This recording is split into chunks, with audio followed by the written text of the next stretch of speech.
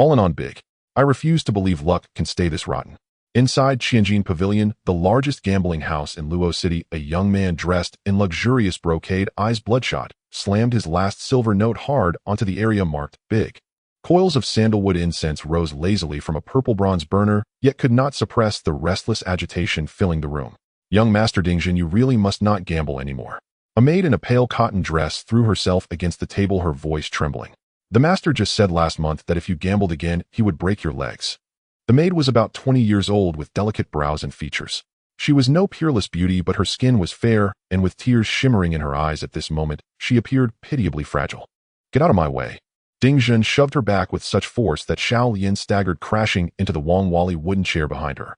What do you think you are daring to meddle in this young master's affairs? He turned and roared at the dealer across the gaming table. Open the cup for me. The dealer was a lean man in his 40s wearing a dark blue short jacket, both hands pressing down on the dice cup. No more bets. The dealer drew out his words. Dingjun stared fixedly at the dice cup, veins bulging in his neck. Big, big, big, big, big. The dice cup was lifted. The dealer announced, 233. 8 points, small. You son of a... Dingjun shot to his feet, knocking his chair over. 14 rounds of small in a row. There's something wrong with your dice. The dealer's face darkened. Young Master Ding, if you can't afford to lose, then don't come to play. Though he said so, hesitation flickered in his heart. After all, the Ding clan was one of the foremost great families in Luo City. Nonsense. Dingjun kicked the gaming table. You dare say I, Young Master Dingjun, can't afford to lose? I'm bound to win it all back from you. Lend me another 500 taels. I'll definitely turn the tables. 500 taels. Sweat beaded at the dealer's temples. This was no small sum. It was easy to lend money, hard to collect it back. If it were 50 taels, he might have decided on his own, but 500. Just then the beaded curtain chimed softly. A youth in a fitted robe of fine azure silk strode in at an unhurried pace. He appeared 17 or 18 years of age, of middling height, with handsome refined features and eyes as calm and deep as a still pool. Behind him followed 2 men built like iron towers, clearly seasoned fighters. Boss Chen. The dealer looked as though he had received a royal pardon and bowed hurriedly. This newcomer was none other than the owner of the gambling house, Chen Yi. Chen Yi's gaze swept over the gaming table and finally came to rest on Dingjun's face. The corner of his mouth curved ever so slightly. Young Master Ding is in quite the spirited mood. Seeing him, Dingjun's bluster subsided a little, yet he still stiffened his neck. Chen Yi, is your casino cheating? How is it that I lose no matter what I bet? A casino opens its doors to do business. What we value above all is our reputation. Chen Yi's voice was level, betraying no emotion. If Young Master Ding finds anything amiss, you are free to try your luck elsewhere. Dingjun was momentarily at a loss for words. There were more than 10 gambling houses in Luo City, and Qianjin Pavilion was indeed the largest and fairest, at least on the surface. Cut the nonsense. Dingjun waved his hand irritably. Lend me another 500 taels. Once I win, I'll pay you back at once. Chen Yi did not answer immediately. He walked slowly to the window and pushed open the carved wooden lattice. The slanting afternoon sunlight fell across his face, half in light and half in shadow. 1,000 taels. Chen Yi spoke suddenly. Dingjun froze. What? I said bring out 1,000 taels for Young Master Ding. Dingjun's eyes lit up. Boss Chen is truly generous. Young Master Ding, don't be in such a hurry. Chen Yi raised a hand to stop him, his gaze falling on Xiao Lian. I have not finished speaking. 1,000 taels can be arranged, but the servant at your side must be pledged to me. Following Chen Yi's gaze, Dingjun frowned. Xiao Lian, she's just a maid. A maid is still a person. Chen Yi said mildly. I find this young lady quick-witted, and I happen to be short of someone to serve tea and water here. If Young Master Ding wins naturally, you may take her back. If you lose... He paused. This young lady will count as 300 taels. How about it? 300 taels for a maid was already an exorbitant price. A flicker of struggle passed through Dingjun's eyes. Xiao Lian had followed him for several years, the most gentle and considerate of his servants, and uninhibited besides. Yet with his gambling addiction in full flare, that 1,000 taels of silver seemed to gleam right before his eyes. Young Master. Xiao Lian dropped to her knees with a thud and clutched at Dingjun's leg. You promised to give me a proper status. You said you would take me as your concubine. You cannot sell me. Her cries were heartrending, her tears soaking into the brocade of Dingjun's trousers. Looking down at her, he suddenly recalled how this woman had gently urged him to gamble, just last night, and a surge of anger flared up in his chest. If she had not been nagging in his ear, how could his luck have been so wretched today? Status. Dingjun sneered and kicked her aside. A cheap maid I've already used up, and she thinks she's worthy to become Dingjun's concubine. Bah. He turned to Chen Yi and said, Boss Chen, if you want this wretch, I'll sell her to you outright. 300 taels. Draw up the contract now. Xiao Lian was struck as if by lightning. She collapsed where she sat, her face ashen as paper. A fleeting, nearly imperceptible glint of coldness flashed through Chen Yi's eyes, though his expression remained placid. Young Master Ding is straightforward. He signaled to the burly men behind him. Take this young lady to the rear courtyard and see that she is properly settled. No, no. Xiao Lian screamed and struggled. The two strong men stepped forward and seized her, one on each side. Xiao Lian kicked and thrashed wildly, her hair coming loose, her appearance nearly deranged. Annoyed by the noise, Ding Zhun strode over, swung his arm wide. Smack! A resounding slap. Xiao Lian's head snapped to the side, blood oozed from the corner of her mouth, and her left cheek swelled rapidly. She stared blankly at Ding Zhun, the last glimmer of light fading from her eyes. Drag her away. Chen Yi's tone remained as calm as ever. The burly men hauled Xiao Lian out of the private room, her cries growing fainter down the corridor. Chen Yi drew a silver note from his sleeve and placed it on the gaming table. 1,000 taels. Please, young Master Ding. The dealer hastily presented brush and ink. Ding Zhun scrawled out an IOU in bold, flamboyant strokes and pressed his handprint onto it. The instant he received the silver note, a feverish light rekindled in his eyes. Come, let's continue. I'm still betting on big this time. Chen Yi said nothing more, merely inclined his head slightly and turned to leave. The rattle of dice rose once again. Xiao Lian was dragged to the innermost room in the gambling house's backyard. Inside there was only a plank bed and a broken table. There was not even a window in the walls, merely a palm-sized vent high up that let in a faint sliver of light. The door closed behind her, and the sound of the lock sliding into place was clearly audible. She collapsed to the ground, at first shedding silent tears, then finally breaking into loud, heart-rending sobs.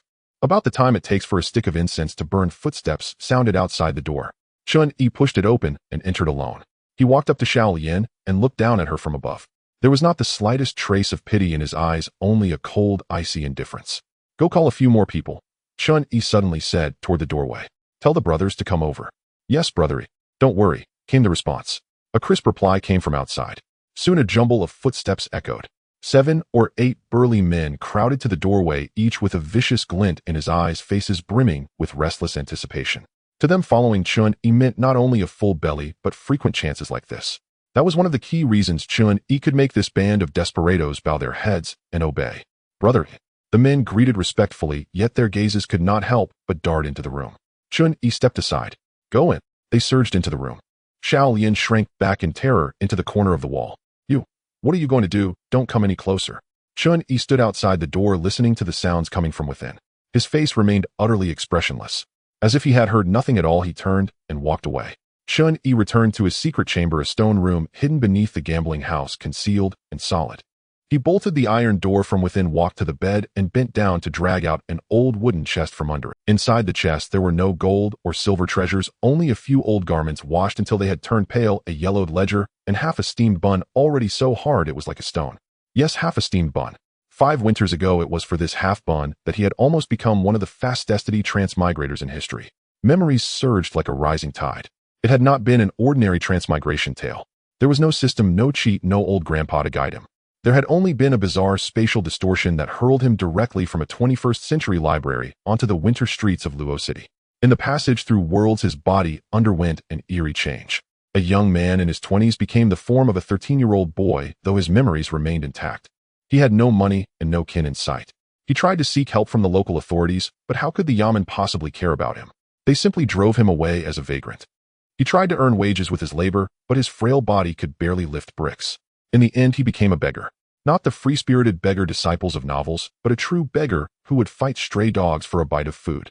On that bone-piercingly cold afternoon, he curled up at the corner of the wall by the back gate of the Ding family estate. He had not eaten for 3 days. 2 of his ribs had broken when he fell during transmigration, and every breath stabbed like a knife. Then he saw a discarded steamed bun. It was hard as stone and reeked of sour rot.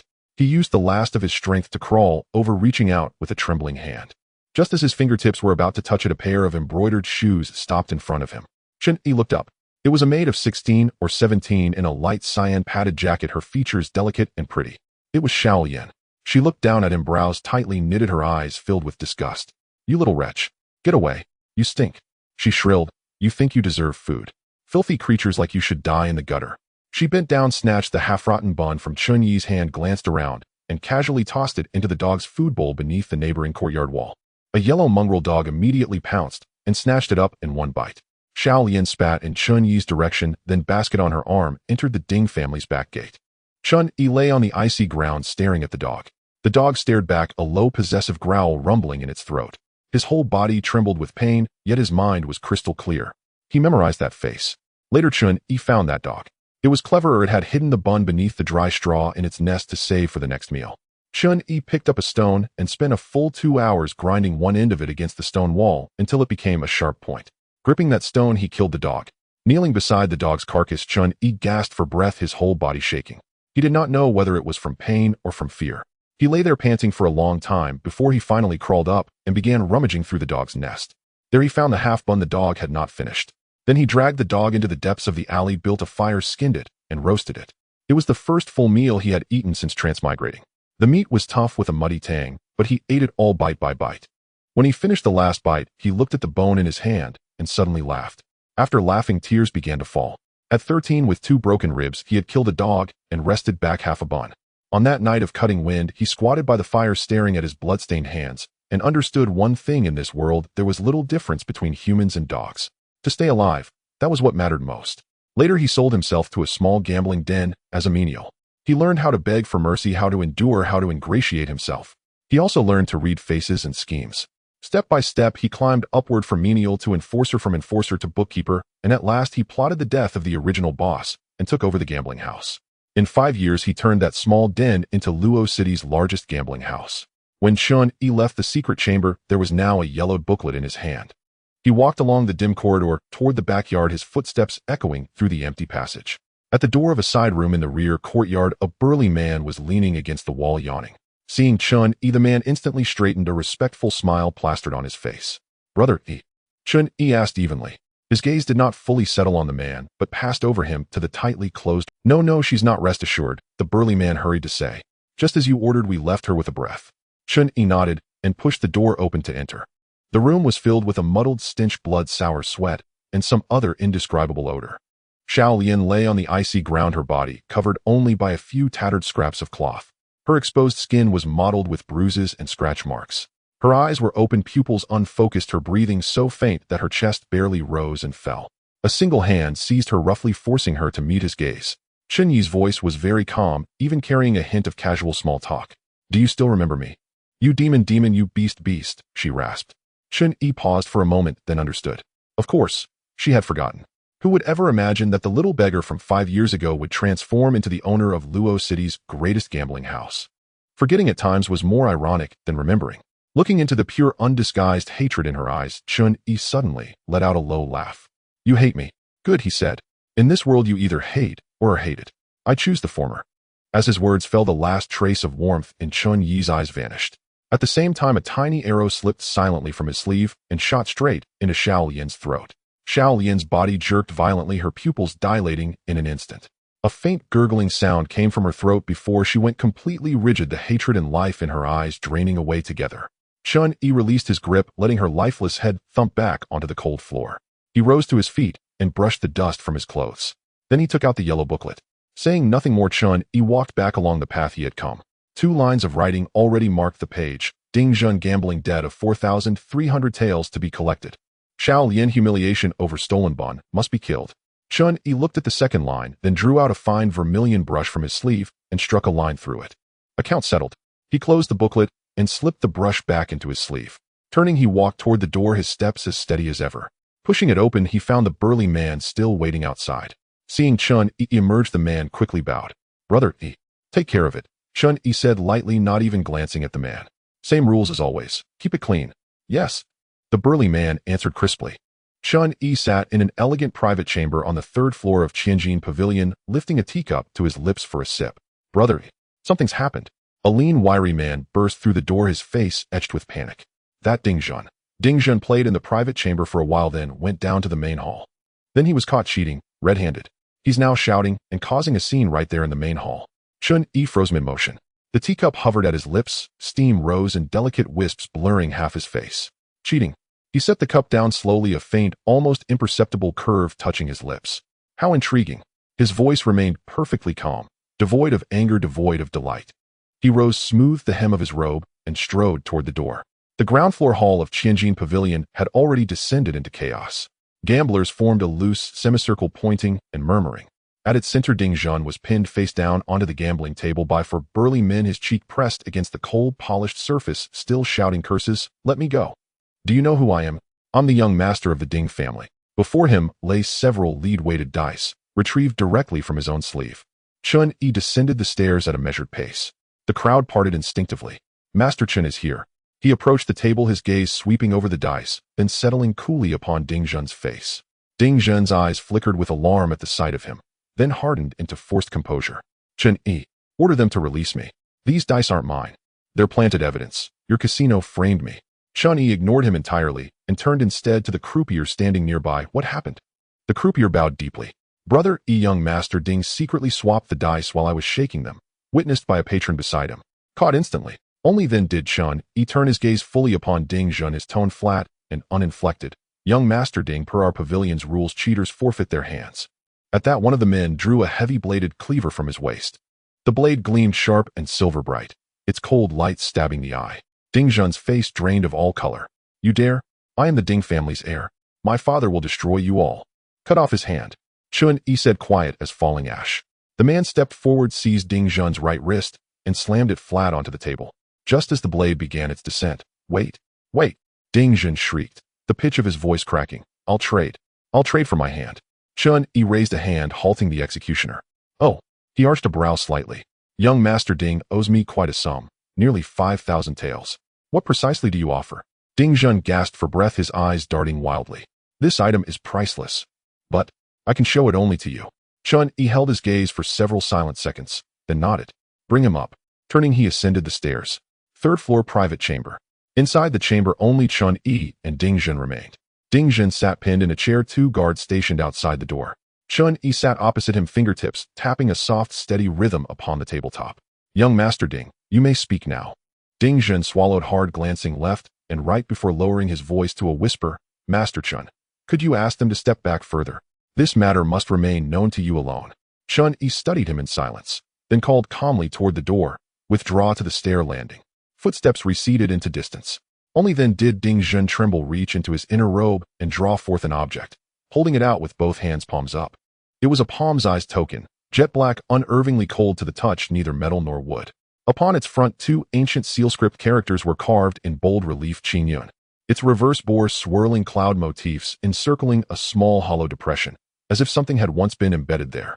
Chen Yi turned the token over, brow faintly furrowed. "Young Master Ding, you don't truly believe this trinket offsets 5,000 taels, do you?" "This is no ordinary token." Ding Zhun whispered, voice tight with tension, then gritted his teeth and plunged ahead. "This is a Xianyuan, a celestial affinity token. I stole it from my father's study." "Xianyuan."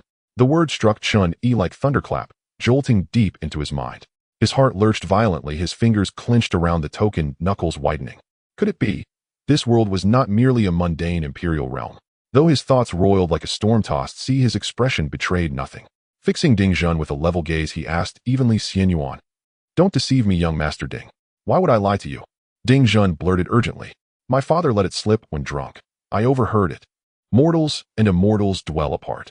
The truth is known only to patriarchs of the great clans. Our city of Luo lies within the jurisdiction of the Qinyun sect." He swallowed again, continuing, "Every 70 years the Qinyun sect arrives in Luo City to test spiritual roots and select disciples bearing Xianyuan.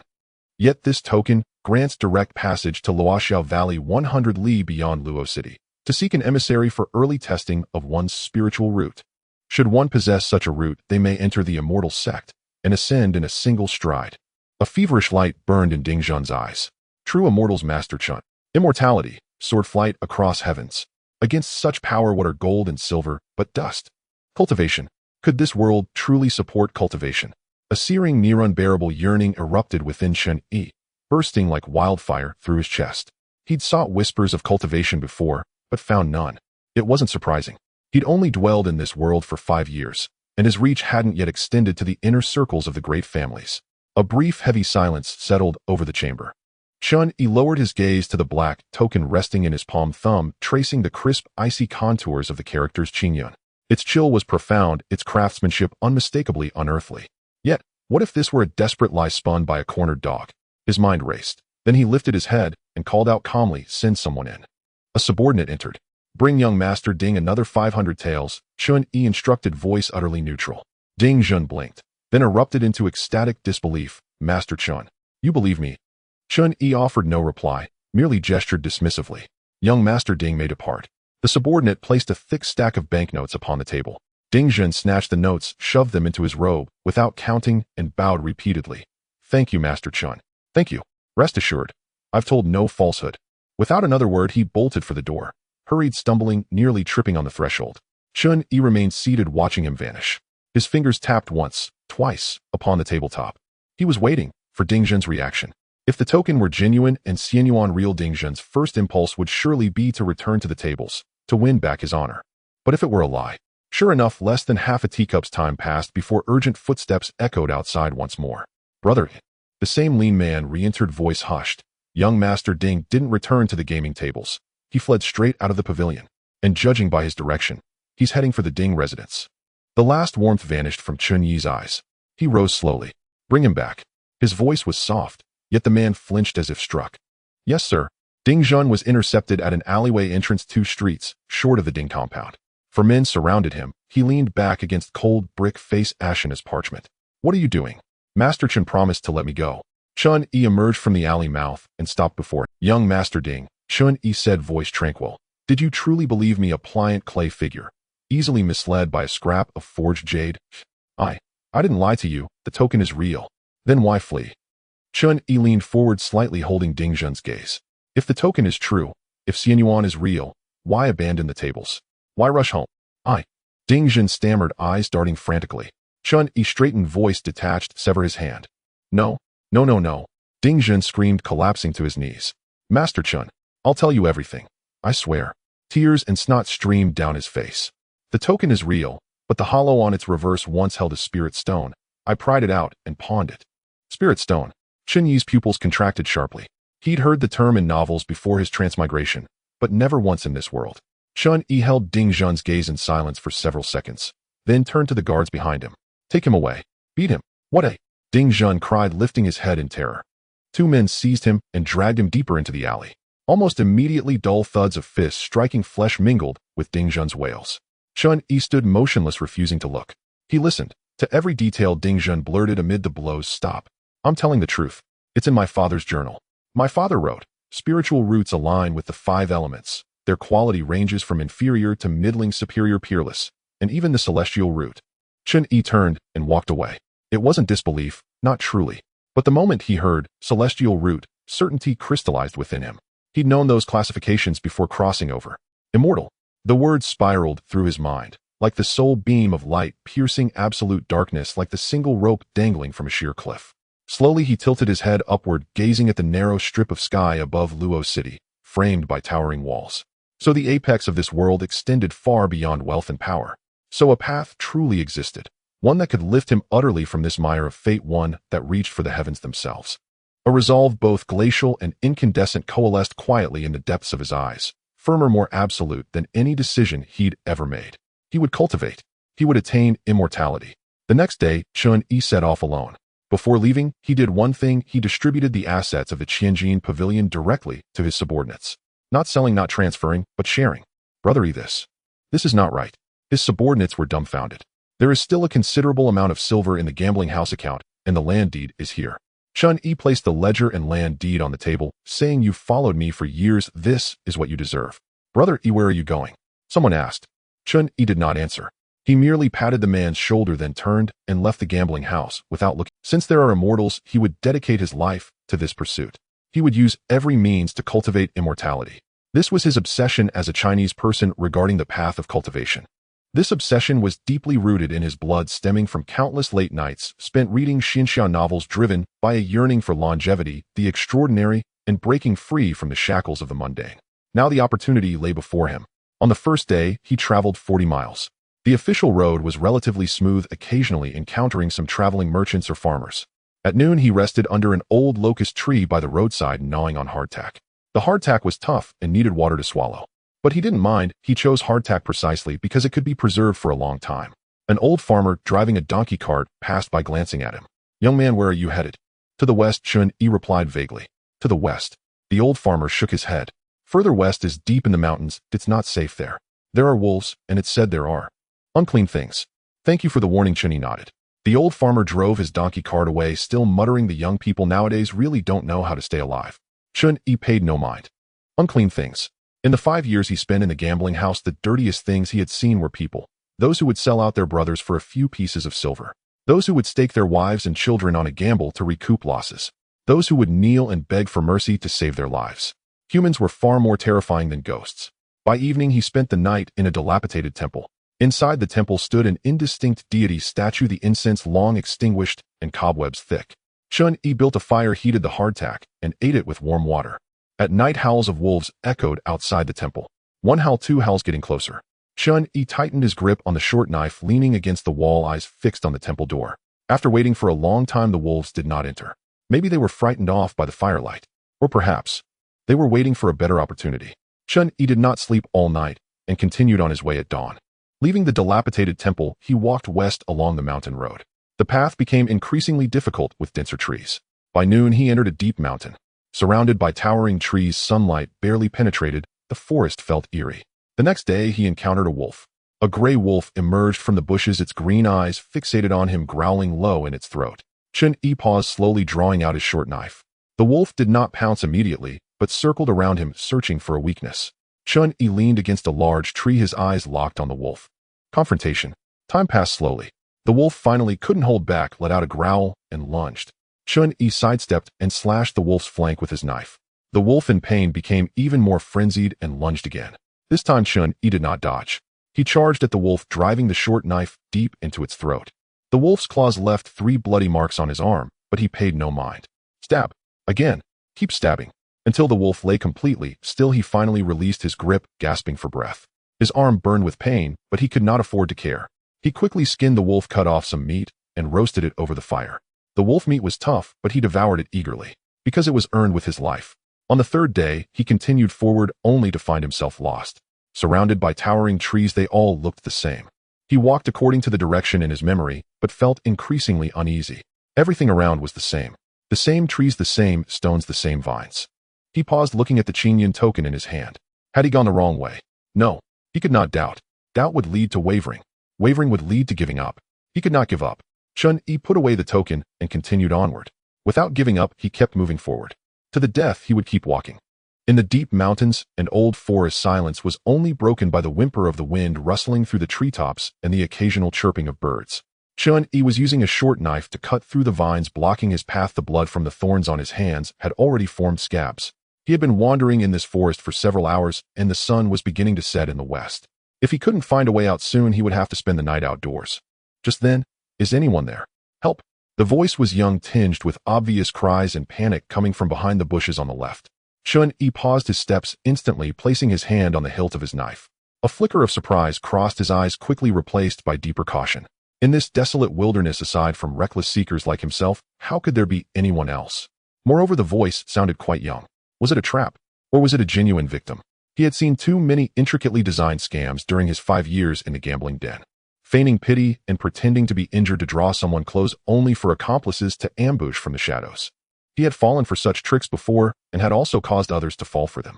Chen Yi did not respond immediately, but quietly adjusted his position to ensure he was downwind. At the same time, his sharp gaze swept over the nearby trees and rocks surrounding the source of the voice. He found no obvious signs of an ambush. Slowly, he brushed aside the obstructing branches and peered into the bushes. A young boy around 15 or 16 years old, small in stature, wearing a coarse hemp garment patched all over. He was currently sitting awkwardly on the ground, clutching his left ankle, tightly grimacing in pain. He looked pale and malnourished, but there was a simple honesty in his features typical of a farmer's son. His left ankle was noticeably swollen, with skin showing an abnormal red-purple hue. It was clear that he had sprained it badly, not a pretense. The boy noticed the movement, suddenly looking up to see Chen Yi, who was holding a short knife covered in dirt, but with a cold and sharp gaze. He was taken aback for a moment, then his eyes lit up with a strong glimmer of hope, like a drowning person grasping at a last straw. "Big brother, help me. Please help me. I twisted my foot and can't walk," he cried with a whimper, trying to move, but gasping in pain. Chen Yi did not approach. Instead, he took a half step back, maintaining a safe distance. "Who are you? How did you end up here?" Chen Yi's voice was cold, devoid of any emotional fluctuation, and he tightened his grip on the knife. In this place, being soft-hearted and trusting could cost him his life. The boy, frightened by his icy tone, shrank his neck, but hurriedly replied, speaking quickly with a rural accent. My name is Wang Lin, a tenant farmer from the family village outside of Luo City. I was going to Wanxiao Valley. I heard that there were immortals looking for disciples, so I sneaked out. I didn't expect to get lost in the mountains and accidentally sprain my foot. Wang Lin. Chen Yi's heart suddenly stirred. This name was not something an ordinary person could easily remember. Yet at this moment he remained cautious. Do you also have a token? Chen Yi fixed his gaze on him and directly asked the crucial question. Without a token, everything was mere talk. Upon hearing this, Wang Lin hurriedly nodded, disregarding his foot pain, and clumsily pulled out something carefully wrapped in tattered cloth from his inner pocket. The style and size of the token were almost identical to the Qingyun token, he had only this one was more worn at the edges and had a darker hue. This was left to me by my grandfather before he died, Wang Lin said, holding the token with a somewhat dim yet proud expression. He said our Wang family has apparently had a very powerful immortal ancestor, and this token is a token of trust. I should take good care of it, perhaps one day it will come in handy. I've kept it hidden and haven't told anyone. Chen Yi scrutinized the token and Wang Lin's expression. Wang Lin's demeanor bore a vague yearning for the glory of his ancestors, mixed with anxiety, which did not seem like an act. Most importantly, the possibility of a group capable of designing a scheme to deceive a similarly destitute seeker with an ancestral immortal token was too low. After making a judgment, Chen Yi slowly stepped forward a few paces, still keeping a distance where he could act at any moment. He squatted down to closely examine Wang Lin's ankle. It was indeed a sprain, not a ruse. Can you walk? Chen Yi asked. Wang Lin tried to move but gasped in pain. I can't walk. After a moment of silence, Chen Yi took out a strip of cloth from his pack to help stabilize Wang Lin's ankle. He'll help you walk. Wang Lin was taken aback. Big brother, are you willing to help me? It's just on the way, Chen Yi replied indifferently. He helped Wang Lin up and the two of them hobbled forward together. Along the way, Wang Lin talked a lot. Big brother, are you from Luo City too? How come I haven't seen you before? I work at the gambling den, rarely go out. A gambling den? Wow, that must be really impressive. I heard that people from gambling dens are all quite fierce. It's not as fierce as you think. Big brother, do you think immortals will really accept us? I heard that one must have spiritual roots to qualify. Oh, what are spiritual roots? I don't know. Big brother, you talk so little. Chen Yi did not respond. He was only thinking this Wang Lin so naive, yet with such an opportunity. Chen Yi supported Wang Lin slowly, making his way along the rugged mountain path. Wang Lin's foot injury was severe. Every step caused beads of sweat to form on his forehead. Yet he gritted his teeth and remained silent, occasionally gasping in pain. Chen Yi observed, quietly reevaluating this seemingly simple-minded youth. Enduring pain at least indicated he was not a pampered person. Big brother, what is your name? Wang Lin gasped, asking. Chen Yi. Thank you, brother Chen, Wang Lin said sincerely. If I hadn't met you, I might have died stranded in this mountain. Chen Yi did not respond. He was calculating traveling with an injured person would at least slow their speed by half. At this pace, finding the falling Sunset Valley before nightfall was questionable. But since he had decided to take him along, he could not abandon him halfway. At least not before assessing Wang Lin's value or threat. Brother Chen, what do you think immortals are like? Wang Lin seemed to open up, trying to distract himself from the pain in his foot. Do they walk on clouds and fly around? I don't know. Chen Yi's reply was still brief. His sharp gaze swept over the mountain road ahead and the dense forest on either side. No rustle or movement escaped his notice. In these deep mountains and old forests, apart from wild beasts, there could be other dangers. My grandfather said that an immortal ancestor could summon wind and rain and turn stone to gold. Wang Lin's voice was filled with longing, but then it dropped. Unfortunately, by the time it reached our generation, all that remains is this token and a few legends. My parents don't believe it, saying it's just my grandfather's old nonsense. But I want to try. Farming is too hard, and I can't even eat my fill throughout the year. I want a different way of life. Chen Yi paused slightly. A different way of life? Wasn't that what he was thinking as well? Thinking alone is useless, he said coldly. You must be able to enter first. Wang Lin nodded vigorously, seemingly encouraged by Chen Yi's words. Brother Chen, you understand so much. You will definitely be able to enter. Chen Yi fell silent. Understand so much. What he understood was merely the deceit and life-and-death struggles of the gambling den. The world of immortals was equally a fog to him. Yet he had compelling reasons to enter, and for that he could pay any. As dusk approached, the hoots of night owls and various rustling sounds began to echo in the forest, adding an eerie atmosphere. Chen Yi found a sheltered hollow in a mountain rock and decided to spend the night there. He lit a small fire which could ward off the cold and deter wild beasts. Wang Lin leaned against the rock wall and, exhausted and in pain, quickly fell asleep, mumbling about immortals. Chen Yi did not sleep. He sat by the fire, holding a knife, his ears attuned to every faint sound in the darkness. The firelight danced across his stern face, revealing a pair of unfathomable eyes. He was re-examining every detail since encountering Wang Lin. The token was real, the injury was real, and the simplicity and gratitude seemed not to be a disguise. But the name Wang Lin was hard to say. Regardless, for now it seemed that having Wang Lin was more beneficial than harmful. A companion who was grateful towards him and evidently lacked experience in the Jianghu could at times play an unexpectedly useful role.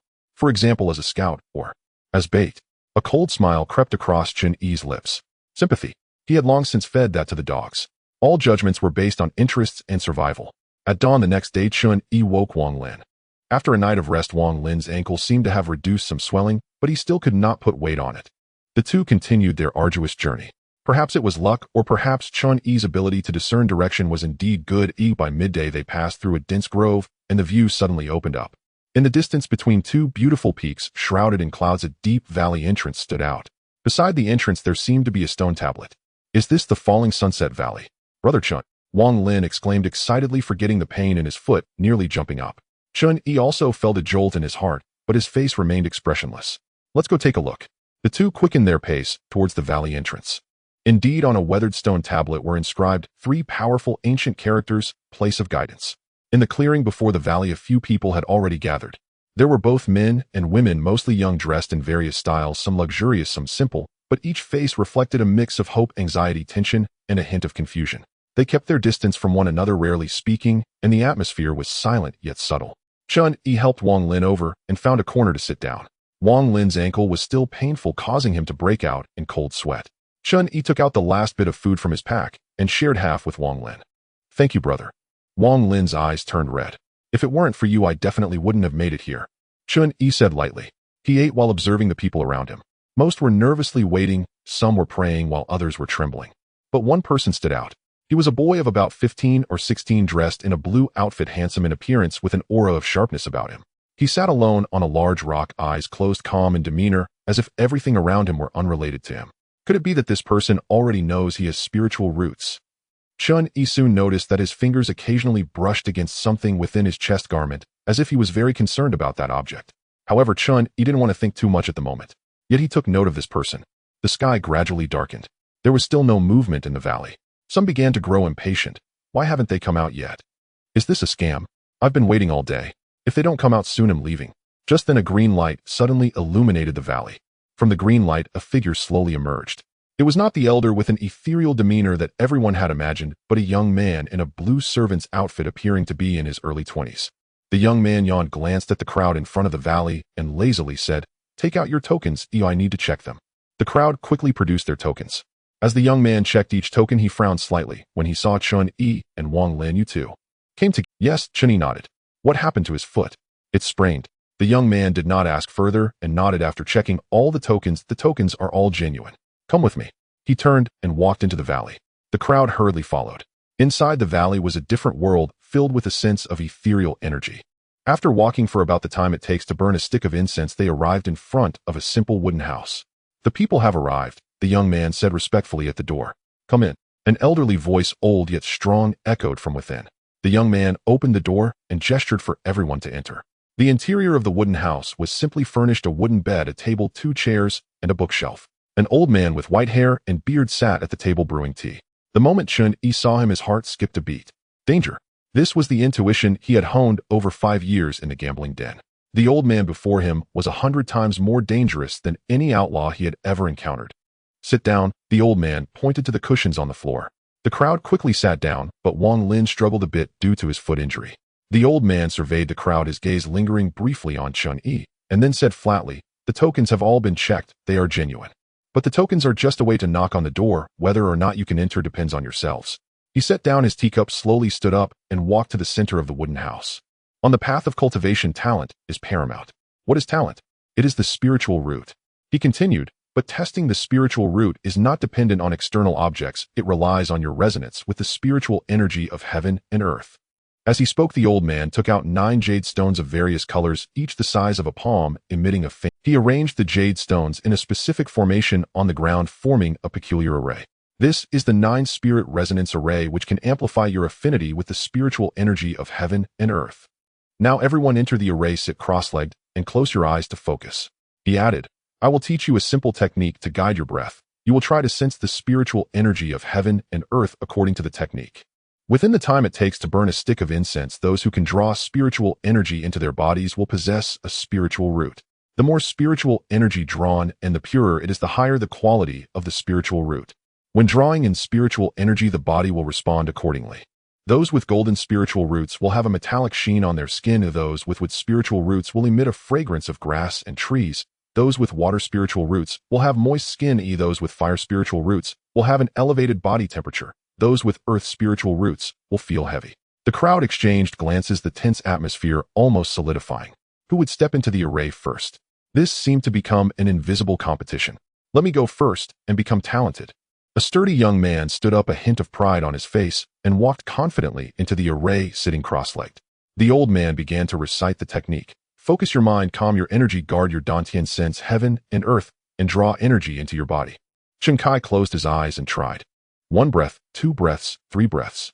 His skin gradually exhibited a faint earthy yellow glow mixed with a few dim golden specks. The old man glanced over and said flatly, low-grade earth gold spiritual root. Next, the sturdy young man named Chen Yi suddenly froze, his pride deflating and his face turning red as if he wanted to say something. But under the old man's calm gaze, he ultimately did not dare to speak and retreated awkwardly to the side. The testing continued. Some entered the array and tried for a long time with no response. Some barely managed to draw a wisp of spiritual energy, their skin glowing faintly. The atmosphere in the wooden house grew increasingly oppressive. The successful ones were overjoyed, while the failures looked ashen. It was Wang Lin's turn. He was so nervous that his palms were sweaty. He limped into the array, sitting cross-legged and closing his eyes. The old man taught the technique, and Wang Lin made an effort to try. Time passed gradually, and his skin finally emitted an extremely faint green glow accompanied by a hint of the fragrance of grass and trees. The old man glanced at him, his tone still flat. Low-grade spiritual root. Wang Lin was initially taken aback, then a wave of immense joy surged in his heart, almost bringing him to tears. He succeeded. He had a spiritual root. Though it was the lowest grade, he was qualified. He excitedly looked at Chen Yi, who merely nodded slightly in response. After Wang Lin stepped back, it was Chen Yi's turn. Chen Yi took a deep breath and walked into the array, sitting cross-legged. He was not as tense or excited as the others. He simply closed his eyes, calmly following the technique to begin sensing. A true man faces death with composure. Without a spiritual root, he would think of other methods. At first he felt nothing, but gradually, the air around him seemed to change. It was as if countless tiny glowing dots floated in the air, each varying in color: sharp gold, vibrant green, soft blue, fiery red, and heavy yellow. He attempted to guide these glowing dots according to the technique. An astonishing thing happened. The 5 colored points of light seemed to respond to his call, surging towards him all at once. Golden dots rushed in from the west, green dots from the east, blue dots from the north, red dots from the south, and yellow dots surged in from the ground beneath him. The 5-colored spiritual energy converged and intertwined within him, forming a remarkable balance. At the same time, his body experienced an astonishing transformation. A faint metallic sheen appeared on his skin, then quickly faded. A fragrance of grass and trees emanated from him, fresh and natural. His skin became slightly moist, as if touched by morning dew. His body temperature noticeably increased, making the surrounding air feel warm, and he felt a slight heaviness, as if he were more closely connected to the Earth's gravity. The 5 phenomena appeared in sequence, then returned to calm. The old man, who had maintained a calm expression, carefully observed Chen Yi and slowly spoke. 5 energies converging, all 5 elements present. Mid-grade 5-element spiritual root.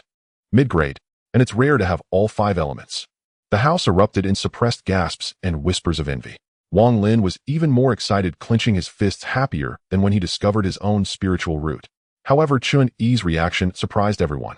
Instead of showing joy at discovering a mid-grade spiritual root, he unhesitatingly took a step back the moment the old man's words fell. Then with a thud, he knelt directly on the ground, respectfully bowing 3 times before the old man.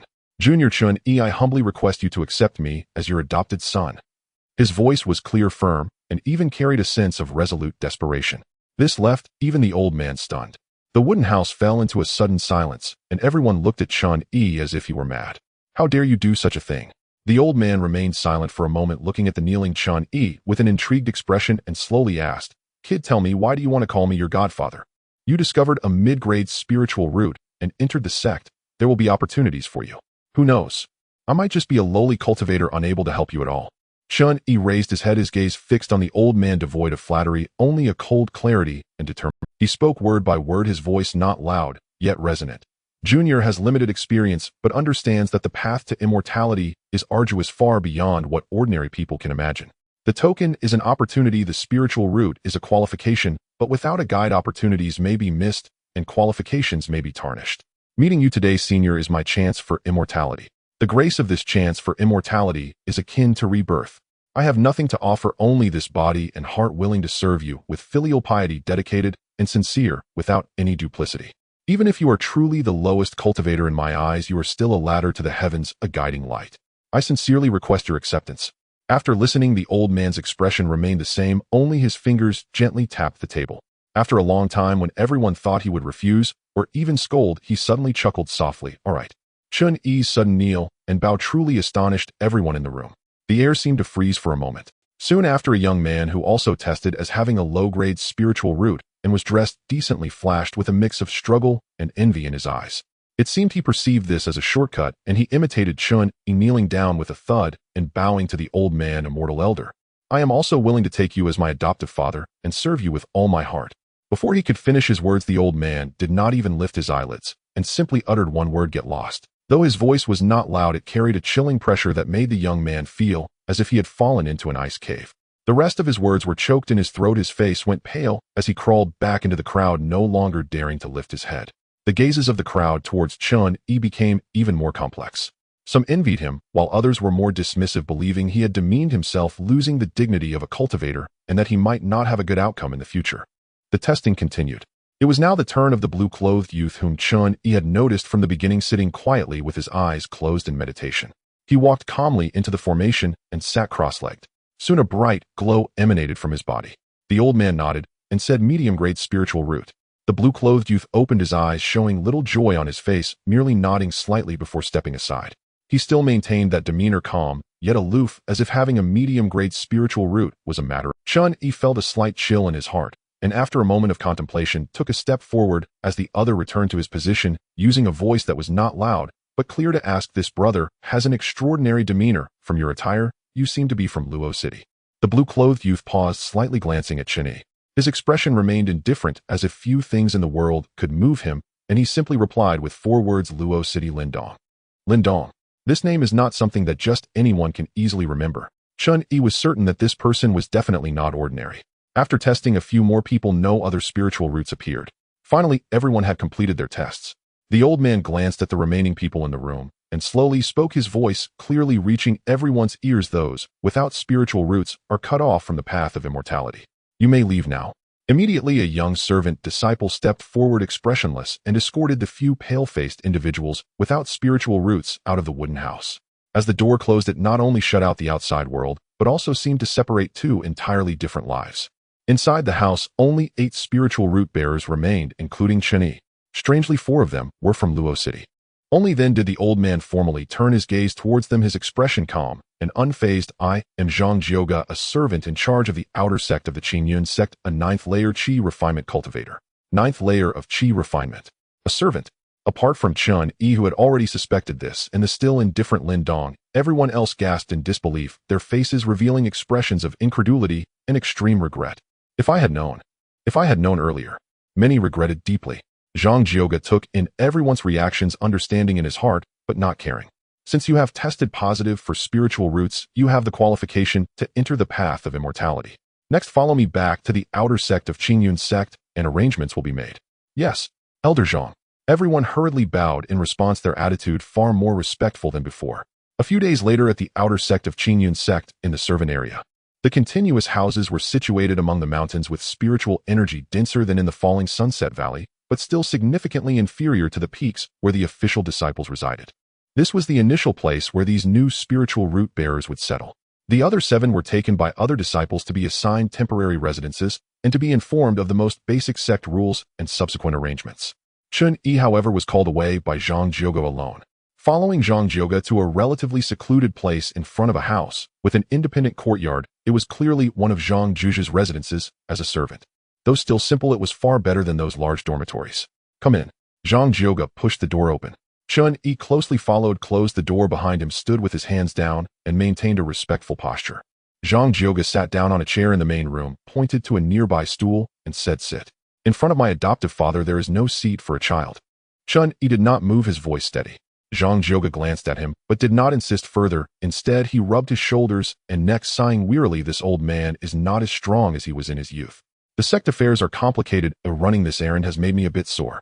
Chen Yi immediately stepped forward and said softly, if you do not mind my rough hands, I learned a few techniques for relieving muscle tension from a master in the market when I was at home. Perhaps it can help alleviate your discomfort. Zhang Zhouge's eyes flickered with a barely noticeable smile. This kid was quite clever and knew how to lower himself. Oh, then give it a try? Yes. Chen Yi walked behind Zhang Zhouge, but did not immediately start. Instead, he carefully observed Zhang Zhouge's sitting posture and the contour of his shoulders and neck before extending his hands. His technique was not flashy but precise in placement and even in force. He had indeed learned a few techniques from an old gambler who used to be a bone setter initially to deal with his own injuries or to please certain clients who might be useful. He hadn't expected to use them here. At first, Zhang Zhouge merely allowed him to try casually, but soon as Chen Yi's technique unfolded, he indeed felt a significant relief from the soreness and stiffness in his shoulders and neck. The room fell silent with only the faint sound of Chen Yi's technique creating a gentle breeze and Zhang Zhouge's gradually deepening breaths. After about the time it took to brew a cup of tea, Zhang Zhouge finally spoke slowly, his voice softer than before. Your technique is quite good. It seems you have learned something practical in that mortal world. Chen Yi continued his work, respectfully replying, it's just a minor skill. If it can relieve your fatigue, that is its purpose. Zhang Zhouge acknowledged and stopped speaking, seemingly enjoying this relaxation. After a moment, perhaps due to the relaxed atmosphere or a good mood, Zhang Zhouge slowly began to speak, his voice slightly gentler than usual. Since you have entered the sect, there are some common knowledge of the cultivation world that you should know. Chen Yi did not stop his hands, but his ears perked up instantly. The region of cultivation we are in is collectively known as the Central Plains of the 9 provinces. It is vast and boundless, and mere mortals can hardly glimpse its entirety in their lifetime. Of course, there are other areas, but surrounding them are endless seas said to be crossable only by existences like the nascent soul ancestors. The Central Plains of the 9 provinces is led by 3 major sects: my Qingyun sect, the Beast Control sect of the northern region, and the Xinxia sect by the eastern sea. These 3 sects are all first-rate powers in the cultivation world with thousands of years of heritage and nascent soul ancestors presiding over them. His tone carried a faint hint of self-importance, and my Qingyun sect in terms of strength and foundation ranks at the top among the 3. Having been established for nearly 5,000 years in this endless Qingyun mountain range, it is undoubtedly the hegemon. Within the sect, there are nearly 10,000 Qi refinement disciples, no less than 200 foundation establishment cultivators, and regarding Golden Core realms, there are more than nearly 10,000 Qi refinement cultivators. Chen Yi's heart shook violently, his movements momentarily pausing. The immense scale and profound foundation represented by this number far exceeded his previous imagination. This Qingyun sect was indeed a towering tree. The disciples of the sect are divided into 4 levels based on their cultivation: servant disciples, outer disciples, inner disciples, and true disciples. Among them, servant disciples are the most numerous, accounting for over 90% of the Qi refinement stage disciples. They are required to undertake various menial tasks such as planting, cleaning, patrolling the mountains, and feeding beasts in exchange for meager shares of spirit stones and limited cultivation time. They work from dawn till dusk, barely managing to sustain their cultivation, with progress being slow. Once they reach the 4th layer of Qi refinement, they can be promoted to outer disciples. At that time, their status will be completely different, allowing them to receive a fixed salary each month. Although they will still need to complete certain sect tasks, they will have more time and resources for independent cultivation. As for inner disciples, they must reach the 7th layer of Qi refinement and pass stricter selections. They are the true backbone that the sect values and invests resources in. Zhang Zhouge paused slightly, and though he did not look at Chen Yi, the direction of his words was crystal clear. Since you have taken me as your foster father, your starting point is not the same as theirs. For this month, focus on cultivating here.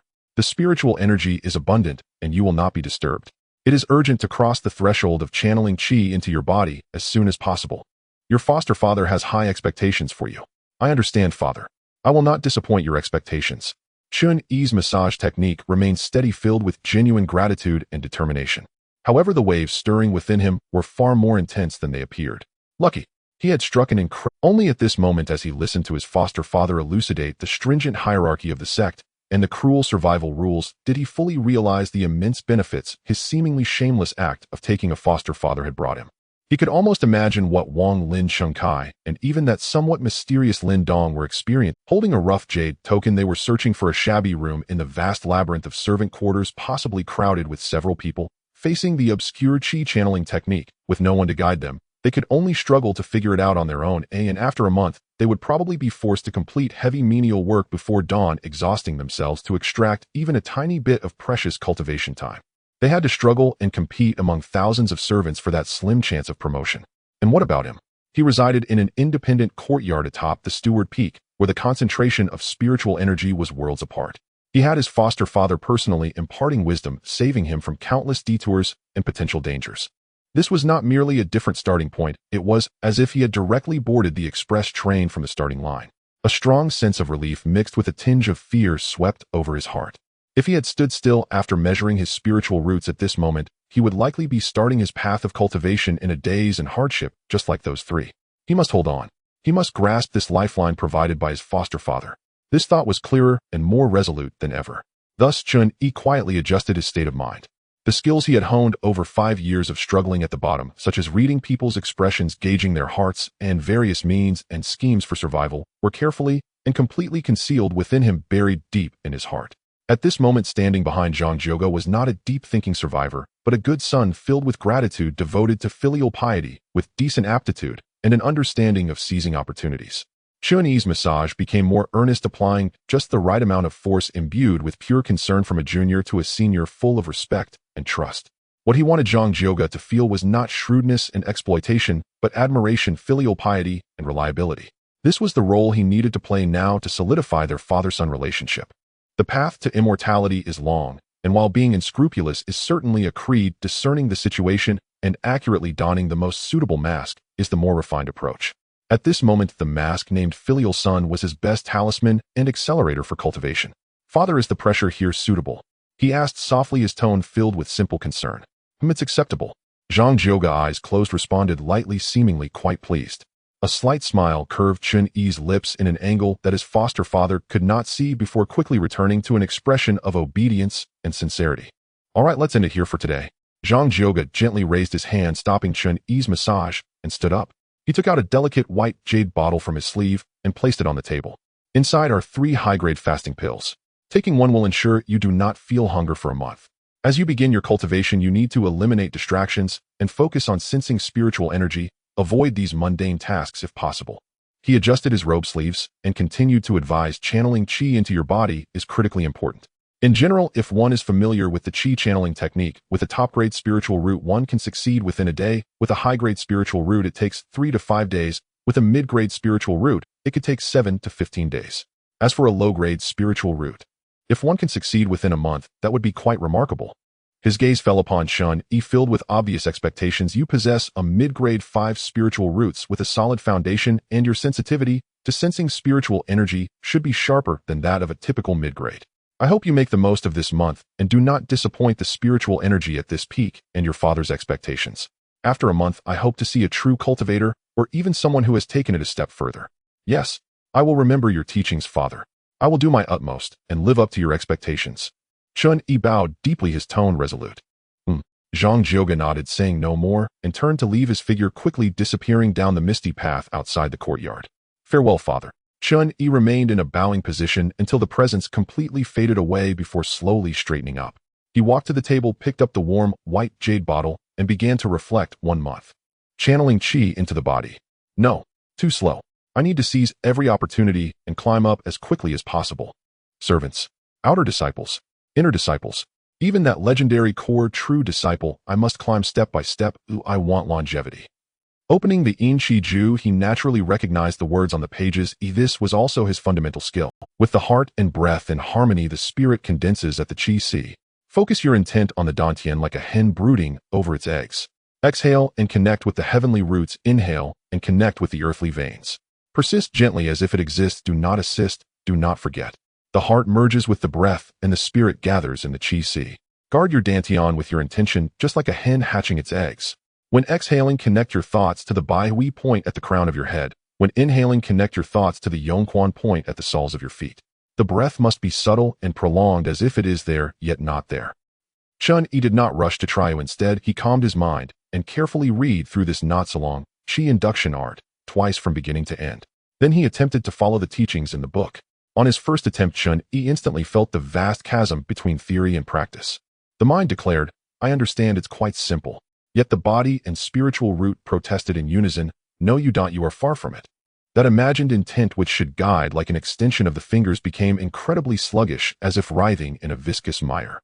The moment his spirit relaxed, the illusory flow of chi vanished without a trace, and he had to start all over again.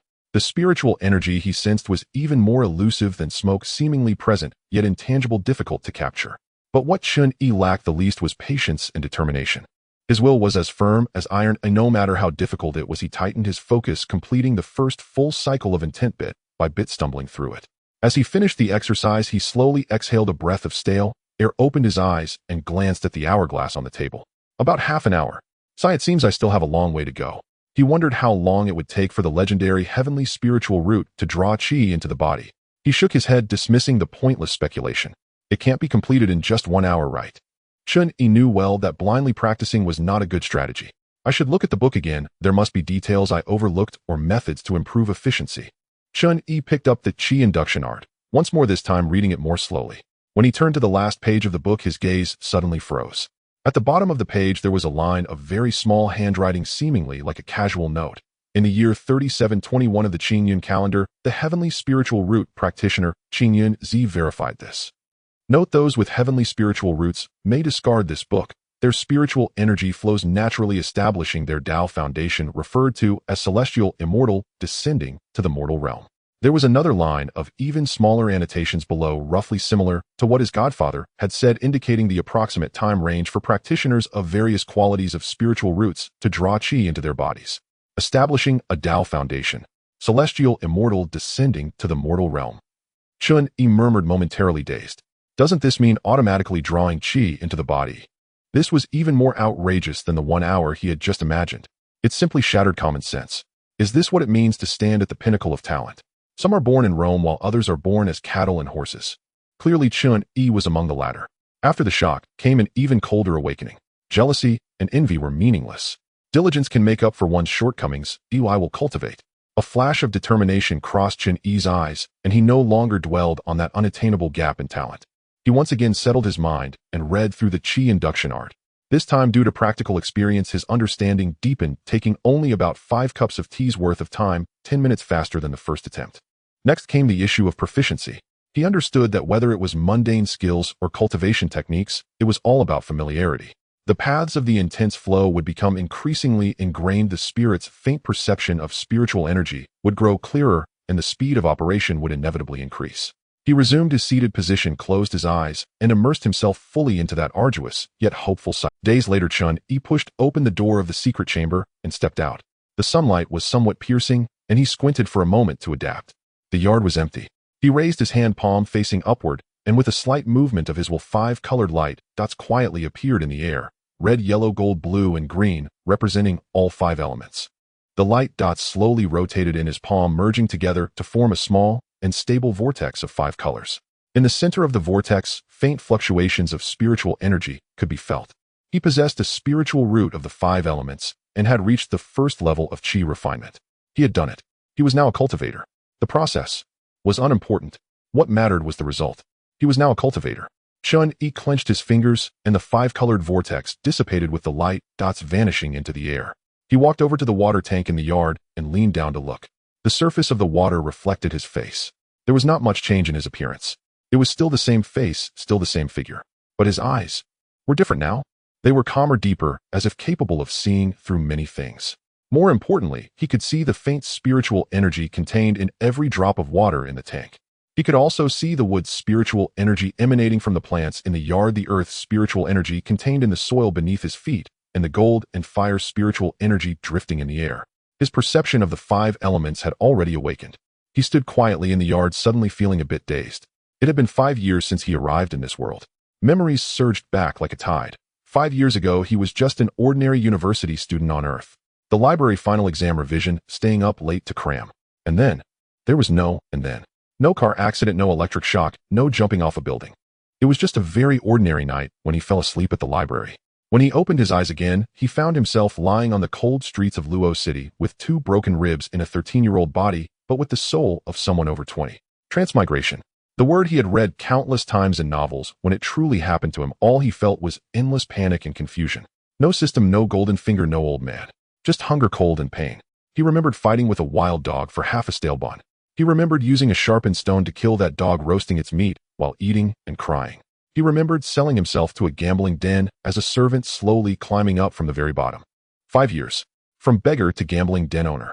From being bullied to instilling fear. He had learned to calculate, learned to be ruthless, learned to do anything to survive. All for survival. Chen Yi lowered his head, looking at his hands. These hands had killed, and they had also saved. These hands had taken the silver from gamblers, and had also received copper coins from beggars. These hands, which once could not even move a stone, could now easily lift a heavy stone weighing 400 to 500 pounds. A cultivator. He murmured to himself, a complex smile curling at the corners of his mouth. When he was on Earth, he had also read cultivation novels. He had once fantasized about flying with a sword and achieving immortality. But that was merely a form of entertainment. He had never imagined that one day this would become reality.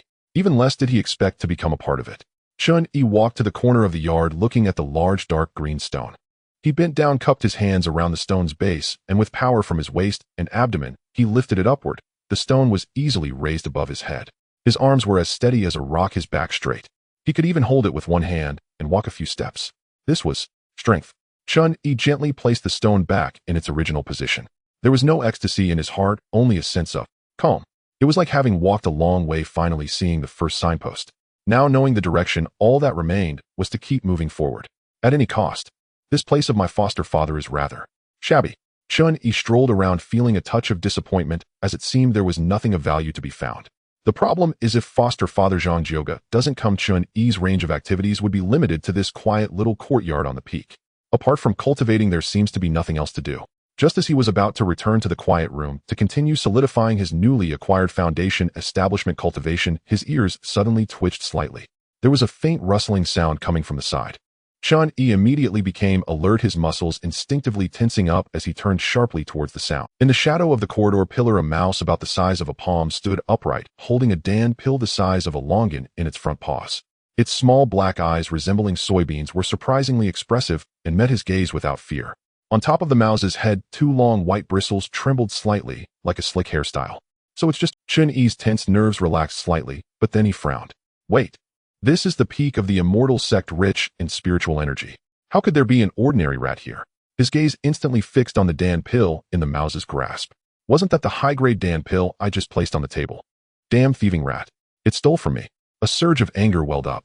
That was a high-grade dan pill. There were only 3 given by my foster father, and I had only consumed 1. Fueled by rage, Chen Yi thoughtlessly bent down, picked up a fist-sized rock from beside his foot, infused it with some of his newly acquired strength, and hurled it at the black mouse. Whoosh! The stone flew through the air at incredible speed. However, the black mouse's reaction was even more bizarre.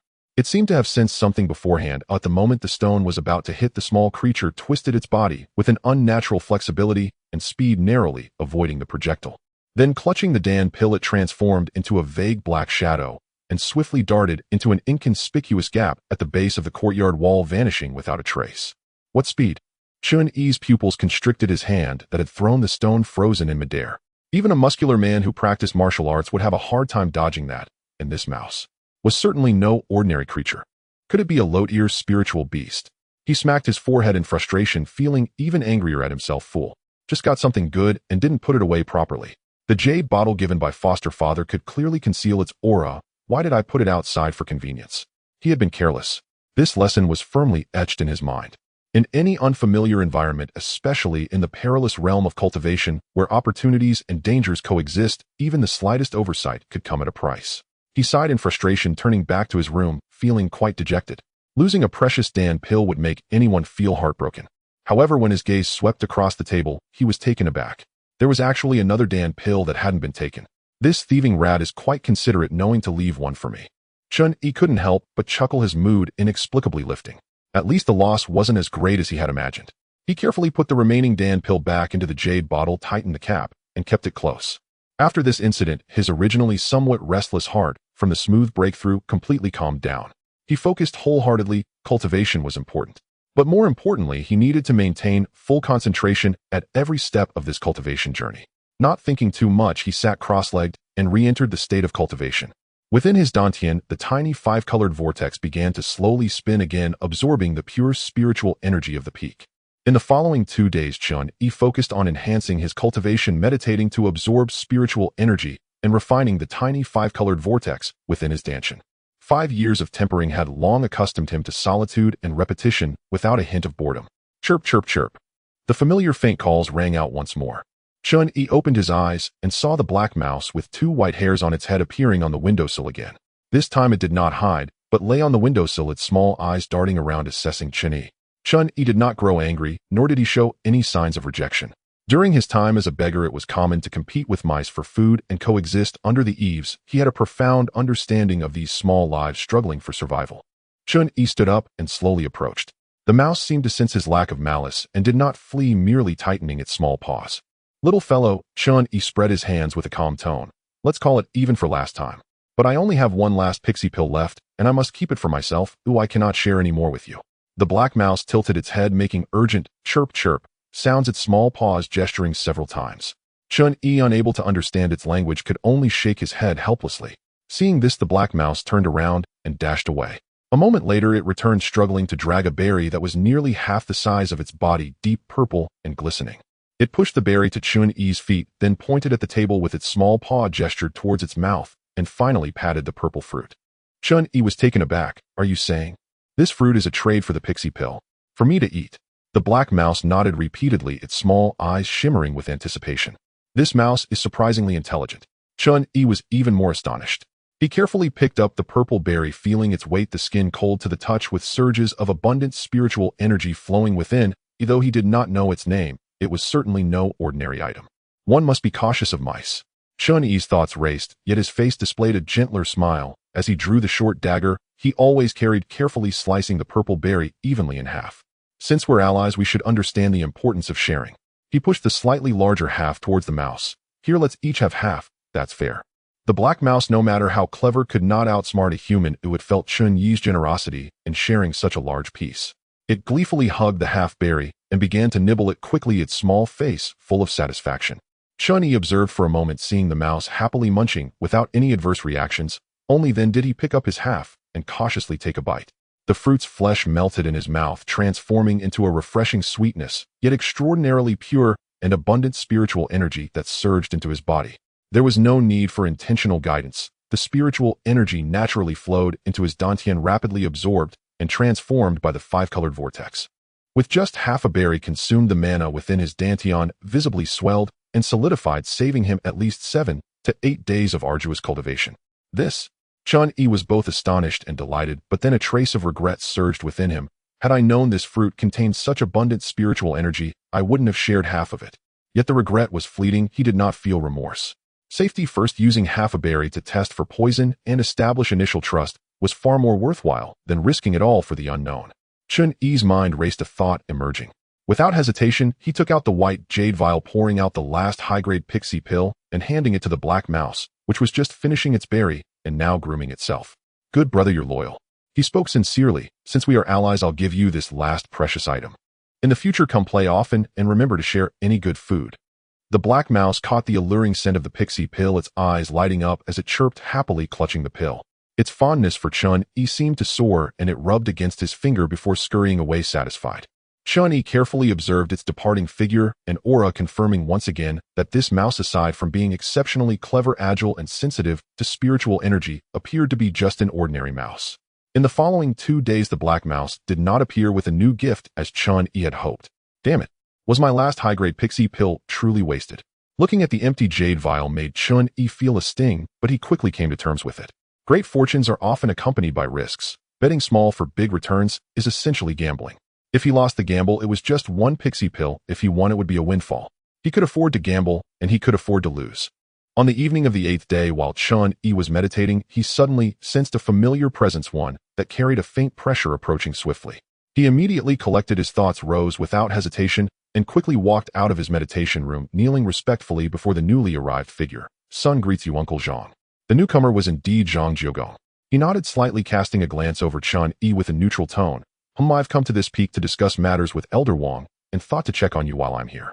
His gaze lingered on Chen Yi for a moment, a flicker of surprise crossing his eyes. You succeeded in drawing in Qi.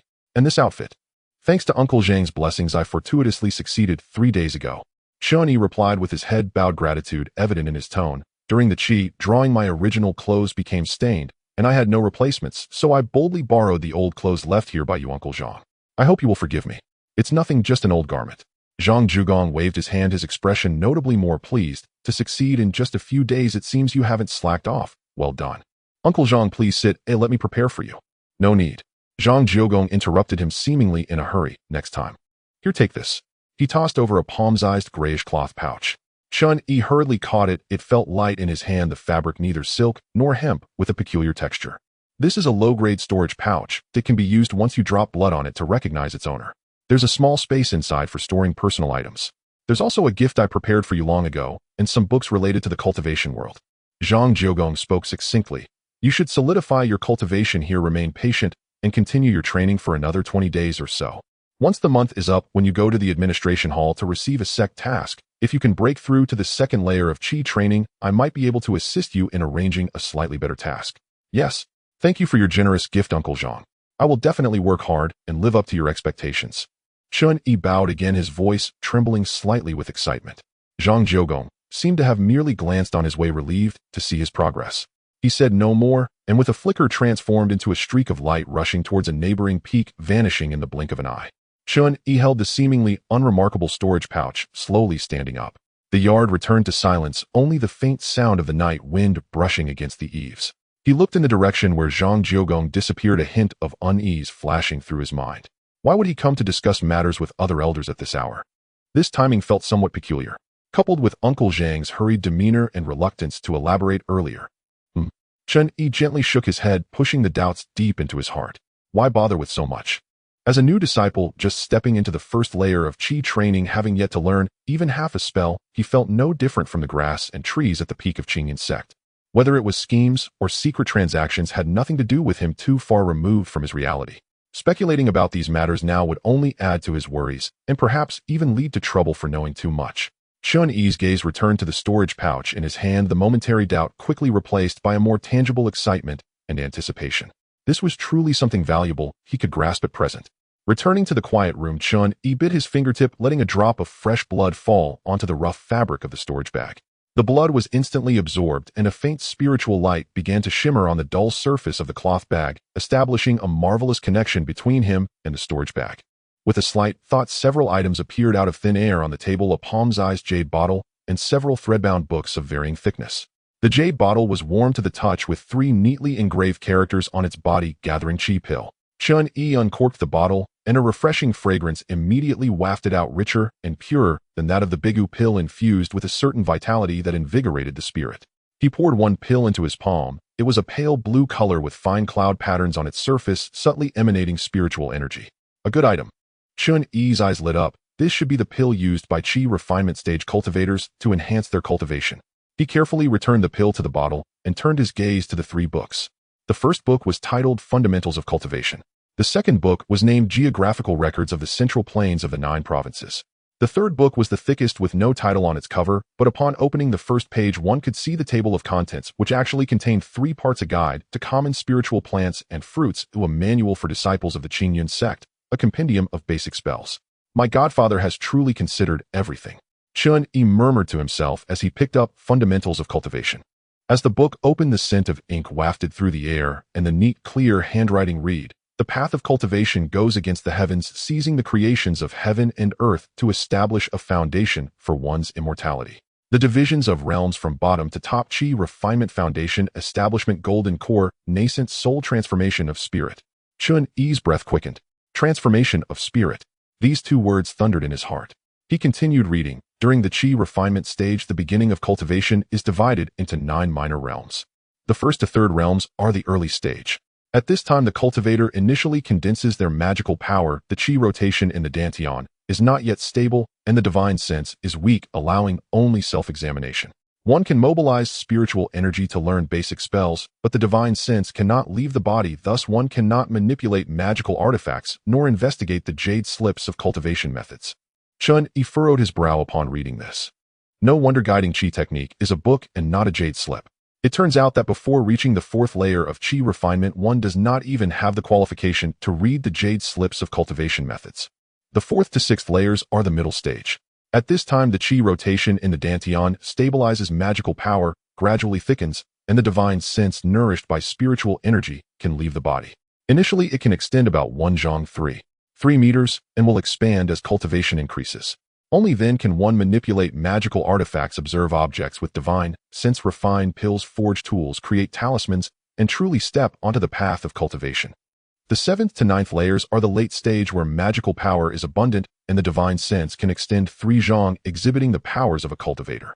However, qi refinement is ultimately a transitional stage from the mortal body to the immortal form, with lifespan not differing much from that of a mortal, at most an additional 20 to 30 years. Chen Yi felt a surge of emotions. 1 zhang, 3 zhang. These numbers clearly outline the boundaries of a qi refinement cultivator's abilities. Currently, he was at the 1st layer of qi refinement with divine sense, only able to self-examine, unable to even leave the body by a foot. Yet the 4th layer of qi refinement was the real watershed. Magical artifacts, pill refining, tool forging. Chen Yi murmured these words, desire igniting in his eyes.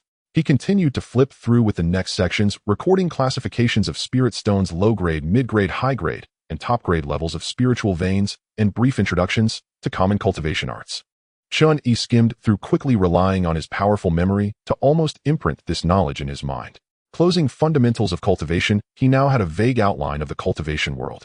Then he picked up the thickest book and directly turned to the section on common spiritual plants and fruits. Colorful illustrations filled his view with detailed textual descriptions beside each plant name, characteristics, growth, environment effects, and picking methods.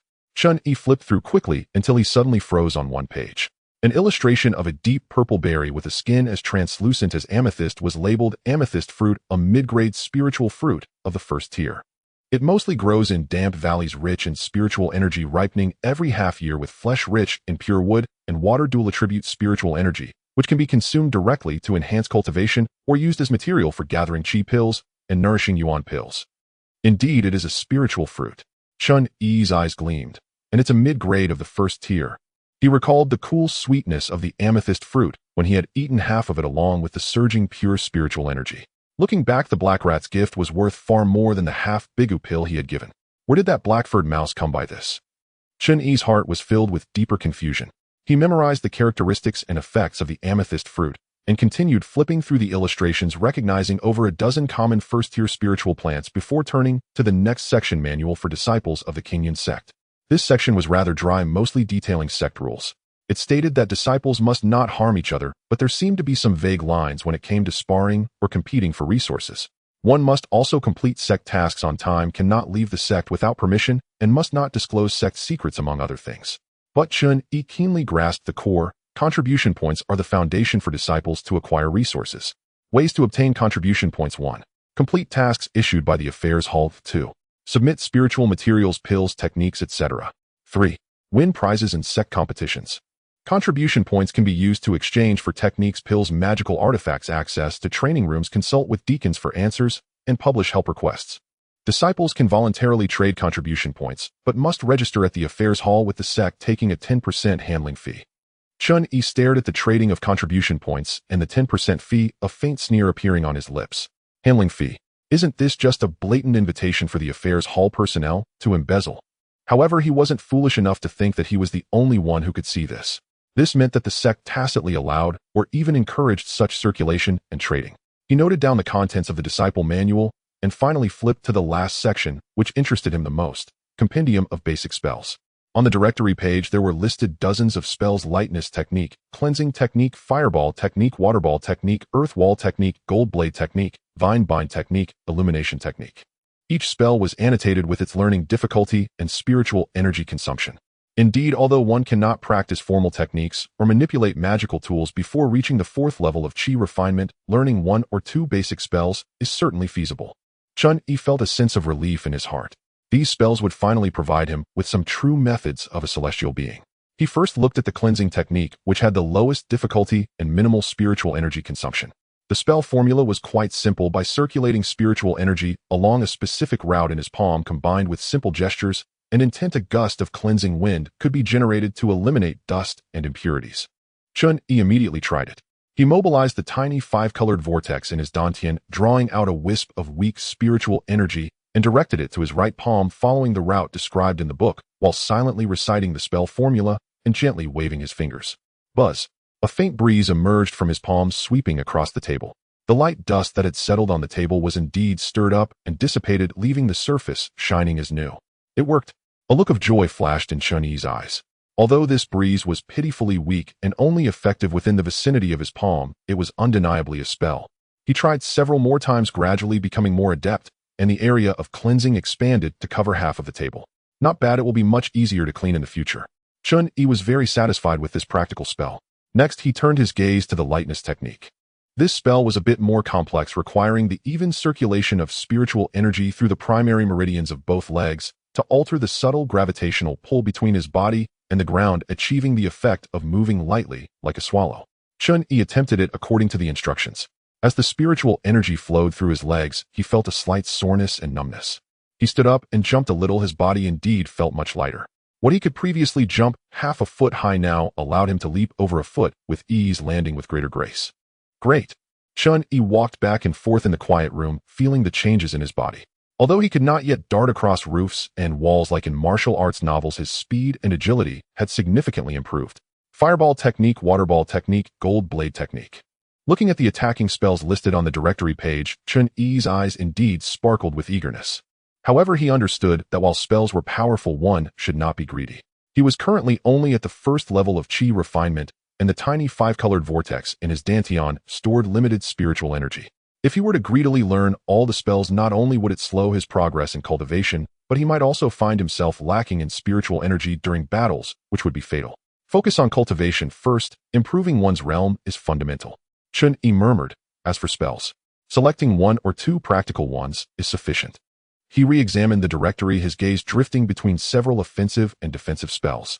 The fireball technique had great power, but was also quite loud and likely to ignite objects. The waterball technique was relatively gentle, but its attack power was slightly weaker. The vine-bind technique was a control type, needing to be combined with other offensive means. The gold blade technique and earth wall technique. Chen Yi's gaze ultimately settled on these two spells. Gold blade technique, sharp and penetrating with moderate consumption. Earth wall technique, solid defense requiring relatively lower control over spiritual energy. He murmured as he analyzed the notes in the book, a perfect balance of offense and defense. As for the lightness technique and cleansing technique, they were practical auxiliary spells that did not involve complex spiritual energy operations. He had already mastered them to a preliminary level. They were sufficient for daily use. With his decision made, Chen Yi no longer hesitated. He flipped to the page of the gold blade technique in the basic spell compendium and began to study it word by word. Gold means sharpness and firmness. The gold blade technique takes the sharpness of gold and gathers spiritual energy to form a blade. The spell formula was not long, but it involved the trajectory of spiritual energy movement in specific meridians, gesture coordination, and intent guidance, all of which were far more complex than the cleansing technique or lightness technique. Chen Yi read it 5 times repeatedly, imprinting every detail into his mind. Then he took a deep breath, stood up, and walked into the courtyard. It was now deep night, and the moonlight flowed like water casting on the bluestone ground. Chen Yi closed his eyes and focused, mobilizing the 5-colored vortex in his dantian. The vortex accelerated slightly, and a wisp of light golden spiritual energy was separated. This was the metal attribute portion of his 5 elemental spiritual energy. Following the spell formula, he guided this strand of golden spiritual energy along the specific meridians of his arm, while forming seals with his hands, bringing his right index and middle fingers together like a sword, and leaving his left hand to support under his right wrist. Concentrate. Chen Yi shouted softly, focusing his intent on his fingertips. Buzz. A faint light golden glow flickered at his fingertips, then quickly dimmed and vanished. It failed. The golden spiritual energy lost control and dissipated just as it was about to break through his body, and the rebound force made Chen Yi's arm slightly numb. This first attempt is indeed not so easy. Chen Yi was not discouraged. He internally examined the route of spiritual energy movement from earlier and found that several meridian nodes had not been smoothly passed through, causing a slight stagnation of energy at those points. Let's try again. Chen Yi adjusted his breathing and attempted once more. This time, he consciously slowed the speed of the spiritual energy at those nodes, allowing it to pass smoothly. The faint golden glow gathered once more at his fingertips, brighter than before and lasting longer, but it still dissipated before fully forming. The guidance of intent is still not concentrated enough, and the output of spiritual energy is insufficiently stable, Chen Yi quickly analyzed. Like the most meticulous craftsman, he repeatedly dissected and reorganized every aspect of this spell extraction of spiritual energy meridian operation, gesture coordination, and intent concentration. For the next 3 hours, Chen Yi tried again and again. The moonlight moved from the eastern sky to the zenith and then gradually slanted westward. Fine beads of sweat trickled down Chen Yi's forehead, and most of the spiritual energy in his body had been consumed, yet he still could not condense a complete gold blade at his fingertips. However, his eyes grew brighter. With each failure, he gained a deeper understanding of the spell. The golden spiritual energy needs to be more solid, it cannot scatter. The intent must envision the shape of the blade, not light, but a blade. The force of the gesture's convergence is also crucial. By the time the eastern horizon began to lighten, Chen Yi had attempted no less than dozens of times. The more he tried, the more spiritual energy he consumed. Chen Yi knew this was a sign of nearing success. He sat cross-legged and began to meditate to recover his consumed spiritual energy. Half an hour later, the spiritual energy in Chen Yi's body had recovered, but he did not rush to continue trying. Instead, he closed his eyes to adjust his breathing, replaying all the experiences of failure in his mind. 15 minutes later, Chen Yi slowly opened his eyes. The weariness had vanished from his gaze, replaced only by a clear focus. He rose, formed a seal, and began to circulate his spiritual energy. This time, a faint golden light gathered at his fingertips with exceptional speed and stability, no longer flickering unpredictably. Chen Yi distinctly felt that it was no longer a disordered mass of golden spiritual energy, but a slender and sharp blade taking shape. Go! He pointed forward with his fingertip. Swish! A light golden energy blade about half a foot long and as thin as a cicada's wing shot forth, carving a straight golden line in the air as it instantly crossed a distance of 3 zhang, striking a piece of blue stone the size of a wash basin. Puff! The golden blade embedded itself in the stone, and then, boom! Several cracks erupted on the surface of the blue stone, which then shattered into a dozen fragments, scattering onto the ground. It worked.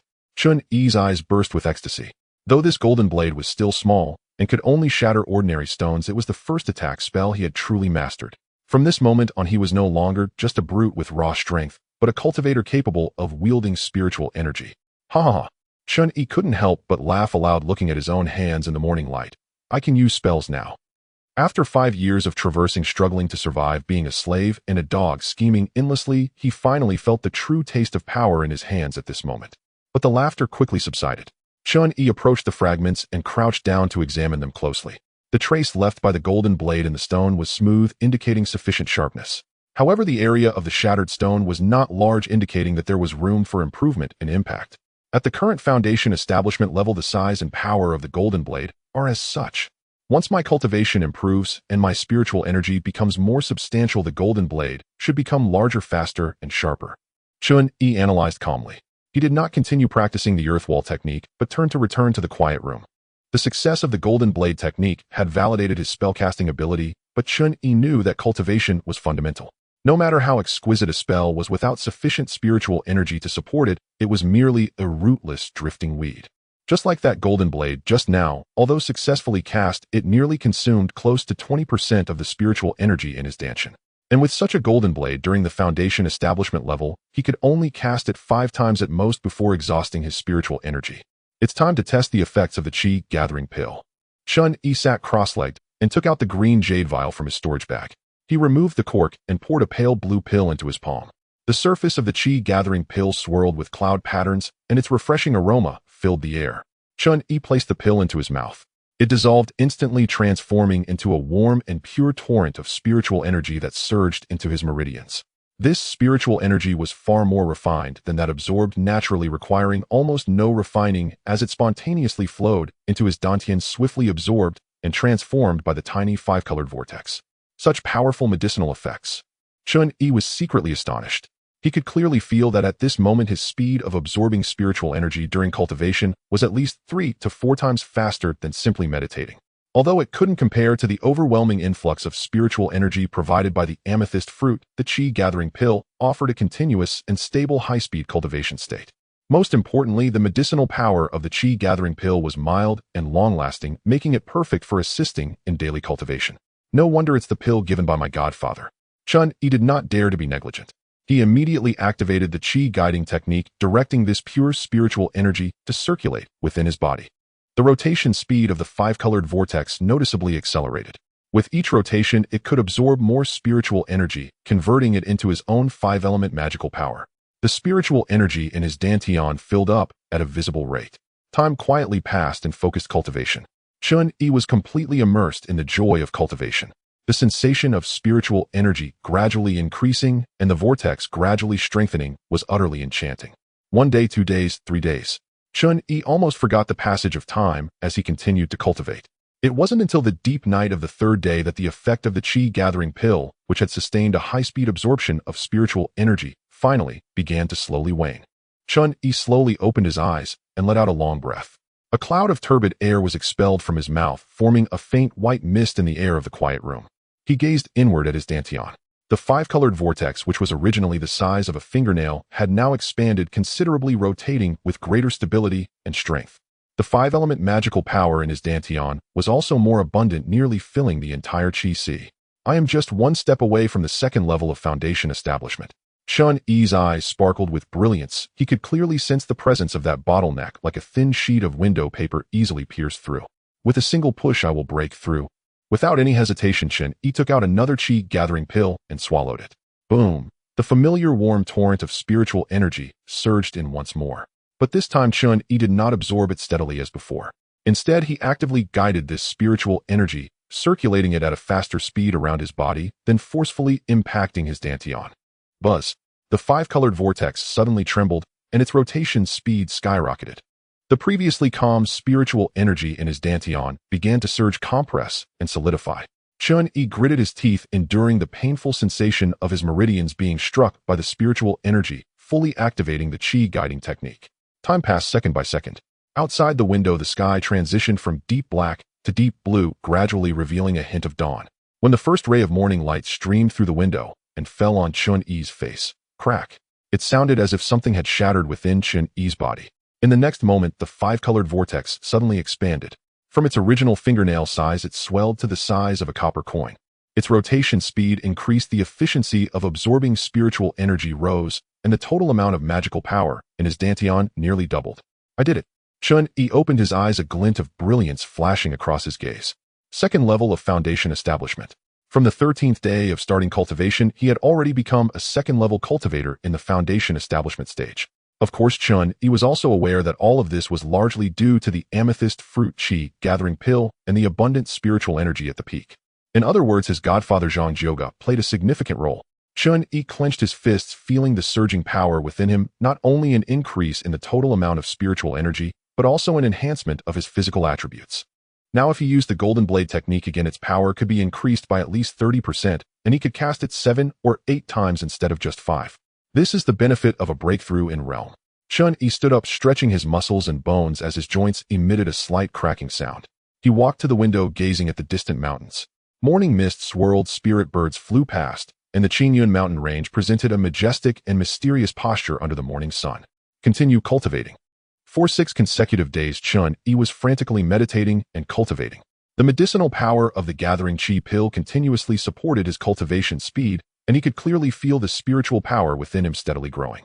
Chen Yi had calculated in his mind that if he could continuously take the gathering chi pill for 2 months, he would definitely have the confidence to break through to the 3rd layer of chi training. Without the aid of pills relying solely on absorbing the spiritual energy from heaven and earth, it would take at least 6 months at the fastest. Chen Yi looked at the 2 remaining gathering chi pills and shook his head helplessly. Resources are always the greatest barrier on the path of cultivation. He carefully stored the last gathering chi pill and decided to temporarily slow down his cultivation pace. First, I need to master the earth wall technique. Having an additional defensive means increases my chances of self-preservation. With the successful experience of the Golden Blade technique, Chen Yi approached this cultivation with remarkable steadiness. He was no longer eager for quick success. Instead, he meticulously studied the incantation of the earth wall technique, pondering every detail of the spiritual power's operation. Earth is heavy and can bear weight. The earth wall technique requires the stability of earth gathering spirit to form a wall. The incantation echoed repeatedly in his mind as Chen Yi pressed his hands to the ground, drawing out brownish-yellow spiritual power from his dantian and channeling it into his arms along specific meridians. This time he did not rush to raise the earth wall, but first carefully felt the connection between his spiritual power and the earth. He seemed to sense the pulse of the earth veins touching the weight of the soil. This feeling was subtle, just as the Golden Blade technique required understanding the sharpness of metal. The earth wall technique also demanded comprehension of the stability of earth. Half an hour later, Chen Yi slowly opened his eyes. So that's how it is. He formed hand seals, and brownish-yellow spiritual light gathered in his palms. Rise. A low hum resonated as the ground before him trembled slightly, and a wall of earth about 1/2 foot thick and 4 feet high slowly rose from the ground. The surface of the wall was rough and uneven, marked with natural stone textures, yet its structure was exceptionally solid.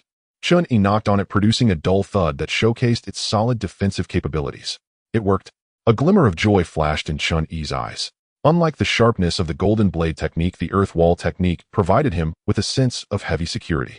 Let's test its defensive capabilities. Chen Yi took 3 steps back, combining his right hand into a sword finger.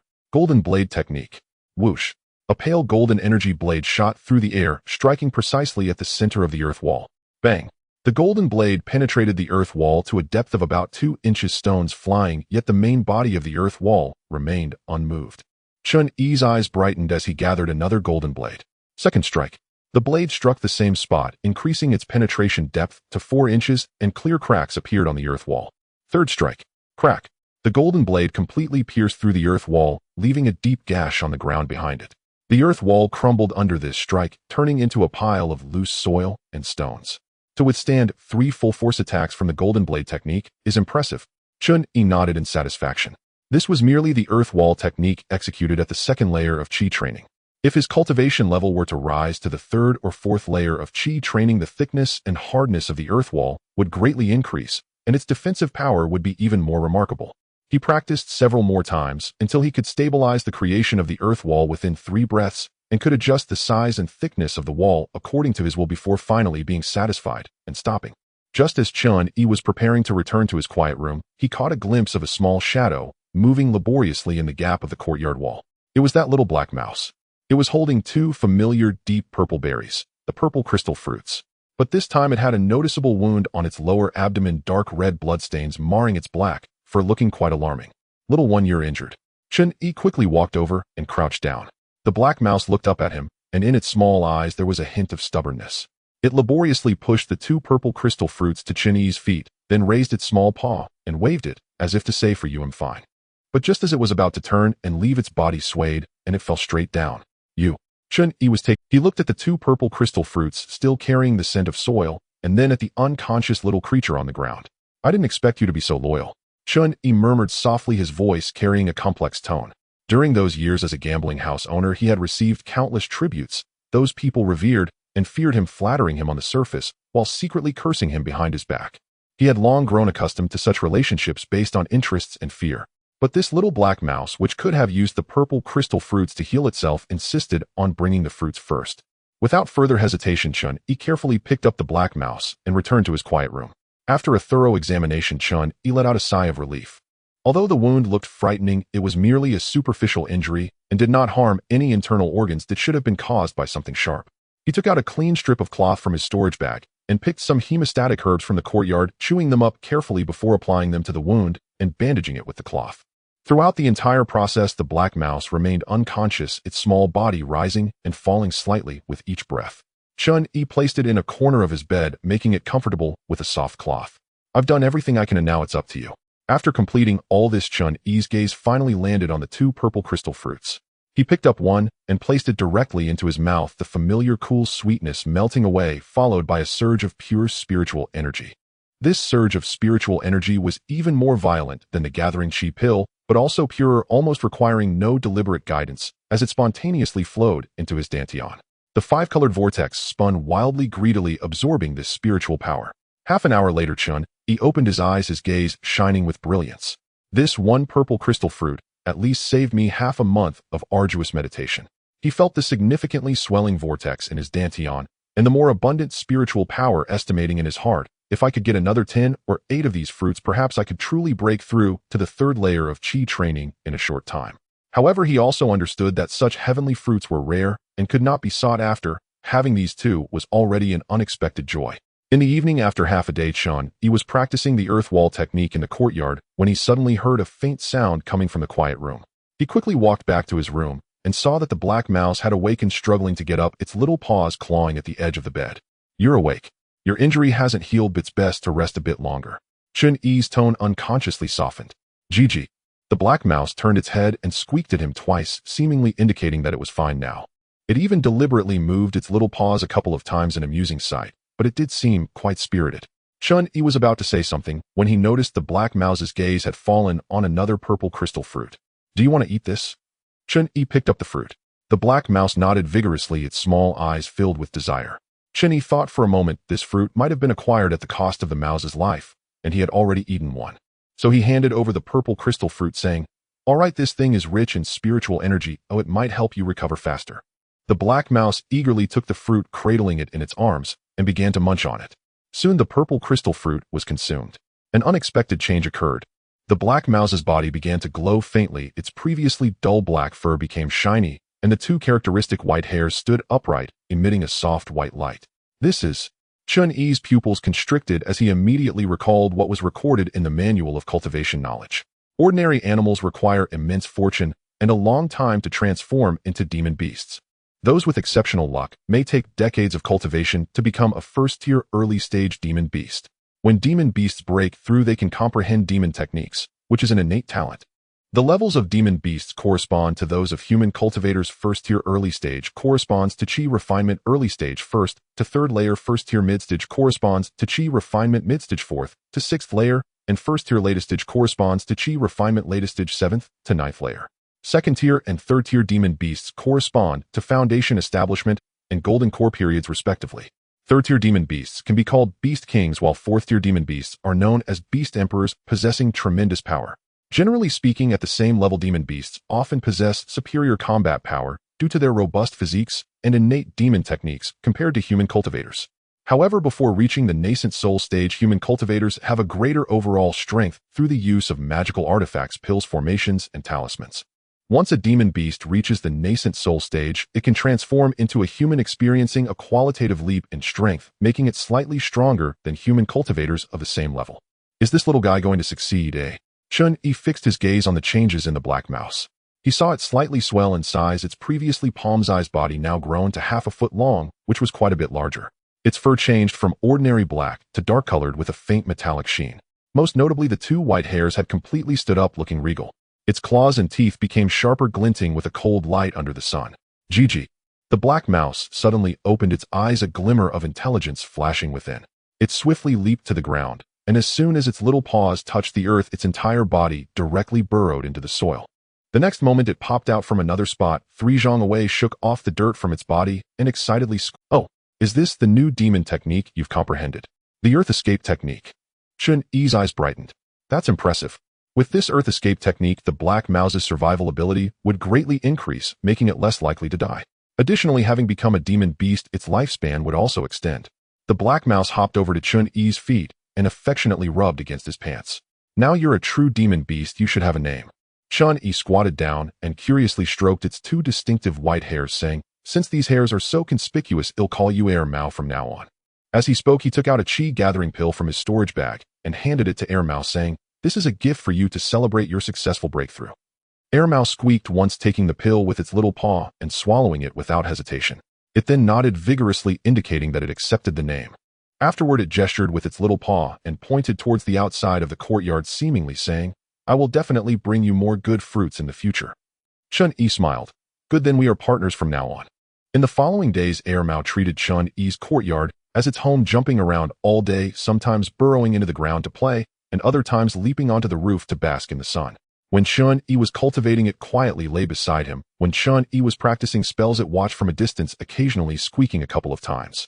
Although Chen Yi couldn't understand it, the bond between them deepened.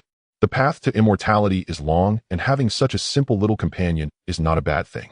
Chen Yi often thought that initially he had indeed been wary of this black mouse, even purely wanting to use it to find spiritual materials. However, gradually this relationship underwent subtle changes.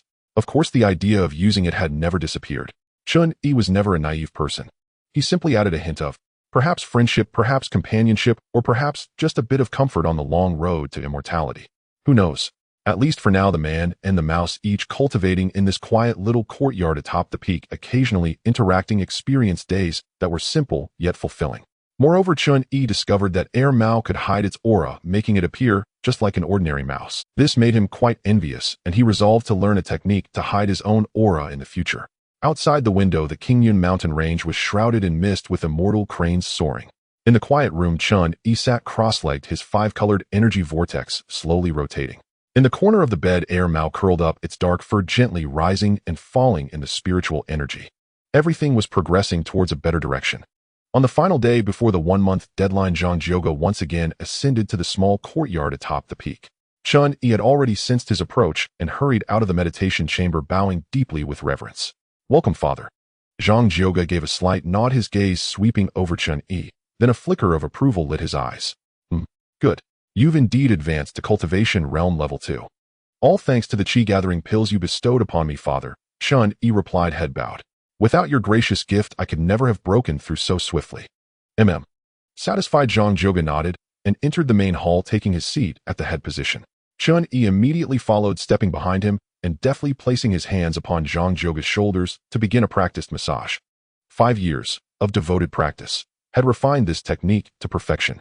His 5 fingers applied even measured pressure, his fingertips located acupoints with unerring precision. Following the meridian pathways, he kneaded gently, easing muscular tension without impeding the flow of spiritual energy. Zhang Jiuge closed his eyes in comfort, savoring the sensation for a moment before speaking slowly. Your technique is commendable. Today I've come to arrange matters for tomorrow. Chen Yi's hands never faltered, but his ears pricked up instantly. I've secured 2 possible paths. Zhang Jiuge's voice carried the quiet authority of one who commanded every variable. First, my good friend Senior Wang, the chief steward of external disciples' pill distribution, holds considerable influence within the pill refining hall. Should you choose this path, you may serve as a fire-tending apprentice.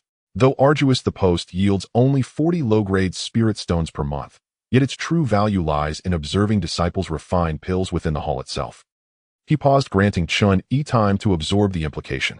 The art of alchemy is vast and profound. If you possess even modest acuity, you might grasp foundational principles, enough that even should you never become a master alchemist, your ability to identify herbs and assess pills would secure your standing among external disciples. Chen Yi remained silent, yet his hands grew steadier, more assured. Zhang Jiuge felt that calm resolve and admired it all the more. This youth possessed remarkable composure. He continued, his tone now layered with subtle weight. Second, you may serve directly under me. My cultivation stands at cultivation realm level 9. I specialize in swordsmanship and rank among the foremost stewards. Though formally designated as steward of the menial disciples, I oversee no trivial duties, no sweeping, no mountain patrols. A note of quiet pride entered Zhang Jiuge's voice. I am entrusted with Qingyun sect's Thousand-mu expanse of sacred farmland. Chen Yi's hands hesitated, just for an instant. Those fields yield Qingyu spirit rice, a harvest every lunar month. Though each mu yields only 100 jin, far less than mundane rice, the quality is transcendent. Each month, 10,000 jin of spirit rice are gathered, sustaining the daily rations of all external disciples. Zhang Jiuge spoke casually, but within Chen Yi's mind a tempest raged. 10,000 jin per month. This was no mere menial overseer. This was a steward of the sect's logistical lifeline. I command over 500 menial disciples organized under 10 captains and 50-odd squad leaders. They tend exclusively to the spirit fields, planting, nurturing, harvesting. Zhang Jiuge slowly opened his eyes and turned his head toward Chen Yi. Should you accept, I shall appoint you as a squad leader of the spirit fields. You'll need not labor in the fields yourself, only supervise 6 or 7 disciples and ensure timely full delivery of the monthly quota. Your stipend, 20 low-grade spirit stones per month. And when your cultivation reaches the mid-stage of the cultivation realm, I shall promote you to captain. Silence settled over the hall, brief, resonant, thick with unspoken understanding. Only the soft, rhythmic press of Chen Yi's fingers and Zhang Jiuge's steady, unhurried breath broke the stillness. Chen Yi's mind raced. One path meant exhaustion without patronage or time to cultivate. The other demanded only diligent oversight and offered both cultivation time and direct patronage. A fool would hesitate. His hands never wavered, but his face bloomed with precisely calibrated fervor and gratitude. Stepping back half a pace, he bowed deeply. I wish only to remain ever at your side, serving beneath your banner. The pill refining hall may be illustrious, but I long most to learn the Tao of cultivation from you, Father. The number of spirit stones matters little. To serve under your command is already the greatest fortune of my life. These words rang with sincerity, loyal, deferential, and skillfully elevating Zhang Jiuge himself. Excellent, excellent, excellent. Zhang Jiuge burst into hearty laughter, repeating the word 3 times. A fine son, you've not disappointed me. Rising, he clapped Chen Yi on the shoulder. Come, let me take you to my post first and acquaint you with the sect. As Zhang Jioge strode toward the courtyard gate, Chen Yi hurried after him, then paused remembering. "Ah, father, tomorrow isn't there a registration and assignment at the administration hall?" Zhang Jioge glanced back, a faint knowing smile playing on his lips. "With me as your father, must you queue like those newly arrived menial disciples? Would that not render me a rather useless father?" Chen Yi instantly grasped the meaning, and his expression shifted into flawless, effusive deference. "Father's divine might knows no bounds. I was truly blind with ignorance. Let's go." They exited the courtyard side by side. At the very threshold, Chen Yi's peripheral vision caught a tiny black shape clinging to the eaves, Ermao. The little creature peered down curiously, paws gripping the tile edge. A thought sparked in Chen Yi's mind. He cast Ermao a subtle glance, then tapped his own chest lightly. Ermao, profoundly intelligent, blinked once, then understood instantly. With a soft release of its claws, it dropped from the eaves, only to blur midair. Puff! It vanished straight into the earth. In the next heartbeat, Chen Yi felt a gentle weight tug at his pant leg. Then a small warm form darted up his trousers and nestled deep into his robes, curling contentedly against his chest. The entire sequence lasted barely 2 or 3 breaths, utterly silent. Yet Zhang Jioge was no ordinary cultivator, a level 9 cultivation realm adept. His senses far surpassed mortal limits. He whirled sharply, eyes flashing like lightning as they locked onto Chen Yi. What was that sound? Chen Yi's pulse quickened, but his expression remained serene, his voice calm and open. "It was a mouse I keep as a pet, father." So saying, he drew Ermao gently from his robes and held it cupped in his palms. Ermao now huddled motionless, its glossy black fur dull, its signature white whiskers limp and lifeless. It looked utterly ordinary, just a common field mouse. Zhang Jioge frowned, took Ermao, and probed it thoroughly with his divine sense, circulating spiritual energy through its tiny frame. Yet nothing unusual registered. Not a trace of demonic aura, not a ripple of spiritual energy, not a single deviation in meridian structure. Just a plain mundane rodent. After a long scrutiny, Zhang Jioge handed Ermao back, his tone edged with mild disapproval. "A mundane mouse serves no purpose. Why waste attention on such trivialities? Focus instead on your cultivation." "Yes, father, you are absolutely right." Chen Yi accepted Ermao with due reverence and tucked it away once more. Outwardly compliant, inwardly, he reeled in astonishment. Heavens! Father at Cultivation Realm Level 9 failed to detect Ermao's true nature as a demonic beast. This innate concealment art was beyond extraordinary. Zhang Jioge said no more and resumed walking forward. Chen Yi hastened after him, one hand unconsciously resting over his chest where Ermao lay curled, its tiny warmth radiating softly against his skin. Gazing at Zhang Jioge's retreating back and feeling Ermao's quiet presence, he realized with quiet wonder that this path of Dao cultivation promised far more intrigue than he'd ever imagined. "Let's go. I'll show you Qingyun Sect's Thousand Spirit Fields," Zhang Jioge called ahead. "That is our "Yes, father," Chen Yi responded, and quickened his pace to follow. Chen Yi followed Zhang Jioge down the winding mountain path from the secluded courtyard atop the peak, descending for roughly half an hour until the vista suddenly unfolded before them. A vast plain stretched across the heart of the encircling mountains, neatly divided by crisscrossing earthen ridges into orderly rectangular plots. Each plot bore waist-high jade-green rice seedlings, their leaves translucent as polished jade, shimmering faintly with spiritual luminescence beneath the sun. A gentle breeze stirred the Thousand Spirit Field, transforming it into a rippling emerald sea. Thick spiritual energy mingled with the rich earthy fragrance and washed over them. This was Qingyun Sect's Thousand Spirit Field. Simple protective arrays shimmered faintly along the field's perimeter, their light membranes barely visible. Scattered along the ridges, menial disciples moved briskly, summoning rain, weeding, or inspecting the growth of spirit rice. As the two approached the field's edge, a figure hurried forward from afar. A burly, middle-aged man in his 40s, his skin deeply tanned. He wore simple azure robes and bore a copper token at his waist marking him as a squad leader. Halting 3 paces before Zhang Jioge, he bowed deeply and clasped his fists, his voice resonant. "Cui Dashan, paying homage to Senior Disciplinary Officer." Zhang Jioge gave a slight nod, his gaze sweeping coolly over Cui Dashan, his tone calm, yet edged with impatience. "No need for formalities. Dashan, you're nearing Foundation Establishment 7th layer, aren't you? Once you pass the intersect trial, we may call each other senior and junior brother." As he spoke, a flicker of clear distaste crossed Zhang Jioge's eyes. Cui Dashan lowered his head further, his voice even more deferential. "Senior Disciplinary Officer jests. Even if this humble servant should by some fluke ascend to the intersect, I shall forever remain under your command, and would never dare presume equality with you." Zhang Jioge gave a measured nod, his expression unreadable, then stepped aside and gestured toward Chen Yi beside him. "This is my newly accepted disciple Chen Yi. He has already reached Foundation Establishment 2nd layer. He is here to assume the post of squad leader. Chen Yi instantly understood, stepping half a pace forward and offering a perfunctory bow of the hands. Greetings, senior brother. He did not bend at the waist. Since his godfather clearly held no regard for this man, Chen Yi saw no reason to feign undue reverence, understanding full well that in such matters one's demeanor must mirror that of one's patron. A flash of surprise flickered across Chui Dasan's eyes before he broke into a broad smile. Ah, so this is junior brother Chen Yi. A true honor. If you are to serve in the spirit field, you're most welcome to join my squad as squad leader. I thought the same, Zhang Jioga interjected coolly, cutting him off mid-sentence. Dashan, assign Chen Yi the 20 mu of highest yield land. Chui Dashan's smile froze on his face. His lips twitched, his complexion visibly darkened. What the hell? I was merely being polite. I never expected you to actually take me seriously.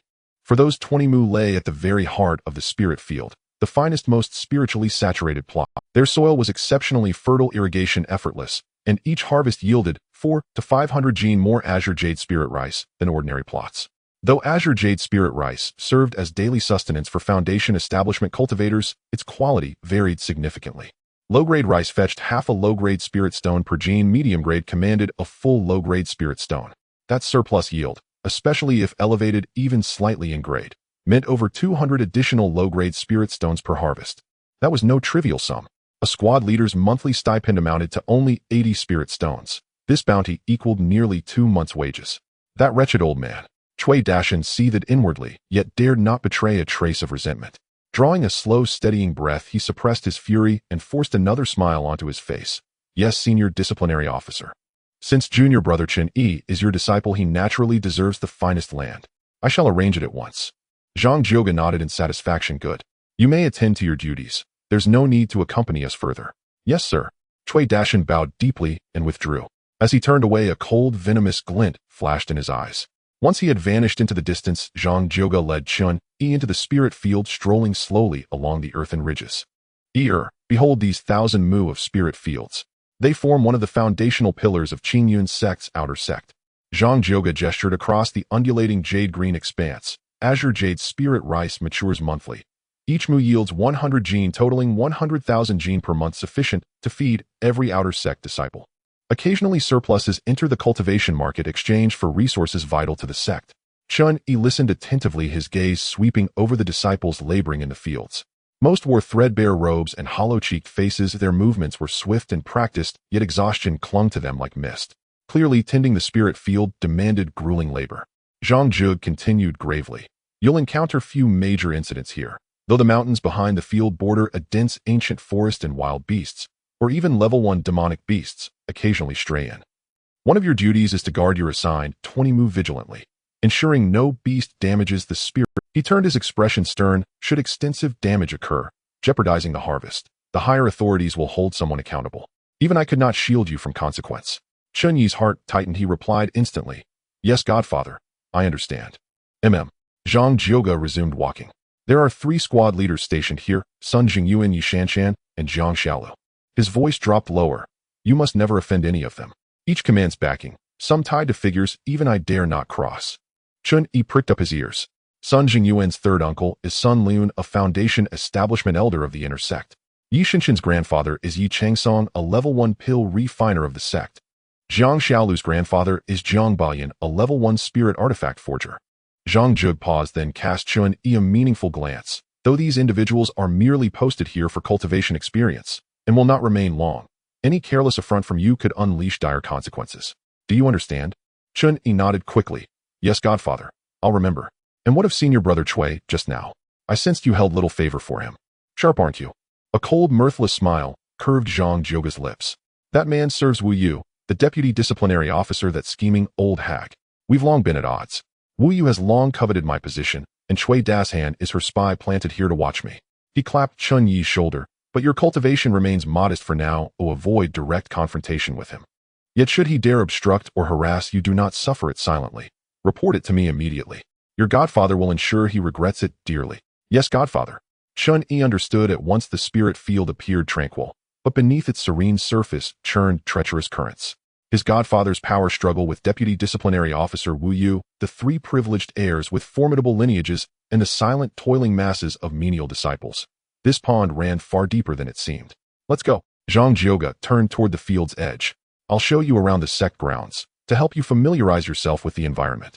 Tomorrow marks your official appointment. Best learn your way about now. Yes. Chen Yi quickened his pace to follow closely behind.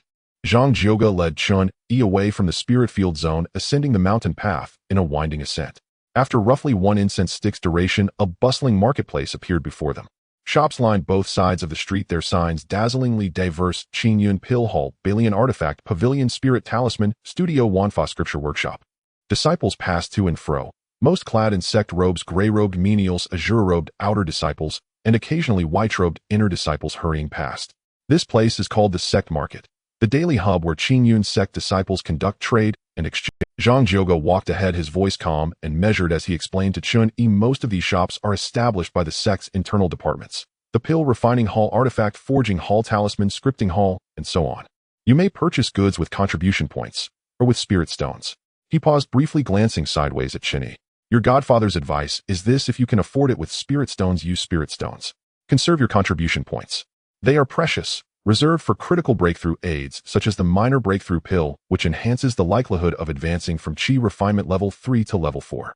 Such pills may only be redeemed with contribution points. Yet as a menial disciple you cannot accept missions, and thus cannot earn contribution points. Ordinarily menial disciples pay premium prices to outer disciples for such items. But when the time comes you may come directly to your godfather. Chen Yi nodded, committing each word to memory. After spending time together, he no longer felt compelled to express reverence through formal speech. They arrived before a modest shop named by Chao Tang. Its lintel was ancient and unadorned. The characters on its plaque were bold and vigorous. A faint soothing aroma of medicinal herbs drifted from within. Zhang Jiuge stepped inside. The shopkeeper, a venerable elder in his 60s, immediately smiled and hurried forward upon recognizing him. Senior Zhang, the sect executive, has graced us with his presence. What might you require today? 2 vials of qi-gathering pills, Zhang Jiuge replied coolly. Right away. Swiftly the elder retrieved 2 celadone jade vials from behind the counter, 5 pills in each. Zhang Jiuge accepted them and tossed them casually to Chen Yi, then withdrew 60 low-grade spirit stones from his storage pouch and placed them on the counter. Prices here are fair and quality is reliable.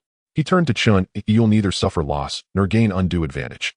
Consider these 2 vials your godfather's sponsorship. Train diligently. Someday you must earn your own spirit stones. Clutching the vials, Chen Yi felt warmth rise in his chest. He bowed deeply. Thank you, godfather. Zhang Jiuge waved dismissively and led Chen Yi out of by Chao Tang, continuing their stroll through the market. The 20 mu of premium spirit fields assigned to you should yield between 2400 and 2500 gene per mu under normal conditions. His voice lowered slightly. When your harvest exceeds that, do not sell the surplus spiritrice here. Go instead to Lingu Studio and mention my name.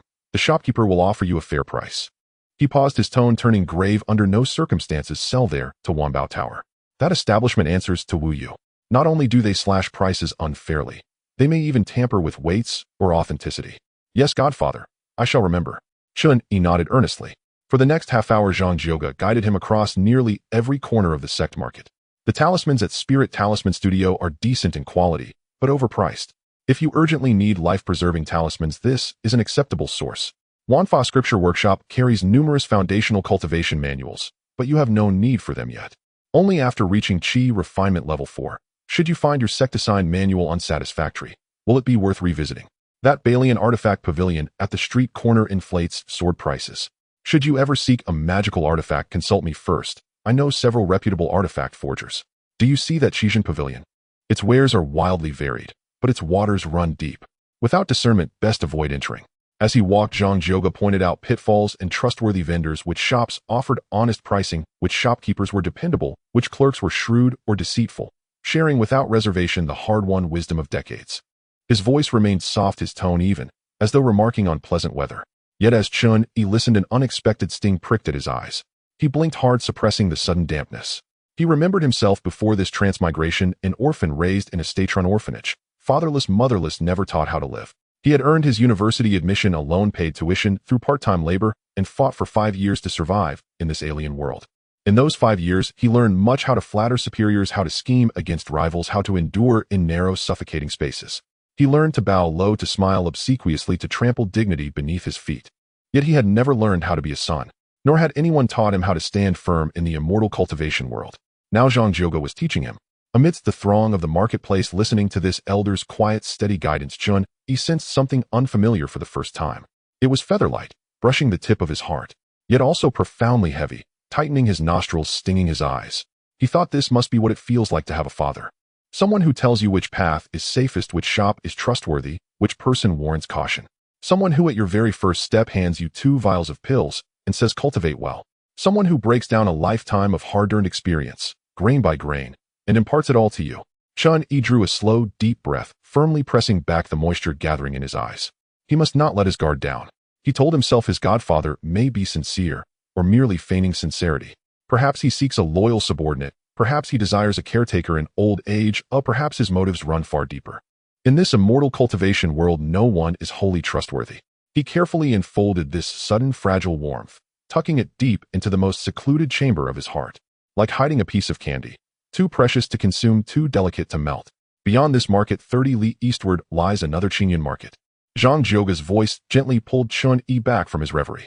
There the crowd is mixed and unpredictable, roaming cultivators, disciples from other sects, even elders who abandoned hopes of foundation establishment and settled near our sect to found small clans. Over time a market emerged. He shook his head, though its wares are abundant, authenticity is difficult to verify, and deception and fraud occur frequently. You would do well to avoid it. And Zhang Zhouge glanced at Chen Yi. Menial disciples are generally forbidden from leaving the sect grounds to prevent desertion. Once you ascend to outer disciple status, perhaps you may visit. But for now, focus solely on your cultivation. Yes, Godfather. Chen Yi replied, his voice softer. They exited the market. The setting sun bathed the bluestone path in golden light, stretching their shadows long and slender behind them. Chen Yi walked half a step behind Zhang Zhouge, gazing at his godfather's upright back, and gently touched Ermao, fast asleep in his embrace. Suddenly the path of immortal cultivation seemed less cold. Even if this warmth proved illusory, even if betrayal loomed tomorrow, at least for this moment someone chose to teach him, someone gifted him 2 vials of pills, someone showed him which road was safe. That for now was enough. After listening to Zhang Zhouge's detailed instructions, Chen Yi was swirling with complex emotions when Zhang Zhouge spoke again. He turned around looking at Chen Yi, his tone more serious than before. All right, I've mostly covered everything that needed to be conveyed. For the next period, my godfather will be going with Steward Wang from the alchemy room to take on a few sect missions, earning contribution points to prepare for purchasing foundation establishment pills. He paused for a moment. This trip might take 3 to 5 months, or it could be half a year. After that, it will depend on yourself. Chen Yi immediately bowed. Yes, godfather. This time the respect in his voice was heartfelt. Even if there were other elements mixed into this relationship in the future, at least at this moment, the help Zhang Zhouge provided was genuine. Zhang Zhouge took out a brass token and a bag of 30 gene of spirit rice from his storage bag and handed them over. The token was hand-sized with the words Team Leader engraved on the front and a complex cloud pattern along with a small character Zhang on the back. This is your Team Leader token, and it has already been registered at the administrative hall. Tomorrow you can go directly to the spiritual fields and report to Cui Dasan. As for the spirit rice, you can consume 1 gene a day to accelerate your cultivation. He thought for a moment, seeming somewhat uneasy, and added, although you are a team leader under Cui Dasan and follow his orders, you will only occasionally gather your team to drive away some animals or first-tier monsters. You don't need to hand over the spirit rice each month, you just deliver it directly to the administrative hall. Before I leave, I will say hello to the disciples over there. Yes, son understands. Chen Yi took the token with both hands, feeling its slight chill. He looked at Zhang Zhouge's somewhat tired, yet dignified face, opened his mouth as if to say something, but ultimately refrained. In the end, he just bowed deeply. Take care, godfather. Zhang Zhouge waved his hand and turned to leave. Chen Yi stood in place, watching that figure gradually disappear into the dusk. He silently said in his heart, Godfather, as long as you harbor no ill will towards me, when you grow old, I will definitely take care of you. He spoke these words softly yet earnestly. In the evening, Chen Yi followed the directions on the token and found his residence in the spiritual fields. It was an independent small courtyard located on the eastern side of the spiritual fields, not far from the core area. The yard wasn't large, but it had everything it needed: 3 main rooms, 1 wing room, a small kitchen, and a well in the yard. Compared to the exquisite yet empty courtyard at the peak, this place felt much simpler, but also more alive with the essence of humanity. Chen Yi pushed the door open and did a quick inspection. The house had evidently just been cleaned, with the tables, chairs, and beds, all very tidy. He walked into the yard and let out Ermao from his arms. As soon as the little creature landed on the ground, it immediately scurried around, excitedly darting into the wing room one moment and jumping onto the well rim the next. Finally, it climbed onto the roof, standing at the eaves and chirping as if declaring, this is our new territory. Good, Ermao, from now on this will be our new home. Chen Yi couldn't help but smile at the little one's antics. Ermao jumped down from the roof and landed on Chen Yi's shoulder, nudging his cheek with its little head. Chen Yi chuckled, stepped out of the yard, and looked around. Not far away was a row of connected low houses, probably 7 or 8 in total. Those should be the residences of the ordinary servant disciples responsible for planting. Further ahead was his 20 acres of spiritual fields. At this moment the fields were empty with nothing in sight. The previous batch of spirit rice must have just been harvested, and the new seedlings had yet to be planted. Chen Yi looked for a while before turning back to his room. He did not immediately consume any pills for cultivation, as he was to officially assume his position tomorrow and needed to maintain his condition. Cultivators do not need to sleep like mortals. Meditating and practicing calming the mind and breathing is in itself the best form of rest. He sat cross-legged on the mat, operating the chi drawing technique as the 5-colored vortex slowly rotated, absorbing the spiritual energy from the air. The concentration of spiritual energy here was indeed no less than at the peak. In fact, due to its proximity to the spiritual fields, there was an additional refreshing scent unique to plants. The next morning, around the third watch of the day, about 8 o'clock, there was a knock on the door. Chen Yi, Junior Brother. I am Tian Wenjing, team leader of Group 3. Team leader Chui has summoned us to choose new servant disciples. Chen Yi opened his eyes and got up to open. Standing outside was a round, chubby man about 27 or 28 years old, dressed in the same gray team leader attire as Chen Yi, though his belly looked a bit tight.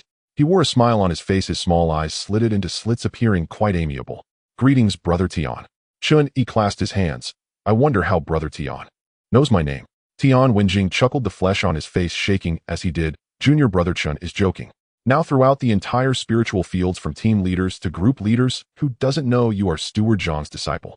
Chen Yi was taken aback. This news travels so fast. Naturally, Tian Wenjing lowered his voice. In our spiritual fields, half of the team leaders and group leaders are connected by relationships. You have Steward Zhang backing you, while I have my brother-in-law who is the deputy head of the law enforcement hall, which is why I managed to become a team leader. He patted his round belly. Look at me, I've only reached the 3rd layer of chi refinement. If it weren't for connections, how could I become a team leader? Chen Yi felt somewhat dazed. Tian Wenjing's words were too straightforward, so much so that they made him a bit. Having grown accustomed to flattery and backstabbing, he found himself at a loss for words when confronted with such an honest, chubby man. Thank you for the guidance, brother. What brother, Junior Brother? Tian Wenjing waved his hand, the smile making his eyes even smaller. We are all connected. Oh, let's keep in touch in the future. If you have any problems, feel free to come to me, and we can exchange resources and look out for each other. Chen Yi could only nod. Then I shall trouble you often in the future. What's there to trouble about? Tian Wenjing heartily patted Chen Yi on the shoulder, then suddenly straightened his face and lowered his voice.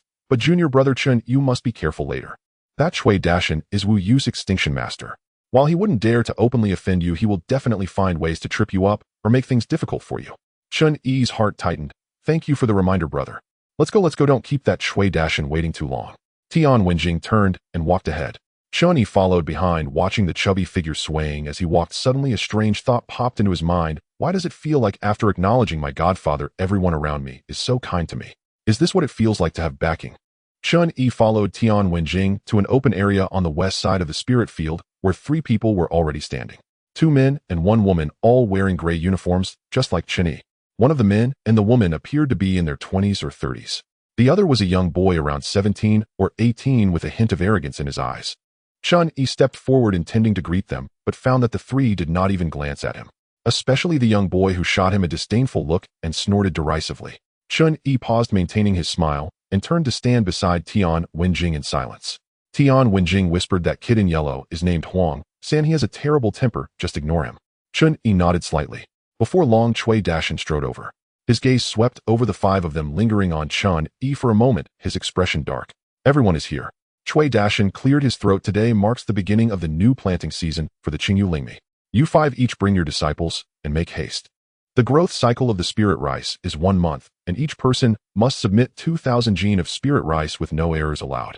He paused and looked at Chen Yi. Chen Yi, your 20 acres are high-quality fields, so the yield should be even better.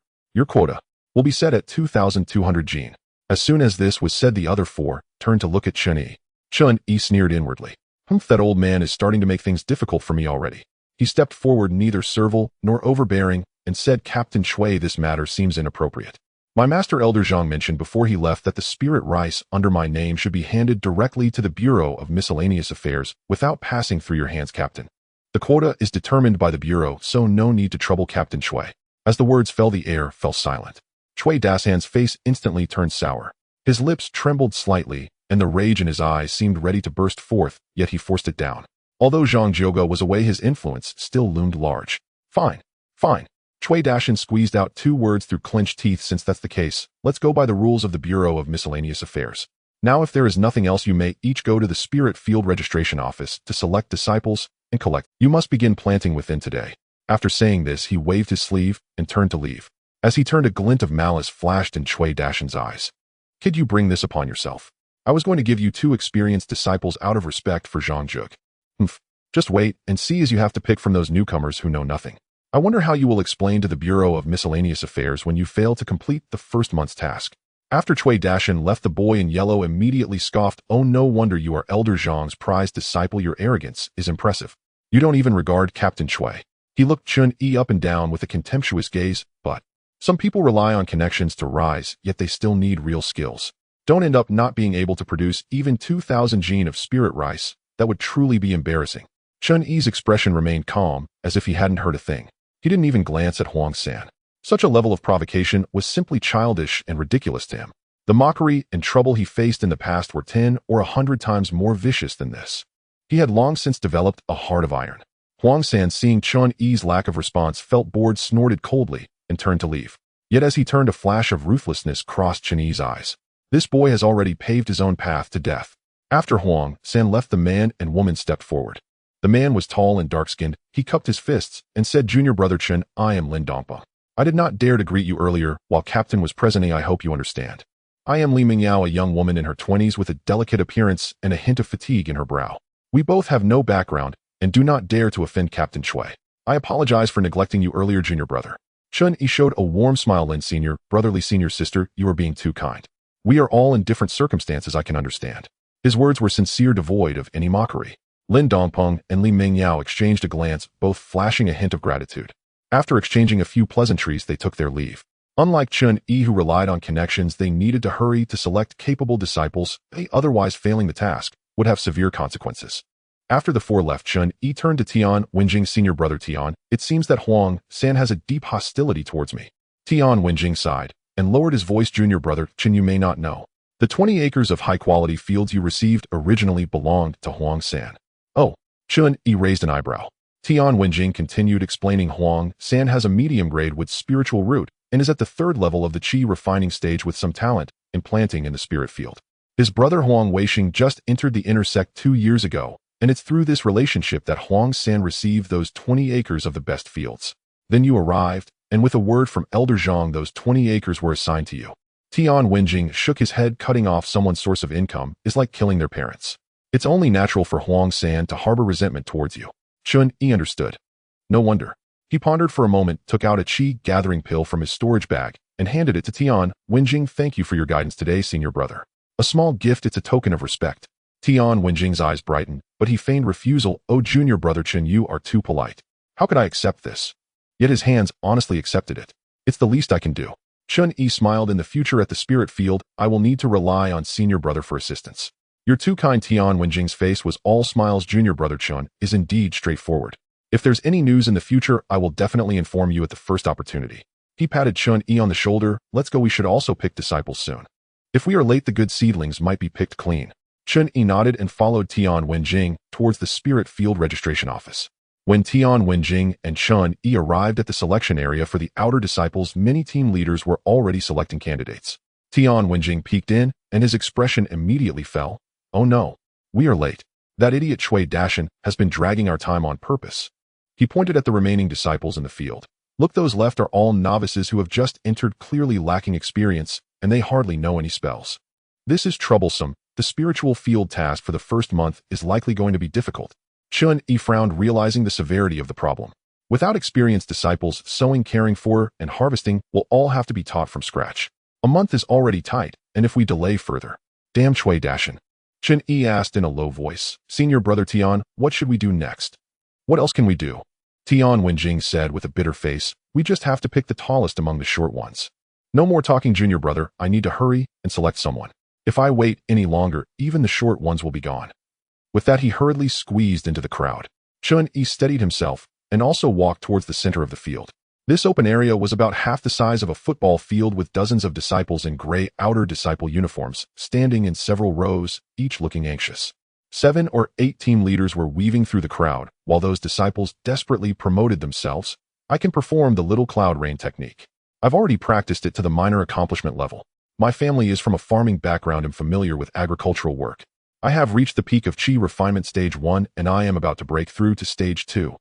Their voices were urgent, their eyes filled with desire. Everyone knew that if they failed to secure a task in the spiritual field today, they would be assigned to the mine instead.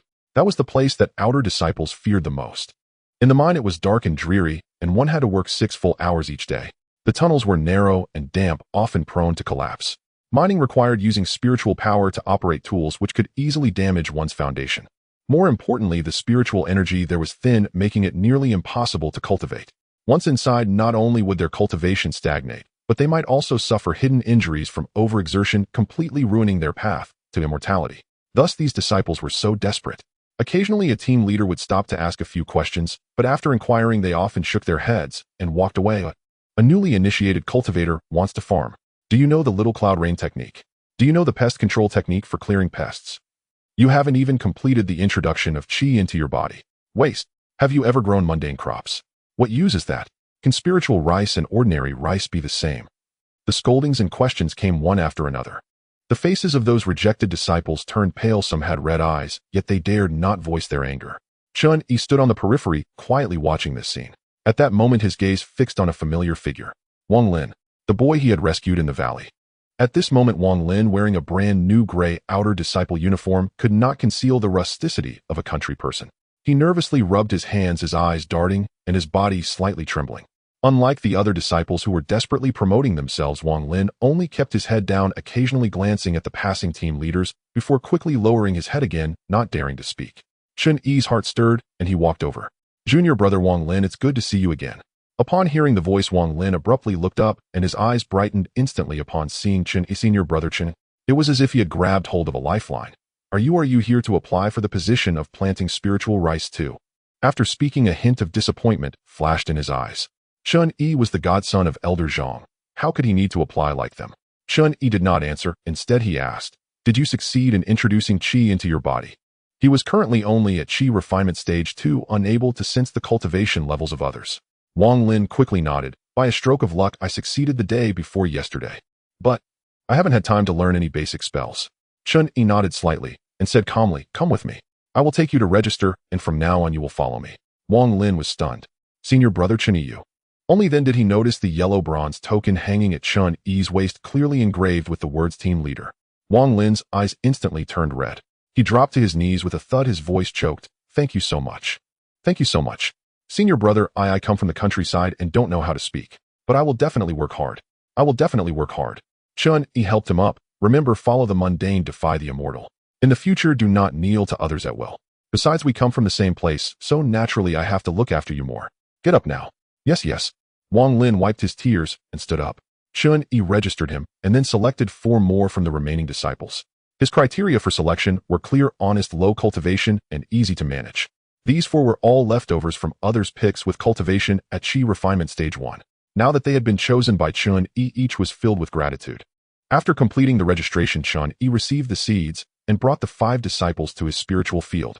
He glanced over the 5 and slowly released the pressure of Qi refinement stage 2. The 5 immediately felt an invisible pressure. He had to establish authority first. Chen Yi raised his right hand, forming a sword finger, golden blade technique. Swish. A faint golden energy blade shot out, instantly slicing a piece of bluestone 10 paces away. Boom. The bluestone exploded with a bang, debris flying everywhere. The faces of the 5 disciples turned pale. Chen Yi then raised his left hand and pressed it to the ground. Earth wall technique. Buzz. A thick half-foot and 4-foot high earthen wall suddenly erupted from the ground. With 1 attack and 1 defense, the demonstration was complete. Chen Yi withdrew his hand, and the earth wall dissipated. His gaze was icy. Did you all see? My name is Chen Yi, Qi refinement stage 2, and the manager of this spiritual field, Zhang Yoga, is my master. These 20 acres of spiritual field are under my management. You 5 are also under my management. From now on, I am your king of hell, and you are my little ghosts.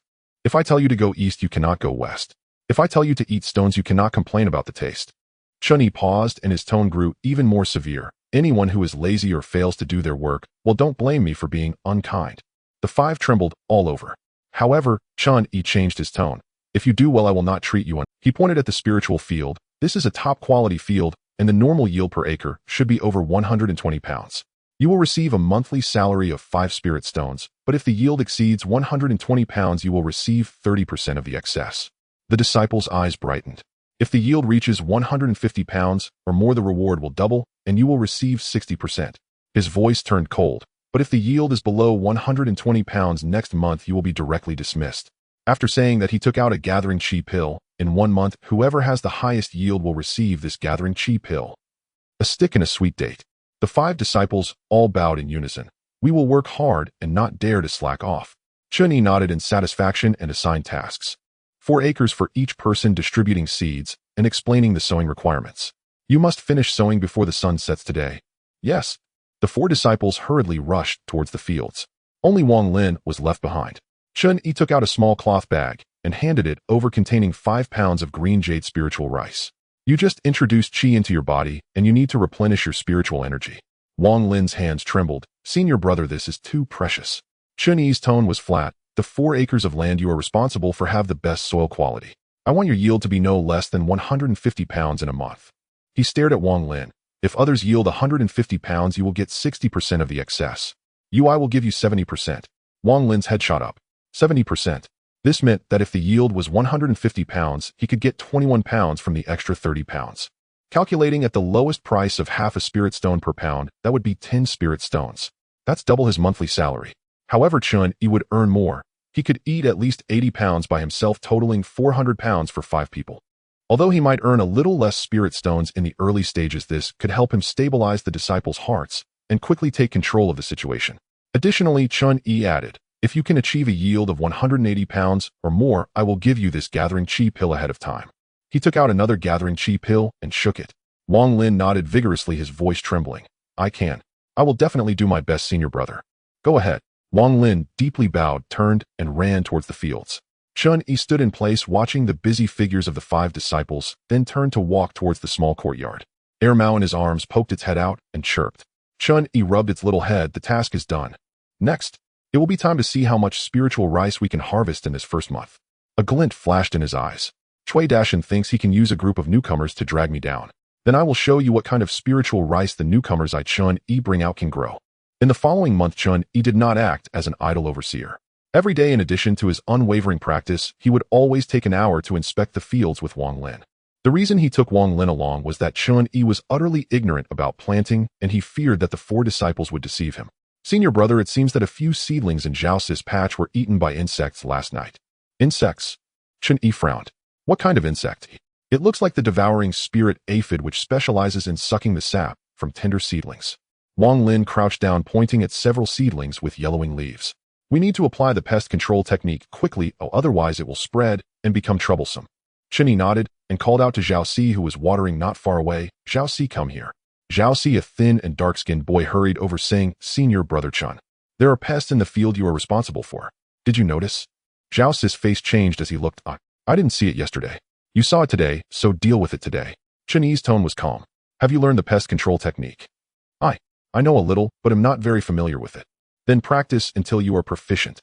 Chen Yi pointed to the sickly seedlings. Before sunset, I want to see this patch of seedlings restored to their original state. If you can't do it, I'll reserve a spot for you in the mine next month. Zhao turned pale. He'll go practice right away. Watching Zhao hurriedly roll back to grab a book, Chen Yi whispered to Wang Lin. Keep an eye on him. Don't let him kill the seedlings. Yes, senior brother. Besides Zhao, the other 3 were Sun Laosher, Zhou Daniu, and Qian Xiaowu, all 17 or 18 years old, coming from poor backgrounds, honest and straightforward. Chen Yi issued a strict order to the 4 within a month. They must learn the little cloud rain technique and the pest control technique. He was not a person known for his leniency. Unable to learn, then report to the mine next month. The 4 were terrified and worked hard during the day, practicing spells diligently at night. To practice the little cloud rain technique, Sun Laosher exhausted his spiritual power for 3 consecutive days, fainting twice, waking up to gulp down cold water and continue practicing. Chen Yi also kept a backup plan. He had Air Mao secretly monitor these 5 to see if they harbored any resentment or dissatisfaction towards him.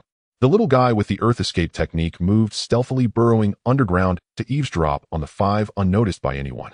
According to Air Mao's daily reports, the five indeed did not slack off working hard during the day and diligently cultivating at night, with Wang Lin pushing himself the hardest, often meditating until late at night. Chen Yi was very satisfied. This was the effect he wanted. A month passed in the blink of an eye, and on the day of the harvest, Chen Yi personally supervised the weighing. He pulled out the large scale he had prepared earlier and instructed the 5 disciples to bring over the harvested spirit rice bundles. He had to hold the scale himself. "Zhao Si, you go first." Chen Yi spoke in a calm tone. Zhao Si nervously brought over the harvest from his 4 acres. A pile of golden-green spirit rice spikes formed a small hill. Chen Yi weighed them batch by batch and recorded each one in the ledger. Finally, he summed it up. Zhao Si, 4 acres total yield 480 pounds, yield per acre 120 pounds. Zhao Si let out a long breath, wiping his sweat and smiling, finally meeting the standard. Sun Laosher hurriedly brought over his own pile. After weighing, 4 acres total yield 520 pounds, yield per acre 130 pounds. Sun Laosher grinned, revealing a simple smile. Zhou Dainyu, 4 acres total yield 540 pounds, yield per acre 135 pounds. Zhou Dainyu rubbed his hands together, grinning broadly. Qian Xiaowu, 4 acres total yield 580 pounds, yield per acre 145 pounds. Qian Zaiwa's eyes lit up. This yield could be quite a lot. Finally, it was Wang Lin's turn. The rice spikes from Wang Lin's 4 acres were noticeably fuller with denser grains. Chen Yi weighed them one by one, slightly raising his eyebrows. Wang Lin, 4 acres. He paused and double-checked the weight and scale. Total yield 700 pounds. Yield per acre 175 pounds. The surrounding people were stunned. Wang Lin stood there nervously rubbing his hands, his face flushed, but his back. A hint of appreciation flashed in Chen Yi's eyes. "Good kid, I knew my judgment would not be wrong." He fulfilled his promise on the spot. Zhao Si's yield was 120 pounds, just meeting the standard with no rewards or punishments. Sun Lao's yield was 130 pounds, exceeding by 10 pounds, earning him 3 pounds of spirit rice. Zhou Dainyu received 4.5 pounds. Qian Zaiwa's yield was 145 pounds, exceeding by 25 pounds, earning him 7.5 pounds. Although Chen Yi had mentioned that rewards would double only for yields over 150 pounds this time to motivate this group, he said, "Qian Xiaowu, excellent performance, 15 pounds. Chen Yi personally handed over the rice bag. Qian Xiaowu accepted it, his hands trembling. 15 pounds of spirit rice was worth at least 7.5 spirit stones. That was more than his monthly salary. Thank you, senior brother Chen." His voice quivered.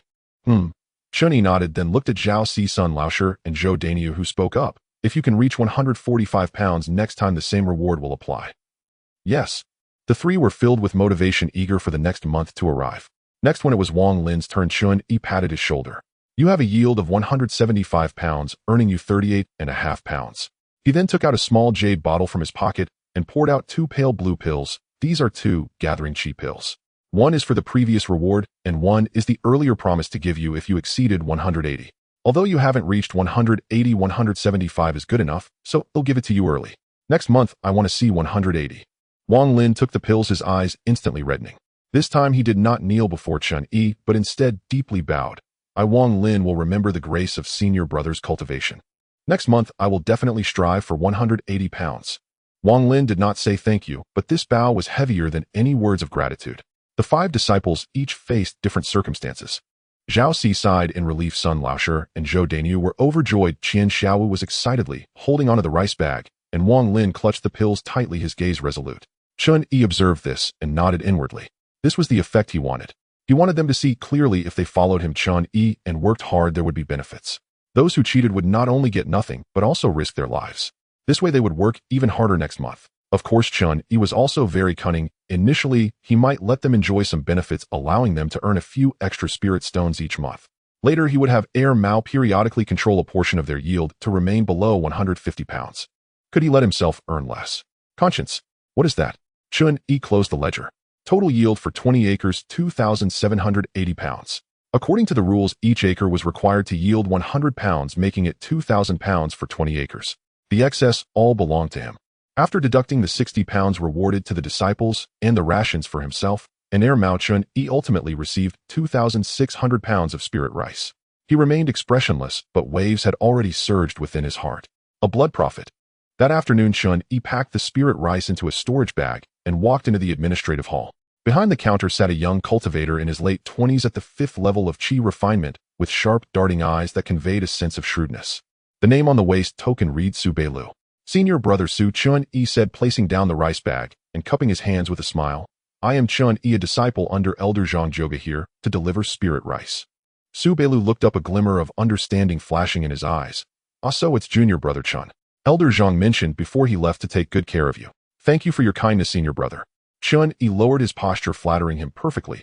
I've heard that senior brother Su is efficient and righteous, and seeing you today, it truly lives up to the reputation. Su Beilu felt pleased, his smile becoming more genuine. Seizing the moment, Chen Yi discreetly pulled out a small cloth bag from his storage bag and pushed it forward. This is a small token of appreciation for me, 50 caddies of spirit rice, just a humble offering. In the future, this will be a monthly occurrence, senior brother. Su Beilu pressed his finger on the cloth bag, his eyes lighting up, but he said, Junior brother Chen, you are being too polite. This is too much. Before he could finish, the bag had already slipped beneath the counter. He leaned forward, lowering his voice. Rest assured, junior brother. Even if a few dozen caddies of spirit rice are missing in the future, as long as it's not too excessive, senior brother will cover for you. He winked. My cousin is the one who checks the storage. If anything happens, a few spirit stones can smooth things over. Chen Yi's heart stirred. Goodness, it seems that even if I don't give, this guy would definitely try to take a little on the side. He suddenly felt the absurdity of it all. What happened to the promised path of cultivation? What happened to the supposed indifference of the Tao? Why is the whole sect full of human emotions and affairs? Yet on his face, his smile grew more respectful. Thank you for your concern, senior brother. With these words from senior brother, I can feel at ease. Su Beilu cheerfully recorded 2,000 caddies in the ledger, stamped it, and then handed Chen Yi 20 spirit stones as his monthly allowance. All right, here is your monthly allowance. Remember to come on time next month. Definitely, definitely. As he walked out of the administrative hall, the smile on Chen Yi's face faded. It looks the same everywhere. He sighed inwardly. Where there are people, there is a world of intrigue. The cultivation world. It's just a more advanced version of that. Then, carrying the remaining 550 caddies of spirit rice, he entered the sect's market. Chen Yi did not go directly to the Lingu restaurant mentioned by Zhang Zhoga, but first visited a few other places. Do you buy spirit rice? What price? Low-grade spirit rice, half a spirit stone per caddy. Your quality is decent, but still just low-grade. 290 spirit stones will you sell? 300 at most, 300. After asking around, the highest offer was 300 spirit stones. Finally, he entered the Lingu restaurant at the street corner. The shop was small but clean and tidy. Behind the counter sat an old man with white hair, looking to be in his 70s, yet full of vigor. Last time, his godfather Zhang Zhoga mentioned that he had been stuck at the 8th level of qi refinement since young due to an injury. Shopkeeper, do you buy spirit rice? Chen Yi placed the bag on the counter. The old man raised his eyes, grabbed a handful of rice, examined it closely, then leaned in to smell it. Qingyu spirit rice, top quality among low grade. The spiritual energy is abundant, the quality is good. He paused. I can offer 310 spirit stones. Chen Yi's heart stirred. This price was 10 spirit stones higher than others. He timely said, Shopkeeper, I am Chen Yi, a disciple of Elder Zhang Zhoga. The old man's eyes brightened, a smile appearing on his face. So you are Elder Zhang's esteemed disciple. My apologies. He looked Chen Yi over again. Since you are Elder Zhang's person, we will count it as 6 coins then. 330 spirit stones. Chen Yi felt joy in his heart, but did not show it. Thank you, shopkeeper. Just call me Old One. The old man said with a smile. I have known Elder Zhang for many years. He values loyalty. Since you are his disciple, feel free to bring anything in the future. The prices will definitely be fair. After completing the transaction, Old Wang chatted with Chen Yi about mundane matters. I am 73 this year. A foundation establishment is out of reach for me. I run a small shop here to make a living. I usually have no hobbies, just enjoy a drink or two. Chen Yi had a thought and counted out 10 spirit stones from the 330 he received, pushing them over. Old One, I am new here and will need your help in the future. Please take these spirit stones for a drink, just a small token from me. Old Wang was taken aback for a moment, then burst into a hearty laugh. Good lad. You understand. He accepted the spirit stones happily, patting Chen Yi on the shoulder. Come oftener if you need help with anything, just ask. I still know a few people in Qingyan sect. As he walked out of Lingu restaurant, Chen Yi weighed the remaining 320 spirit stones in his storage bag, the corners of his mouth lifting slightly. This 10 spirit stones were well spent. Zhang Zhizhi's reputation can be used, but must not be abused. By voluntarily giving these 10 spirit stones, he conveyed to Old Wang, I Chen Yi am also someone who understands the rules, knows when to advance and retreat, and will not take advantage of you. In this way, next time he comes, Old Wang will still give him face, but will not feel that he is here to take advantage. Relationships like that of Zhang Zhoga, which are so good that they make one uneasy and lead to endless speculation about intentions, are not as solid and reliable as this kind of clear-cut, mutually beneficial interaction. Chen Yi tightened his grip on the storage bag. Now he finally had his first pot of gold. With the monthly allowance, he had a total of 340 spirit stones. Those laboring disciples who farm for years may not even be able to save this much. Spirit stones are not saved. They are always taken or greedily seized. With his first bucket of gold, Chen Yi immediately dove into the market. What is the point of earning spirit stones? Of course it is for cultivation. The motto is earning spirit stones in Qingyun sect, spending in Qingyun sect, not bringing a single one home. He walked straight into a pharmacy named Baijiao Pavilion. The shop was small, and behind the counter sat a young female cultivator in her 20s, her brows and eyes curved. Upon seeing Chen Yi enter, she stood up and sweetly asked, "Junior brother, what do you need? How much is the gathering chi pill?" 30 spirit stones per bottle, she replied, her eyes sparkling with an indescribable charm. "How many does Junior brother want?" "He'll take 6 bottles. The female cultivator smiled, bending down to retrieve 6 jade green bottles from beneath the counter, her clothing slightly swaying. She arranged the bottles in a row and lightly tapped the counter with her fingertips. 6 bottles, total 180 spirit stones. "Since it's your first time here, I'll give you a discount of 5 spirit stones. 175 spirit stones, how about that?" She winked at Chen Yi as she spoke. It was as if she thought winking would entice him, believing that Master Yi was just a naive rookie. At least show a little more. There was no feeling at all. Chen Yi complained inwardly, but kept a straight face, counting out 175 spirit stones and pushing them forward. "Thank you, senior sister." After storing the gathering chi pills, he asked, "Do you have any healing or detoxifying pills?" "Of course." The female cultivator took out 2 small porcelain bottles, leaning slightly forward. "This is the rejuvenation pill, specifically for treating external injuries, 5 pills per bottle for 40 spirit stones. This is the cleansing pill, which can detoxify most first-stage demonic beast poisons, 3 pills per bottle for 50 spirit stones." Her voice lowered slightly, carrying a hint of affection. "If Junior brother buys more, I can give you the cleansing pill for 48 spirit stones." Chen Yi knew this was a common sales tactic, but he believed that one should not miss out on a bargain. He politely said, "Thank you for your consideration, senior sister." After paying 88 spirit stones, he stored the pills in his storage bag. As he exited the shop, the female cultivator softly called out from behind, "Junior brother, come by often." Chen Yi waved his hand without looking back. Not at all flirtatious, yet she still expected me to return, thinking I was some kind of cash cow. In and out, he had spent 263 spirit stones out of 340, leaving him with only 77 spirit stones. He weighed the light storage bag in his hand and couldn't help but sigh. These spirit stones really don't last long. Just as he was about to head back, he halted in front of a demonic beast meat stall.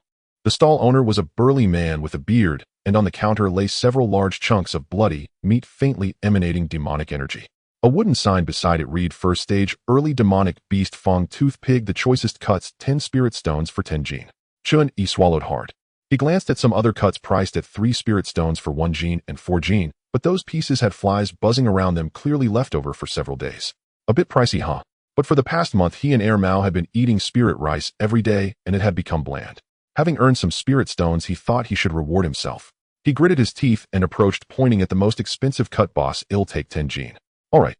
The burly man swiftly sliced off a large piece of fatty meat and handed it over wrapped in oiled paper. Chen Yi paid the last 10 spirit stones, carrying the meat back, his earlier stinginess instantly dissipated by the anticipation of the delicious meal. Life was finally looking up. Back at the small courtyard, Chen Yi lit a fire and set a pot. After rinsing the spirit rice, he sliced a few pieces of fong tooth pig meat. The meat had clear marbling, a good balance of fat and lean, and still carried a hint of demonic energy, clearly not an ordinary product. The meat slices and rice were simmered together over low heat. Air Mao had already caught a whiff of the aroma and was hopping around the stove, its little paws clawing at the pot's edge, chirping incessantly, eager to jump in. "Don't rush, Air Mao." Chen Yi smiled as he picked it up. "It will taste better when cooked. Raw meat has a fishy smell. We must be civilized demonic beasts." Air Mao was unwilling, jumping onto Chen Yi's shoulder, staring eagerly at the pot, its little nose sniffing away. Soon steam began to rise from the pot's edge, and an indescribable aroma wafted through the air. The sweet spirit rice mixed with the rich aroma of the demonic beast meat made one's mouth water just by smelling it. Chen Yi lifted the pot lid. The spirit rice was now glistening and oily, each grain soaked with the essence of the meat. The meat was tender and falling apart, the fatty portions nearly dissolving and blending into the broth. He scooped out 2 large bowls, one for himself and one placed on the ground for Air Mao. No seasoning was necessary. The natural sweetness of the spirit rice and the rich flavor of the demonic beast meat perfectly melded in the slow cooking. The rice was soft and chewy, the meat fragrant and abundant, the broth rich. With each bite, a warm current flowed down his throat into his limbs. Delicious. Chen Yi ate until beads of sweat formed on his forehead. Air Mao buried its entire head in the bowl, slurping happily, its little tail wagging like a windmill. After finishing one bowl, Chen Yi felt unsatisfied and served himself another. Halfway through, he suddenly remembered something, stood up and scooped out 5 small bowls from the pot, each containing extra meat, and packed them into a food container. Air Mao, guard the house. Chen Yi carried the food container to the row of low houses by the field. Zhao Si-sun, Laosher, and 3 others had just finished their tasks, crouching at the door, drinking water. Upon seeing Chen Yi approach, they quickly stood up. Senior brother. Chen Yi placed the food container down and lifted the lid. The rich aroma of meat instantly wafted out. The 5 of them stared wide-eyed, their throats bobbing. Today is a bonus meal. Chen Yi said casually, from now on, every month the boss will treat you to demonic beast meat. The 5 of them were stunned before erupting into cheers. Long live the boss. Thank you, senior brother. Chen Yi waved his hand and turned to leave. After taking a few steps, he turned back and added, work hard. You won't be treated poorly with me. The 5 of them held their bowls, their eyes slightly red. They had never thought they would eat demonic beast meat again. Having spirit rice was already good enough. At that moment, all their hardships felt worthwhile. On the other side of the spirit field, news of Chen Yi submitting spirit rice, winning over his subordinates, and even using demonic beast meat to win hearts quickly reached Cui Dashan. At that moment, he was drinking in his room. After hearing his subordinates report, his expression turned dark enough to drip water. Bang! He smashed his wine glass on the ground, shattering porcelain flying everywhere. Very good. Very good. Cui Dashan gritted his teeth and said, Zhang Jioga, you old bastard. You've always looked down on me and forced me to join that old hag, will you? Now, relying on your position as a steward, you blatantly take away my superior fields, causing me to lose over 200 spirit stones every month. He gasped for breath, his eyes bloodshot, filled with long-standing resentment and frustration. That was over 200 spirit stones every month. All because of a single word from you, Zhang Jioga. It was all gone. He couldn't afford to provoke Zhang Jioga. That old man was at the 9th level of Qi refining, skilled in swordplay, ranking highly among the stewards, and held actual power over the spirit fields. What could Cui Dashan, who was elevated to captain only by Wu Yu's favor, use to contend with him? Soon a surge of hatred mixed with long-standing frustration began to fester in his heart. Zhang Jioga, I can't afford to offend you, but can I not afford to offend your newly initiated, undeveloped disciple? He twisted his mouth into a grim and cold smile. Just wait, you little bastard. Next time when we clean up the outer demonic beasts, I'll arrange a good welcome for you. He walked to the window and gazed in the direction of the dark wind forest, his eyes showing no concealment of murderous intent. Anyway, even if you die, it will be the demonic beasts that killed you. What does it have to do with me, Cui Dashan? On a morning half a month later, Chen Yi was meditating and cultivating in his room when suddenly a voice called from outside, Team Leader Chen. Team Leader Cui is gathering all team leaders at the western entrance of the spiritual field. Chen Yi opened his eyes, slightly furrowing his brows. What could this gathering be about at this time? But he had no time to ponder and had to get up and head out. However, he hadn't walked far when he happened to see Tian Wenjing rushing over. At that moment, Tian Wenjing looked gloomy and was mumbling under his breath. It's too early for this. Can't people cultivate in peace? Chen Yi walked over and discreetly slipped a spirit stone into Tian Wenjing's hand. Senior brother Tian, what does Team Leader Cui want from us? Tian Wenjing flicked the spirit stone with his fingers, causing it to disappear, and immediately a smile spread across his face. What else could it be? We're cleaning the outer area of the demon beasts. He lowered his voice. Demon beasts from the Black Wind Forest occasionally come out to disrupt the spiritual field, and we have to clean them up every couple of months. I see, Chen Yi replied. Are the demon beasts powerful? Don't worry. Tian Wenjing waved his hand. Most of the outer ones are wild beasts, at most in the early stage of the first rank. Even if an early mid-stage one occasionally shows up, Team Leader Cui and the others will handle it. It won't be our turn to fight hard. He patted his belly. Generally speaking, we are just going through the motions. They are mostly wild beasts, and it's rare to encounter early-stage demon beasts. I see now. Chen Yi nodded, but various thoughts were brewing in his mind. He usually focused on hard cultivation, and if this was an opportunity to train his practical skills, it would be quite good. Soon, when Chen Yi and Tian Wenjing arrived at the western entrance of the spiritual field, the other 3 were already there. Huang Sen stood with his arms crossed. Upon seeing Chen Yi approach, he immediately shot him a disdainful glance and snorted softly through his nose. Chen Yi pretended not to see and turned his gaze to the other 2.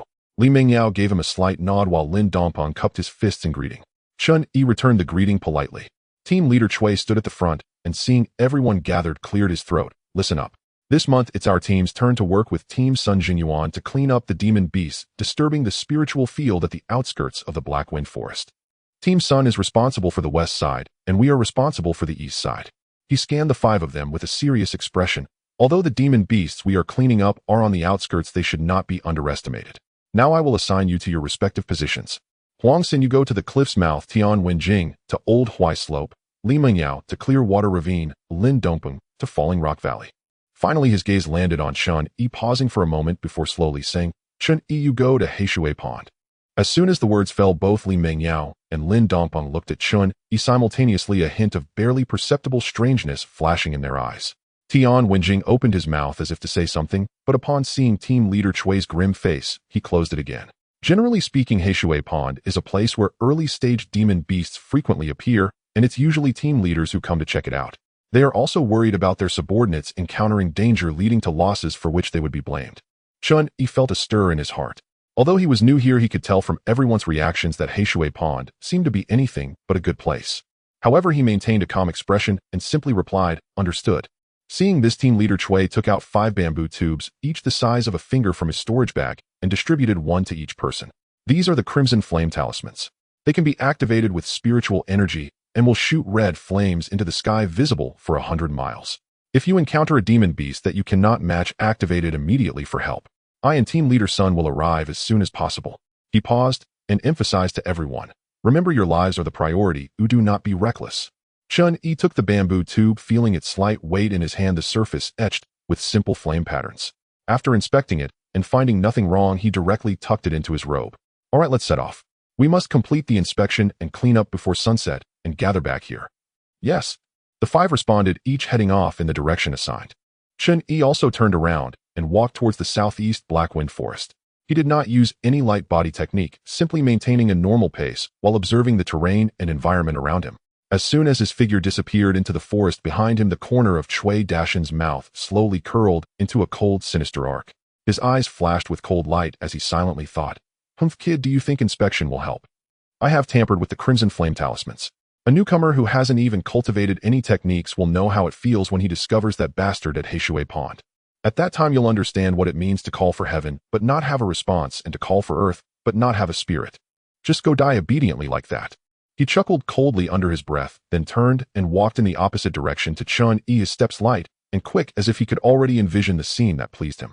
In the Black Wind Forest, the trees grew denser and the light dimmed.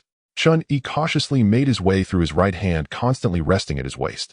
Mao poked his small head out from his collar, his black bean-like eyes vigilantly scanning the surroundings, 2 white fur strands slightly raised. Mao, Chen Yi whispered, something feels off, it's too quiet.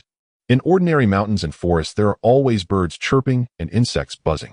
But in the eastern side of the Black Wind Forest, the deeper you go, the quieter it becomes, as if the wind itself has been swallowed by something. He glanced at the map in his hand, which depicted a simple route. The mark for Heishui Pond was just ahead. Chen Yi slowed his pace, quietly circulating his spiritual energy as he silently recited the incantation for the Golden Blade technique. Ahead, a faint, moist, fishy smell wafted toward him. Heishui Pond, here I come. The black water pool is not large, measuring about 2 to 3 acres, its surface a murky shade of dark green, unfathomable in depth. The surrounding woods are deep and shadowy, the light dim, and the air is thick with a damp, fishy smell faintly mingled with the metallic scent of rusted blood. The ground by the pool is soft and muddy, marked by chaotic large claw prints and dragging traces.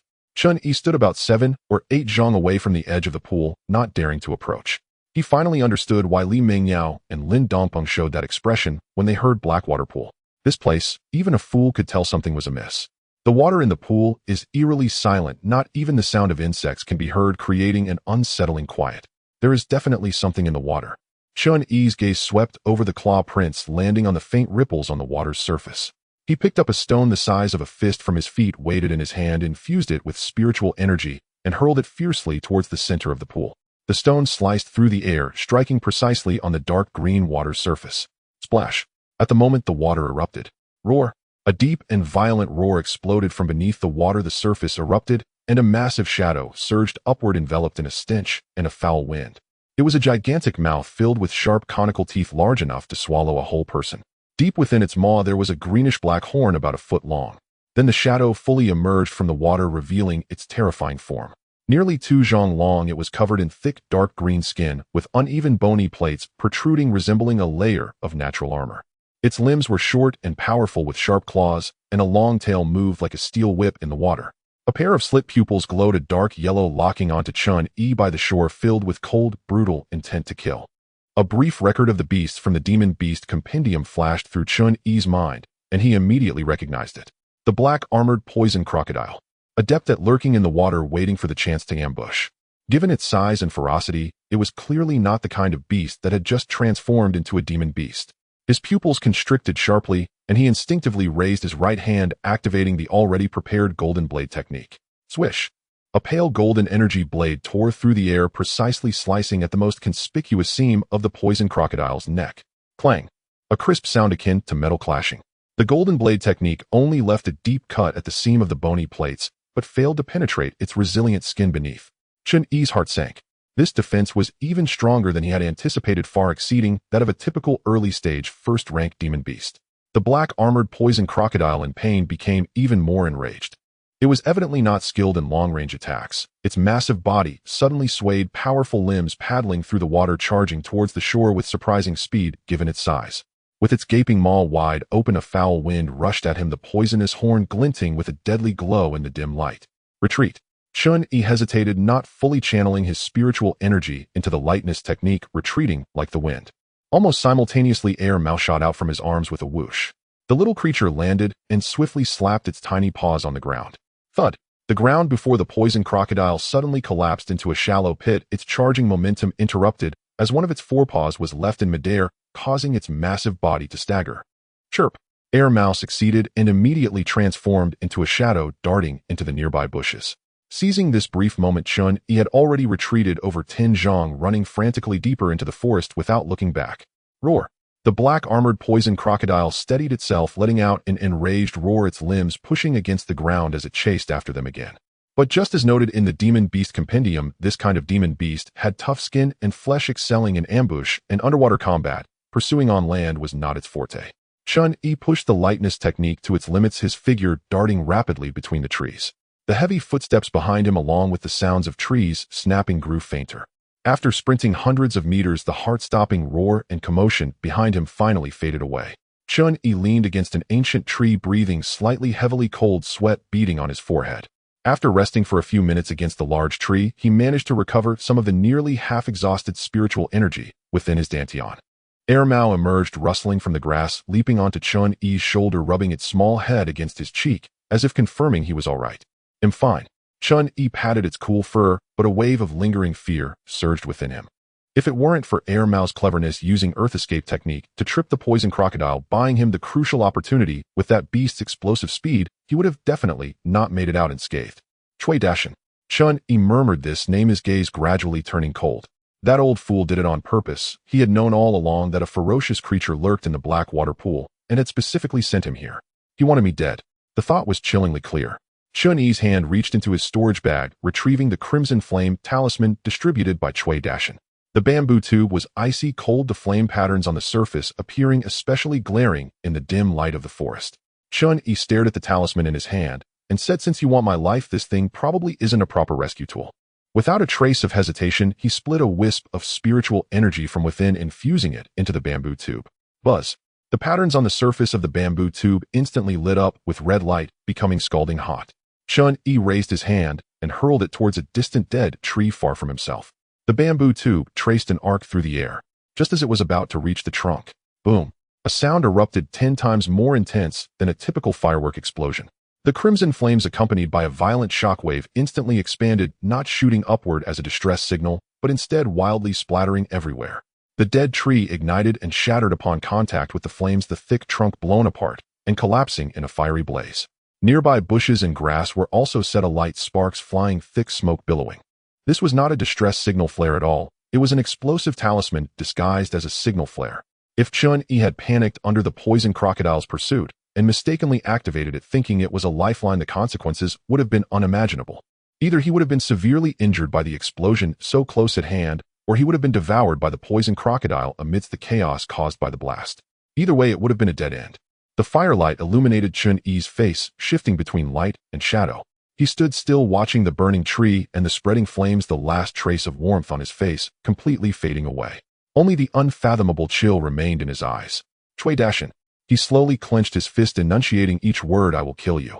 Killing Cui Dashin is necessary, but not now. Chen Yi leaned against the tree, slowly regulating his breath, his mind racing. "I am at the 2nd level of Qi refinement, while Cui Dashin is at the 6th level, almost reaching the 7th. Going to find him now is no different from seeking death. Even if I were to claim he wanted to harm me, who would believe that a red flame talisman blew up? Without any evidence or proof. My godfather isn't in the sect, and no one would stand up for me. The only way to survive now is to play dumb pretending to be a fool who escaped by luck, and I absolutely must not let him know that I have seen through his scheme. I definitely cannot go back alone. If he sees that I am alive, he might take the opportunity to kill me in this forest and frame it on a beast. My death would be in vain. I need to find someone to go back with me. Someone who can make Chui Dashing wary. His gaze turned towards the west side of the Black Wind Forest. Sun Jingyuan. His third uncle is a great cultivator at the foundation establishment stage with a solid background. I have no enmity with him. In fact, in a certain sense, we are even connected. Perhaps I can leverage his influence. Chen Yi took a deep breath, suppressing the swirling, killing intent and coldness in his heart, and forced a look of panic and fear onto his face. He adjusted his clothing to appear more like a panicked survivor fleeing for his life, then activated his agility technique and sprinted towards the west. While running, he yelled at the top of his voice, "Help! Help! There's a beast chasing me." His voice echoed far in the silent forest. Filled with panic, his acting was impeccable. After running for about half an hour, he had delved deep into the western woods. "Who goes there? Stop making a racket." A clear voice called out from ahead, laced with caution. Chen Yi stumbled, nearly falling, and looked towards the source of the voice with a face full of relief. A young cultivator dressed in blue emerged from behind a tree, exuding a natural arrogance. Sun Jingyuan. He examined Chen Yi, his gaze settling on the team leader token at Chen Yi's waist. "I am Sun Jingyuan. Who are you?" Sun Jingyuan's tone was flat, carrying an air of condescension. Chen Yi hurriedly cupped his hands, lowering his demeanor. "So it's senior brother Sun, I'm honored. I am Chen Yi, a disciple of Deacon Zhang's yoga." Chen Yi. Sun Jingyuan pondered for a moment, seeming to recall something. "Oh, you are the one Deacon Zhang just took in. Weren't you with Chui Dashing in the east? How did you end up on my side and looking like this?" Chen Yi's face immediately filled with fear and grievance, speaking rapidly. "Senior brother Sun, you don't know I was assigned to patrol that cursed place, the Black Water Pool," and suddenly a black armored poison crocodile sprang out of the pool. That creature was incredibly fierce, its skin as tough as armor. I couldn't defeat it, so I thought about using the red flame talisman given by Captain Chui to call for help. But I was so scared that my hand trembled and I lost grip on the talisman, throwing it away. I thought I was doomed, but who knew the red flame talisman? It exploded. I took the opportunity when that beast was startled by the blast to flee, running haphazardly here. The red flame talisman exploded. Sun Jingyuan raised an eyebrow. He was no fool. How could a distress signal explode? It was clear that someone had tampered with it, turning it into a deadly weapon. He glanced at Chen Yi's terrified and pitiful demeanor, and then thought about the issues between Chui Dashing and Zhang Jioga, his mind clear as a mirror. That fool Chui Dashing harming others so clumsily. However, he had no interest in these intrigues. He caught another key piece of information. Black armored poison crocodile. A glint sparked in Sun Jingyuan's eyes. The skin, teeth, and poisonous spikes of that creature are all valuable items capable of trading for a considerable number of spirit stones or crafting decent magical artifacts. Where is that beast now? It should still be near the Black Water Pool, Chen Yi quickly replied. Lead the way. Sun Jingyuan was brisk and decisive. Yes, senior brother. Chen Yi's heart settled, and he quickly turned to lead the way. As they retraced their steps, Chen Yi cautiously sought conversation. He first subtly inquired about Sun Jingyuan's cultivation level, learning that the other party was only 19 years old, but had already reached the 5th level of Qi refinement, which shocked him inwardly. Such speed, even with pills as meals, is impressive. He immediately offered a well-timed compliment. Senior brother Sun, reaching the 5th level of Qi refinement at such a young age truly is a child of destiny. I deeply admire you. At this rate, reaching foundation establishment is only a matter of time. Perhaps in 2 years we will have to call you Uncle Master. Sun Jingyuan's expression remained unchanged, but his gaze softened noticeably. He waved his hand, but his tone revealed a hint of youthful pride. You flatter me, junior brother Chen. I merely benefited from having a top-quality fire spirit root, allowing me to cultivate faster. The first 3 levels of Qi refinement are indeed easier. I reached them in less than a year. But from the 3rd to the 4th level, even with constant pills, it took me a full year. From the 4th to the 5th level, it took another 2 years. By this rate, it will take at least another 2 years to reach the 6th level, and perhaps 4 to 5 years to reach the 7th. He sighed, then puffed out his chest with youthful vigor. But I am confident that before I turn 40, I will surely reach the 9th level of Qi refinement. By then I should have at least 2 chances to break through to foundation establishment. Chen Yi immediately launched into a string of compliments. With a top-quality spirit root, senior brother Sun's future is limitless. Foundation establishment will surely come naturally to you. Back and forth, Sun Jingyuan's impression of Chen Yi improved considerably. After all, they were both connected, just differing in the extent of their connections, and in some sense they belonged to the same category. Chen Yi knew how to speak, and his attitude was low, which greatly pleased Sun Jingyuan. The relationship between the two gradually drew closer during this journey. In the midst of casual conversation, Chen Yi led Sun Jingyuan back to the edge of the black water pool. The pool's water remained a dark green and eerily still, as if nothing had ever happened. "Senior brother Sun, this is the spot." Chen Yi pointed at the surface of the pool, a hint of fear evident on his face. "That beast is incredibly cunning, lurking just beneath the water." As he spoke, he picked up a stone from the ground, pretending to throw it into the pool to lure out the venomous crocodile. "Wait." Sun Jingyuan raised his hand to stop him, a proud smile curving his lips. "What need is there for such trouble with a mere first-stage beast? Chen Shitty, step aside and watch how your senior brother deals with this creature." Chen Yi immediately complied, stepping back a few paces, his eyes revealing just the right mix of anticipation and curiosity.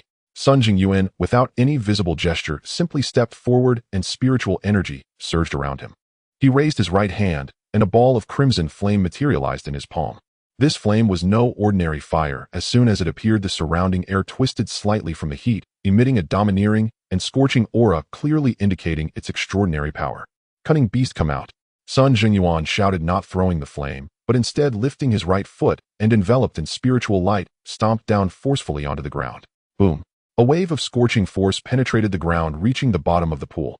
The tranquil dark green surface of the pool erupted violently, and the black-armored venomous crocodile was forcibly driven out from its hiding place by the sudden shockwave, its massive body tumbling out of the water and crashing onto the shore with an angry roar.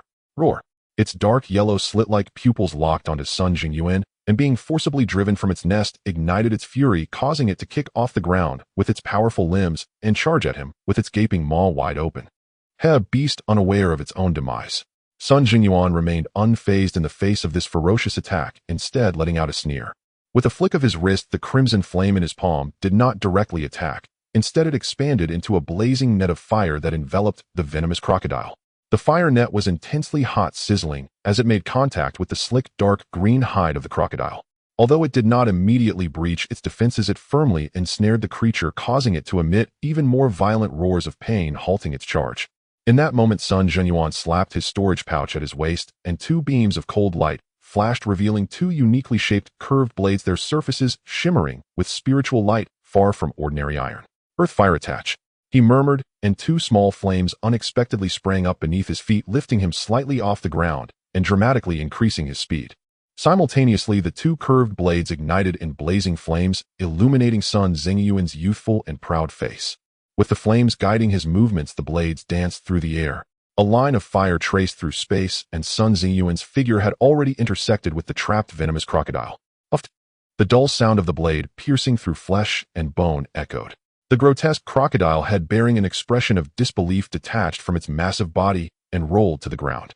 The neck was charred black as the attached flames instantly sealed off the blood from gushing out. The flames on the blade quietly extinguished as Sun Jingyuan effortlessly sheathed the curved blade with a graceful motion. He did not even glance at the headless corpse that was still twitching. He simply brushed off non-existent dust from his sleeve. From the moment he struck to the kill, only a few breaths had passed. Chen Yi watched in shock from the side, his heart stirred. The hard armor that he could not breach with all his strength was effortlessly sliced open by the other's flame-imbued curved blade, as if cutting through butter. Is this the power of cultivation techniques and magical artifacts? So strong. He quickly collected his thoughts, his face filled with admiration and respect, as he sincerely praised senior brother Sun. "Your might is truly impressive. Today I have gained a new perspective. That creature just now made me flee for my life, yet before you it was so easily dealt with." Hearing this, Sun Jingyuan's eyes flickered with satisfaction. After all, he was only in his teens. Despite his profound background, hearing such straightforward admiration and flattery, especially from someone like Chen Yi, who was also a favored disciple, greatly satisfied his youthful pride. A mere beast, hardly worth mentioning. Sun Jingyuan waved his hand dismissively, but the slight elevation of his chin revealed his amusement. He walked over to the crocodile's corpse, swung his curved blade, and cut off a segment of the tail, about 3 feet long, and the thickest part tossing it to Chen Yi. "This tail has decent meat and contains a bit of blood energy. Should he take it and try to consider it a reward for your scare?" Chen Yi hurriedly caught it, feeling its weight and warmth. He bowed again, saying, "Thank you, senior brother, for your generous gift. Not only are you highly skilled, but you are also generous and righteous. I am truly grateful." Sun Jingyuan, in an even better mood while storing the remaining headless crocodile into his storage pouch, said with a hint of pride, "My earth vein fire essence technique is a cultivation method that allows direct advancement to the later stage of foundation establishment, requiring the infusion of earth vein fire into the body for refinement.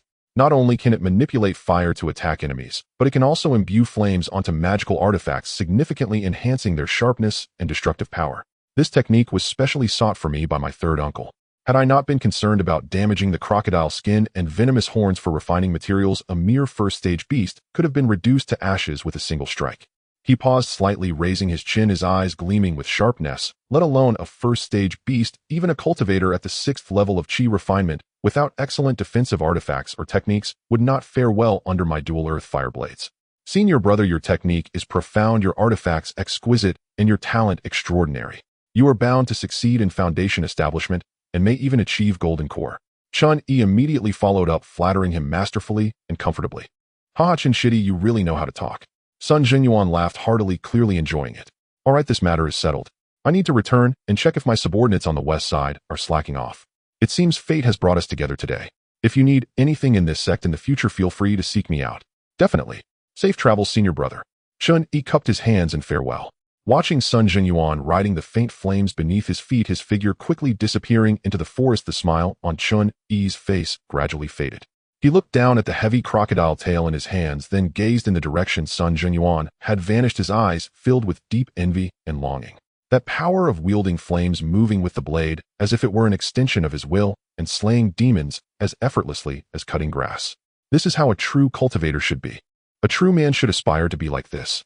He clenched his fists, a burning desire to become stronger igniting in his chest. Upon returning, he must train even harder. Cultivation techniques and magical artifacts wait for me, Chen Yi. At dusk, the setting sun resembled blood. Chen Yi, carrying the severed crocodile tail, arrived punctually at the assembly point at the west entrance of the spirit field. The other team leaders had also returned in succession, looking as if nothing significant had occurred. When Chen Yi's figure appeared, Cui Dashan, who had been speaking quietly with Huang San, abruptly turned his head, his expression instantly turning extremely grim. You? How? Cui Dashan's words slipped out, then abruptly halted, but the astonishment and underlying disappointment were unmistakable. Chen Yi seemed oblivious, his face bearing the relief of surviving a catastrophe with a hint of well-placed reproach as he spoke first. Team leader Cui, you finally got to the point. I really must thank you for that red flame talisman that allowed me to return alive. He deliberately emphasized the words thank you very much, then quickened his pace, raising his voice slightly to ensure everyone around could hear. I was chased by the ink-armored poison crocodile in the Blackwater Pond, and when I saw there was no escape, I thought about activating the red flame talisman to call for help from you and Captain Sun. In my panic, I fumbled and failed to hold onto the talisman, throwing it directly out. Goodness, the red flame talisman exploded with a bang like a bursting talisman. Fortunately, it exploded with such a loud noise that it stunned that beast for a moment, and I managed to snatch back my life. He said this while patting his chest, looking visibly shaken. What? It exploded? Li Mingyao exclaimed in shock. Lin Dongping, Tian Wenjing, and even Huang San immediately looked at Cui Dashan, their expressions filled with uncertainty. A talisman meant for calling for help exploded. This is not a trivial matter. Cui Dashan's face turned a mix of red and white, embarrassment and anger intertwining. He never expected that not only had Chen Yi survived, but he had also publicly exposed this matter. Although his tone sounded like he was complaining about his own carelessness, the implication was clear to anyone not foolish. This must be a mistake made by the administration hall. They must have mixed defective products or other talismans into the red flame talismans. Cui Dashan forced himself to calm down, squeezing out a dry explanation, but his eyes flickered. Junior brother Chen, it's a blessing you are unharmed, it's good, it's good. Did you manage to eliminate that ink-armored poison crocodile? This danger must be eradicated. Come, I will accompany you. He tried to change the subject and show a responsible attitude. There's no need for team leader Cui to worry about it. Chen Yi interrupted him, a sincere smile appearing on his face as he raised the gruesome crocodile tail in his hand. On the way back, I fortuitously encountered Captain Sun Jinyuan, who was patrolling the west side. Captain Sun, upon hearing there was a beast problem, generously intervened and has already slain that vile creature. This tale is a gift from senior brother Sun to calm my nerves after the ordeal. Sun Jinyuan, Cui Dashan exclaimed, his expression completely changing. He didn't care about Zhang Zhizha's disciple because Zhang Zhioga himself was away. Furthermore, his cultivation was on the verge of breaking through to the later stage of chi refinement. After passing the inner sect examination, he would also be an inner sect disciple. Plus, he had Wu Yu backing him, which gave him some confidence. But Sun Jingyuan was different. He was backed by an elder in the foundation establishment stage of being that even Cui Dashan and Wu Yu would absolutely not dare to provoke. When did this kid get connected to Sun Jingyuan? and looking at it, it seemed Sun Jingyuan was quite concerned about him. In an instant, an icy chill surged from the soles of Cui Dashan's feet. If Chen Yi were merely Zhang Zhizhi's disciple, he could still grit his teeth and continue to target him.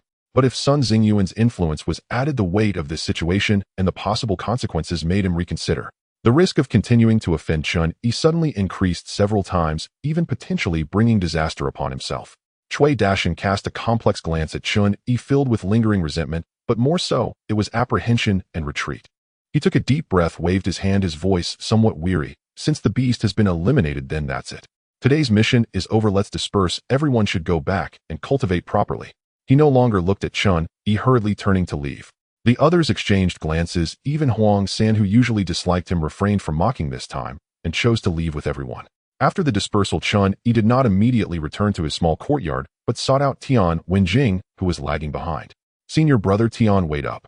Tian Wenjing turned around, his round face sporting his usual smile, but there was a hint of barely perceptible guilt deep in his eyes.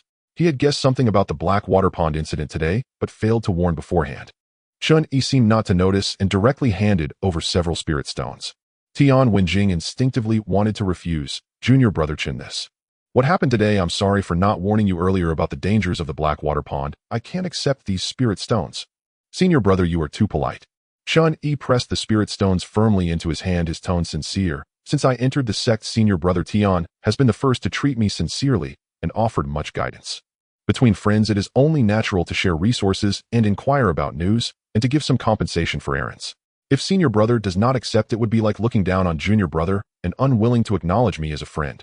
Tian Wenjing looked at Chen Yi's determined gaze, weighed the spirit stones in his hand, and finally sighed, accepting the spirit stones, whispering, Junior brother, Chen, what do you wish to inquire about?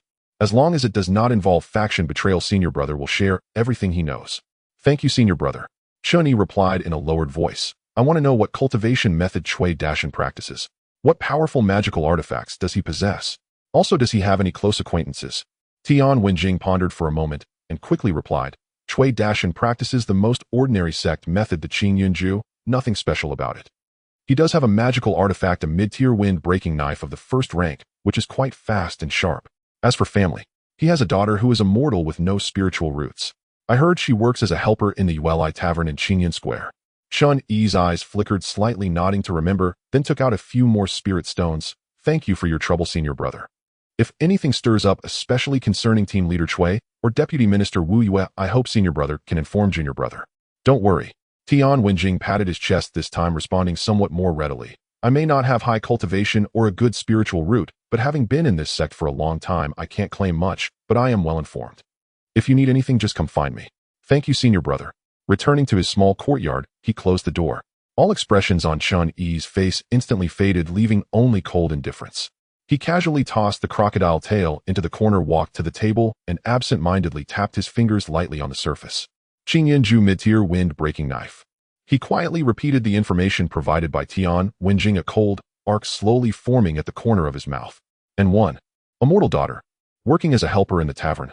He began to laugh softly, the laughter sounding somewhat eerie in the silent room. Cui Dashan, oh Cui Dashan, you are merely at the 6th level of Qi refinement, practicing the most ordinary cultivation method, your only reliance being the barely noticeable support from Deputy Minister Wu Yu. With all this, you dare to cut off my livelihood and even want my life. The sect rules forbid the slaughter of fellow disciples, but what happens if a mortal without spiritual roots dies? What storm could that stir? It would merely result in some spirit stone finds and a period of reflection. His eyes were cold and piercing, devoid of warmth. As for the apprehension and retreat Cui Dashan displayed before leaving, he could see that too. But Chen Yi had never considered giving the other party a chance. In the world of cultivation, conflicts never allow for mid-course reconciliation. Once a deadly feud is established, it is either you die or I perish. Being soft-hearted or retreating will only lead to a swifter demise. Cui Dashan's retreat today was merely due to the intimidation brought by Sun Jingyuan. Once that intimidation is gone, he would undoubtedly return. Just wait. Chen Yi gazed out at the heavy night outside the window, as if he could penetrate the void and see the brightly lit tavern in the square. Your nightmare is about to begin. He had been cautious and kind to others in the Qingyan sect. That was because he had not yet grasped the situation and feared causing trouble. But that does not mean he is a pushover. During his time as a ruthless servant in Luo City, he killed no less than 80 people. He would not adhere to the rules of not harming the wives and children. If one dared to provoke him, he would kill. Kill until the entire family is wiped out. In the days that followed, Chen Yi made sure to have Tian Wenjing keep an eye on Cui Dashan's movements while diligently. Moreover, this fellow heir Mao had become increasingly clever, bringing back a few first-grade inferior spirit fruits every 2 to 3 days. There were 2 Zhu fruits, 1 Di Yuan fruit, 2 Jinxian fruits, 1 Hanjiang fruit, and 1 Qingling fruit. Although these first-grade inferior spirit fruits were not as precious as the first-grade medium-grade Zijing fruit, each spirit fruit could equate to 1 or 2 days of his arduous cultivation. Furthermore, the variety and mixed attributes were perfect for him, who had 5 spirit roots to absorb. "You little guy, you're getting better at finding things," Chen Yi said, ruffling Heir Mao's head, and the little creature closed its eyes, contentedly rubbing its head against his hand. Heir Mao's cultivation was also steadily increasing. Chen Yi could feel that the demonic power within the little creature was growing denser, and its earth escape technique was becoming more proficient, able to burrow 10 zhang in a single breath.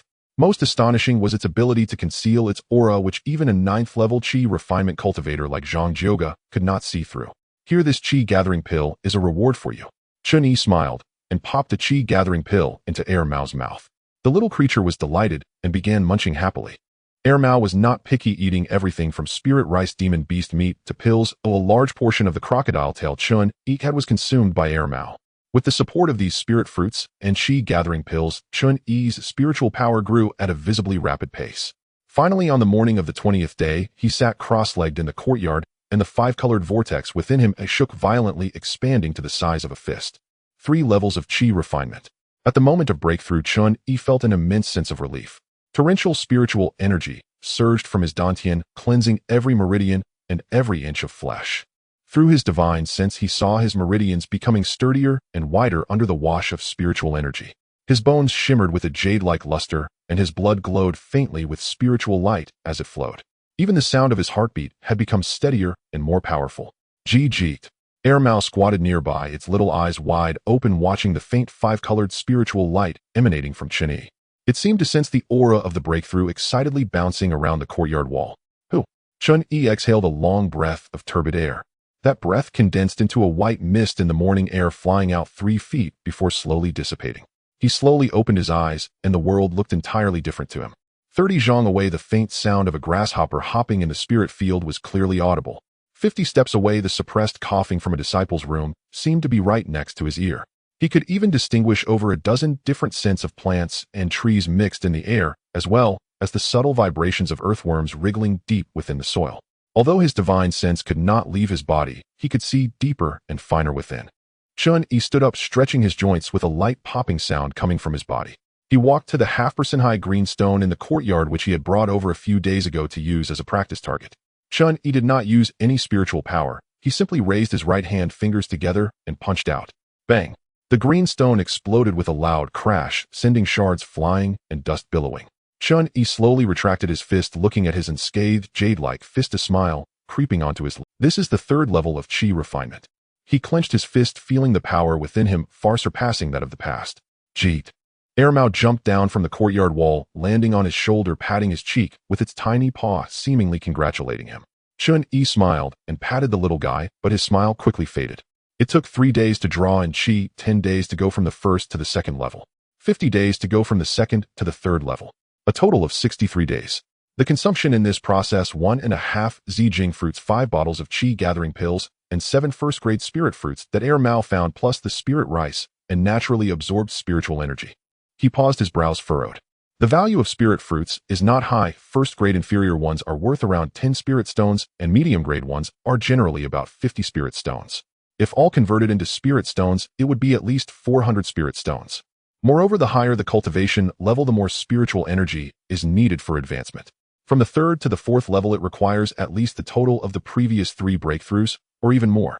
Chen Yi closed his eyes, rapidly calculating in his mind.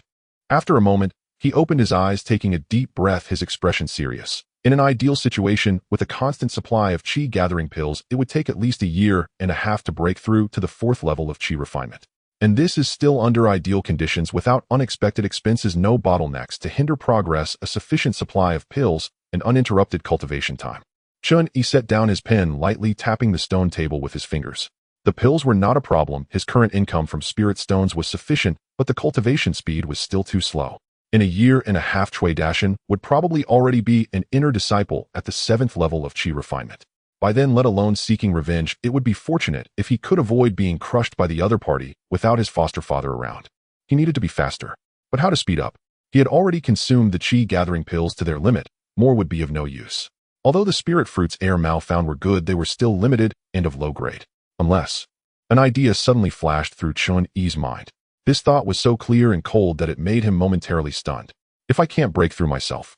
He slowly stood up, walking to the window, gazing at the distant mountains, their outlines faintly visible in the night. But as long as I can ensure Cui Dashin can't break through either, wouldn't that suffice? This sentence seemed like a key unlocking a certain box within the depths of his mind.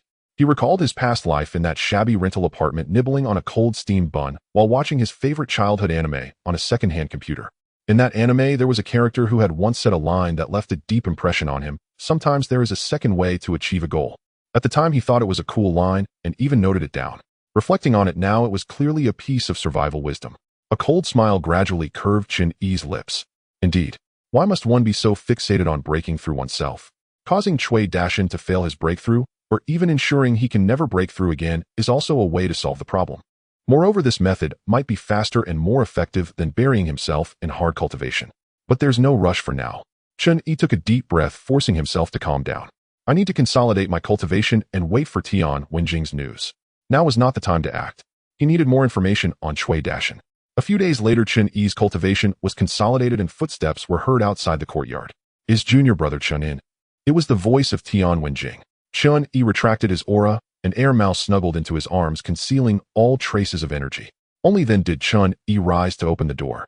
Tian Wenjing's normally cheerful round face was unusually serious. Junior brother Chen Yi asked me to investigate the movements of Cui Dashin, and I have news.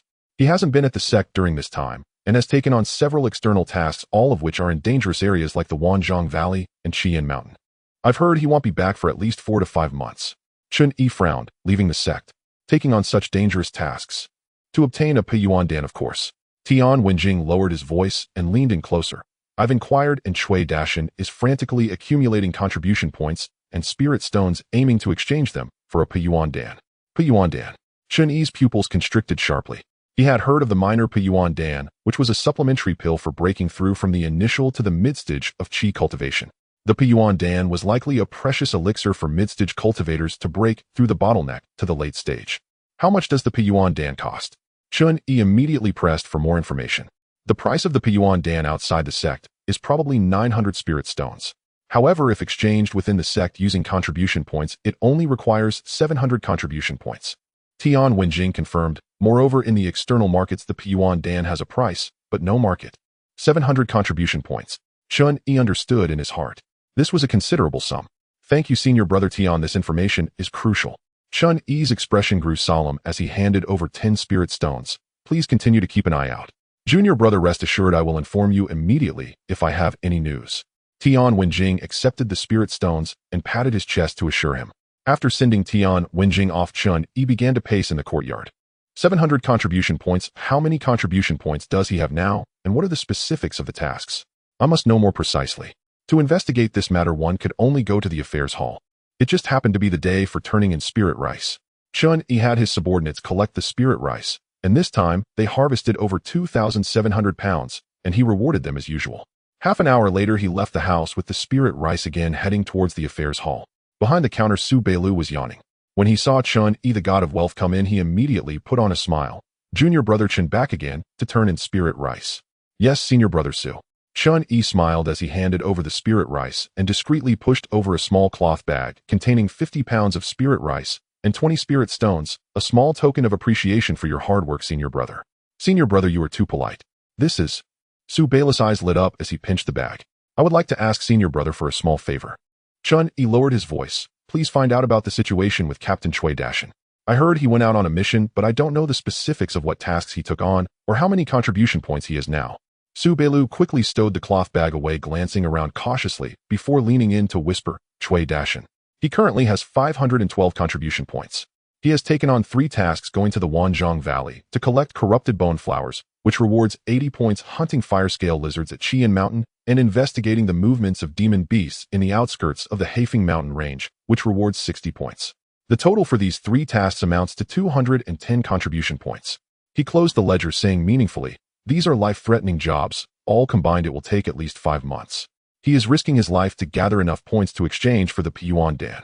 This lined up with the information from Tian Wenjing. 512 plus 210 equals 720, enough to exchange for a Piyuan Dan. I see, truly desperate. Chen Yi nodded, then seemingly casually handed over 10 spirit stones. By the way, I heard he has a daughter in the market. Being out there alone, who is looking after his daughter?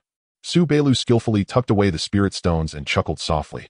Are you talking about Shui Xiaoya? After thinking for a moment, Su Beilu continued. That girl works as a maid at the Welai Tavern, just an ordinary person. Shui Dashan treasures her greatly, and was recently asking around wanting to send her to be a concubine for some second-generation heir or a cultivation family. He paused, lowering his voice. I heard he has his sights set on a distant relative from the Zhou family in the Qi. The Zhou family, although merely a Qi cultivation family, has 3 ancestors at the 9th level of Qi, so they hold some power in the market. Climbing the social ladder. Chen Yi realized, clasping his hands. Thank you, senior brother, for clarifying. I have a clear idea now. After leaving the affairs hall, Chen Yi's nefarious plan had already taken shape. To cherish his daughter while trying to climb higher. Then I will help your daughter reach for an even higher branch, one that will tear your Shui Dashan apart and shatter his Dao heart. I need to find a suitable knife. After returning to his residence, Chen Yi pondered briefly before going to find Tian Wenjing again. This time he didn't ask directly, but engaged in casual conversation, complaining about the difficulties of cultivation and the unfairness of the world, lamenting how some people are just fortunate in their rebirth. Tian Wenjing deeply resonated, and once the conversation opened up, he remarked, who can say otherwise? Take that Go Dongxi from the affairs hall, a low-grade spirit root, and he just reached the 3rd level of Qi cultivation at over 30. Back in the day, his father Go Lei, the talisman master, got him a minor Piyuan Dan, but it was of no use. He couldn't break through at all. Despite that, relying on his father being a 1st-level talisman master, he managed to get a cushy job assigning miscellaneous tasks, spending his days drinking and womanizing. He didn't know how many underprivileged maid disciples and ordinary girls he had harmed, and in the end it was all settled with spirit stones from his father. Go the talisman master is really good to his son Go Dongxi. Tian Wenjing sighed, but what can be done? Go the talisman master is over 80 years old. He failed to force a breakthrough in foundation establishment and has no hope for it in this life. Go Dongxi is his only son. Go Dongxi, the son of a 1st-level talisman master, a notorious womanizer, specializing in preying on the vulnerable. Chen Yi chuckled coldly in his heart while maintaining a facade of sympathy. This knife was practically tailor-made for his plan. Likes women, prefers to target those without backgrounds. A glint of cold light flashed in Chen Yi's eyes. This is just too perfect. Go Dongxi's whereabouts are not difficult to track. His greatest passion is lingering in the Zui Nanshan of the sect's marketplace. When it comes to Zy Nanshan, it can be considered a unique spectacle in the Qingyun sect's marketplace. It is not a traditional tavern or tea house, but rather a luxurious den specifically catering to the relaxation of cultivators. Inside the building, the ambience is lively with melodious strings and bamboo flutes, and young women dressed in light silk weave, through offering spiritual food, spiritual wine, and even more intimate services. Everything here is clearly priced with attentive service. As long as you have spirit stones, you can indulge in pleasures far beyond the mundane. The opulence and allure of this place are astonishing. There have been rumors of an old cultivator who practiced diligently for most of his life, just retired from his position as a steward, and had amassed quite a fortune while at the 9th level of Qi refinement. He intended to enjoy his later years, but after entering Zui Nanshan for less than a month, he squandered all his life savings, even selling his personal magical tools. Later he had to take on dangerous tasks again to earn spirit stones, only to plunge back in creating a vicious cycle that ultimately destroyed his path. Even more astonishing is that the boss behind Zui Nanshan is said to be a golden core cultivator within the sect. The profits are outrageous. The monthly earnings alone are equivalent to the salaries of all foundation establishment elders. It is known that the starting salary for a foundation establishment elder is 10 medium-grade spirit stones, and there are over 200 foundation establishment elders in the entire sect. This means that the monthly revenue is over 3,000 medium-grade spirit stones, equivalent to 300 high-grade spirit stones, which even golden core elders cannot ignore. However, such a place naturally attracted strong opposition from many conservative elders in the sect, who believe it corrupts the minds of disciples and tarnishes the sect's reputation. Nevertheless, opposition aside, the substantial tax revenue generated by Zui Nanshan is something the higher-ups of the sect cannot overlook. After intense debate and weighing interests, a compromise was reached. Zy Nanshan could operate, but must pay heavy taxes. Simultaneously, some open-minded elders proposed that this place could also serve as a trial ground for tempering the disciples' character. If one cannot withstand this little temptation, their Dao heart is not strong, and they will find it difficult to achieve greatness in the future. Thus, Zui Nanshan remained in this delicate balance, becoming one of the most dazzling yet dangerous symbols of the Qingyun sect's marketplace. Of course, Zui Nanshan has its iron rules that only recognizes spirit stones, not people. Here, whether you are an inner sect disciple, a steward's relative, or even a descendant of certain elders, without spirit stones you will be politely and firmly asked to leave. What if someone dares to cause trouble? There are always Foundation establishment cultivators stationed inside, or at best, they will be thrown out of the marketplace with bruises, at worst, they will be reported to the sect's law enforcement hall and face harsher penalties. Zui Nanshan is also divided into levels. The main hall is relatively open, featuring a stage where average-looking, mostly mortal or low-level female cultivators perform songs and dances for public entertainment. The private rooms, however, are discreetly luxurious, staffed by female cultivators at the Qi refinement stage, whose looks, talents, and cultivation levels far surpass those in the main hall. Naturally, the costs are exorbitant. Though Go Dongxi is lecherous, his financial resources are limited. Despite his father being a first-tier talisman master, he cannot afford to indulge in the private rooms without restraint. Therefore, he mostly hangs around the main hall, ordering a few jugs of the cheapest low-grade spirit wine while watching performances and bragging about his romantic exploits and family background. On this day, after gathering intel, Go Dongxi returned, and Chen Yi immediately decided to orchestrate a chance. Chen Yi summoned his subordinates Wang Lin Zhaoxi and 3 others, waving his hand grandly. Brothers, the spirit fields have been managed well recently. Today we shall not cultivate or farm. The boss will take you to Zui Nanshan for a taste of the world and some drinks. Upon hearing this, the group was both surprised and delighted. They had heard of Zui Nanshan's reputation as a place where money flows like water. They didn't expect Chen Yi to be so generous, instantly feeling they had followed the right person, excitedly flocking to him. Chen Yi had his own motives in bringing his subordinates along. One was to highlight his status, making it easier to approach Go Dongxi. The other was to instill a little more loyalty among these followers. Soon the group surrounded Chen Yi as they stepped into the main hall of Zui Nanshan, where the clamor and fragrance of makeup hit them. Chen Yi's gaze swept across the room, and he quickly fixed on a young man in the corner dressed in a brocade robe, looking somewhat haggard, boasting to the table next to him, none other than Go Dongxi. Chen Yi remained composed, leading his group to sit at the table adjacent to Go Dongxi, slamming the table with authority and declaring loudly, "Waiter, bring us 3 jugs of first-tier low-grade spirit wine. Today, I'm treating, let the brothers drink to their heart's content." "Got it. Please wait, esteemed guest," the waiter replied loudly. Chen Yi then took out a small pile of spirit stones and placed them on the table with a clatter. The gleam instantly attracted the attention of many nearby, including Go Dongxi, who was running low on drinks and was calculating how to mooch some wine. Go Dongxi's eyes lit up as he glanced at the empty wine jug on his table, then looked at the lavish spread of wine and spirit stones at Chen Yi's table, his mind racing. He adjusted his robe, put on a facade, and intended to approach, hoping to leverage his father's name to mooch drinks and make connections. However, just as he stood up, he was politely stopped by a sharp-eyed steward. "Young master, go, your table's bill has not been settled yet. Please do not disturb other guests." The rules of Zui Nanshan are clear: no spirit stones, no pretending to be a big shot. They certainly do not want to receive complaints from paying customers. Disturbed by Go Dongxi. Go Dongxi suddenly felt embarrassed, his face flushing. This was the moment Chen Yi had been waiting for. He immediately stood up and spoke loudly to the waiter and steward. "This is my senior brother. His wine bill is on me." "Serve, senior brother. Go 2 jugs of the finest low-grade spirit wine quickly." 1 jug of low-grade spirit wine costs 10 spirit stones, so 2 jugs would be 20 stones. This was nothing compared to Chen Yi's current wealth, but for the cash-strapped and prideful Go Dongxi, it was undoubtedly a timely assistance, greatly boosting his face.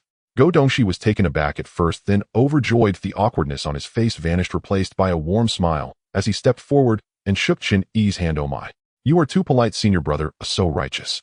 May I ask your esteemed name and what position you hold in the sect?" Go Dongxi naturally noticed that Chen Yi's status was impressive, as he was accompanied by several subordinates, indicating he was not just some sycophant.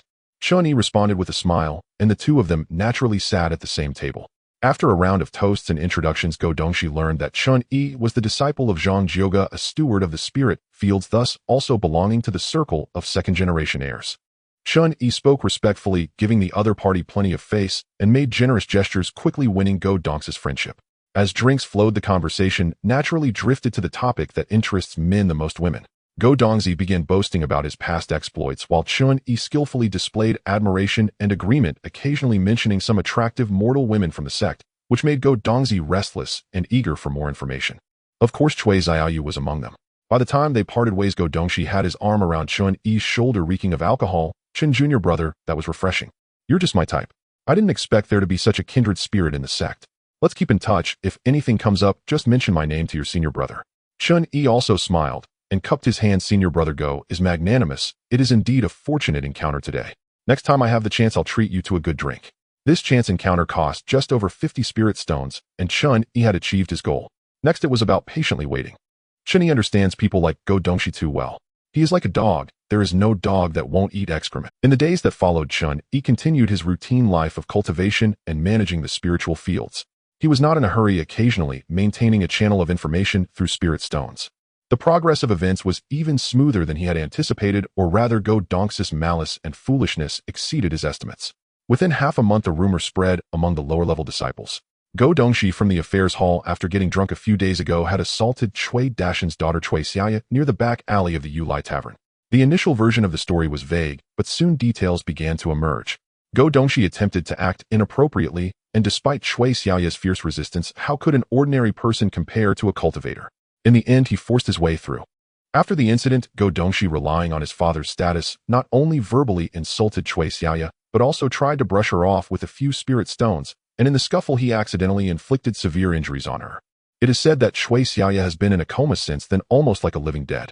Tisk, truly a beast. As expected, he did not disappoint me. When Chen Yi heard this news, he was practicing the golden blade technique in the courtyard, and a faint golden aura precisely severed a branch. He stopped standing still, his expression unchanged, but his heart was filled with a cold delight. His initial plan was to wait until Go Dongxi succeeded, then secretly spread the news to ruin Cui Xiaoya's reputation, letting her live in humiliation.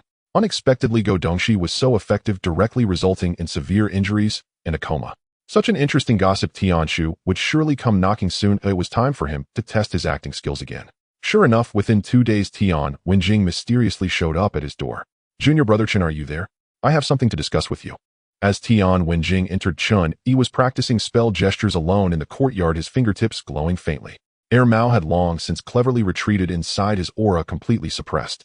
Senior brother Tian has arrived. Chen Yi stopped his movements, wiped his hands, and spoke in a casual tone. Please sit. The spiritual rice is about to be harvested, but if the harvest isn't enough, I can lend you some first, senior brother. It's not about the spiritual fields. Tian Wenjing waved his hand, dragged a chair to sit down, looked around, leaned forward, lowered his voice, his face unable to hide his curiosity. Something happened in the marketplace, and it's quite a stir. Oh, what big event could happen in the marketplace? Chen Yi poured a cup of water and handed it over, then sat down himself, his expression normal. Do you remember the Yulai Tavern? It's where Cui Dashan's daughter works. Tian Wenjing took the water but didn't drink, continuing. That girl Cui Zhou is in trouble. Cui Xiaoya. Chen Yi frowned slightly, as if recalling. I have some impression. What happened to her? She almost died. Tian Wenjing lowered his voice even further. It was that Go Dongxi who got drunk and made a move on her in the back alley of the tavern. After the scuffle, Go Dongxi was heavy-handed, injuring her badly. I heard she is now lying at home, almost like a living dead, relying on medicinal pills to hang on to life. Listening to this, Chen Yi's expression didn't change much, merely taking a sip of his water, and after setting the cup down, said indifferently, Go Dongxi. Isn't his father Go Fusher? Indeed. Tian Wenjing slapped his thigh. That's why this matter is troublesome. The person involved is an ordinary person, while the assailant is a cultivator, and there's also a first-tier talisman master as a father behind him. It's also because his father Cui Dashan is an outer disciple of the Qingyun sect about to advance to the inner sect. Otherwise, if an ordinary person dies, so be it. I heard that Go Lei has already been making arrangements. The law enforcement hall will probably just go through the motions and compensate with a few spirit stones to settle the matter. Chen Yi nodded, his tone still flat. I see. He paused, looking towards Tian Wenjing. Is Captain Cui still out on a mission? Does he know about this? Of course he doesn't know. If he knew, what would happen? I reckon when he comes back and finds out, what can he do? Tear his face with Go Fushi. For the sake of an ordinary girl. It's difficult. Chen Yi replied with a sound, not continuing the conversation. Seeing his indifferent reaction, Tian Wenjing also felt that although this news was explosive, it seemed to have no direct impact on Chen Yi, so he casually chatted a few more sentences about the spiritual field harvest and other gossip from the marketplace. Noticing Chen Yi remained calm, he took the hint and stood up to take his leave. After Tian Wenjing left, Chen Yi closed the door, his expression instantly turning elated. Cui Dashan, even if you've earned enough contributions to exchange for a broken yuan dan, your daughter has been toyed with like this. I don't believe your state of mind won't be affected. The entire process was bloodless, which was Chen Yi's specialty. However, he understood that such underhanded tactics ultimately couldn't stand in the light. His own strength was what truly mattered. With one burden lifted from his heart, Chen Yi found his cultivation seemed to flow more smoothly. For 3 consecutive months aside from the necessary inspections of the spiritual fields and shores, he devoted almost all his time to cultivation. He consumed gathering chi pills like candy. The spiritual rice was filling along with the spiritual fruits that Mao brought back from time to time. The 5-colored vortex in his dantian was expanding at a steady pace, steadily advancing towards the midstage of the chi refining 3rd layer. These spiritual fruits were invaluable, at least saving him half the time of hard cultivation. Chen Yi had also been curious about where this little guy Mao continuously brought back these fully attribute, first-tier low-grade spiritual fruits from. Was there really so much wild spiritual fruit near the sect? If there were, wouldn't they have been picked clean long ago? On that day, Mao returned with a water-blue cold jelly fruit, presenting it proudly in Chen Yi's palm. Chen Yi took the fruit and stroked Mao's shiny fur, finally unable to hold back his curiosity. Mao, where did you get these fruits? Can you take me to see? Gigi. Mao perked up, instantly gesturing excitedly with its little paws, then burrowed into Chen Yi's embrace, pushing aside his clothing with its tiny claws and peeking out with its black bean-like eyes gazing towards the door. You mean to take me there? Chen Yi had been with Mao for a few months now. Aside from not being able to converse like humans, he could generally understand its meaning and communicate normally. Gigi. Mao nodded vigorously. Chen Yi, filled with curiosity, decided to follow Mao's lead, wandering through the sect with many twists and turns. The further they went, the more Chen Yi felt something was amiss. The surrounding spiritual energy became increasingly dense and pure, and the paths grew more orderly. The disciples they encountered also showed noticeably higher cultivation levels, and occasionally, he spotted inner disciples in white robes hastily passing by. Finally, Mao pointed with its tiny paw towards an area shrouded by tall walls and a faint array of light. At the entrance stood an impressive archway inscribed with the 3 ancient characters, Baijiao Garden. Under the archway, 2 inner disciples in white robes exuding a heavy aura and radiating bright eyes stood guard, vigilantly scanning their surroundings. Within the garden, various extraordinary flowers and plants could be vaguely seen, with spiritual energy swirling like mist. Chen Yi's footsteps suddenly halted, and his mouth twitched uncontrollably. The sect's spiritual plant garden. Without a second thought, he immediately turned around, pretending to pass by slipping away at double the speed of his arrival silently. Returning to his secluded spirit field courtyard, Chen Yi shut the door tightly, swiftly pulled Mao from his embrace, holding it up in front of him, lowering his voice and gritting his teeth. You little rascal, the spiritual fruits you've been bringing me are all stolen from the Baijiao Garden. The little creature suspended in midair flailed its limbs, but upon hearing this proudly puffed up its small chest, its 2 silver-white whiskers twitching. Gigi. That's right. It's all me. You seem quite proud of your thievery, huh? Chen Yi was both angry and amused. Gigi. Mao then realized Chen Yi's tone was off, its ears drooping, and it clasped its tiny paws together, adopting a posture of apology. Chen Yi placed it back on the table, rubbing his forehead and sighing. What are you thinking? Don't I allow you to steal? As a mouse isn't stealing just your survival skill. What's there to apologize for? Don't mention you. Even when I was a beggar, if I was starving, I would snatch food. What I mean is that stealing fruits is too dangerous. That's a critical area in the sect with formations and guards. If you're caught being flayed and turned into medicine, would be the least of your worries.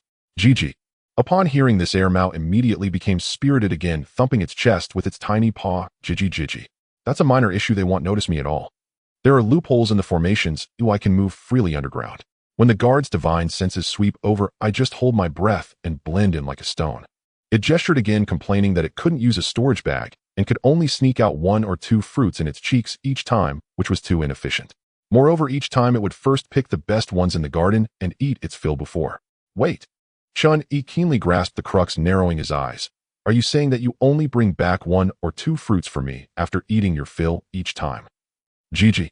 Mao instantly froze, its black, bean-like eyes darting around, trying to burrow under the table. Chen Yi grasped its scruff and lifted it to eye level, displaying a friendly smile. Oh, you little rascal. Flower mouse, black mouse. So you mean you always eat to your heart's content before bringing back a few leftovers for me? Gigi. Mao, flailing in a panic, hurriedly expressed its loyalty. Chen Yi snorted, placed it back on the table, stroked his chin, his eyes flickering.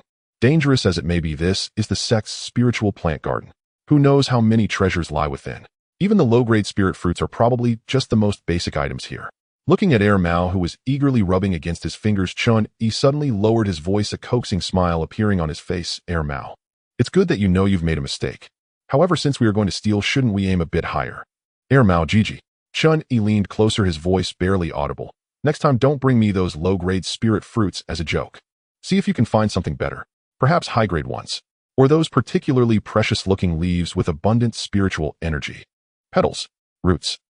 Mao's little eyes gradually brightened, nodding vigorously, then made a gesture of, "Leave it to me," before burrowing into the ground, leaving only a small mound of dirt. Chen Yi looked at the mound of dirt, his smile slowly fading, replaced by a hint of seriousness and vigilance. Although Mao's ability to conceal itself and burrow was beyond his imagination, being able to come and go freely in the sect's spiritual plant garden was undoubtedly a great opportunity, but it also signified immense risk. If discovered, the consequences would be dire. He immediately crouched down and whispered to the ground, Mao, come out, don't rush to leave just yet." The ground shifted slightly, and Mao's little head popped out from the soil, looking confused. Gigi. Chen Yi cradled it in his palm, his expression serious, meticulously instructing, "Listen carefully, I know you're capable, but the spiritual plant garden is no ordinary place. Next time you go, remember these 3 iron rules. First, never be greedy, only take a little each time, preferably something that won't be easily noticed. Second, absolutely, do not leave any obvious traces like half-eaten fruits or uprooted plants. Third, and most importantly, safety first. At the slightest hint of danger, flee immediately. It's better to return empty-handed than to be detected." He stared into Mao's little eyes. "Can you do that? This concerns both our lives." Mao sensed Chen Yi's seriousness and also put away its playful demeanor, earnestly patting its chest with its tiny paw and nodding vigorously. Gigi. "All right, go on. Remember safety first." Chen Yi felt slightly reassured and placed it back on the ground. This time, Mao burrowed underground, leaving no trace, completely melding into the soil. 3 months quietly passed during Chen Yi's cultivation. On this day, Chen Yi sat cross-legged in the quiet room, swallowing a first-grade, mid-grade fig that Mao had brought back. As the fruit entered, it transformed into a warm and rich dual-attribute spiritual energy of wood and earth, swiftly merging into his dantian. The 5-colored chi vortex welcomed it without hesitation, absorbing and transforming it, spinning slightly faster. Since Chen Yi had sternly advised Mao last time this fellow's stealing, oh no, his business skills had improved significantly. What he brought back were no longer those scattered low-grade spiritual fruits, but mostly first-grade, mid-grade items. Occasionally, he could even acquire high-grade spiritual plants like Thousand Spirit Ginseng and Qingling grass. With these high-quality resources combined with Chen Yi's persistent hard work and ample supply of chi-gathering pills, his cultivation level steadily rose at a speed far beyond that of ordinary outer disciples. Slowly withdrawing his power, Chen Yi opened his eyes, his gaze shimmering with spiritual light. He carefully sensed the significantly thickened spiritual energy in his dantian, a strong premonition rising within him. In at most 3 months. No, perhaps even sooner, I will be able to touch the peak of the 3rd layer of chi refinement and attempt to break through to the mid-chi refinement stage. This thought caused a slight ripple in his heart.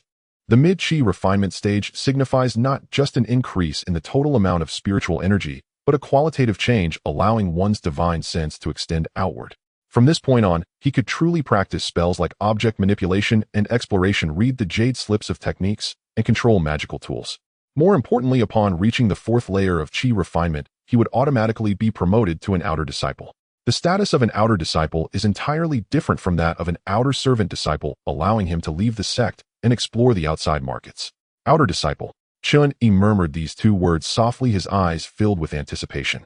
Just as he was immersed in his cultivation, waiting for an opportunity, a piece of news arrived. Zhang Jiuge, who had been away for several months, had returned and summoned him for an audience. Chen Yi immediately tidied himself up, suppressing the slight turbulence in his heart, and hurried to Zhang Jiuge's residence on the Deacon Peak. In the hall, Zhang Jiuge appeared to be still covered in dust from his travels, yet his face bore an evident look of joy, clearly having achieved significant gains on this trip. "Godfather, you have returned." Chen Yi stepped forward, bowing respectfully, his face displaying just the right amount of admiration. "I have returned." Zhang Jiuge looked at Chen Yi with satisfaction in his eyes. "On this trip, with Deacon Wang from the Alchemy Division, we were fortunate to jointly slay a peak 1st-grade tiger demon, resulting in considerable rewards. What is even rarer is that we fortuitously found a foundational spirit medicine." Chen Yi immediately revealed a mix of surprise and joy, sincerely congratulating Godfather's might is unrivaled. "Congratulations, Godfather. With this foundational spirit medicine, your success in establishing a foundation is surely guaranteed. At that time, your lifespan will greatly increase and your path will be wide. I too can enjoy the blessings." "Huh?" Zhang Jiuge burst into hearty laughter at this remark, patting Chen Yi's shoulder. "Yi always knows how to speak so sweetly." However, his smile slightly faded as he sighed. "Establishing a foundation is no easy task. I am over 60 now, and my vitality has begun to decline. I fear I may have only one chance to attempt foundational establishment in this lifetime. This spirit medicine can only increase the success rate by a mere 10%. The risk is still too great. It is not advisable." Chen Yi's face promptly displayed regret and concern this. Godfather, no need to worry. Zhang Jiuge waved his hand, regaining his spirits, his eyes sparkling with determination. You need not be concerned. I have already accumulated 2,700 contribution points through my contributions to the sect. I only need one last major task, and I can gather 3,000 contribution points to exchange for a fountain. Upon hearing this, Chen Yi immediately showed concern, unhesitatingly taking off his storage bag from his waist and presenting it with both hands. Godfather, I remember that disciples within the sect can trade contribution points. I still have some savings, about 300 spirit stones. Although it is a drop in the bucket, it is also my filial piety. Please accept that it may help you to gather points sooner. Zhang Jiuge looked at Chen Yi's sincere and eager expression, a flicker of emotion and appreciation passing through his eyes. He gently pushed the storage bag back, speaking softly, my son has a kind heart, I appreciate it. But keep these spirit stones for your own cultivation. He paused, explaining in detail, according to the sect's rules, in addition to contribution points, one must also complete records of 3 major tasks to exchange for a foundational pill. I have completed 2 tasks, once I finish this last one I can obtain a foundational pill. His tone carried a hint of pride and emotion at that time. With the foundational pill as the main ingredient supplemented by this foundational spirit medicine, I will have at least a 70% chance of success. Once the foundation is successfully established, my lifespan can extend to 200 years. Within the Qingyun sect, I will truly have a foundation to stand upon. At that time, protecting your growth will be a matter of course. Do you know that for scattered cultivators and small family cultivators outside, not to mention 3,000 contribution points, even offering 6,000 spirit stones may not necessarily secure a foundational pill. This channel through the sect is the greatest hope for us low-level cultivators. Chen Yi listened, his heart stirred, and immediately bowed deeply. Congratulations, Master, congratulations. Master's planning is profound and his foundation is solid. With unrivaled might, he will surely achieve the path of foundational establishment. The future of the Golden Core realm is also not beyond expectation. I am just waiting to cultivate in your shadow peacefully. Golden Core. Ha ha ha. Zhang Jiuge laughed heartily again, shaking his head. It is good to have this spirit. However, I am self-aware. With mid-grade 3 spirit roots, being able to break through to foundational establishment is already a stroke of luck. Achieving the Golden Core path requires immense opportunities and qualifications, and I dare not hope for it. Godfather, the opportunities in the cultivation world are unpredictable. As cultivators, we are destined to go against the heavens, and anything is possible. Chen Yi insisted, his tone filled with trust in Zhang Jiuge, resembling a son wishing for his father's success. Zhang Jiuge looked at Chen Yi's serious demeanor, feeling comforted, and smiled. Good, I shall borrow my son's auspicious words. He examined Chen Yi closely, his face showing even more joy. Have you already broken through to the 3rd level of Qi refinement? And your foundation is solid. It seems you have been at this breakthrough for some time. Good.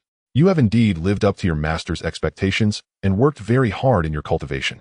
Chen Yi quickly replied humbly, it's all thanks to Godfather's guidance, granting me the position of team leader, allowing me to have a stable income of spirit stones to purchase Qi gathering pills for cultivation. Sometimes I can even buy some spirit fruits for assistance. That is how I have made this little progress. My son is truly outstanding. There is no need for excessive humility. Zhang Jiuge was increasingly satisfied with Chen Yi. Well done. Tomorrow I shall go exchange for a small broken yuan pill to help you quickly break through to the mid-stage of Qi refinement.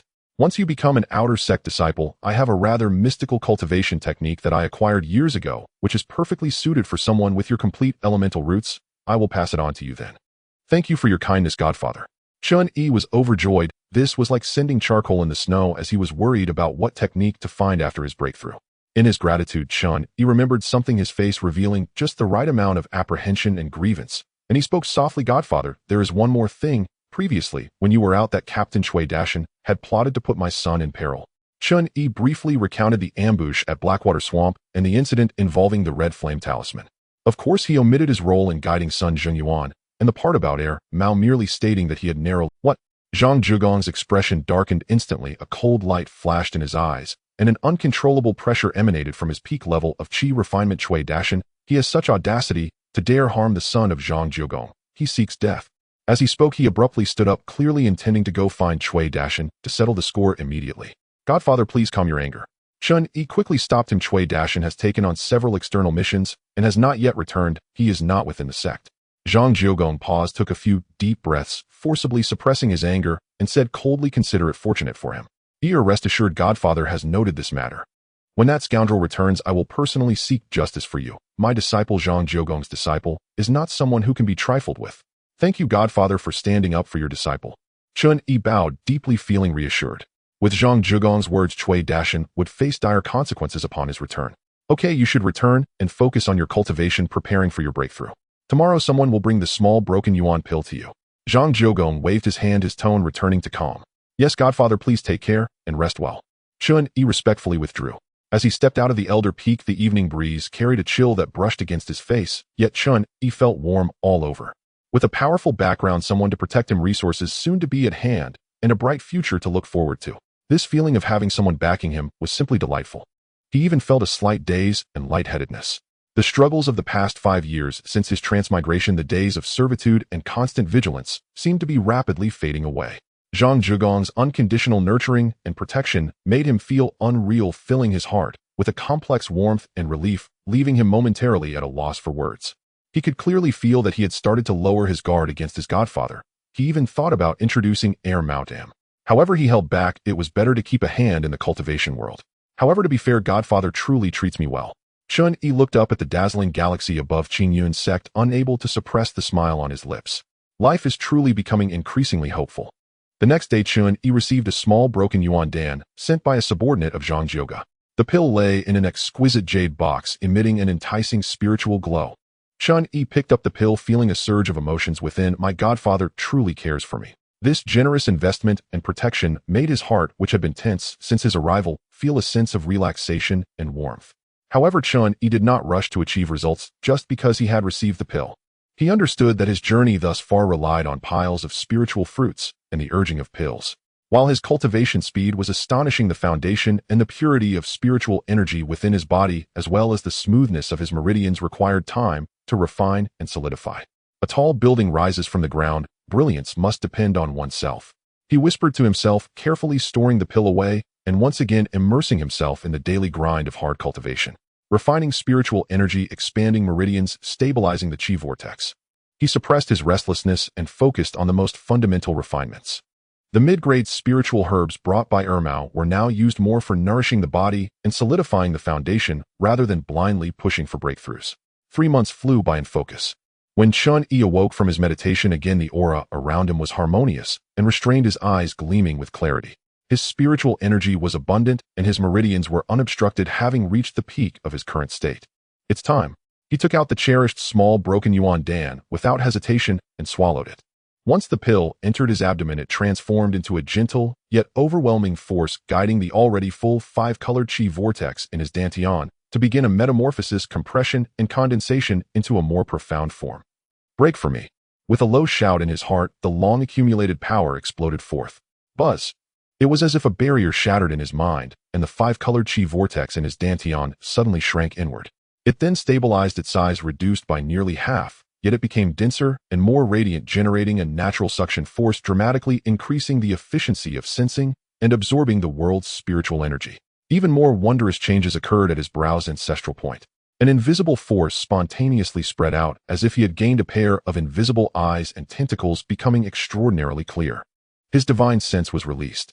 Although the range was only about a yard, it was indeed the most significant sign of reaching the mid-stage of chi refinement. Chi refinement, 4th layer achieved. Chen Yi suppressed the impulse to immediately experiment with his new ability and first stabilized the newly broken through and somewhat exuberant spiritual energy. After a moment, he carefully spread out the newly born divine sense power like ripples on water that slowly extended around him. A world of about a yard in size presented itself before him with unprecedented clarity and three-dimensionality. This is divine sense. Chen Yi felt a surge of excitement in his heart and decided to try this new ability in the spiritual field. He pushed open the gate and strolled toward the nearby spiritual field. The spiritual field in the early morning was shrouded in mist, and Wang Lin was crouched by the edge of the field, carefully inspecting the growth of a spiritual rice plant. Chen Yi stopped about a yard away from Wang Lin, his mind subtly moved and his divine sense quietly extended. In his perception, the operation of Wang Lin's spiritual energy became clear. That spiritual energy was not particularly thick, but it was stable and orderly, reaching the 2nd layer of chi refinement. Wang Lin seemed to sense something, instinctively looked up, and happened to see Chen Yi quickly putting down the array plate and standing up. Big brother Chen, you're here. Chen Yi retracted his divine sense, nodded, and wore a satisfied expression. Yes, just came out for a walk. Not bad. I see your spiritual energy operates steadily, and your cultivation has improved. This spiritual rice has been taken care of very attentively, indicating that effort has been put in. Diligent cultivation will surely yield results. Receiving Chen Yi's affirmation, Wang Lin's face showed excitement and gratitude. It's all thanks to senior brother's cultivation and guidance, granting me the pill and spiritual rice and promising to share the profits that I can focus wholeheartedly and not dare to slack off in the slightest. It's the reward of your hard work. Chen Yi waved his hand, feeling even more delighted. The divine sense probe indeed proved useful, but could not only observe the environment, but also roughly assess others' cultivation levels.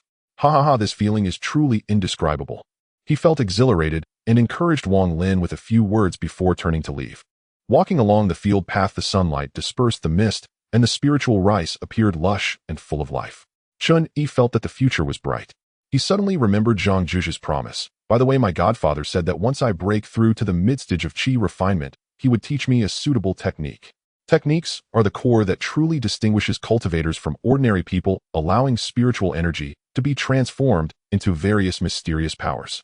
With divine sense, one can read higher-level technique, jade slips, and truly begin to cultivate those legendary spells and supernatural abilities. Thinking of this, Chen Yi's heart burned with enthusiasm, almost unable to wait to visit Zhang Zhuge. Soon Chen Yi arrived outside Zhang Zhuzh's residence and respectfully announced, "My godfather Chen Yi has come to pay his respects. Come in, my son, and stand to the side to wait." Zhang Zhuzh's voice came from within the courtyard. Chen Yi pushed the door open and entered, noticing Zhang Zhuge practicing sword techniques in the empty courtyard. He did not hold a real sword, merely using his fingers as a sword, drawing through the air. However, with his movements, streams of condensed sword energy burst forth, producing a clear ringing sound with trajectories that were profound and unpredictable. The final move even conjured 8 dazzling phantom swords merging with his own sword fingers, 9 swords returning to 1, slashing through the air. Though not aimed at any physical object, the fierce and domineering sword intent still made Chen Yi feel a slight sting on his skin. Zhang Zhuge gathered his aura and stood still, the sword energy around him dissipating as if he had never made a move. "Godfather, you are magnificent. Your sword technique is profound, truly deserving of the title Sword Immortal." Chen Yi sincerely praised. Just a small trick." Zhang Zhuge was in good spirits, laughing as he asked, "What brings my son here?" "Thanks to my godfather's great fortune in granting me the small broken Yuan Dan, I have successfully broken through and entered the 4th layer of qi refinement today," Chen Yi reported with a bow, his tone filled with joy. "Oh." Zhang Zhuge swept his divine sense over him, and his smile broadened. "Good, you have not disappointed your father. Your foundation is solid and your spiritual energy is pure. It seems those 3 months were not in vain. Have you gone to the administrative hall to change your outer disciple token?" "Not yet. After my breakthrough, I came straight to my godfather to report the good news." Well done." Humble, sensible, and filial Zhang Zhuge was increasingly satisfied with Chen Yi's demeanor. He nodded and said, "Since you have reached the mid-stage of qi refinement, I will now pass on the promised technique." With that, he raised his hand to sweep his storage bag, and a jade slip, completely emerald, warm, and translucent, appeared in his palm. Unlike ordinary jade slips that merely recorded text, this one faintly shimmered, indicating a higher grade. This technique is not one passed down by the sect. It was obtained by your godfather during his early explorations of the outer cave of a perfected foundation establishment cultivator known as Wuyuan Shangren. Its entry requirements are stringent. One must possess all 5 elemental roots to cultivate it. Your godfather found it useless, but it perfectly matches your spiritual root aptitude. Currently, only the 1st volume is available, which allows cultivation up to the 9th layer of qi refinement. Once I finish my sect mission, I will seek another opportunity to explore the depths of that cave and see if I can retrieve the next volume for you. Upon finishing his words, Zhang Zhuzh's fingertips surged with a gentle green spiritual energy enveloping the jade slip, which then transformed into a stream of light directly pointing towards Chen Yi's brow. "Concentrate and absorb well." This is a hand-inherited jade slip containing the true essence and evolution of the technique, which is 100 times stronger than those rigidly worded slips from the sect. Understand it deeply, or do not let it go to waste. Hearing this, Chen Yi immediately focused his mind and concentrated. In an instant, a vast amount of information surged into his brain. The first image that appeared was a blurred silhouette of a cultivator practicing the technique. The silhouette first summoned fierce flames that blazed brightly, then transformed into flowing water, followed by vibrant trees bursting with life and solid earth nurturing all things. Finally, sharp gold energy emerged. The 5 elements rotated, mutually generating and restraining each other, ultimately merging perfectly into a chaotic and immense power of the 5 elements, exuding an overwhelming might that seemed capable of countering and dissolving all elemental energies. Following this, the silhouette transformed into a gentle flowing sound, deeply imprinting the profound mantra's operational routes and crucial points of the technique into Chen Yi's consciousness in the most comprehensible manner. Half an hour later, Chen Yi slowly opened his eyes, a flash of five-colored brilliance fleeting in his gaze. He had comprehended the essence of this technique. 5 Elemental Primal Technique. He murmured, uttering the name of the technique. This method has extreme requirements for spiritual roots, making entry very difficult. However, once mastered, it could cultivate 5 elemental primal spiritual energy, exhibiting strong resistance against elemental spells and completely countering elemental techniques. Yet the cultivation process is also quite extravagant, requiring constant absorption and refinement of corresponding elemental treasures, such as first-grade spiritual fire and spiritual water, to enhance each elemental spiritual power. Each time a treasure of a specific elemental attribute is absorbed, the power of the corresponding spells would greatly increase until the 5 elements are perfected and the primal essence is formed. Thank you, Godfather, for bestowing such a divine skill. Chen Yi bowed deeply, his heart stirred. This technique holds great potential, perfectly suited for him, but it also signifies that his future resource needs will be astronomical. As long as you can comprehend it, that is good. You can practice the technique first, and for the required spiritual materials, your Godfather will help you keep an eye out in the future. Zhang Jioge said with relief. However, this technique emphasizes foundation and spiritual power traits, excelling in offense and defense, but lacking in escape skills. Throughout your cultivation journey, where dangers lurk, avoid fights whenever possible. Since you are now an outer disciple, you may go to the sect's scripture pavilion to freely find a movement technique to complement it. I just saw that stunning sword technique, and I can't help but ask, Godfather, may I have the honor to learn that sword technique? I also wish to wield a sword like you, Godfather. Upon hearing this, Zhang Jioge fell silent for a moment, a complex emotion flashing across his face. He shook his head and sighed, alas. This sword technique of mine, named Changhe Jioge, while powerful enough to dominate peers, requires condensing extreme sword energy in the dantian at its deeper levels, which harms one's life essence, leading to infertility. Your Godfather acquired it by chance years ago and had no choice but to follow this path. You are still young, and the journey ahead is long. There is no need to take this desperate route. Once you have descendants in the future, and inheritance is hopeful, if you still wish to learn it, I can teach you then.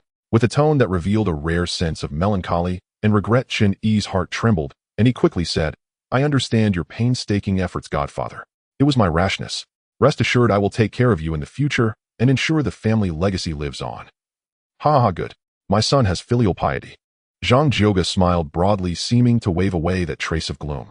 Though I cannot pass on Changhe Jioge to you, I have another life-saving secret technique that I can teach you. Step forward. Chen Yi complied and stepped forward.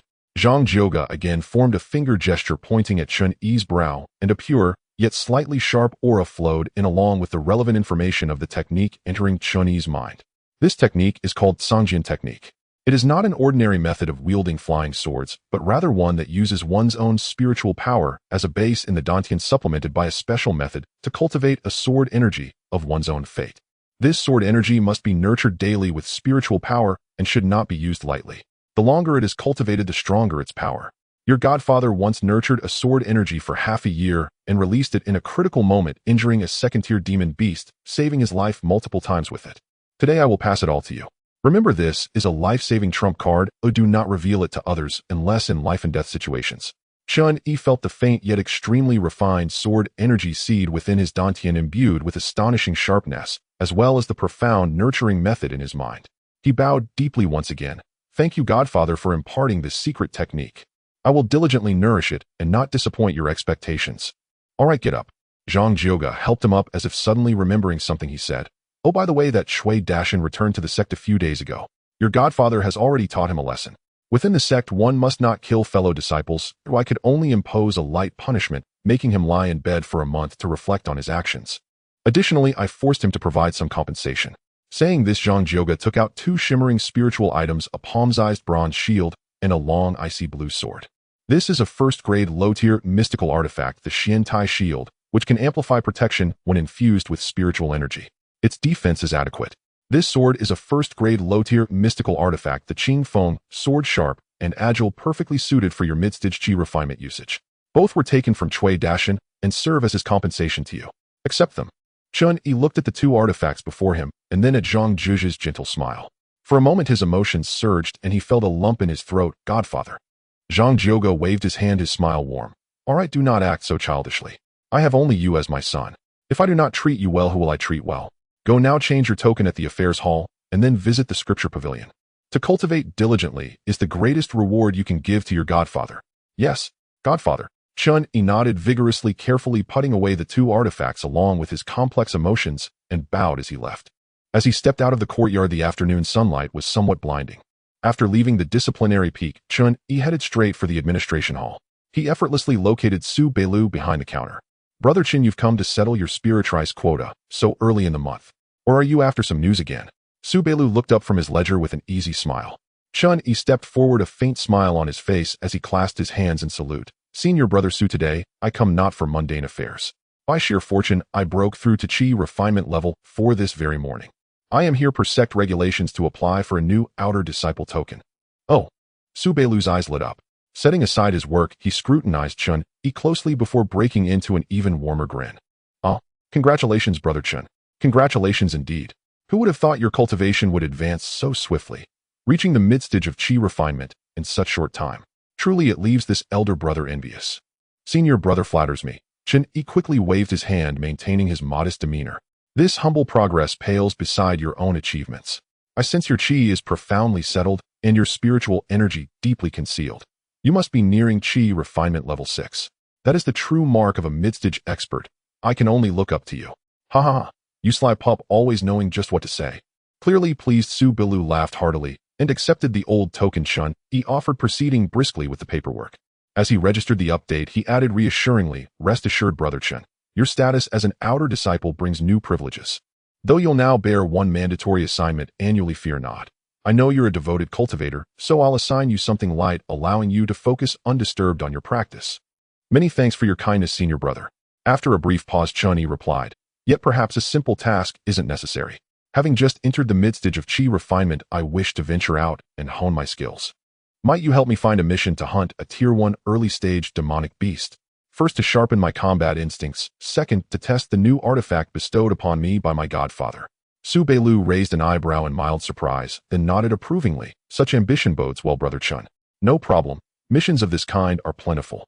Let me see. Ah, this one suits you perfectly. Submit the intact corpse of a Tier 1 early-stage demonic beast. The deadline is generous. 1 year. And ideal for someone newly ascended needing time to adapt. The reward is 30 contribution points. Not extravagant, yet perfectly suited for a training mission. With practiced efficiency, he handed Chen Yi a new jade token, azure-hued, engraved with cloud motifs, and the characters, outer disciple. He explained further, this is your new identity token, officially recorded in the sect archives. Starting this month, you'll receive 20 base contribution points monthly as an outer disciple.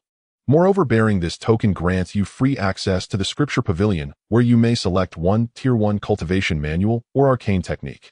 By the way, several halls, including the Alchemy Hall, Artifact Hall, and Talisman Hall, are currently recruiting promising outer disciples. Should you feel inclined, you're welcome to sit their selection trials. Though, given your connection with your esteemed master, there's no need to rush. Many thanks for your guidance, senior brother. Chen Yi accepted the smooth, warm jade token, sensing the refined array resonance within, a tangible affirmation of his new standing. It was more than a symbol, it was real privilege. Then I shall not detain you further, senior brother. I'll head to the Scripture Pavilion to browse manuals. Bidding farewell to Su Beilu, Chen Yi followed the path to the Scripture Pavilion, nestled midway up the main peak. A majestic ancient 70-year pagoda with soaring eaves and bracketed roofs, its surface shimmering faintly with spiritual light, exuding solemn grandeur. At the entrance sat a young inner disciple clad in white robes, motionless in meditation, his aura deep and unfathomable, the pavilion's appointed guardian. Chen Yi adjusted his robes and approached respectfully. Greetings, senior brother. I am Chen Yi, newly elevated to outer disciple status, here to select a cultivation manual. Without opening his eyes, the inner disciple extended a hand, voice cool and detached, your identity token. Chen Yi promptly presented the Azure Jade token. Beneath the token, his fingers subtly slid forward 20 low-grade spirit stones, lowering his voice with quiet sincerity. I am a disciple under Supervisor Zhang Jioga of the Servant Office. My first visit. Seeing how diligently you guard this place, I offer this small token merely to treat you to tea. I humbly beg your guidance. Feeling the spirit stones in his palm, the inner disciple paused almost imperceptibly, then finally lifted his gaze, sweeping it over Chen Yi's face before glancing at the stones. The amount was modest, but this newly promoted outer disciple was courteous, well-mannered, and had wisely invoked Supervisor Zhang Jioga's name. The aloofness on his face softened slightly. He pocketed both the stones, and the token verified its authenticity and spoke with markedly gentler tone. So, you are Supervisor Zhang's distinguished disciple. Brother Chen, which category of manual do you seek? The first floor alone holds countless scrolls. Without direction, even an hour's time may prove insufficient. Exactly. The spirit stones were well spent. Chen Yi steadied his breath and replied at once. Many thanks, senior brother. I seek a movement-based manual. A movement manual? The inner disciple paused briefly, then pointed toward a section inside. Proceed to shelf row B3. There you'll find texts on light body techniques, footwork, and evasion arts. Remember, you have precisely 1 hour.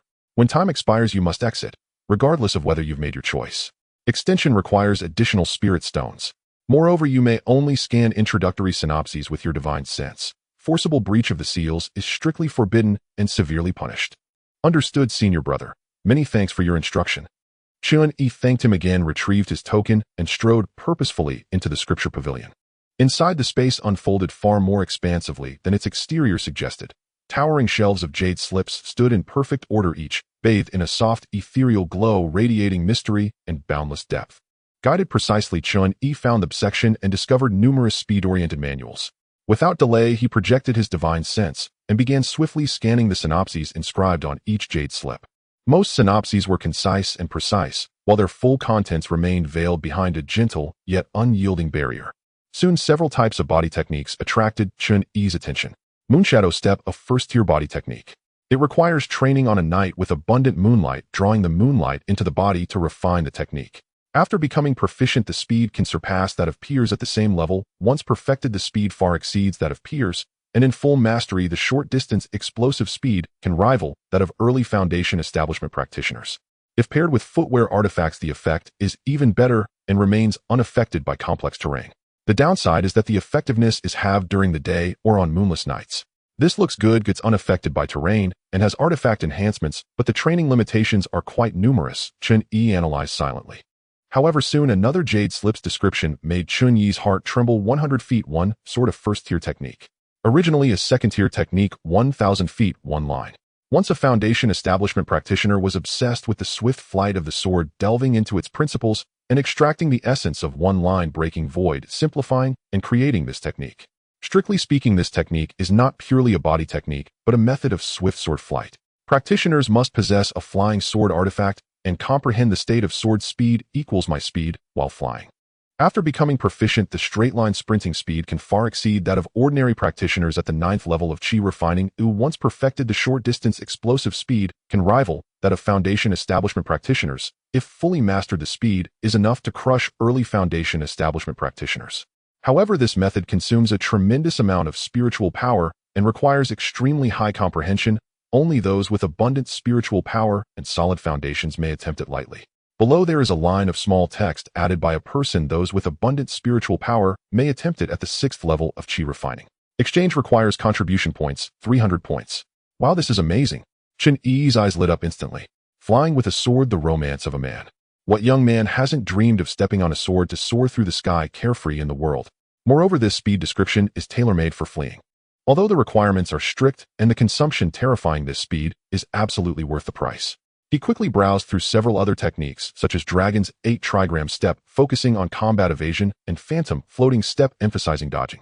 Though each has its unique uses, in comparison, the extreme speed of 100 feet one sword and the obsession with sword flight deeply attracted him.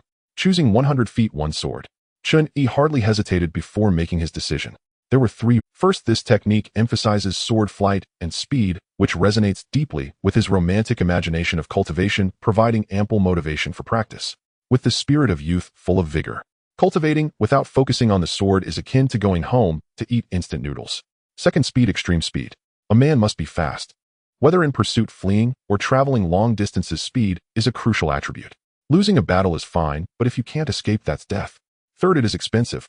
It requires 300 contribution points, while most other body techniques are around 150 or 200 points.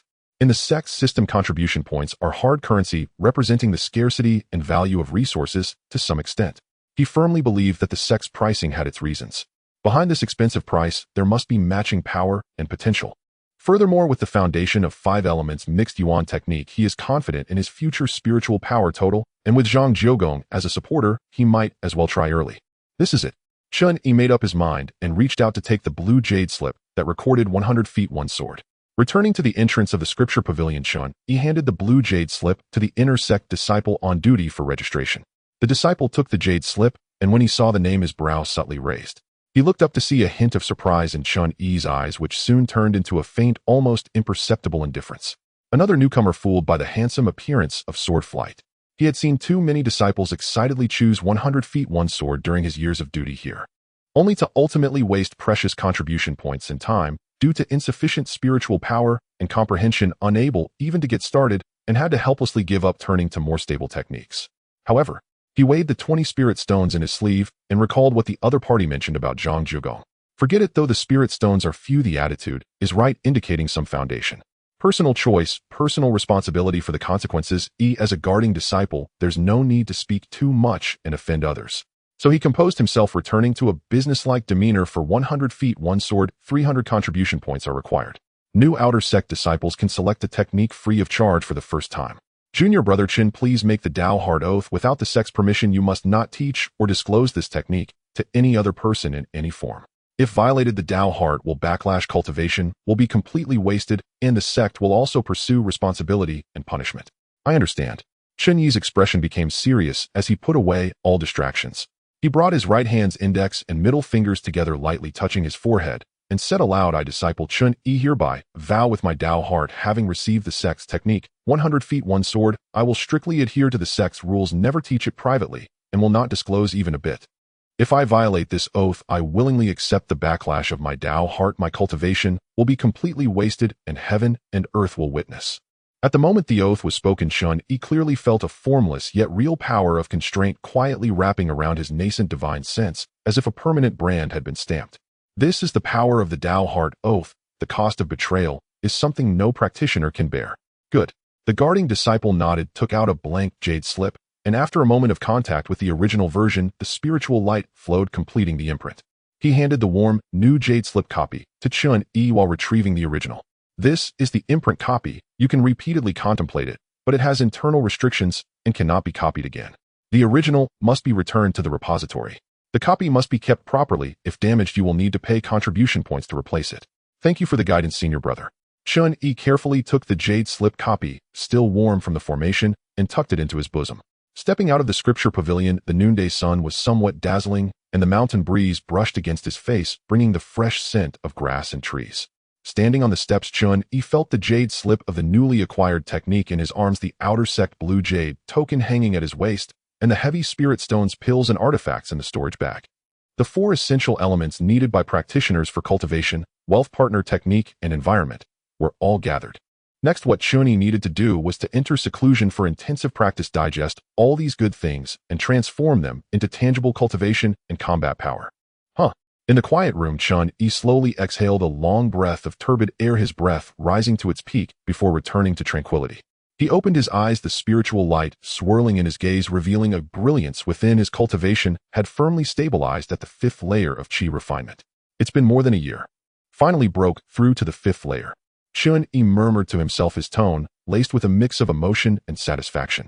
This breakthrough was not only due to his continuous hard work and the accumulation of elixirs, but also significantly aided by a first-grade superior spirit fruit, the snake scale fruit, which Mao had risked bringing back from the sect's spiritual plantation a while ago.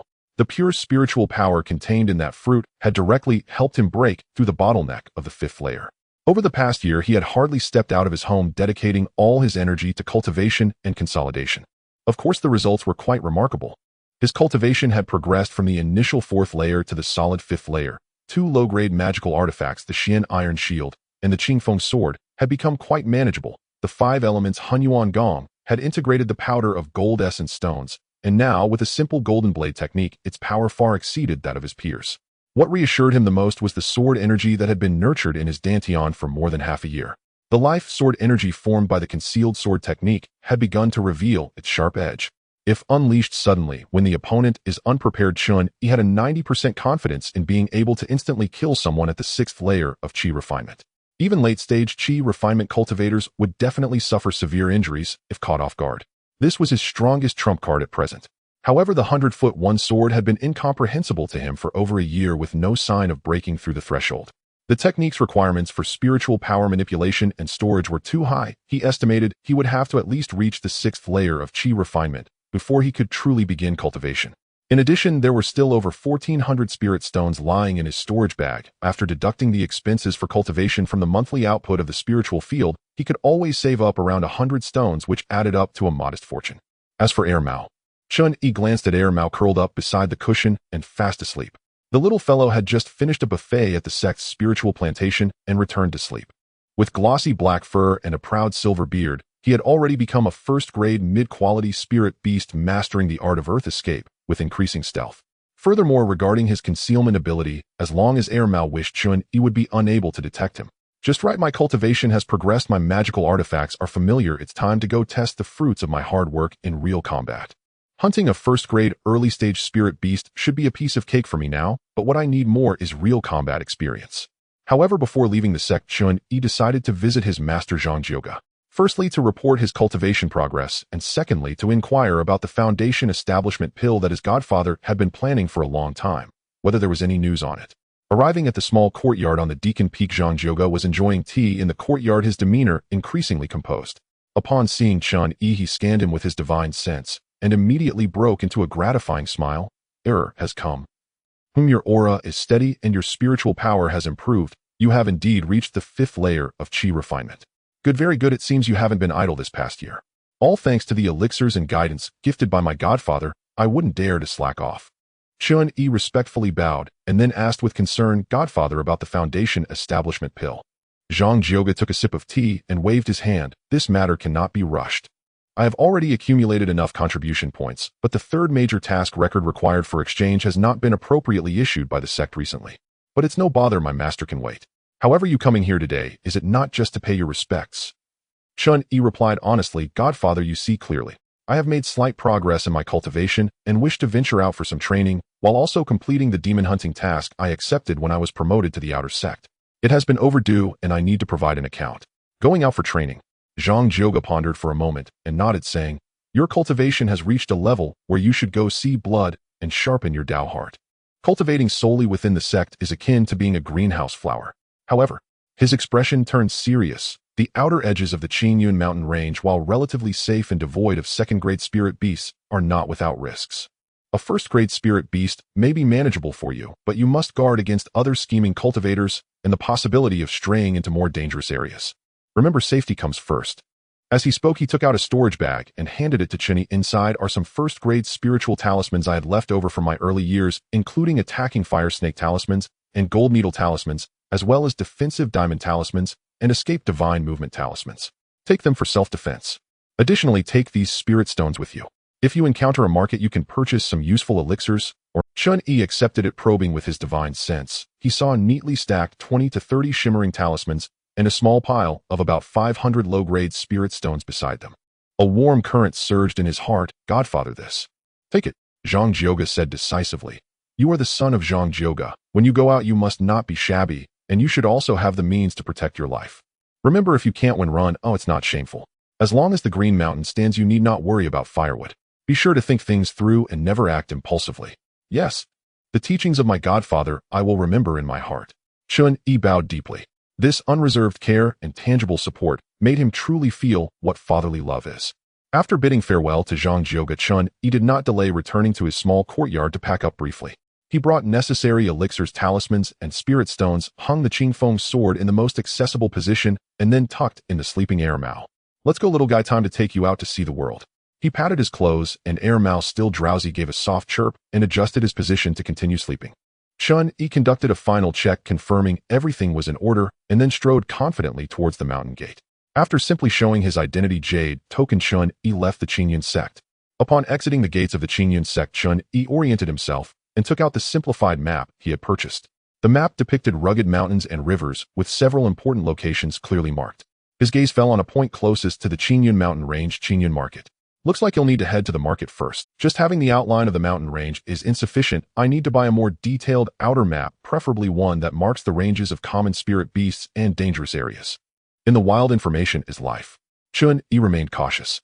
He stored the map away, oriented himself, and headed towards the location of Qingyun Market. Along the way, he occasionally spotted other cultivators, some traveling alone, others in pairs, all bearing the marks of travel and vigilance. This made him realize that leaving the sect's protection had truly led him into a more complex, genuine, and ever-changing world of cultivation. The Qingyan market was far more bustling than Chen Yi had imagined. The streets crisscrossed, lined with numerous shops, each with vibrant signs competing for attention. Among the crowd, cultivators dressed in various attires came and went, their auras varying in strength. There were low-level cultivators in the qi refinement stage, as well as some who occasionally passed by exuding the pressure of latest-stage qi refinement cultivators. Chen Yi navigated through the market, curiously observing the stalls and shops on either side. The goods were indeed diverse and mixed. He stopped at a stall selling pills, picked up a jade bottle labeled Gathering Qi pill, removed the cork, and sniffed, then probed with his divine sense, frowning slightly. This pill contained quite a bit of impurities, and its medicinal potency was thin. It was likely inferior even to the substandard products from the sect's alchemy room. He mused silently, glancing at the price tag, 35 low-grade spirit stones. He sighed, putting the jade bottle down and shaking his head as he left. He wandered through several more artifact shops where the quality was equally mixed. Some artifacts emitted a dim spiritual light with crude formations inside. Others were grossly overpriced, clearly aimed at fleecing customers.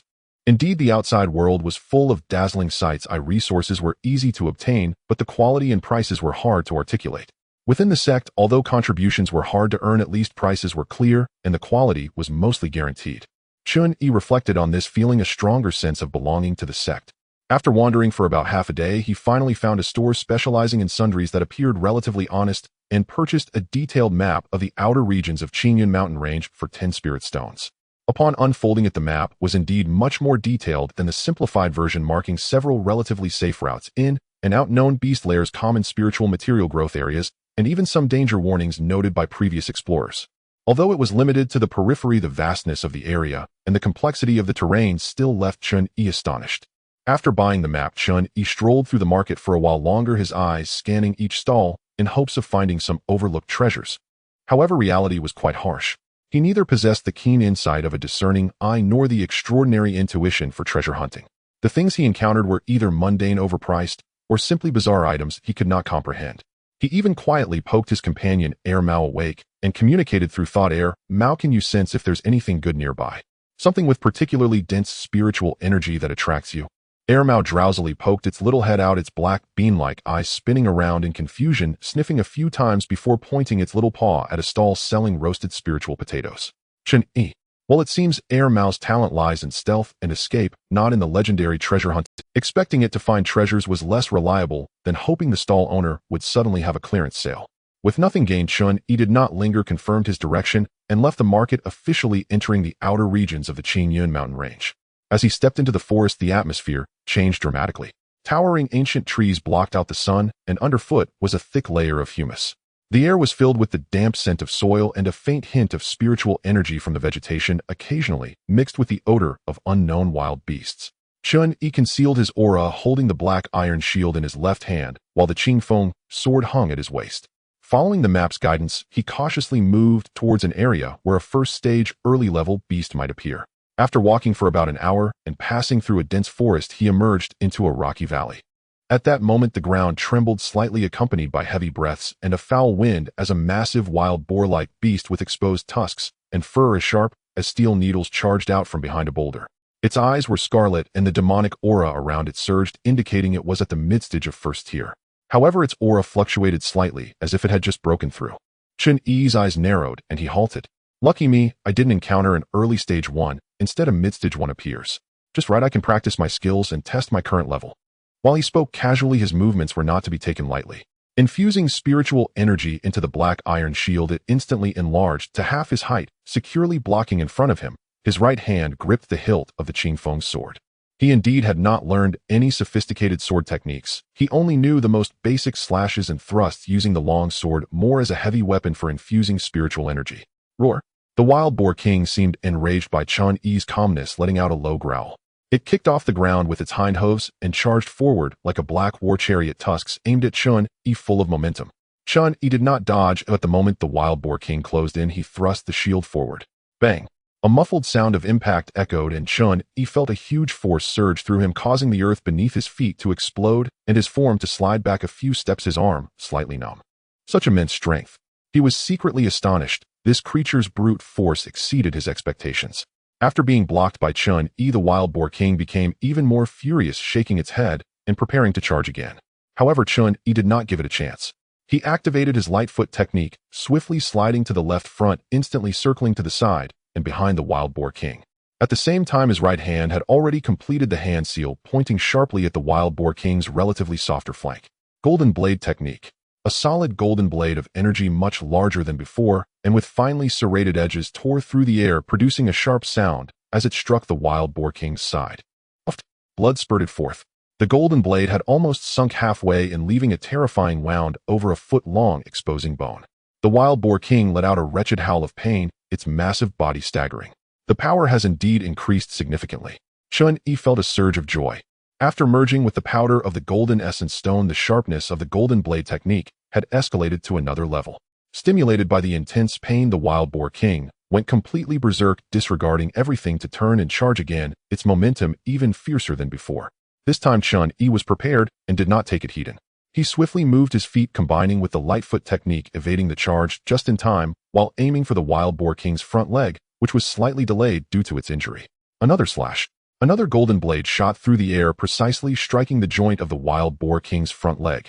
Crack. The sickening sound of bones cracking echoed as the Wild Boar King's two front legs broke instantly, its massive body crashing forward, sending up a cloud of dust, leaving only its pitiful wails. Chen Yi would not let such a perfect opportunity slip by. He sprang forward, leaping into the air, infusing spiritual energy into the Qingfeng sword, which shimmered with a faint light, and aimed for the vital spot on the Wild Boar King's exposed neck as it raised its head to howl, thrusting with all his might. The long sword pierced through the skull, embedding itself to the hilt. The Wild Boar King's roar abruptly ceased, its limbs twitching a few times before falling silent. Huff! Chen Yi withdrew his sword and stepped back, breathing slightly heavily. Although the first actual kill of a beast seemed to go smoothly, he knew he had still been nervous. The distribution of spiritual energy during the shield's defense was uneven, and the timing of employing the Golden Blade technique could have been more exquisite. Ultimately, the final thrust with the sword was somewhat excessive and risky, had the beast retaliated at the last moment. Lack of experience, clumsy techniques, and my use of spiritual energy could be more precise. He calmed his breath while quickly reviewing the encounter. However, the power of the Golden Blade technique, the combination with artifacts, and the decisive actions at critical moments were all satisfactory. With a bit more practice, it would be fine. He approached the Wild Boar King's corpse and began skillfully harvesting materials. The tusks, the toughest hide, and a gallbladder containing demonic energy were all valuable resources. Roughly estimating, this newly advanced mid-stage Wild Boar King was worth about 270 to 80 spirit stones. After gathering the materials, Chen Yi glanced at the map and then looked towards the deeper, more mysterious forest ahead. The task has been exceeded. However, since I'm here, I might as well use this opportunity to hone my skills. I'll explore further as long as I don't venture into dangerous areas.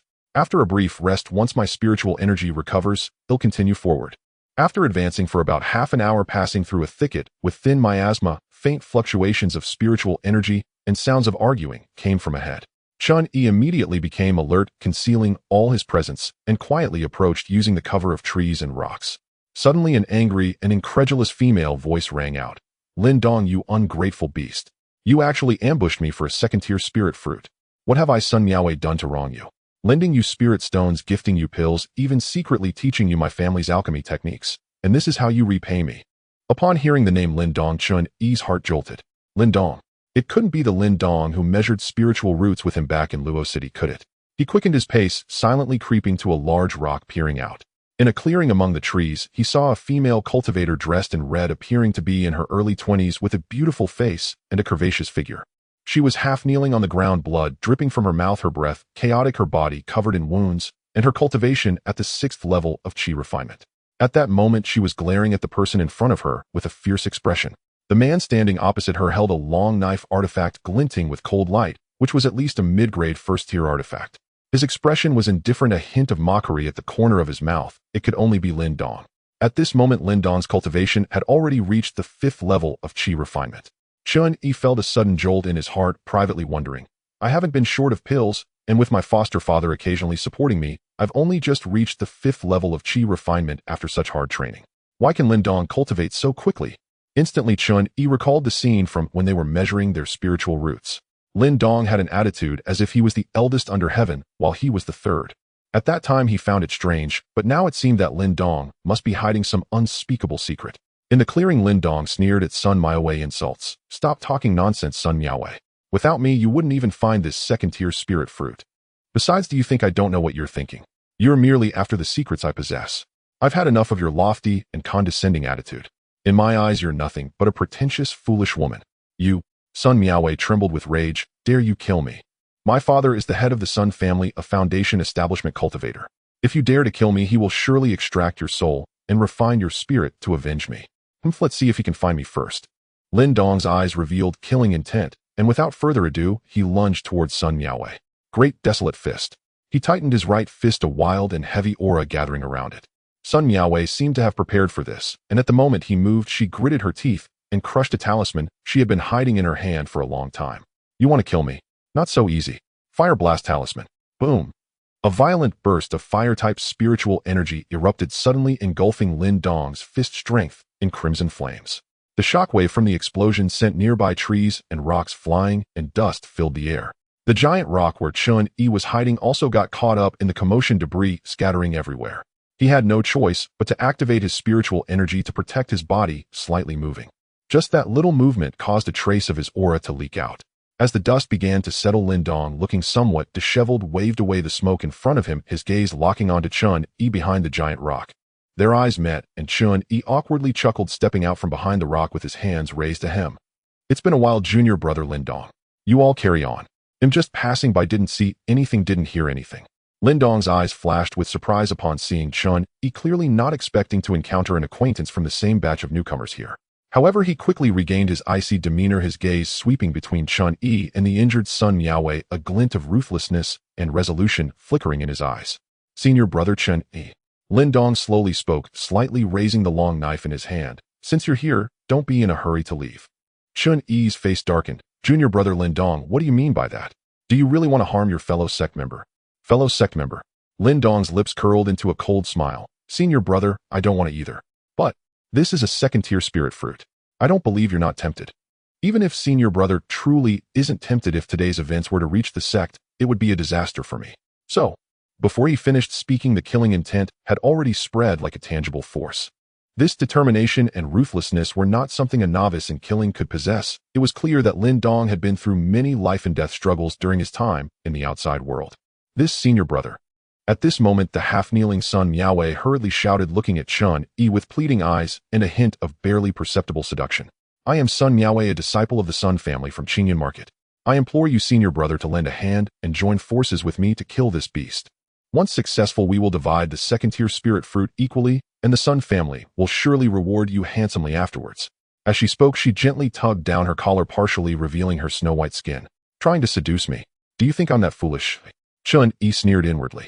This woman, even at the 6th level of Qi refinement, was forced into such a state by Lin Dong, indicating that Lin Dong's true combat power far exceeded his visible cultivation level. Pulling him into an alliance now was just a way to find a scapegoat and a shield. That little charm was utterly useless to someone like him who had clawed his way up from the bottom. However, he feigned hesitation and struggle on his face, and in the end it seemed he made up his mind. Looking at Lin Dong, he said solemnly, Junior brother Lin Dong, I'm sorry. Miss Sun is right. The second-tier spirit fruit is indeed tempting. Lin Dong's gaze turned colder and his grip on the knife tightened. A hint of joy and hope appeared on Sun Miaowei's face. However, just as Lin Dong was fully alert, preparing to face the combined attack of the two, Chen Yi suddenly retreated without warning and immediately activated the two talismans he had already held in his hands. One was the movement talisman given by Zhang Jioga, granting him an explosive increase in speed.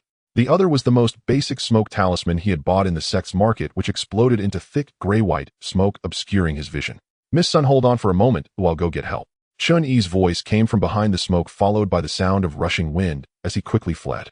The joy on Sun Miaowei's face instantly froze, turning into disbelief and despair. Lin Dong was also taken aback, but quickly reacted. His eyes filled with cold light, and without hesitation he slashed through the smoke, only to find that Chen Yi's figure had already retreated dozens of meters away, fleeing into the woods at an astonishing speed. He glanced back at the heavily injured and incapacitated Sun Miaowei, then looked in the direction where Chen Yi had fled, quickly making his decision to kill first and chase later. Without hesitation, he turned to face Sun Miaowei. No, Lin Dong, you dare. Sun Miaowei's pupils constricted in terror. What is there to be afraid of? Lin Dong's voice was cold and devoid of emotion. He raised his right fist once again, the wild and heavy great desolate fist, strength denser and more violent than before, aimed at Sun Miaowei head. Die! The fist energy tore through the air, crashing down with overwhelming force. Sun Miaowei could only let out a short piercing scream before being completely engulfed by the earthy yellow fist light. The sound of bones cracking and muffled thuds echoed in the dust, then suddenly fell silent. Lin Dong retracted his fist, glancing indifferently at the quickly lifeless bloodied remains on the ground, and hurried after Chen Yi. Lin Dong's speed was extraordinarily fast, far surpassing an ordinary 5th-level Qi refinement cultivator. Even with the movement talisman's enhancement, Chen Yi had not managed to create a safe distance. At this moment, Chen Yi was racing through the woods with the aid of the movement talisman, secretly cursing, "Damn it, Lin Dong is truly decisive, killing Sun Miaowei to silence her, then coming after me. He's determined to root me out. No, this won't work. At this rate, I will soon be caught."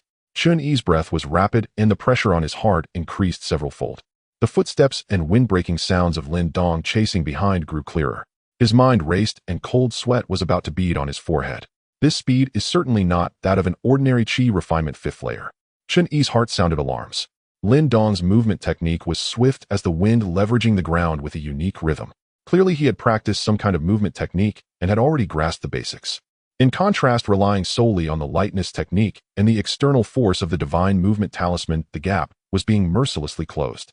At this rate, within half a stick of incense, he would definitely be caught. Being beaten passively was not Chen Yi's style. A fierce glint flashed in his eyes. I must disrupt his rhythm and create an opportunity. Ahead, the mountain path took a sharp turn, with a massive boulder towering at the corner, forming a natural blind. A plan suddenly formed in Chen Yi's mind, a surge of fierce intent rising. "Let you chase? Oh, I won't let you off this time." He did not slow down. Instead, he poured his last ounce of spiritual energy into his legs, increasing his speed and dashing around the corner. Just as his figure vanished behind the boulder, his left hand was already gripping a thick stack of talismans. Fire snakes, golden needles, thorns, earth spikes. A mix of attributes totaling over a dozen. Without hesitation, he activated them all and hurled them fiercely towards the path where Lin Dong was about to appear. The moment the talismans left his hand, Chen Yi rolled on the ground and hit at the base of the boulder, activating the black iron shield to block in front of him. Almost simultaneously as he completed his evasion.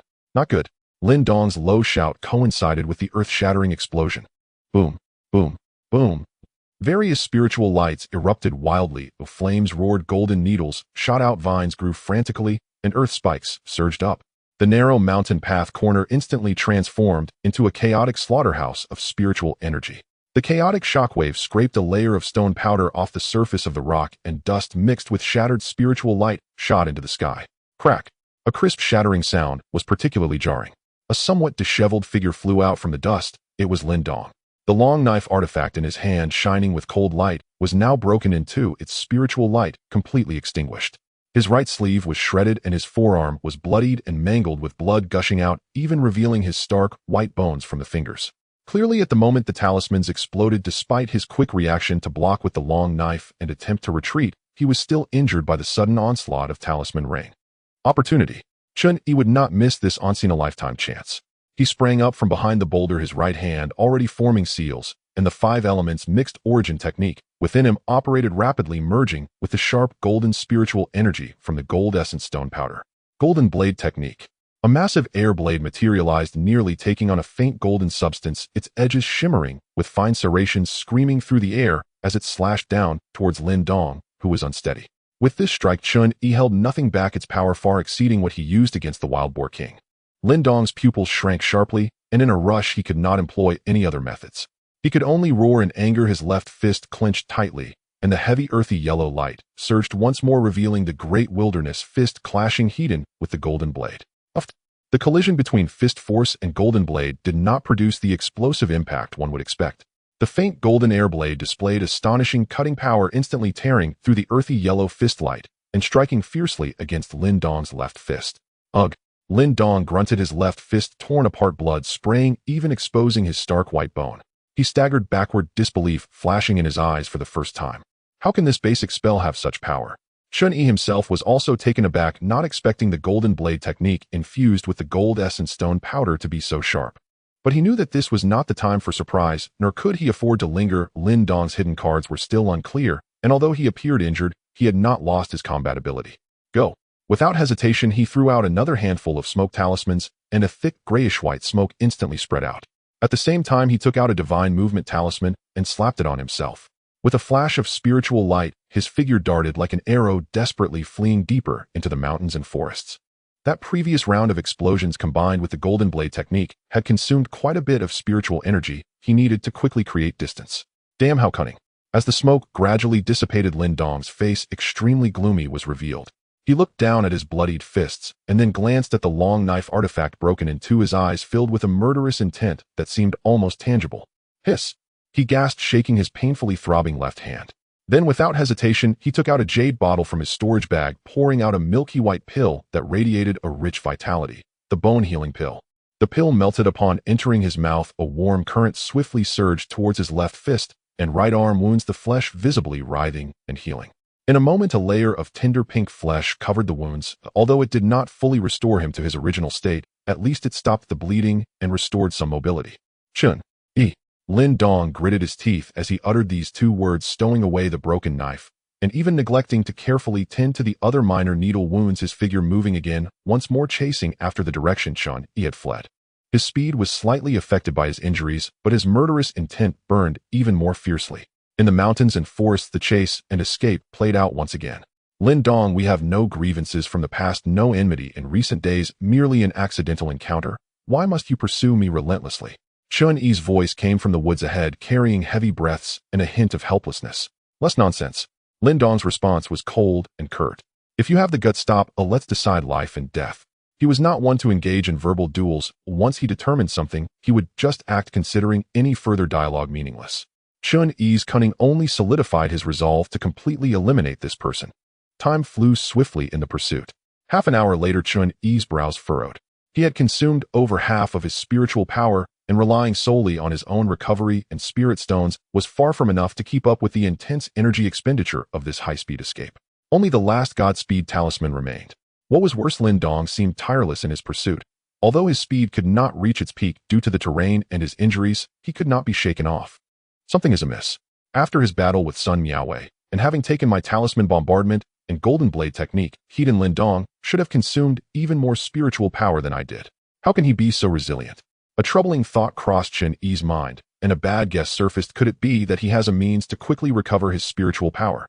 With the mountain terrain ahead growing increasingly perilous, and his spiritual power nearly depleted, should the Godspeed talisman completely fail, a drastic drop in speed would inevitably lead to being caught. Rather than being easily slain when exhausted, it would be better to take a chance now, while he still had some strength left. With this thought in mind, Chen Yi suddenly halted. Turning around to face the direction of pursuit, his chest heaved slightly, but his gaze sharpened as he assumed a posture prepared for a desperate battle. After a few breaths, Lin Dong's figure appeared among the trees, his breath slightly ragged, yet his gaze remained sharp. Senior brother, you've finally stopped running.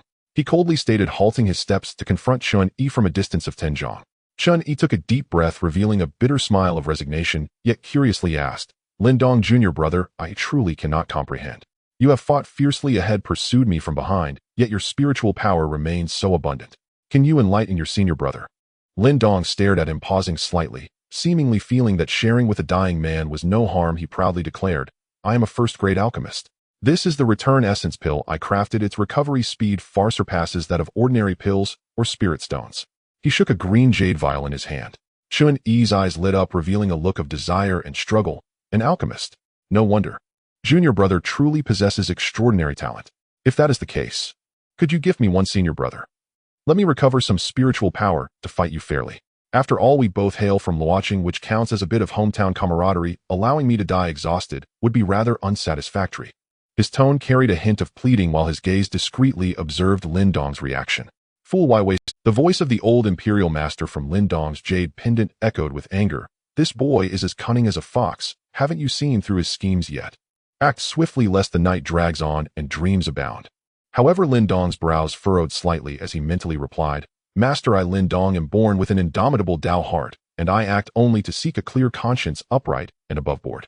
Killing him is to eliminate future threats. It is a matter of blocking the Dao, not personal animosity. Since he speaks of a fair fight, what harm is there in giving him a pill to recover? Do you think that in his prime state he will pose a threat to me? His words carried a strong confidence, even tinged with a hint of disdain for Chen Yi's strength. He will not escape.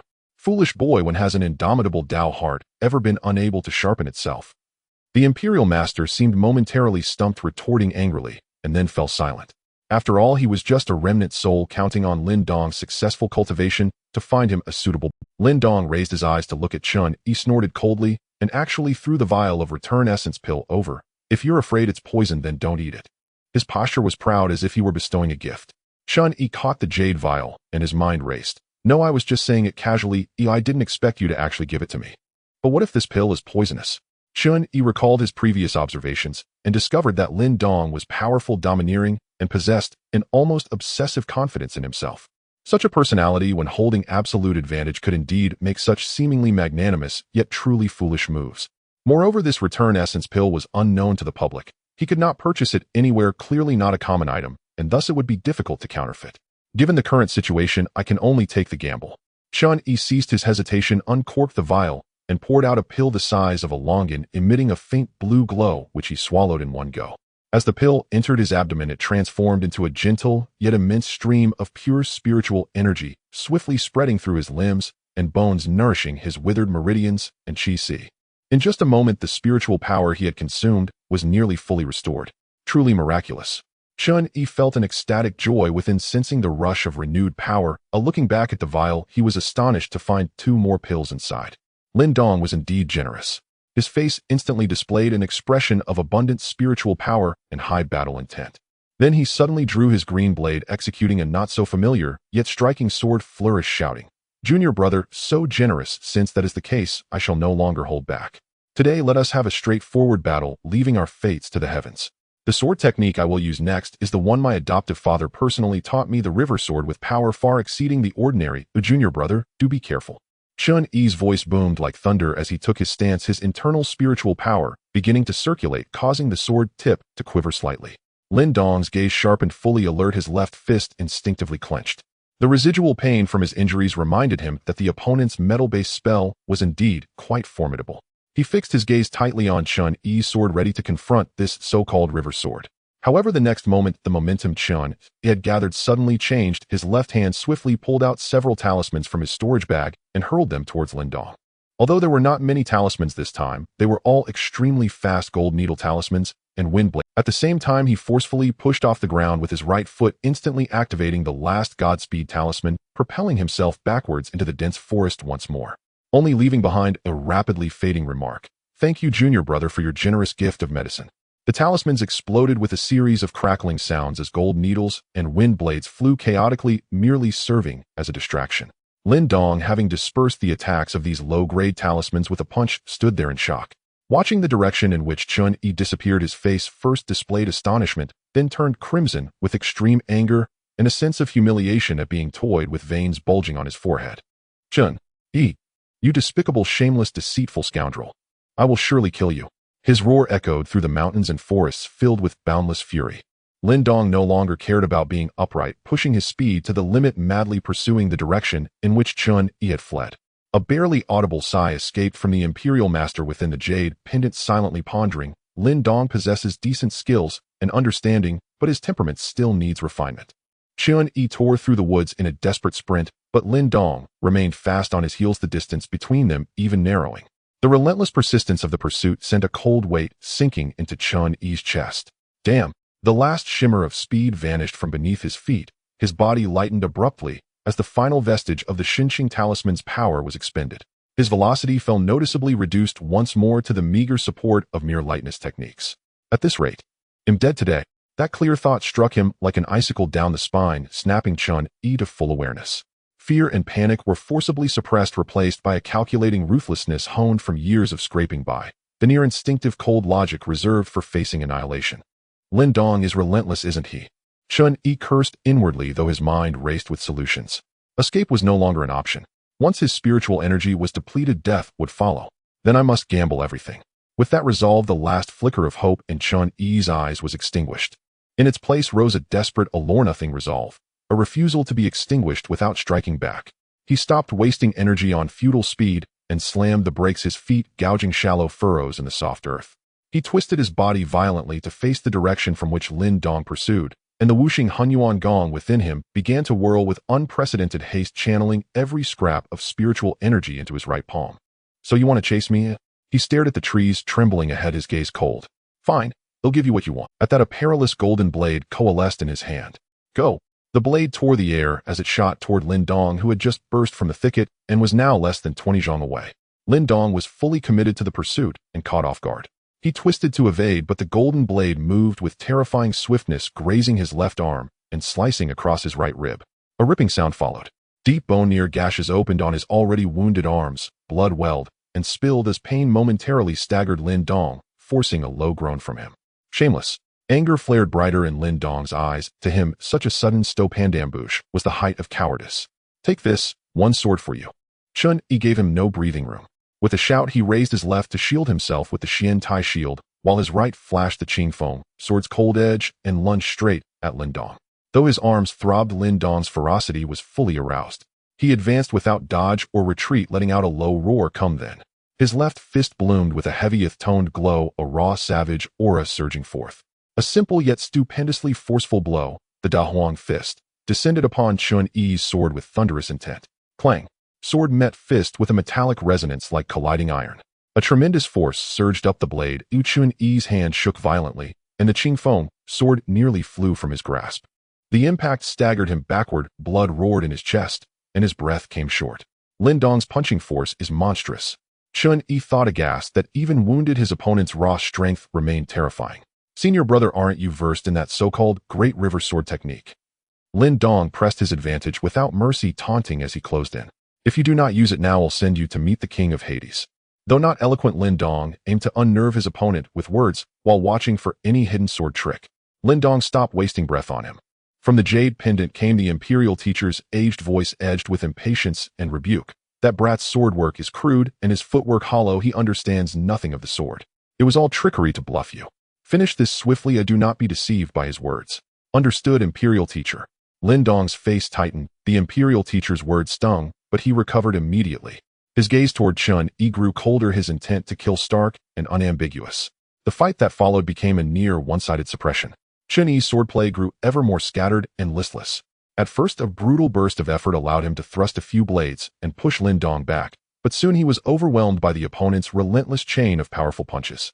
For the most part, he was forced to use the Xian Tai shield to parry and block, continually pouring spiritual energy into it to withstand the Da Huang fist's successive crushing blows. The shield's surface flickered with unsettled light under immense strain. Fortunately, his habitual study of spells had not been neglected, and he could occasionally seize an opening to spit out a golden blade spell. Though not fatal, those attacks gave Lin Dong pause. He began to dodge or deflect with his fists. Chen Yi's face drained of color, his breathing was ragged, his spiritual energy nearing exhaustion. Defeat loomed in an instant.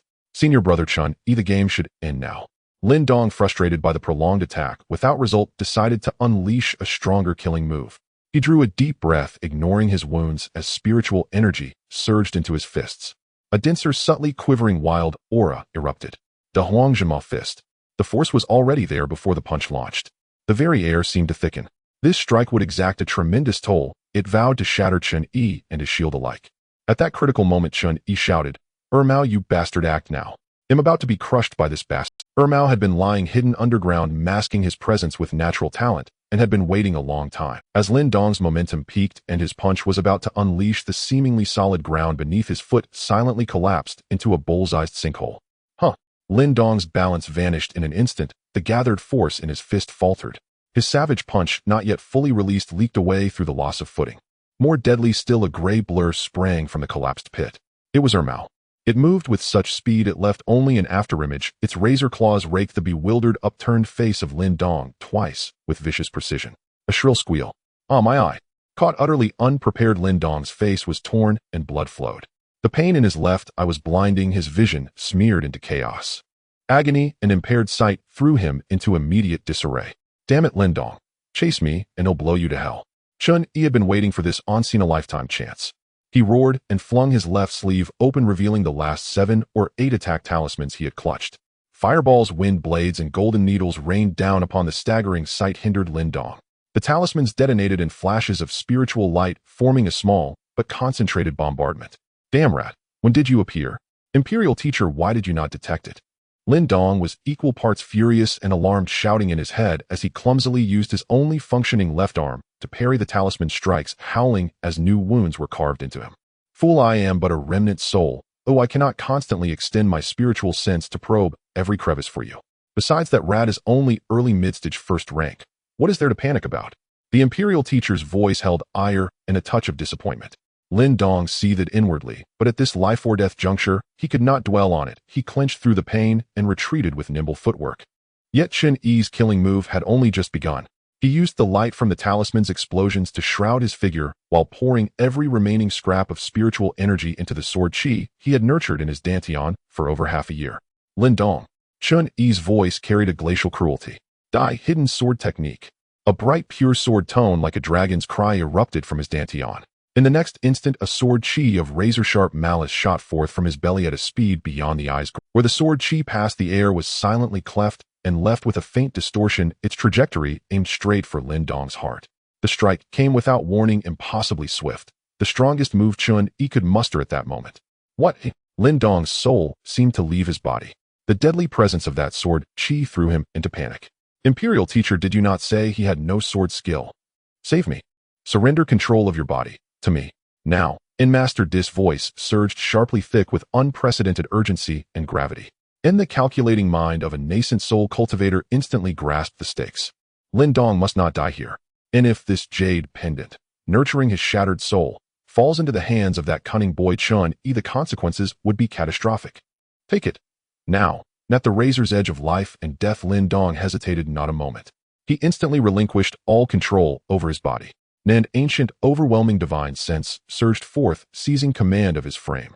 Lin Dong's stumbling, unguarded retreat abruptly transformed, his movements turning eerie light, his entire body contorted backward at an almost impossible angle of supple defiance, while his hand shot into his storage pouch and snatched out a handful of azure-hued replenishing pills, tossing them all into his mouth without pause or glance. The pills dissolved in his stomach, unleashing a torrent of pure, potent medicinal energy. Master Di gave no thought to whether Lin Dong's meridians could withstand such brutal replenishment. He ruthlessly harnessed the nascent spiritual energy, weaving layer upon layer of dense, earthen yellow spirit light shields before him in an instant. Yet the hidden sword art's Bladiki arrived faster, sharper, and puffed. And that supremely condensed white sword energy simply ignored the shields altogether. Each shield, thick enough to repel the full force of latest-stage chi condensation spells, shattered like parchment, offering not the faintest resistance. Shoo! In the muffled, sickening sound of steel cleaving flesh and bone rang with chilling clarity through the suddenly hushed forest. Though Master Di had steered the body into its absolute evasive limit, the sword key was simply too swift, too vicious. Evading it entirely proved impossible. Crimson blood erupted. In Lin Dong's left arm severed cleanly at the shoulders, soaring high into the air, the smooth mirror-like cut revealing striations of muscle and bone with grotesque precision. Only then did scalding blood gush forth like a fountain, instantly staining half his body crimson. And Lin Dong convulsed, vomiting a torrent of dark clotted blood flecked with shredded internal organs. His face bleached, bone white, his breath collapsing into shallow, fading gasps. That single strike had not only severed his arm, the terrifyingly sharp sword key had pierced deep into his vital organs, inflicting devastation beyond measure. Forcing control over a grievously wounded body to channel spiritual energy, and then enduring the backlash of that devastating blow, sent violent tremors through Master Di's already feeble soul form, causing his ethereal essence to flicker wildly. Elsewhere in, Chen Yi knelt on one knee, leaning heavily on his sword, breathing raggedly, sweat drenching his brow. A searing hollow agony twisted deep within his dantian. The last attack had drained every ounce of his vitality, spirit, and chi. Darkness pulsed at the edges of his vision, a shrill, ceaseless ringing filled his ears. This was the first time he had unleashed his long-cultivated innate sword key without restraint. The power exceeded all expectation, as did the cost. Seeing Lin Dong survive, not instantly slain but merely maimed and gravely wounded, filled Chen Yi with shock and profound dread. And he hastily shoved 2 of his last remaining replenishing pills into his mouth. I cannot let him recover, ever. In gritting through vertigo and exhaustion, he bit down hard on his tongue, using the jolt of pain to gather the barest sliver of restored spiritual energy, and launched another razor-edged golden blade straight toward Lin Dong's skull as he lay coughing blood. Lin Dong now hovered on the brink of death, tormented by both the searing agony of his severed limb and the ruin within his organs. Against the incoming golden blade, he possessed nearly no strength to evade. Within the jade pendant, Master Di's soul form flared erratically, locked in desperate struggle. Very well, young Lin Dong. Remember your vow. And Master D's aged voice echoed in Lin Dong's mind, resolute, yet fraying with exhaustion. In the next breath, an invisible shockwave, charged with the last vestiges of his soul force, exploded outward from the pendant. This was no physical assault. It struck directly at the soul. Chen Yi felt as though a sledgehammer had smashed into his skull. His sea of consciousness convulsed violently. Darkness swallowed his sight, ringing deafened his ears, and the golden blade, its guidance disrupted by his fractured divine sense, veered wildly, burying itself harmlessly in the earth beside Lin Dong. He himself was hurled backward several zhang by the invisible force, crashing hard onto the ground.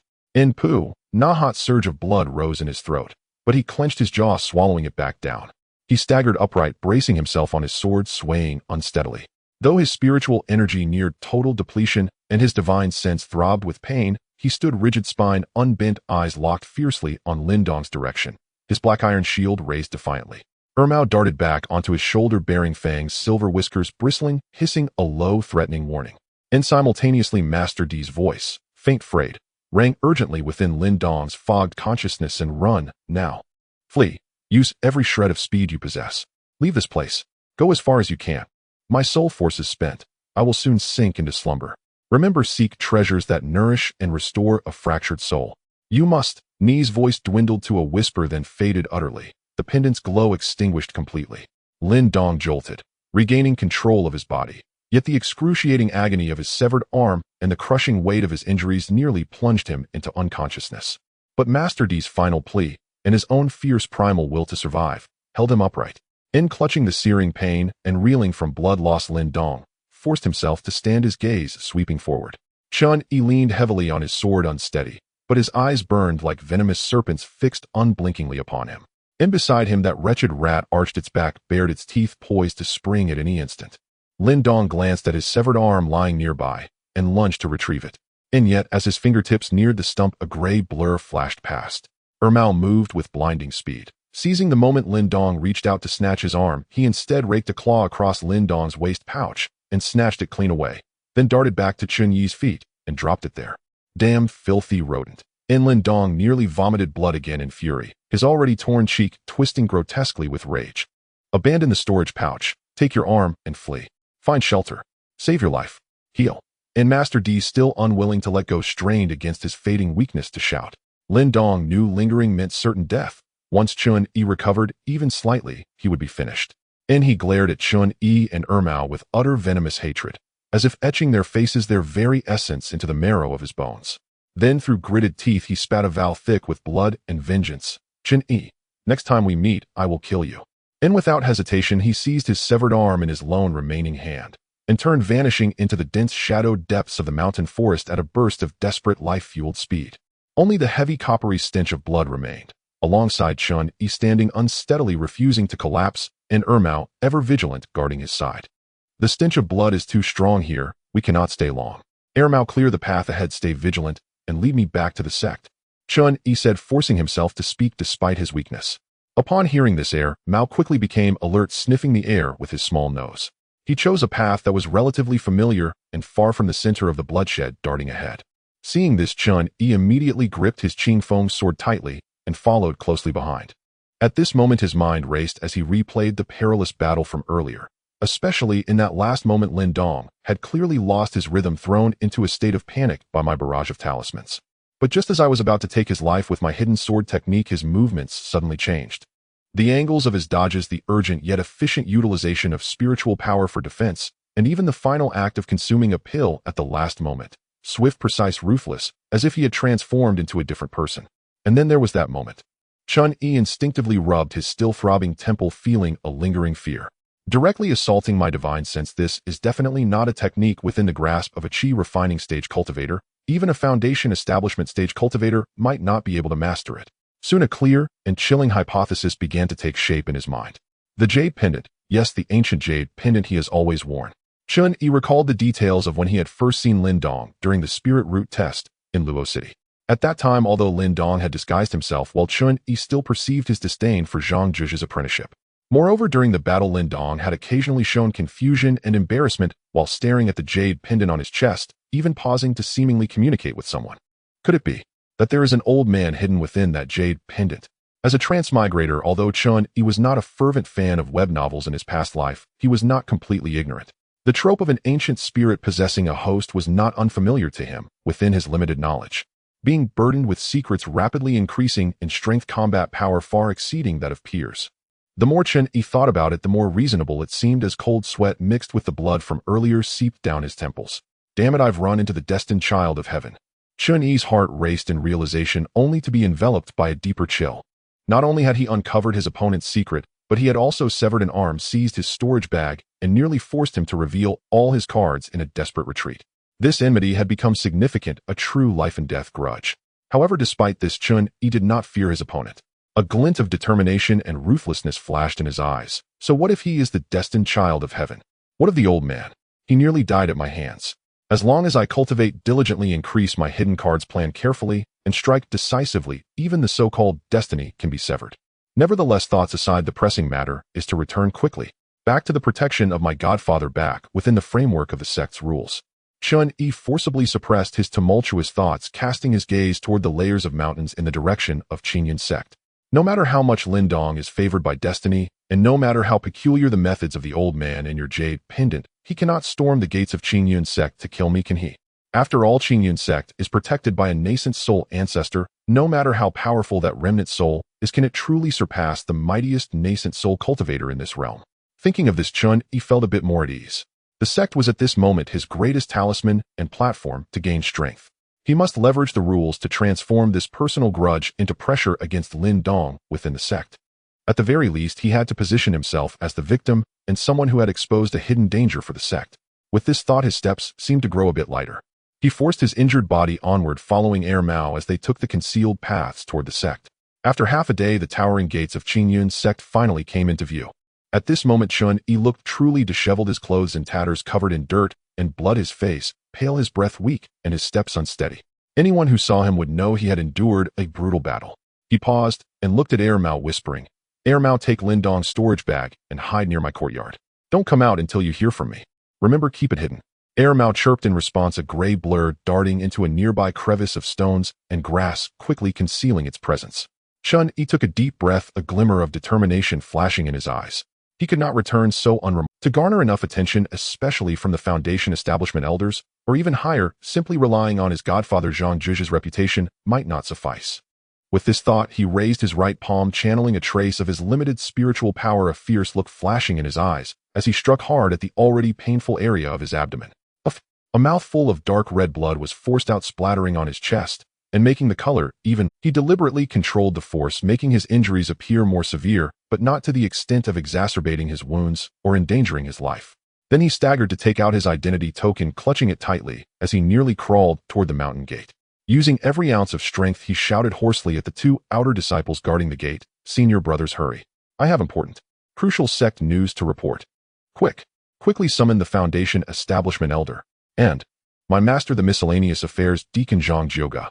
Hurry." After he shouted, it seemed he had exhausted his last bit of strength, collapsing onto the stone steps at the mountain gate, yet still holding his token high, his breath faint, as if he might faint at any moment.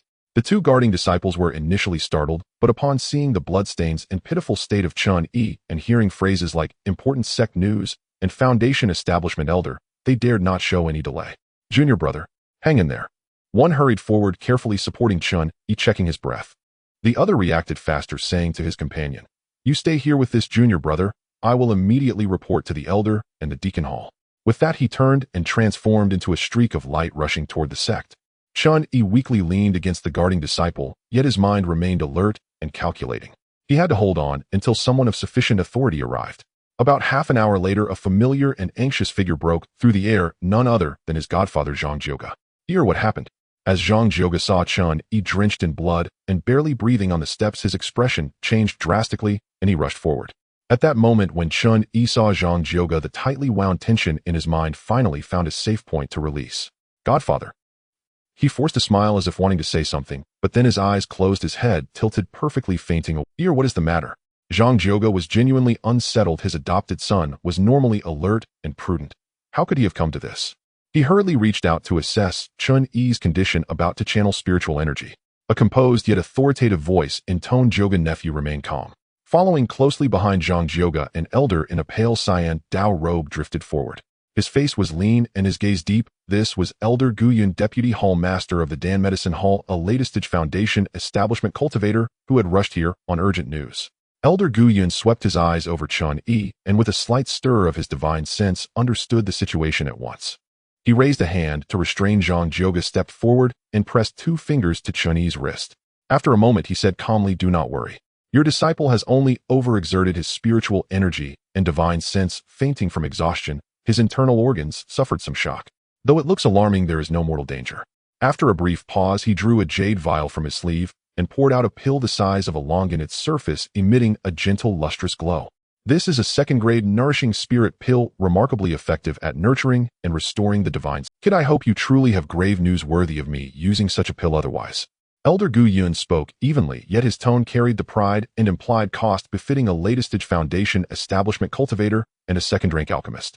He placed the pill into Chen Yi's mouth and assisted its dissolution with pure spiritual energy. Once ingested, the pill's warm, abundant potency spread rapidly, especially nourishing the injured divine sense, like rain upon parched earth. After only a short while, Chen Yi's lashes fluttered, and he slowly opened his eyes. His gaze was initially unfocused, but then quickly sharpened. "Godfather," he croaked as he saw Zhang Jioga's anxious face. His voice was still hoarse, but there was more life in it. "Seeing you. That is a relief. Kid, now that you're awake, don't dawdle," Elder Gu Yun urged with an unmistakable prompt. "My nourishing spirit pill is not given lightly. If there is significant news, speak at once. If you dare to lie and waste my pill, Only then did Chen Yi notice Elder Gu Yun at his side. Bewilderment and reverence flushed his face. Zhang Jioga hurriedly introduced in a low voice, "Be respectful. This is Elder Gu Yun of the Dan Medicine Hall, a latest Foundation establishment cultivator and a distinguished second-rank alchemist. Show your respects." Fear and gratitude washed Chen Yi's features. Struggling to rise, he bowed awkwardly. "Disciple Chen Yi pays respects to Elder Gu Yun. Thank you, Elder, for granting the pill and saving my life." Enough of the formalities. Elder Gu Yun waved him off, his gaze like a blade as he fixed Chen Yi with expectation. "Speak plainly." Chen Yi drew a deep breath, his face still marked by lingering dread, and began to recount the carefully arranged facts. "A few days ago, I went to the outskirts of the Qingyun mountain range to complete a long-overdue monster hunting assignment. There, unexpectedly, I came upon the fellow disciple Lin Dong, who was fiercely contending with Sun Miaowei of the Sun family from the Qingyun Fang market over a single second-rank spirit fruit. He omitted the details of his slaying of the beast and the initial exchange between the parties when he first stumbled. That Lin Dong practiced some strange fist art of terrifying potency. Although senior sister Sun possessed the higher cultivation, she could not withstand him and was quickly driven to the disadvantage, her life in peril.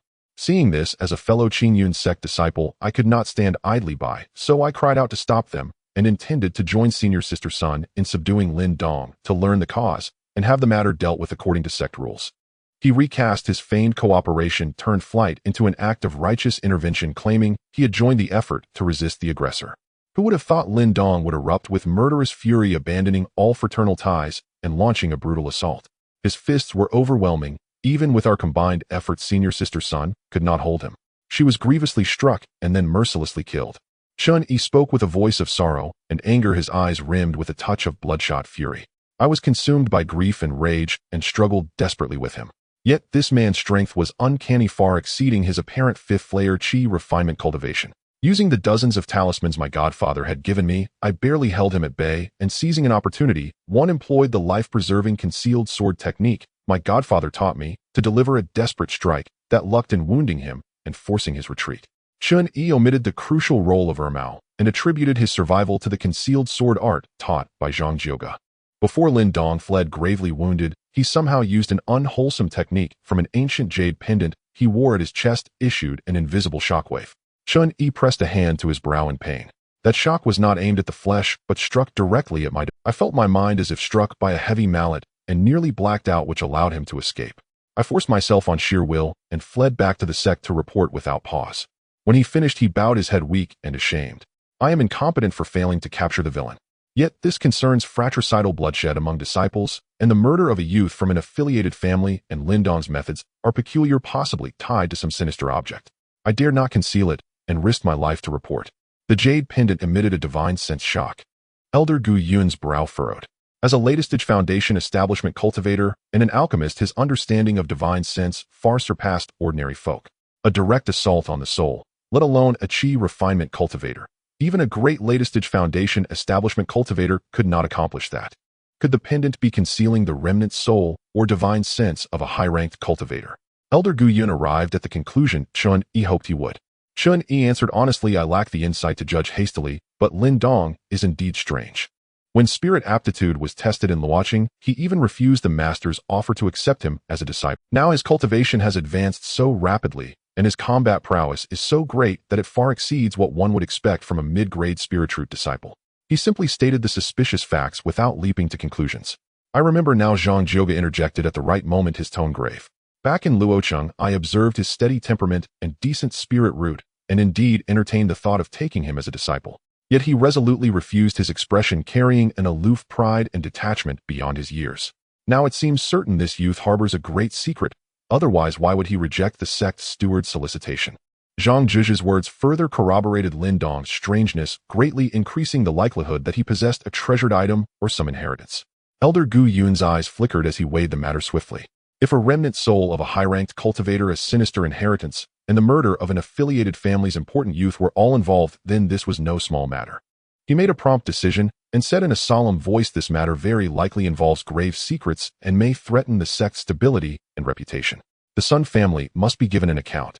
Zhang Zhouge, you should take your disciple back to be properly cared for and treated. With that he turned, and his tone stern, instructed a following disciple report immediately to the hallmaster and the enforcement elder and record today's events in full. I will go to meet the sect leader and lay out everything in detail. I will see the sect leader at once and present this matter in full. After Elder Gu Yun left, he went directly to the main peak of the Qingyun sect to report the matter relayed by Chen Yi along with his own detailed analysis to sect master Li Wuqia. Li Wuqia, a latest-stage golden core cultivator, had presided over the Qingyun sect for over a century, his authority growing ever more formidable. Upon hearing Gu Yun's report, a hint of solemnity appeared on his previously calm face. Having lived for over 300 years, his experiences were vast. He had encountered and even battled many treasures targeting the mental realm and malevolent techniques that influence the mind. There was even a treasure specifically designed to protect the mind. However, direct attacks on a cultivator's divine sense were exceedingly rare. In the common understanding of the cultivation world, divine sense served as a high-level radar. It was used to investigate areas, manipulate magical artifacts, puppets, and for alchemy and artifact refining, all of which required divine sense belonging to auxiliary types. Could it be a remnant soul from the nascent soul stage? Li Wuqia lightly tapped his finger against the jade handrail, his mind deep in thought. This possibility did indeed exist, and it could best explain how a Qi refining stage disciple possessed such means. If that were the case, the value and potential risks of that jade pendant would need to be reassessed. Should I report this to the ancestor for a decision? The thought flashed through his mind, but was quickly suppressed by Li Wuqia. The ancestor had been in seclusion for years, pursuing a higher realm, and would hardly concern himself with mundane matters. To disturb the sect's highest combat power over a minor anomaly from a Qi refining stage disciple, that would be too reckless for him as sect master, almost appearing incompetent. Moreover, even if there is a remnant soul from the nascent soul stage, after such a long passage of time, how much power can remain? Attached to a small cultivator of the Qi refining stage, it would merely be a struggle for survival. Li Wuqia quickly made a judgment. Lin Dong might have had some fortuitous encounters and secrets, but it was far from needing the sect to treat it as a formidable threat requiring full investigation. The real focus was on the impact this matter could cause. The murder of a subordinate family's disciple violated sect rules and could affect the sect's reputation and the cohesion of its allied forces. With his thoughts settled, Li Wuqia spoke in a low voice, his tone carrying an undeniable resolve. Send out the order to immediately strip Lin Dong of his outer sect disciple status and place him on the sect's wanted list. The charges are harming fellow disciples, brutally killing subordinate family members, and harboring ulterior motives, plotting against the sect. The wanted notice is to be sent to all halls and affiliated markets regardless of life or death. Moreover, send someone to the Sun family in Qingyun market to properly appease them, stating that the sect will severely punish the murderer to uphold the law. The Sun family has contributed greatly to the sect over the years, and some compensation or advantages can be given as appropriate. As for that disciple named Chen Yi, Li Wuqia thought of Chen Yi, who provided the information. Though his strength is inadequate and he could not prevent the tragedy, his courage to bring back key information is commendable. Award him 500 contribution points and permit him to select a cultivation technique from the scripture repository for free as encouragement. An elder standing nearby inquired, Sect Master, should we dispatch a law enforcement team specifically to pursue Lin Dong? Li Wuqia waved his hand, his tone calm. Yet carrying the restraint and oversight of a latest-stage golden core cultivator, there's no need for such a commotion. A mere chi refining stage disciple, no matter the fortuitous encounters, how much of a storm can he stir? In the future, if any core disciples or elders encounter him while traveling, they can deal with him easily. To mobilize the sect's resources for a chi refining trader would only invite ridicule, making our Qingyun sect appear overly dramatic. Indeed, sect master is wise.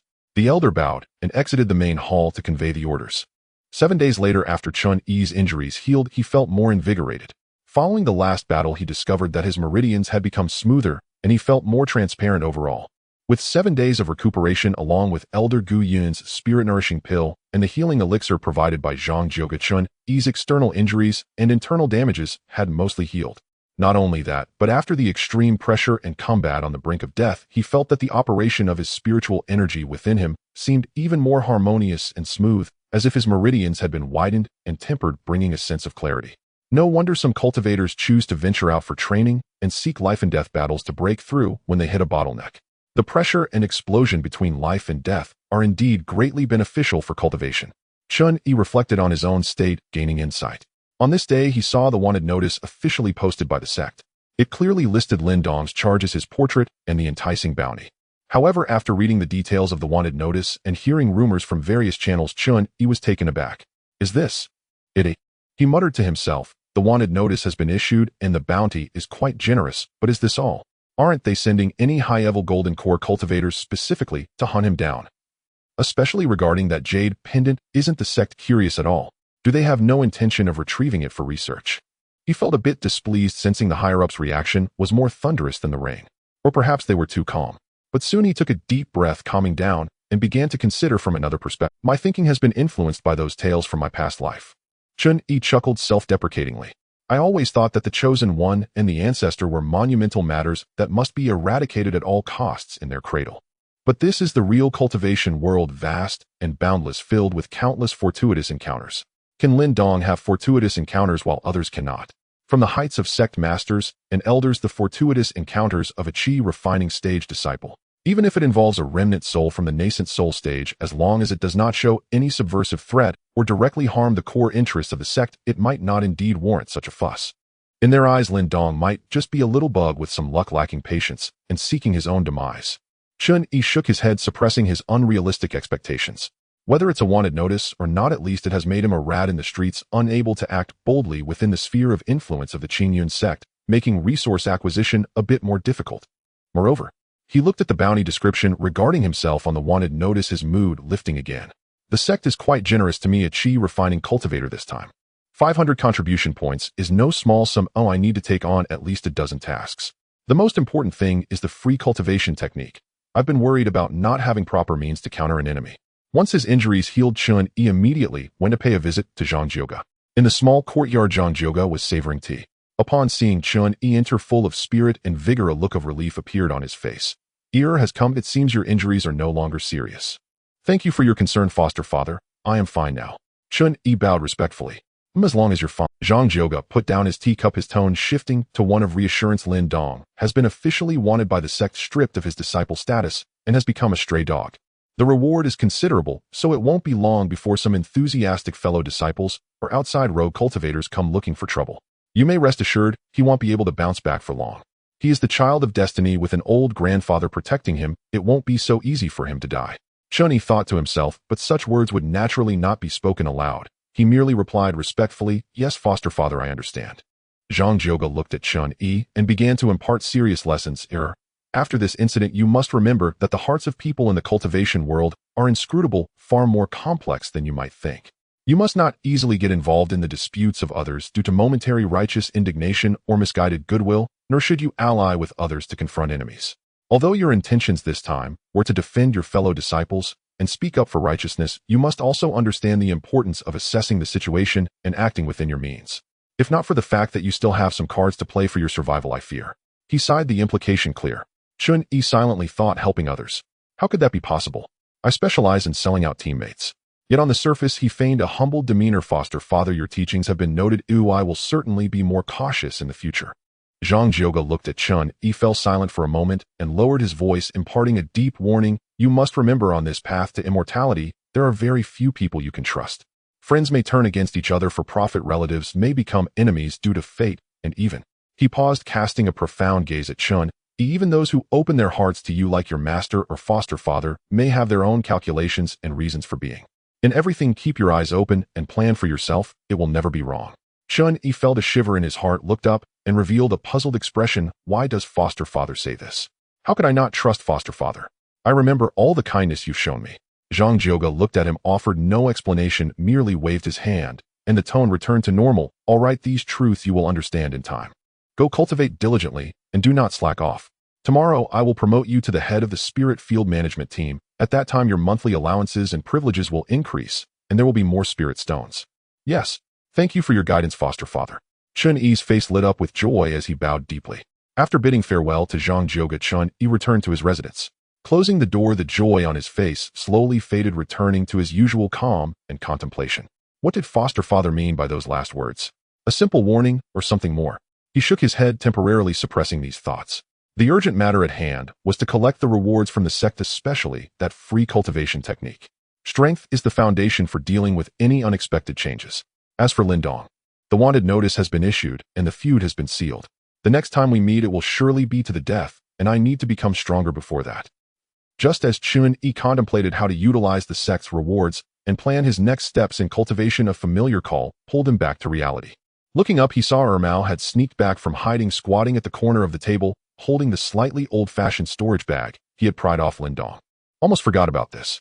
Chen Yi's eyes brightened, and he slapped his forehead. So focused on the sex matters that I haven't even looked at Lindong's storage bag. He immediately took the storage bag, noticing that the opening had a simple divine sense restriction, a common method for cultivators to protect their personal storage space. Chen Yi concentrated, attempting to probe in with his divine sense, and indeed felt a layer of obstruction. He summoned up the power of his divine sense, which was at the 5th level of Qi, refining, cautiously pushing against it. The intensity is average. After a moment, Chen Yi relaxed his brows slightly. Lindong's cultivation was comparable to his, and their divine sense strengths were on par. This restriction was not particularly complex or profound, but it would take some time and patience to break through. Forget it, I'll break through this layer of restriction first. He muttered to himself, deciding to focus on cracking it. However, before that, Chen Yi took out a jade bottle containing gathering Qi pills. Ermao, you've made a great contribution this time. This is a reward for you. Take it and enjoy. Chen Yi smiled as he handed over the jade bottle. Ermao immediately perked up, hugging the jade bottle with its little paws affectionately rubbing against Chen Yi's hand. Then it transformed into a gray shadow, clutching the bottle and happily scurrying to a corner of the room to enjoy. With Ermao sent off, Chen Yi settled down and began to concentrate fully on breaking the restriction on the storage bag. Time slowly flowed in the silence. About half a day later, with a nearly inaudible faint sound, the invisible barrier at the opening of the storage bag finally dissipated. It worked. Chen Yi's spirits lifted as he eagerly probed his divine sense into the bag. The space was not too large, but the contents made his heart race slightly faster. The first thing that caught his eye was a neatly stacked small pile of spirit stones. Upon a brief count, there were more than 300 low-grade spirit stones, equivalent to what he earned in a month managing the spirit fields. Next to the spirit stones were several slightly worn jade slips and books. Chen Yi first took out a thick, seemingly handwritten booklet. Opening it, he found neat handwriting with a personal style. It detailed a series of notes on alchemy, from identifying medicinal materials and controlling fire to insights on pill creation and analyses of failures, with plenty of revisions and reflections. This should be Lindong's own alchemy manuscript. Chen Yi quickly skimmed through it, becoming increasingly. The notes were well structured and recorded the whole process from his introduction to alchemy to successfully refining his first qualified pill, including the challenges he encountered and the thoughts on how to solve them. The most critical point was that Lindong became a first-tier alchemist in just 2 months. Lindong, truly a monstrous genius. Chen Yi murmured softly, unable to suppress his awe.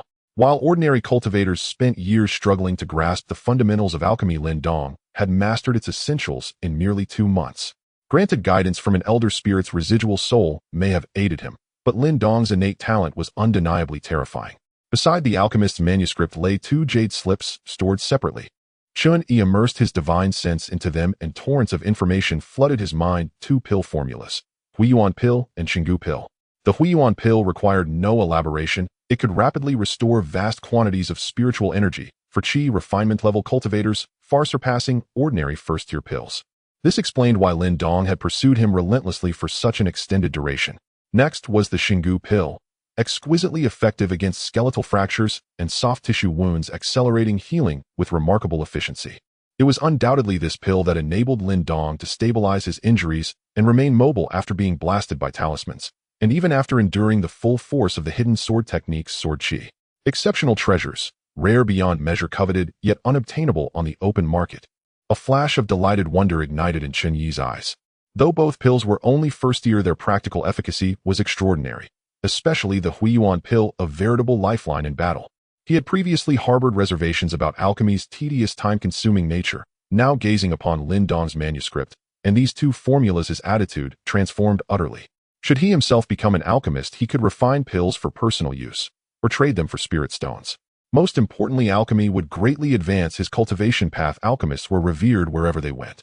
Additionally, nestled within the storage pouch lay the medium-grade longsword artifact, shattered cleanly into two pieces by Chen Yi's storm of talismans. Though its spiritual resonance was extinguished and it was irreparably ruined, its raw materials might still be reclaimed or sold for spirit stones. Chen Yi proceeded to examine every item within the pouch, meticulously discovering, besides spirit stones, the manuscript, the two pill formulas, and the broken sword, a single object resting quietly in a corner sealed within a jade box. His heart leapt. He snatched it out at once. Its surface was cool to the touch. As he lifted the lid, a surge of pure, crisp spiritual energy mingled with a delicate, fruity fragrance washed over him, sharpening his senses and invigorating his spirit. Inside the box rested a fruit, glacial blue in hue, its surface shimmering with faint frost-like veins, radiating an aura of spiritual energy so dense and potent that even first-tier pills paled in comparison. The Bingpa spirit fruit. Judging by its purity and form, it has matured to second tier. Chen Yi's pupils contracted sharply, a wave of exultant triumph swelled within him.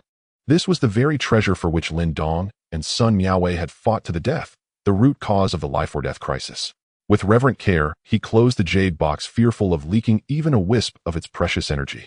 Its water element spiritual energy was profoundly pure and immense, ideal for breaking through cultivation bottlenecks when consumed directly, for augmenting specialized cultivation techniques, or as the principal ingredient in refining second-tier pills. Chen Yi felt a flicker of regret. Alas, I found no cultivation manuals or secret techniques. Yet he quickly let the thought pass. The Elder Spirit's legacy was likely transmitted directly via divine imprinting, etched into Lin Dong's mind, leaving no physical manual behind. Having completed his inventory, he sorted the Spirit Stone's manuscript, jade slip formulas, and shattered artifact into separate compartments. He weighed the now empty storage pouch in his palm and smiled, a complex, deeply satisfying smile. Lin Dong, he murmured, lowly voice laced with quiet triumph. You chased me 1,000 li, exhausted every stratagem, only to deliver this lavish gift to me. A second-tier spirit fruit, those pills, spirit stones, formulas, and your own genius-level alchemical insights.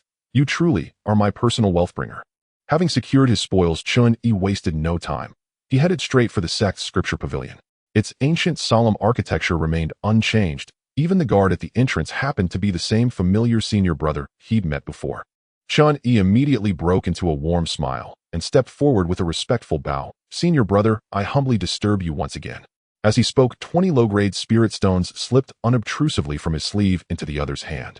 The guard weighed the stones in his palm, then grinned, clearly impressed by this considerate junior brother's reputation. He studied Chen Yi with a mixture of curiosity and envy. Brother Chen Yi, I hear you've earned merit recently. 500 contribution points, all at once. TSK, how enviable. I've stood guard here under wind and sun for a full month and earned barely 50. Senior brother, please, don't mention it. Merit. More like surviving 9 deaths out of 10, Chen Yi protested, grimacing and waving his hands emphatically. That Lin Dong fought like a demon, his fist techniques savage, chasing me across dozens of li. Had my master not pitted me and gifted me a thick stack of protective talismans beforehand, I'd long since have fertilized some remote mountain slope. Those contribution points, purchased with blood and breath. And that 100-foot sword technique I selected last time. My talent is too dull. I've pondered it for over a year and haven't even touched its threshold. What a waste of contribution points. He deliberately downplayed his achievements while amplifying the peril and sheer luck involved, crafting the image of a fortunate novice. This diffused potential jealousy and eased future maneuvering. With practiced ease, he produced another 20 spirit stones and pressed them into the guard's hand, speaking earnestly, Forgive my impropriety. These are for your tea. Consider them my humble report on duty. The guard's grin widened. Chen Yi's tact and generosity clearly resonated deeply. He clapped Chen Yi's shoulder, his tone growing markedly warmer. Brother Chen, You're truly perceptive, generous, and upright. You've won yourself a friend in me. I'm Chong Dao Chi, Refinement 7th Layer. I've served here long enough to know several people in the Scripture Pavilion. Should you ever need anything, feel free to reach out. Senior Brother Chong. Chen Yi seized the opening, instantly shifting his address without hesitation. With Senior Brother Chang's words, I feel perfectly at ease. To be frank, I've come today to claim my one-time opportunity to select a cultivation technique freely. I'm woefully lacking in combat arts and seek something effective yet easy to master. Or perhaps something unconventional, unpredictable off-guard tactics, hidden weapons, subterfuge, or similarly unorthodox methods. Might you have any recommendations? Conventional combat arts. Which type interests you, Junior Brother? Fist and palm technique, swordsmanship, or legwork? Chong Dao mused, stroking his chin. I wield a sword, so I prefer sword techniques first. Chen Yi replied. The Qing Feng sword suited his hand well. For sword arts, the Eastern shelves in the Bing Rank section hold several excellent first-tier, mid-grade sword manuals, such as 13 Cloud Drift forms and Swordstorm technique. Their movements are lucid, readily grasped, and their power ranks highly among peers of the same tier. Chong Dao gestured toward the shelves, then lowered his voice. As for those unconventional off-guard arts you mentioned, the sect officially collects few such texts. They lie outside orthodox cultivation paths. However, he glanced left and right, voice dropping further. At the second-floor entrance's turning corner sits Elder Luo, a sect disciplinarian with a notoriously eccentric temperament, a lifelong devotee of wine who's held this post for over a decade. More cultivation texts have passed through his hands than anyone else's. If you truly seek such arts, you might try approaching him. Though Elder Luo rarely deigns to speak with ordinary my advice, before you go, visit Zui Nanchun and procure fine wine. Chen Yi's eyes lit up. He understood instantly. Many thanks, Senior Brother Chong. You've rendered me an immense service. He produced another 20 spirit stones and pressed them into Chong Dao's hand. Please, Senior Brother, when convenient, might you kindly praise me before Elder Luo. Lay the groundwork for me. I'll prepare my door-opening token immediately. Chong Dao accepted with a beaming smile and nodded, consider it done. Hurry there, and hurry back, Junior Brother Chun. Leaving the Scripture Pavilion, Chun Yi did not hesitate at all and headed straight for the Zui Nanchun within the sect. Moments later, he walked out carrying 5 exquisitely packaged jade vials adorned with the Zui Nanchun label. This time, he chose a mid-grade spiritual liquor of the first rank, priced at 20 low-grade spirit stones per bottle, totaling 100 spirit stones for the 5 bottles. This spiritual liquor is brewed using various first-rank spiritual fruits combined with spiritual spring water containing pure and gentle spiritual power. In terms of pure absorption efficiency, it is inferior to the Gathering Chi pill specifically crafted for cultivation. In terms of the richness of spiritual energy, it may even be less concentrated than some high-quality, first-rank spiritual fruits. The price is several times higher. However, it has an irreplaceable advantage: there is no need for active refinement. After consumption, the spiritual energy in the liquor flows naturally with the blood circulation, slowly nourishing the body and soothing the meridians. Even in a tipsy state, it may provide an unclear yet subtle assist in comprehending certain martial arts. For cultivators who need to stand guard for long periods, cannot sit in meditation, or wish to relax without completely wasting time, it is an excellent choice. Of course, for Chen Yi, the cultivation value of this liquor pales in comparison to its social value. Spending over 100 spirit stones in such a short time did not even make him frown. In his view, this investment was very worthwhile. In the world of cultivation, especially within the sect, often when you wish to give gifts to build relationships, others may not be willing to accept, or if they do, they may not take it seriously. Intermediaries like Chong Dao, who provide clear information and are willing to make connections, have definite needs, making such exchanges clear and efficient. This is not spending money. It is using spirit stones to exchange for information and opportunities. Chen Yi understood this very well. Compared to aimlessly searching or gambling with contribution points for what he needed in the Scripture Pavilion, these 100 spirit stones, along with the previous preparation fees, could very likely help him directly find truly useful items. Carrying the 5 bottles of spiritual liquor, Chen Yi returned to the Scripture Pavilion once again. Upon seeing Chen Yi return with the liquor, Chong Dao's smile deepened, and he whispered to him, Junior Brother, I have already mentioned to Uncle Luo that you are a respectful and well-mannered junior. Just go directly to the second floor to find him. Remember, your attitude must be respectful. Uncle Luo prefers a soft approach over a hard one, but when his temper flares, no one can stop him. Thank you, Senior Brother Chong, for your thoughtful guidance. Oh, I understand the importance of this. Chen Yi nodded, remembering this favor. He hesitated no longer and stepped into the Scripture Pavilion, heading straight to the second floor. Following Chong Dao's directions, at the corner of the entrance, he indeed saw an old man dressed in a gray robe with sparse gray hair. The old man was half reclined in a rattan chair, his eyes seemingly closed, yet not fully, as if dozing. There was no strong fluctuation of spiritual power from him, but he exuded a profound aura of dusk and an indescribable majesty. Chen Yi dared not be negligent. He stepped forward a few paces, stopping a yard away from the old man, deeply bowing and greeting him with utmost respect. Disciple Chen Yi, paying respects to Senior Luo. Hearing that Senior Brother Chang mentioned your preferences, I specially prepared this modest liquor to express my respect, and I hope you will accept it, Senior. After saying this, he took out the 5 bottles of Zui Nanshan's spiritual liquor from his storage bag and gently placed them on the ground beside him. The clinking of the bottles produced a crisp sound, and the rich aroma of the liquor began to spread. Originally seeming to be in a light nap, Luo Chuan's nostrils subtly twitched. His murky old eyes suddenly opened a slit, a fleeting glimmer of sharpness flashing by. Without even raising his hand, he merely waved his sleeve casually, and the 5 bottles of spiritual liquor floated up from the ground, landing steadily in his embrace. To retrieve items from the air requires a high level of divine sense, at least a skill possessed by Foundation establishment cultivators. Chen Yi thought to himself, his attitude becoming even more respectful. Luo Chuan uncorked 1 bottle and directly gulped down several mouthfuls in quick succession, finishing all 5 bottles in the blink of an eye. He smacked his lips, revealing a hint of disdain on his face, muttering, "Those kids at Zui Nanshan haven't improved their brewing skills in decades. The taste is far inferior." Hick. He let out a burp, his murky eyes glancing at Chen Yi with a hint of scrutiny. "All right, I've had my drink. Speak up, kid, what do you want to ask?" "In response to my senior, I wish to inquire about techniques for using hidden weapons." He paused and added, "Preferably something that is covert and difficult to detect, capable of catching the opponent off guard at a critical moment." The battle with Lin Dong made Chen Yi realize that in life and death struggles, it is often those hidden killing moves that determine survival. Upon hearing this, Luo Chuan squinted his eyes and scrutinized Chen Yi thoroughly, a half-smile on his face, speaking with a hint of amusement. "Chen Yi, I remember now, you are that kid everyone has been talking about in the sect recently, right? You encountered that traitor named Lin Dong in the wild, and even the Sun family's girl who is at the 6th level of Qi refining died. You, a little guy at the 5th level, not only survived, but also seriously injured Lin Dong and severed one of his arms. TSK. Kid, you seem honest, but you have a dark heart and ruthless methods." Chen Yi's heart skipped a beat. This old man had a keen eye for people. However, he immediately displayed a naive smile, scratching his head and saying, "Senior, you flatter me. I have no means. It was merely luck. It was entirely thanks to the many talismans given by my master that I managed to struggle to survive. Learning some defense techniques with hidden weapons is just to increase my chances of survival in case I encounter such situations again." All right, Luo Chuan seemed unwilling to probe the truth of Chen Yi's words.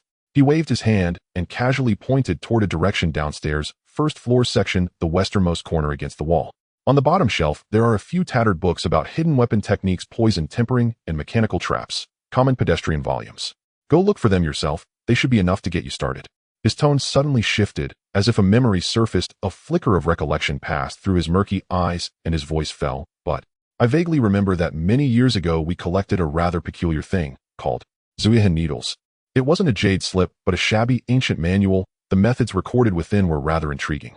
However, the cultivation process was said to be excruciating and required special needle-type implements, so it was never entered into the official catalog, probably deemed too unorthodox and difficult, tossed into some corner." He tilted his head, thinking, and said uncertainly, "I think I might have used it to prop up some wobbly table leg under the broken table with the missing corner by the window on the east side of the 1st floor. Go and rummage through it yourself if it's still there. That thing, once mastered, makes it so that among peers under a surprise attack few can evade it. It's a bit underhanded, yes, but undeniably fearsome." Chen Yi rejoiced at the news and bowed again with haste. "Thank you for your guidance, senior. I will go at once."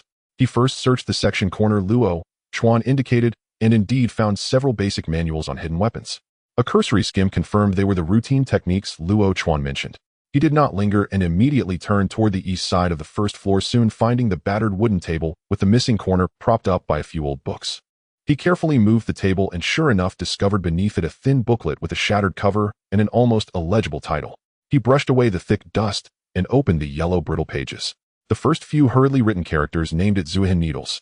He skimmed through it rapidly, growing both startled and increasingly pleased. The secret technique required the cultivator to preliminarily refine at least 3 specially made needle implements with their own blood and a unique incantation. Then one must channel a peculiarly twisted route of spiritual energy that briefly reverses part of the meridians. The manual explicitly warns that reversal is unbearably painful, like 10,000 needles piercing the meridians, and the weak-willed are liable to faint mid-process or even suffer meridian damage. But once mastered, the needles fly, without sound, swift as lightning and carry a faint locking intent that is extremely hard to defend against. It is indeed an ideal tool for ambush and treachery. This is it. Chen Yi did not hesitate to tuck the Zuihan Needle's manual into his bosom. Such a costly, potent, and unorthodox secret art suited him perfectly. Pain, compared to being killed, what was a little suffering. Having chosen the hidden weapon secret as his main study, he returned to the regular stacks and used the sect-granted complementary selection to pick a sword art worth over 300 contribution points, the Zhuiying sword technique. This sword art prized swift, uncanny strikes that blended feint with substance. It excelled at close entanglement, finding openings to deliver a decisive, fatal blow. Just what he needed to cover his shortcomings in swordsmanship and fit his style. Chen Yi took the two manuals to Changdao and quickly completed the registration. Because Zuihan Needles was not officially cataloged, it received only a brief notation. Chen Yi returned to the second floor and bowed deeply to the half-dozing Luo Chuan. Thank you for your guidance, senior. I take my leave. When leaving the library, he did not forget to salute Changdao at the entrance once more. Changdao smiled and nodded, watching him go. After Chen Yi had gone, Changdao followed into the library and approached Luo Chuan, a puzzled look on his face. Fourth uncle, are you really so taken with this Chen Yi? Not only did you give him pointers, you even told him about that forbidden Zuihan Needles. You are a senior of the Foundation establishment. Oh, why concern yourself so much with a Qi refinement level 5 lad? Luo Chuan, though only an early Foundation establishment and hampered by old wounds that had stalled his cultivation for years, could only spend his days in the library now, yet his seniority and discernment remained intact. Luo Chuan narrowed his eyes, produced a small gourd of wine from his robe, and sipped, then said slowly, Chang Dao, one cannot judge someone solely by their cultivation. This boy is not as simple as you suppose. Hear how the sect speaks of him, now magnanimous and righteous, grateful and repayful, willing to stand for his fellow disciples. His reputation is being well maintained. As you saw, he is polite and well-mannered, quick-witted. He knows when to show fear and when to be merciless, perhaps more merciless than anyone. Crucially, he understands rules and equivalent exchange. He does not beg empty favors. A person like that, barring premature misfortune, will certainly make some name for himself within the sect. He glanced at his nephew with weighty sincerity. You, however, are too upright, lacking a little smoothness and the eye to read people. Learn to broaden yourself, make friends with promising prospects like him. It never hurts. More friends, more paths. One day it may prove useful. Changdao nodded thoughtfully. Yes, fourth uncle, I will remember. Luo Chuan coughed twice, a sickly flush on his face. He waved a hand, and his voice grew low. Immortal. With these old wounds, I have at most another decade. When the Emu's secret realm reopens in 5 years, if you go inside, try to bring back any spirit material that can serve as the principal ingredient for refining a Foundation establishment pill. If you manage that, I'll risk my old face and speak to the alchemy hall, see if I can trade for a Foundation establishment pill for you in advance. Changdao's spirit brightened, and resolve showed in his eyes. Rest assured, fourth uncle. I will train diligently and strive to reach Qi refinement level 8 within 5 years. When I enter the realm, then besides seeking the material for the Foundation pill, I will be sure to fetch the herb that heals inner injuries for you. Confidence is good. Cough, cough. Luo Chuan coughed violently again, gulped a large draught of strong wine to quell the metallic taste and discomfort in his throat, waved his hand, and said, Go. Keep watch at the gate. Changdao retired with respect. Luo Chuan sat alone, leaning back in his chair, a complex blend of fatigue and hope crossing his aged face. If I had conducted myself like that boy back, then perhaps my cultivation would at least have reached the late Foundation establishment by now. Chen Yi, after reaping great rewards from the Sutra Pavilion, did not return directly to his residence, but instead made his way to the administrative hall. This was partly to return the previous task, and partly because he was about to take on the role of the team leader for the spiritual fields, requiring him to maintain a good relationship with the administrative hall. Chen Yi skillfully found the counter where Su Balu was stationed, a habitual smile spreading across his face as his hand reached for his storage bag, preparing to offer a token of appreciation as usual. However, before he could take out any spirit stones, Su Balu unexpectedly leaned out from behind the counter, grabbing his arm with a smile that was 3 times more enthusiastic than usual, whispering, Ah, junior brother Chen. Congratulations, congratulations. Today is truly a day of double happiness. I've long seen that you are not an ordinary person, junior brother. Chen Yi was taken aback by this sudden display of enthusiasm, retracting his hand while showing just the right amount of confusion. Senior brother Su, what is this joy about? I am completely in the dark about it. Haha, do you still not know, junior brother? Let me explain it to you. Su Balu beamed, counting off on his fingers. The first joy is that you have been promoted. Your master Zhang Zhouge has already announced your promotion to the position of team leader for the spiritual fields, with the formal appointment to be announced this afternoon. Your monthly salary will directly increase from 20 contribution points to 50. Most importantly, the spiritual fields under your jurisdiction will expand from the previous 20 acres to 100 acres, and you will also oversee 5 other team leaders. This is genuine authority and benefits. Upon hearing this, Chen Yi's heart was enlightened. His godfather had informed him about this matter long ago, but he did not expect it to be handled so quickly. A look of joy appeared on his face as he cupped his hands and said, "It is all thanks to Master's favor and your care, senior brother." So, what is the second joy? Su Beila's smile grew even wider as he leaned in closer, lowering his voice to convey a hint of schadenfreude and goodwill. The second joy, well, that would be your rival Cui Dashin. This person, due to his daughter becoming a living corpse, had his Dao heart affected and failed to break through to the late stage of Qi refining. Subsequently, he was sent to lead the spiritual mine exploration team at the northern Haiyan mountain range. He that places deep within the mountain range, and occasionally reckless beasts will burst out. I heard that last year the death rate for the exploration team was as high as 30%. Who would want to go to such a cursed place if they had any connections or spirit stones? Cui Dashin is likely not to return from that place. Oh, he went to the exploration team. Chen Yi's eyes flickered slightly. He had heard of the dangers associated with the spiritual mine exploration team, especially those delving into areas that were not fully controlled. Though he was called a team leader, it was essentially a role for high-level cannon fodder responsible for leading the way, scouting, and facing the highest risk of danger. Cui Dashin being sent, there was likely his godfather's tactic to clear the way for himself. So, am I filling the position left by Cui Dashin? Indeed, that is correct. Su Beilu nodded. The fields you now oversee were originally managed by Cui Dashin, however. He shifted his tone, revealing a troubled expression. The monthly quota of spirit rice that needs to be submitted to the sect has not yet been finalized. Previously, when Cui Dashin was in charge, the quota for his 100 acres of spiritual fields was 10,000 jin per month. Chen Yi coldly smiled, instantly understanding Su Beila's scheme. This guy not only wanted to continue profiting from him, but also aimed to seize a large sum during the transition of leadership. "Senior brother," Chen Yi said with a wry smile on his face, raising his hands, "aren't you making it difficult for me? Li Mingyao and Lin Dongping, those two without backgrounds, have the lowest quality spiritual fields among their. It is already quite difficult to achieve a harvest of 100 jin per acre from them. At most I can manage to collect 1 or 200 jin of spirit rice. The remaining spiritual fields, while somewhat decent in quality, are overseen by Huang San and Tian Wenjing, who have backing, and the interests have long been divided. I might not even get 50 jin. The accounts for these spiritual fields have long been meticulously calculated. Why else would Cui Dashin have risked his life taking on dangerous tasks to earn contribution points? Isn't it because the profits from the fields have already been exhausted?" Su Beilu, upon hearing this, not only did not show displeasure, but instead grinned, patting Chen Yi's shoulder. "Junior brother, Chen, do not worry, do not worry. I understand that difficulties exist, but solutions always outnumber difficulties, right?" He looked around, lowering his voice to a whisper. "How about this tonight, at Zui Nanchuan, I will treat. Oh no, my cousin, he will treat. Please be sure to grace us with your presence, and we can chat while drinking, taking our time to discuss matters. I will ensure that you as the new team leader will have a smooth sailing and abundant gains." "Cousin," Chen Yi felt a surge of doubt in his heart. What kind of scheme was Su Beilu concocting? How much influence could his cousin, an ordinary disciple from the administrative hall, possibly have? Moreover, although his monthly income appeared to have increased, the actual spirit stones that could land in his pocket after deducting bribes and potential unexpected expenses would likely only amount to about 500 or 600 spirit stones, far from being a lucrative deal.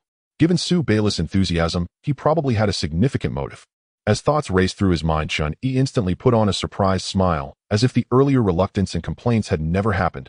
"Ah, senior brother Su, what do you mean by that? Your cousin is indeed my cousin as well. If brother, he is treating it as an honor for me and a favor to me. I will definitely come, absolutely. But," he shifted his tone, revealing some difficulty, "I just returned and I have a task to submit. Furthermore, this year's mandatory tasks for the outer disciples have yet to be completed." "Huh, what am I worried about?" Su Beilu waved his hand grandly, being extremely generous. "Junior brother, rest assured this little matter will be taken care of by me. Not only this year, but for the next 5 years. No, as long as I am still at this counter, I will take care of all your mandatory tasks for the outer disciples. You can focus on being your team leader and cultivating your Dao." Chen Yi was taken aback and hurriedly waved his hand. "Senior brother, is this appropriate? The mandatory tasks are sect rules, and what if they check on us later? My foolish junior brother." Su Beilu laughed like an old fox. "Rules are dead, but people are alive. Those mandatory tasks are meant for honest folks without connections or contribution points who can only rely on sheer effort. But someone like you, junior brother, who has the favor of an elder and understands the ways of the world, should spend your time wisely on cultivation and managing the spiritual fields, which is far better than taking on those dangerous and thankless tasks. Rest assured the higher-ups won't find out about us. Even if they do, I will take the blame." His words were flawlessly crafted. My goodness, Su Beila's cultivation is average, just slightly better than mine. How could he be so bold? It seems that his cousin He Yud is not simple either. Chen Yi's face showed a look of realization and gratitude as he cupped his hands and smiled. I see it was my ignorance. Thank you for your care, senior brother. So shall we meet tonight at Zue Nanshan? Let's not part ways. Haha, great, let's not part ways. Su Beilu nodded in satisfaction. Leaving the administrative hall, Chen Yi's smile gradually faded and his gaze became calm and sharp. Being exempted from mandatory tasks may seem like a relief in the short term, but it also gives Su Beilu a handle over him. This dinner tonight is likely to be complicated. What the other party seeks may either be the yield of 10,000 gene of spirit rise from those 100 acres or an attempt to win him over. What else could it be? Chen Yi truly could not think of anything else. When soldiers come, I will block them. When water comes, I will cover it. Chen Yi murmured to himself. I shall see what tricks you are planning. After returning from the affairs hall, Chen Yi did not immediately contemplate the matters of the evening, but instead went to the area of the spiritual fields he was responsible for.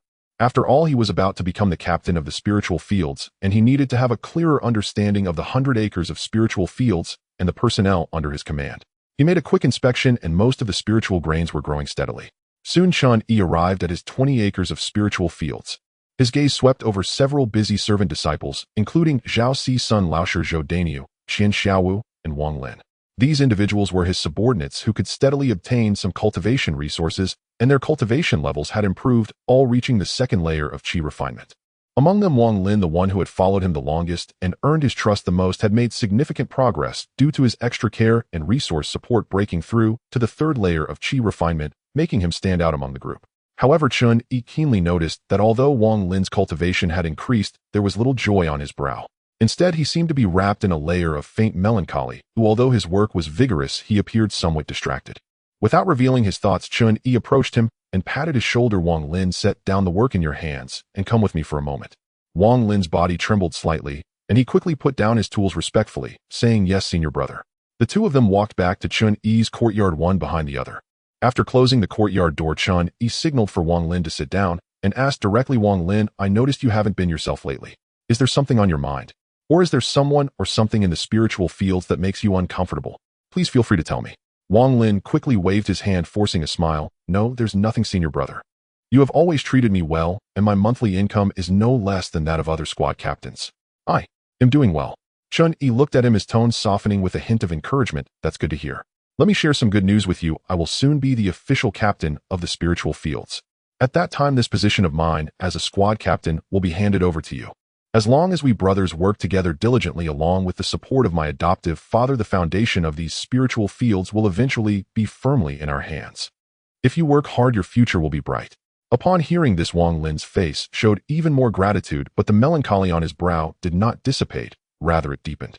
He stood up and deeply bowed to Chen Yi. Thank you, senior brother, for your kindness and guidance, but I have some thoughts in my heart that I have been unsure how to express. What is it? Speak freely, but it's just the two of us here. Chen Yi said gently. Wang Lin raised his head, his eyes shimmering with a light Chen Yi had never seen before, a mix of unwillingness, desire, and determination. Senior brother, do you remember what you once said? To follow the mundane is to be ordinary, to go against it is to be extraordinary. The distinction between the mundane and the extraordinary lies in a single thought. I have kept this in my heart all along. He paused, his voice dropping. There were 4 of us from Luoqing. Lin Dong, that traitor, though despicable, had a great opportunity and made rapid progress in his cultivation. You, senior brother, are also exceptionally talented and resourceful, and you are about to rise as well. Only that Chen Kai, born with a higher fate, yet with a heart as thin as paper. He longed to stand out, but 2 months ago news came that he died in the sex mine, with not even his remains found. Chen Yi fell silent. He was not surprised by Chen Kai's death. It was not uncommon for low-level servant disciples to perish in dangerous tasks within the sect. However, Wang Lin's mention of it clearly held some meaning. Wang Lin continued, his tone carrying the simplicity of a farmer and a determination akin to burning bridges. My grandfather is a farmer, and so is my father, toiling all their lives without much change. I have finally discovered my spiritual route, though it's only of low quality, but I have stepped onto this path. I don't want to spend my life merely in these spiritual fields, going from a tenant farmer to a manager of tenant farmers. Senior brother, I also want to become a true cultivator who can soar through the skies and grasp my own destiny. I want to defy this fate.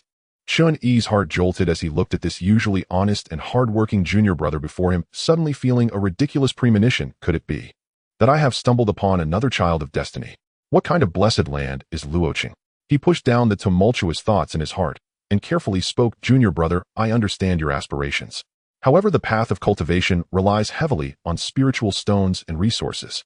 In the spiritual fields, while one cannot amass great wealth, it offers stability, and the monthly income supports you in cultivating to the mid-stage of chi refinement or even later stages with foundation establishment also in sight.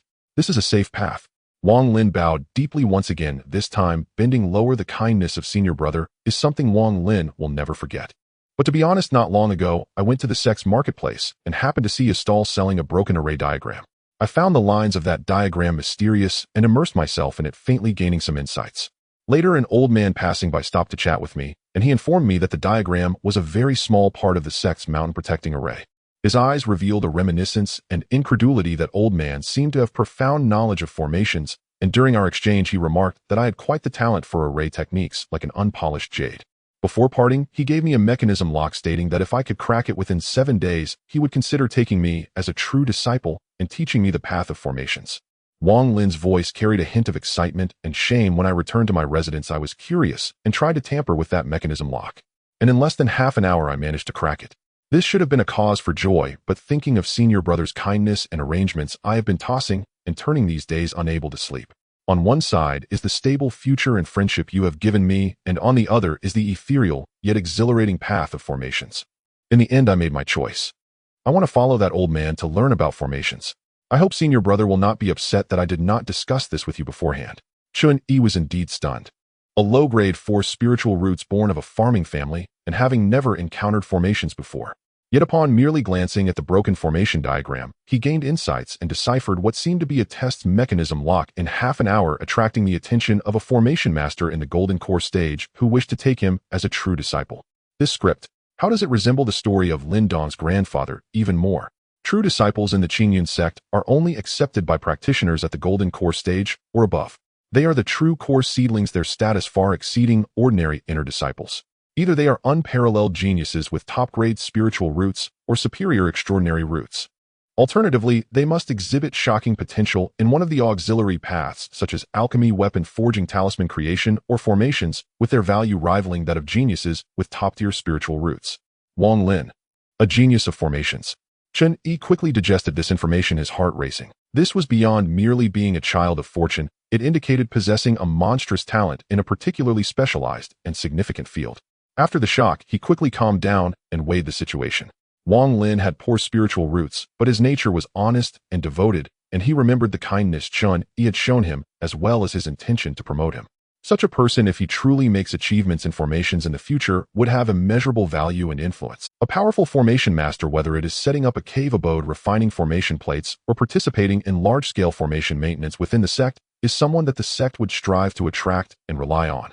At that time, even a slight benefit leaking through the cracks of his fingers, or a key word at a crucial moment, could yield enormous returns. Understanding this, Chen Yi's face instantly revealed a sincere and even joyful smile. He stepped forward, helped Wang Lin up, and patted his shoulder firmly. Junior brother, you speak as if this is not a big deal. This is a tremendous opportunity, a grand fortune for you, my junior brother. I am happy for you. How could I blame you? These trivial matters in the spiritual fields cannot delay your path to greatness. Go ahead and learn well from that golden core senior and become a renowned formation master in the future. Who knows, I may truly rely on your protection in the future, junior brother. Wang Lin saw that Chen Yi not only did not blame him, but instead supported him so wholeheartedly, and a great weight lifted from his heart. He broke into a sincere, innocent, and bright smile. Thank you, senior brother. I am so happy that you can understand me. He seemed to remember something, pulling out the mechanism lock from his pocket and presenting it to Chen Yi like a treasure. Senior brother, look, this is the item. After deciphering it, I discovered it was not a mere inanimate object. When infused with spiritual energy, it could change its form at will. As he spoke, he infused a bit of spiritual energy, and the seemingly ordinary metal lock began to move like it had come to life, flowing sinuously in his palm. At times it transformed into a bird, at times into a fish, and at times combined into a delicate pavilion, exquisite and ever-changing. Chen Yi watched in awe. Though he did not understand formations, he knew that the craftsmanship of this mechanism lock was extraordinary and far from ordinary items. Junior brother is indeed a prodigy to decipher such a clever item in half an hour. Staying in this spiritual field is indeed a waste of talent, a great waste of talent. Wang Lin, upon hearing this, grinned, innocently manipulating the mechanism lock until it finally transformed into an exquisite chain, intertwined and connected. Senior brother, my friendship with you is as solid and reliable as this unbreakable chain, enduring forever. Chen Yi gazed at the unbreakable chain of warmth and sentiment blossoming in his heart, and he laughed. Ha ha, what a wonderful unbreakable chain. Senior brother, you truly have an eye for talent. So here I am wishing for my junior brother to soon step into the hall and become a renowned formation master. Thank you for your good wishes, senior brother. I will go now. Wang Lin clasped his fists heavily, his heart suddenly feeling enlightened, and he directly headed towards the sect's marketplace. An hour later, Wang Lin returned to formally bid farewell to Chen Yi. At this moment, he had a golden token at his waist, neither gold nor jade, inscribed with intricate cloud patterns faintly emitting a disconcerting wave of formation energy. This was evidently the token of a core true disciple, and their statuses were now worlds apart. He solemnly handed over a palm-sized warm green jade pendant to Chen Yi. Senior brother, I will be focusing on my cultivation and studying formations. I fear I will have no leisure for many years to come. Keep this pendant well, senior brother. If you encounter difficulties in the future or wish to find me, you can go to the Tiangong Peak of the sect and seek a steward surnamed Zhao. Show him this pendant, and he will know how to contact me. Junior brother will do his utmost within his abilities and will not let down the kindness you have shown today, senior brother. Chen Yi accepted the jade pendant, feeling its warmth. It had a simple protective array, and in the center was engraved an ancient character for peace. He treasured it and cupped his hands. All right, I accept your goodwill, junior brother. The path is arduous, take care of yourself. Senior brother, your spiritual roots and talents far surpass mine. Your path will surely be even brighter. Wang Lin's eyes were clear and determined. We shall meet at the peak. At the peak. Chen Yi nodded solemnly. The two exchanged smiles and clasped their hands in farewell. Wang Lin turned around and with firm steps headed towards the sect's Tiangong Peak. Chen Yi stood in place, watching him disappear into the distance before slowly retracting his gaze. He rubbed the green jade pendant in his embrace that still carried Wang Lin's warmth, his heart surging with emotions like a tide. Tian Xiang Zhenrun, I would rather let the heavens down. He quietly recited the name of Wang Lin's master. The term Zhenrun is a title of respect for golden core cultivators. Just an hour ago, the honest junior brother working in the spiritual field had become the personal disciple of a golden core Zhenrun. This step was not merely a difference between clouds and mud. In the small place of Luo City, 4 individuals with spiritual roots emerged all at once. Lin Dong was undoubtedly a child of destiny template. Wang Lin turned out to be a formation prodigy accepted as a core disciple by a golden core Zhenren with a bright future. Cheng Kai was dead, not counted. And I. Chen Yi laughed self-deprecatingly as he carefully placed the jade pendant into his storage bag. Have become the most ordinary one at present. Relying on my own scheming, clinging, and struggling, I have managed to reach where I am today. Yet he felt no discouragement in his heart, but rather a peculiar excitement. Lin Dong was a dead enemy, a fight to the death. Wang Lin was a good fortune of significant weight. The world of cultivation is indeed cruel, but it also values karma and opportunities. By planting this friendship of timely support today, one may reap immeasurable rewards in the future. Moreover, Wang Lin was deeply emotional and righteous, which mattered more to Chen Yi than any talent. He glanced in the direction of Tiangong Peak, speaking softly to himself with a hint of cold expectation and subtle excitement. Wang Lin, oh Wang Lin, grow well. Senior brother is really looking forward to the surprises you will bring me in the future. Chen Yi took a deep breath, temporarily suppressing these thoughts. At present, he had more pressing matters to attend to. The sun was setting and dusk was deepening. The time for the appointment was approaching. He adjusted his clothing and restored his usual calm demeanor. Su Beilu. He yud.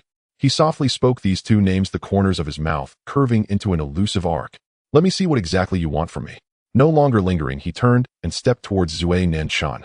As dusk fell and the first lights began to shine, the exquisite pavilion of Zui Nanshan was already radiant with colors, with the sounds of silk and bamboo music wafting through, exuding an air of luxury distinct from other areas of the sect. Just as Chen Yi arrived at the door preparing to search for Su Beilu's figure, he unexpectedly caught sight of a familiar silhouette.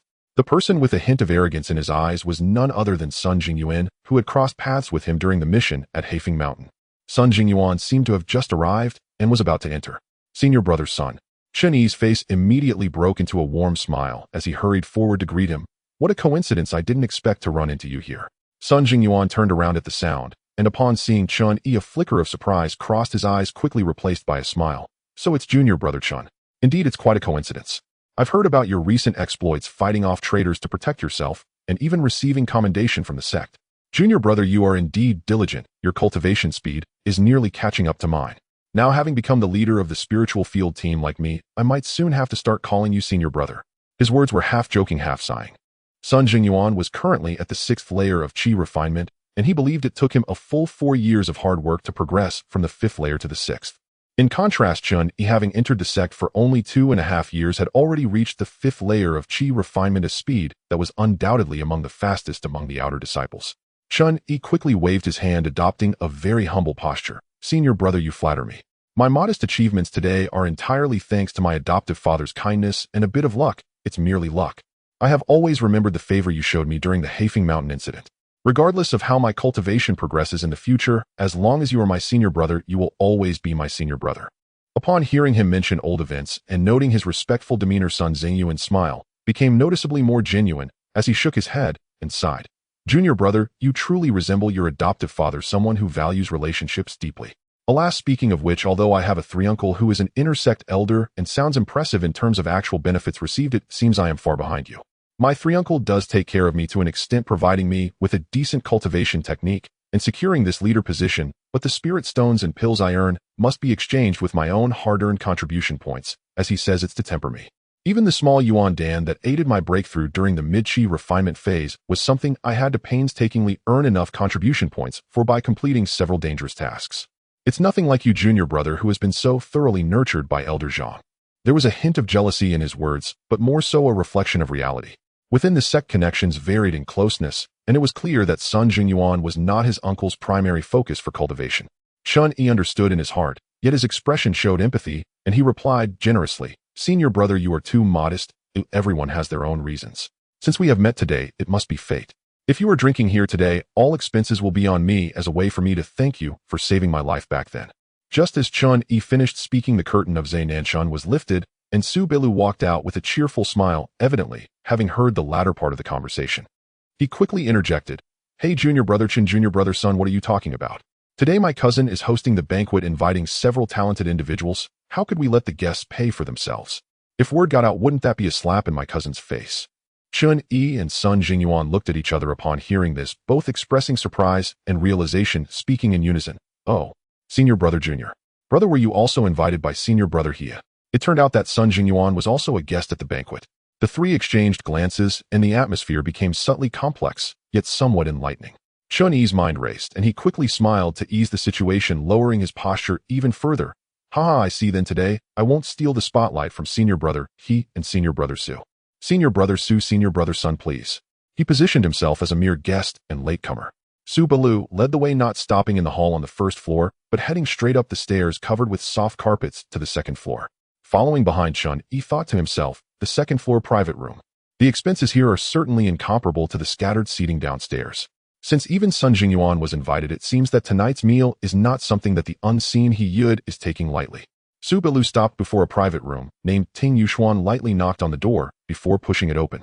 Inside, the room was elegantly decorated with a faint scent of incense, while a large round table already had 3 people seated around it. At the main seat sat a young man in a light blue long gown, around 27 or 28 years old. His features were handsome, skin fair, and his eyes were long and slanted, carrying a hint of softness and calculation that belied his age, yet there was also a sharpness and ambition belonging to youth in his brow. It seemed he was Su Beila's cousin He Yud. On his lower left sat a man and a woman. The woman, around 16 or 17 years old, wore a light yellow skirt that fluttered like a fairy, her waist slender and her figure graceful. She had a delicate oval face, skin whiter than snow, and her peach blossom eyes sparkled with life, naturally exuding a hint of cunning and spirit, as if she could speak. With a slight smile curling at the corners of her mouth, she possessed a playful charm that made one feel an instant fondness, yet also left them feeling elusive. Next to her sat a sturdy young man with a simple and honest appearance, dressed in plain brown shorts. His muscles made his clothes bulge, indicating he was either following the physical cultivation path or had long engaged in heavy labor. "Ha! Junior brother Sun, you finally arrived. Please take your seat." He had seated at the head of the table immediately rose upon spotting Sun Jingyuan, his face lighting up with warm, affable laughter. His gaze then shifted to Chen Yi, scanning him carefully. A flash of sharp, calculating light flickered in his soft, inscrutable eyes, yet his smile never wavered. "This must be senior brother Chen Yi, the newly appointed leader of the Spirit Field Division. Long have I heard of you. I often hear my cousin speak highly of you, saying you are quick-witted and destined for greatness. Today, seeing you in person, I find you truly exceptional in bearing and remarkably poised." Chen Yi promptly clasped his fists in salute and bowed slightly, replying with deference. "Senior brother, he overpraises me. I am Chen Yi, newly arrived, still unfamiliar with our sect's ways. and humbly beg your guidance in the days ahead. As he spoke, his divine sense subtly extended, probing with caution, and instantly detected a profound, steady spiritual energy emanating from He far beyond the mid-stage of Qi cultivation, clearly latest stage Qi cultivation, at least 7th layer of Qi cultivation, perhaps even higher. No need for such formality, no need at all. Junior brother Chen, please sit down. He warmly gestured for Chen Yi to sit beside Sun Jingyuan, then introduced the others. These two are senior sister Yi Shanshan and junior brother Zhang Xiaolu, both outstanding young leaders among our outer sex spirit field administrators, each having attained the 6th layer of Qi cultivation. From now on you shall be colleagues. Do make sure to grow close and support one another. Upon hearing their names, Chen Yi's mind stirred anew. Yi Shanshan, Zhang Xiaolu. Zhang Jioga had mentioned them before. Yi Shanshan's grandfather was a renowned first-rank alchemist within the sect, his mastery widely believed to have already reached the 2nd rank. Though his cultivation remained at the 9th layer of Qi cultivation, unable to break through to foundation establishment, his status rivaled that of ordinary foundation establishment elders. Zhang Xiaolu's grandfather likewise was a first-rank artifact forger, his standing comparable to Yi Shanshan's grandfather, equally formidable. Though merely spirit field leaders, these two wielded formidable backing, untouchable figures even among outer sect disciples.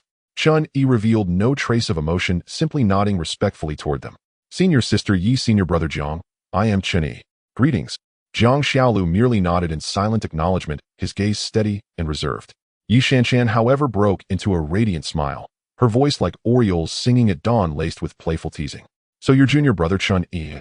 You're quite handsome, aren't you? You've been in the sect for quite some time, yet never thought to pay your respects to your senior sister. How careless. Could it be that your eyes see only senior brother's son? Her eyes shimmered with charm, her laughter delicate and winsome, seeming reprimanding yet imbued with an irresistible warmth. Chen Yi's instincts flared. This woman appeared vivacious and carefree, yet her presence here, summoned by He, marked her as anything but simple. A perfectly calibrated expression of mild embarrassment and sincere admiration bloomed across his face as he smiled. Senior sister jests. You are peerless in grace and beauty, the undisputed jewel of the outer sect. My cultivation remains humble, my duties numerous. I feared intruding upon your noble presence, and thus delayed my visit. I beg your magnanimity, senior sister. Forgive this junior brother's oversight. Ha ha ha. Yi Shanshan covered her mouth with a delicate hand, her laughter rippling like blossoms shaken by spring wind. What honeyed words you have, junior brother, truly sweet as nectar. Enough, take your seat now. We've only been waiting for you and senior brother's son. Chen Yi complied, settling into his seat, and his gaze swept across the three present: Sun Jingyuan, Yi Shanshan, Zhang Xiaolu, and himself, a newly appointed 5th layer Qi cultivator backed by Zhang Jioga. All those gathered today are spirit field leaders with influential connections. Clarity crystallized in his mind, the earlier suspicion now largely confirmed. He Yud's ambition almost certainly targets the vast output of the outer sect's spirit fields. Noticing that greetings had concluded and all were seated, He Yud lightly clapped his hands. Carved wooden doors to the private chamber slid open soundlessly, and several graceful attendants, dressed in elegant muted robes and possessing refined features, entered in quiet procession, movements practiced and precise. They bore exquisite jade platters and porcelain cups, arranging a succession of spiritually infused delicacies upon the table with seamless efficiency. First came artfully sculpted fruit platters, arranged into floral motifs, whose vibrant hues shimmered with inner radiance, exuding a refreshing spirit-lifting fragrance. Next arrived main dishes, tender golden brown cuts of demonic beast meat sizzling gently, their marbled flesh threaded with faint luminous patterns of spiritual energy, and slow-simmered soups brewed from rare spirit vegetables and fungi, rich and aromatic, wreathed in visible spirals of qi. Finally, several jugs of first-rank superior-grade spirit wine, bearing the Zainin seal, were presented, clearly of finer vintage than any Chen Yi had previously purchased. Even unopened, the wine released a deep, mellow aroma mingled with pure, concentrated spiritual energy. Chen Yi's eyes swept across the lavish banquet, his inner astonishment quietly mounting. Drawing upon his market experience and cultivated discernment, he estimated that the cost of ingredients and spirit wine alone, plus the premium for the second-floor private chamber at Zuinan Chen, would easily exceed 700 or 800 low-grade spirit stones. He had spared no expense for this gathering. Dear junior brothers and sisters, what a rare pleasure to gather together today. Please feel entirely at ease. A modest offering of wine and fare, hardly worthy of respect, but please partake freely. All expenses fall upon me, He Yud. He raised his goblet, a translucent amber elixir, smiling warmly, yet his tone carried an unmistakable commanding generosity. Senior brother He, you are far too generous. We thank you deeply for your hospitality. Sun Jingyuan, Yi Shanshan, Jiang Xiaolu, and Su Beilu, who sat as host companion, all lifted their cups in unison, their faces alight with genuine smiles. Chen Yi swiftly followed suit, raising his cup and offering heartfelt thanks. One sip of the spirit wine dissolved smoothly into a gentle, warming current, spreading through his limbs and meridians. It carried none of the harsh bite of mundane alcohol, instead it subtly nourished his channels and gently uplifted his spirit, an elixir truly worthy of its price. After the first round of toasts and a few shared bites, the atmosphere grew lively and relaxed. Su Beilu, both facilitator and He Yud's cousin, naturally assumed the role of convivial host. He spoke with wit and charm, weaving in amusing anecdotes from within the sect, while skillfully guiding conversation, encouraging everyone to share recent developments and exchange cultivation insights. Sun Jinyuan spoke of the daily complexities of managing spirit fields and his current cultivation bottleneck. Yi Shanshan, ever radiant and articulate, shared tidbits from the market and whispered rumors about alchemical formulas. Even Jiang Xiaolu, who appeared taciturn, offered more than usual when the topic turned to artifact forging materials. Chen Yi participated judiciously, nodding, interjecting polite questions, offering light commentary, while listening intently, every sense attuned to catch even the faintest hint of meaningful information. Soon key details emerged. First, He Yud himself cultivated to the 8th layer of Qi cultivation and possessed a rare superior dual spirit root of water and wood, marking extraordinary innate talent. Moreover, he had a master, a foundation establishment elder responsible for the outer sect's logistics and supply affairs. Though this position lacked the prestige of combat line elders, its authority was substantial, especially over storerooms and administrative allocations. No wonder Su Beilu moved so fluidly through the administrative affairs hall. As for Jiang Xiaolu, he not only inherited a lineage of seasoned first-rank artifact forgers, but had himself attained the rank of first-rank artifact forger. According to Yi Shanshan's admiring aside, Jiang Xiaolu could reliably forge mid-grade first-rank artifacts, a success rate commendable even among peers. That explained his broad, powerful frame. Artifact forging demanded both technical mastery and immense physical endurance. Long hours wielding hammers, stoking earth fire, and enduring searing heat placed extraordinary demands upon the body.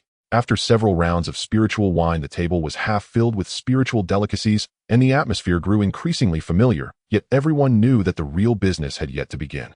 He had elegantly wiped the corner of his mouth with a silk handkerchief and gently set down the jade cup in his hand. This action served as a silent signal, causing the voices of the few engaged in conversation to gradually lower as their gazes drifted vaguely directed toward the main seat. Su Beilu, being quite perceptive, immediately stood up and said with a smile, "Ilgo urged the dessert in the back," before exiting the private room and closing the door behind him. As soon as he left, the private room fell silent, leaving only the faint scent of incense and the distant sounds of silk and bamboo from outside. He sighed softly, his voice not loud, but clear enough for everyone to hear. "Dear junior brothers and sisters, we embark on this path of cultivation, seeking only..." He sighed softly, his voice not loud, but clear enough for everyone to hear. "Dear junior brothers and sisters, we embark on this path of cultivation, seeking only longevity and freedom with power in our grasp. Yet on this road, the hardest challenge is not the bottleneck of techniques, nor the life and death battles, but the two words spirit stones. They are needed everywhere and are always in short supply, flowing like water, hard to earn, but easy to spend. Even with my esteemed master helping me, I have gone gray worrying about the resources for cultivation." This statement seemed to be a lament, yet it precisely struck the pain points of those present. Sun Jinyuan recalled the embarrassment of painstakingly saving contribution points to exchange for low-grade yuan. Dan Yi Shanshan thought of her grandfather's alchemy profits, which she couldn't directly squander, and Jiang Xiaolu was acutely aware of the high costs of refining materials. The three of them displayed expressions of deep understanding, whether solemn or helpless. Chen Yi also cooperatively furrowed his brow, revealing an expression of agreement. Seeing their reactions, he knew the moment was ripe. He shifted the topic, a glimmer of sharpness and eagerness igniting in his eyes. "It is precisely for this reason that I have taken the liberty to invite several trustworthy junior brothers and sisters here today. Not for any other reason, but to brainstorm with you all, leveraging your positions as the leaders of the spiritual fields to devise a way to make some money, earn more spirit stones, and ensure our path is smoother." Make money. Sun Jingyuan was the first to speak. He had the best talent among them and a strong background. His concerns were relatively fewer. Hearing this piqued his interest, yet his tone remained cautious. "What does senior brother have in mind for us to earn? We are all responsible for the spiritual fields. While the spiritual rice yield has its benefits, the rules are strict and the interests have long been clearly divided. So, where does this profit come from?" He had smiled slightly and replied with a question. "Junior brother Sun, you have reached the 6th layer of Qi refinement. You must have noticed that the usual gathering Qi pills have become far less effective for your cultivation, right?" Sun Xingyuan's expression changed slightly as he nodded. This was a fact. The higher one's cultivation, the higher the quality of pills required. To maintain, or even accelerate the cultivation speed, only a higher grade Qingyuan Dan can do that. He Yu's voice was calm, but carried a seductive undertone, yet a bottle of Qingyuan Dan sells for at least 150 low-grade spirit stones in the market with 3 pills per bottle, and the potency only lasts for 1 day's worth of cultivation. Calculated to rely on it for a month would cost at least 1,500 spirit stones. Who, apart from the exceptionally talented disciples that the sect fully cultivates, can't afford such expenses long-term. These words struck like a heavy hammer on everyone's hearts. Their current monthly income, including the gray areas of the spiritual fields, barely amounted to 500 or 600 spirit stones, and they still had to cover costs for artifact maintenance, talismans, social expenses, and more. To rely on Qingyuan Dan for cultivation was nothing but a pipe dream. Even Chen Yi secretly nodded after breaking through to the 5th layer of qi refinement. He clearly felt the effects of gathering qi pills diminishing and was troubled by it. Seeing the serious yearning and somewhat powerless expressions on the faces of the others, he knew the moment. He leaned slightly forward, lowered his voice, yet spoke with confidence. As long as you all trust Senior Brother and are willing to cooperate, I have my ways to ensure that each of you earns an additional pure income of at least 1,000 spirit stones each month. With this sum of spirit stones, whether for purchasing Qingyuan Dan to speed up cultivation, acquiring better artifacts and talismans, or saving for future foundation establishment, there will be plenty of opportunities. An additional 1,000 spirit stones per month. This figure caused Sun Jingyuan, Yishanshan, and Zhang Xiaolu to momentarily catch their breath. Even Chen Yi's eyes flashed with a sharp light. This could nearly double their current disposable income. Senior Brother, please speak plainly. What exactly is your plan? Sun Jingyuan couldn't help but ask. Yishanshan, Zhang Xiaolu, and Chen Yi all fixed their gazes tightly on he had, waiting for further explanation. He had no longer kept them in suspense, lowering his voice even further to almost a whisper. It's quite simple. Each of you junior brothers and sisters need to submit a quota of spiritual rice to the sect, which is 10,000 gene right. Combined, that amounts to 40,000 gene. According to market prices, these 40,000 gene of spiritual rice are worth about 20,000 spirit stones. I can use 5,000 spirit stones to purchase a batch of the lowest quality spiritual rice in the market, even mixed with ordinary rice. Then I will replace the spiritual rice you submit with this inferior batch. This way, 40,000 gene of spiritual rice will be submitted, passing the sect's inspection, while the actual cost will only be 5,000 spirit stones. This creates a price difference of 15,000 spirit stones. Substituting inferior for superior. Upon hearing this, apart from Chen Yi, who remained relatively calm, Sun Jingyuan, Yishanshan, and Zhang Xiaolu all changed their expressions dramatically, their eyes revealing shock and resistance. Sun Jingyuan immediately shook his head. Senior Brother, this is too risky. The sect has strict inspections for the quality of spiritual rice. If caught substituting inferior quality, the lightest penalty is the abolishment of cultivation and expulsion from the sect, and the worst could lead to immediate execution. The risk is too great. Yishanshan's complexion also changed slightly, and she quickly agreed, yes, Senior Brother, we can't even get past the inspection. Moreover, this spiritual rice is ultimately distributed to outer disciples for consumption. A decline in quality may go unnoticed in the short term. But over time, if the disciples' cultivation is affected, it will surely draw the attention of the higher-ups, and we won't be able to escape the blame. Zhang Xiaolu remained silent, but the furrowed brows and slightly leaned back posture clearly indicated his opposing stance. Seeing that the moment was right, Chen Yi also timely spoke, his tone carrying a cautious inquiry. Senior Brother, what Sun and Yi have said is indeed correct. Inspection is key, and the subsequent impact is a hidden danger. This matter is of great importance. May I ask what foolproof plan you have to ensure we can safely navigate these two major hurdles? His question struck directly at the core issue, which was also the primary concern of the other three. Faced with the doubts and concerns of the crowd, he had seemed to have anticipated this, showing no signs of panic on his face, but instead revealing a smile that suggested he was confident. I am well aware of the concerns of my junior brothers and sisters. Since you dare to raise them, it is naturally because you are confident. His tone was assured. First, let's address the verification process.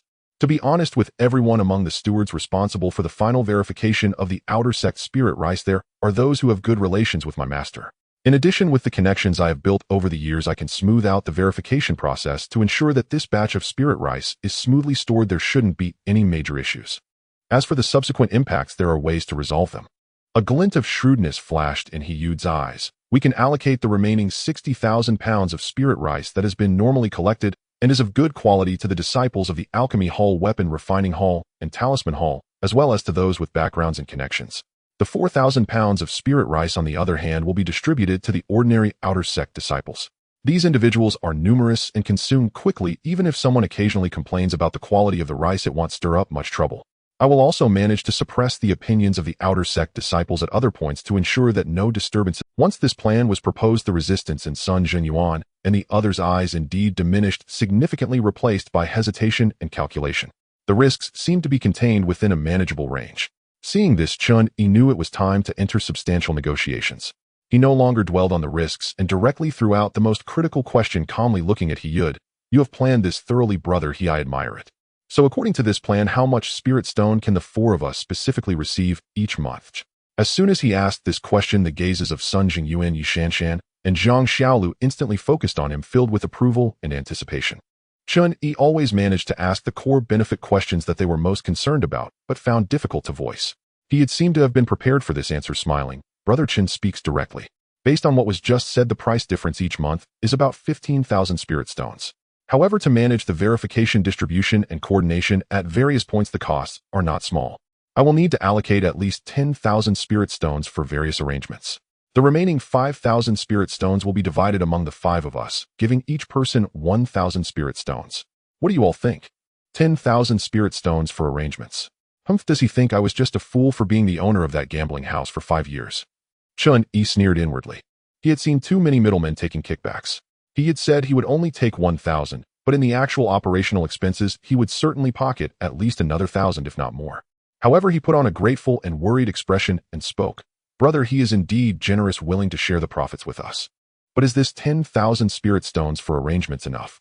After all, there are many links involved, and if any of them go wrong, it could have dire consequences. I am genuinely a bit worried about this. As he spoke, he discreetly gave Sun Jinyuan a glance. Sun Jinyuan had already harbored doubts about the 10,000 spirit stones for arrangements, and upon receiving Chen Yi's hint, he immediately understood, following up with, what Brother Chen said is very true. Brother, this 10,000 spirit stones is a substantial amount, yet we have no idea how much of it will be used, or for what. This truly makes one uneasy, and I am rather fearful. Yi Shanshan and Zhang Xiaolu were not fools either, and quickly caught on. Yi Shanshan smiled charmingly, but spoke with a hint of probing. Yes, brother, since we are cooperating, honesty is paramount. Could we reconsider the details of this arrangement fee? Zhang Xiaolu added gloomily. We share the risks, so the accounts should be clear. He Yu's smile froze slightly. He hadn't expected Chen Yi to be so perceptive, nor that Sun Jinyuan and the others would immediately echo him, creating a pressure to interrogate. His little scheme had been publicly exposed, and the atmosphere became a bit awkward. But after all, he was the one orchestrating this matter, thick-skinned enough to quickly adjust his expression, feigning a misunderstood look, and then displaying a generous concession. Oh dear, my junior brothers and sisters have misunderstood. I absolutely had no intention of lining my own pockets. It is just that arrangements are needed everywhere. Well, since you all have doubts, to show my sincerity, I will take a step back.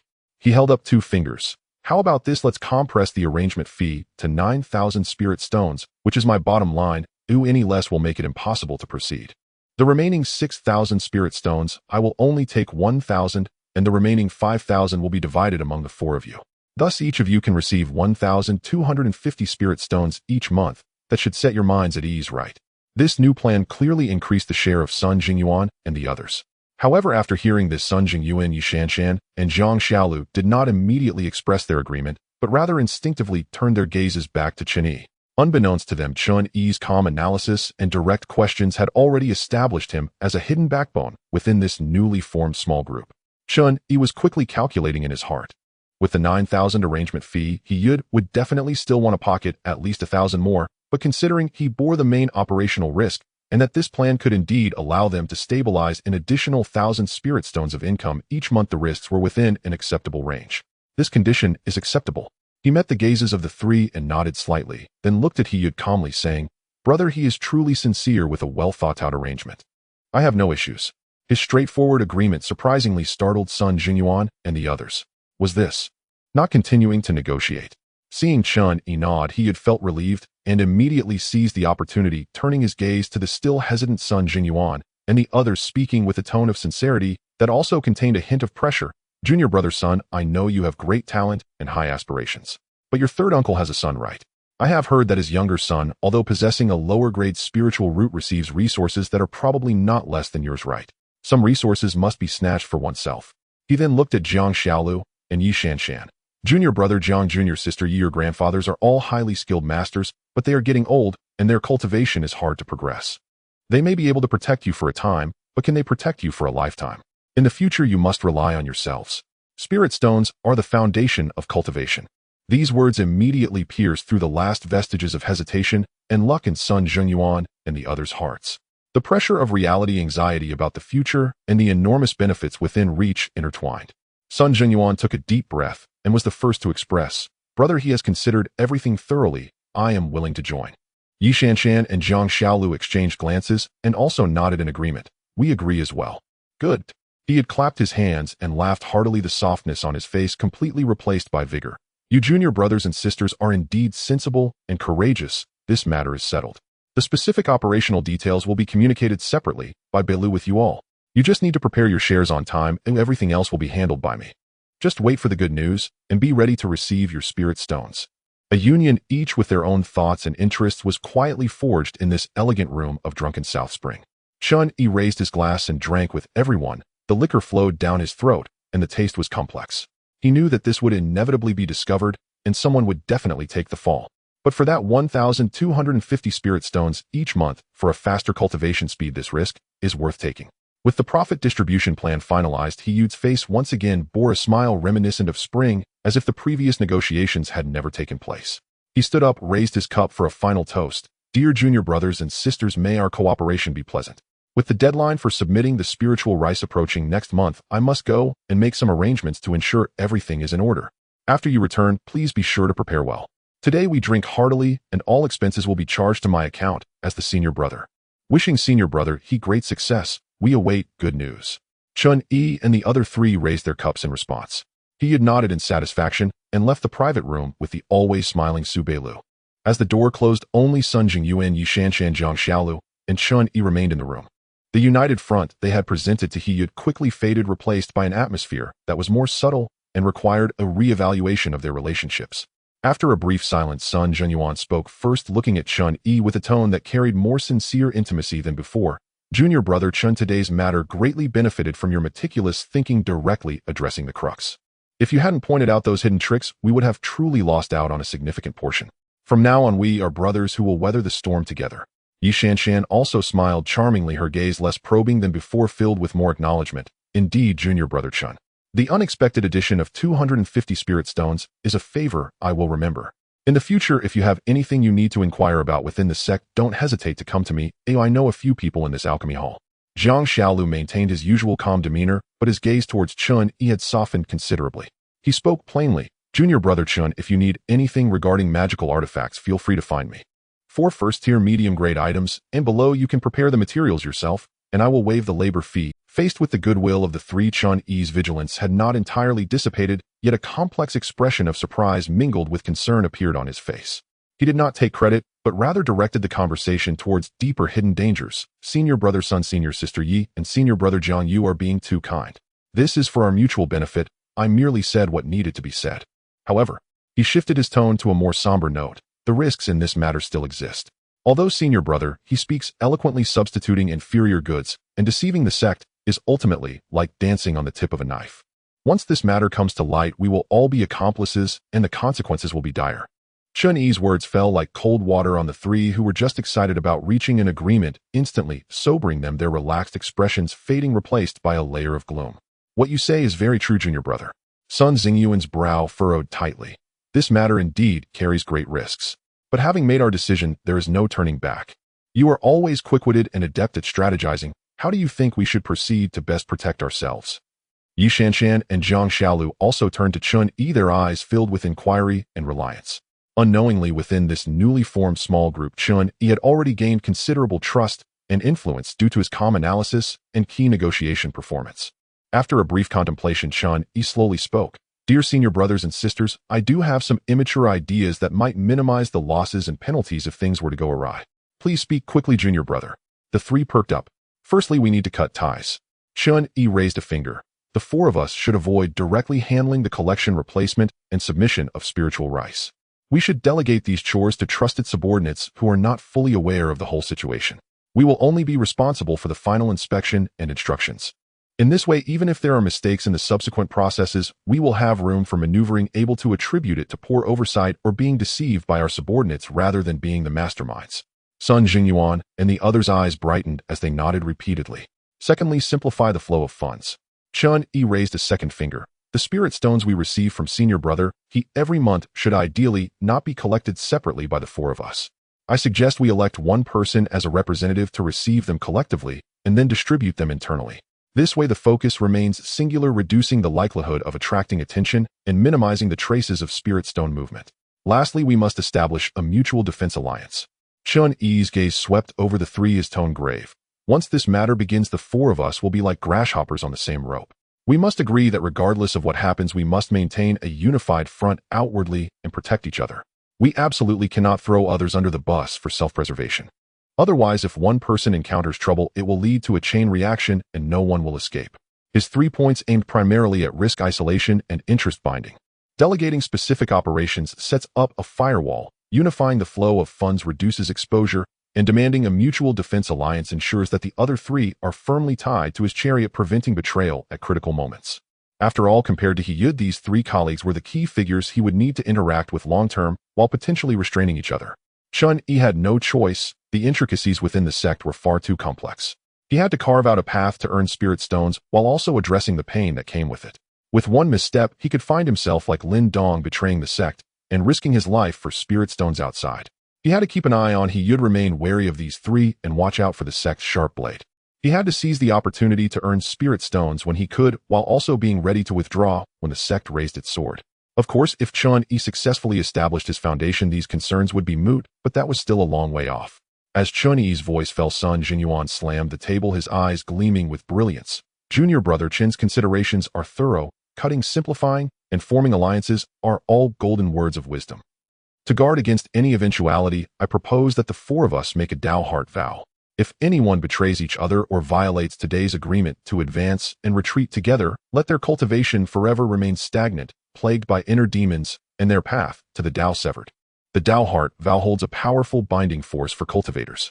Although not absolutely unbreakable, once the vow is violated, it easily breeds inner demons, severely affecting future cultivation and may even lead to going astray. It is a commonly used and effective means to establish trust among cultivators. I have no objections. Yi Shanshan was the first to respond, fully aware of the risks involved. Having the vow as a constraint would provide more peace of mind. Agreed. Jiang Xiaolu succinctly expressed his agreement. Chen Yi naturally had no objections as this aligned perfectly with his intentions. It should be so. Seeing that everyone had no dissenting opinions, Yi Shanshan's beautiful eyes sparkled, and she suddenly smiled sweetly, suggesting, since we are to take the Dao heart, vow sharing risks and benefits, why not take it a step further? Today the four of us are on the same wavelength and planning great matters. It would be better to become sworn siblings. In the future, on the path of immortality, we can look out for each other and provide mutual support. What do you all think? This proposal surprised Sun Jingyuan and Jiang Xiaolu, but they soon showed thought. Sworn brotherhood means a tighter bond, not just a partnership of interests, but also a bond of friendship. In the complex environment of sex, this can sometimes be more stable than mere profit relationships. Sounds good. Sun Jingyuan thought for a moment and then readily agreed. The more brothers, the more paths. I consent. Agreed. Jiang Xiaolu remained brief, but nodded firmly. The three then turned their gaze towards Chen Yi, who had yet to express his stance. Seeing him hesitate, Sun Jingyuan half-jokingly, half-seriously asked, "What's the matter, junior brother Chen? Do you perhaps look down upon us, your senior brothers and sisters, and feel unworthy of forming a bond?"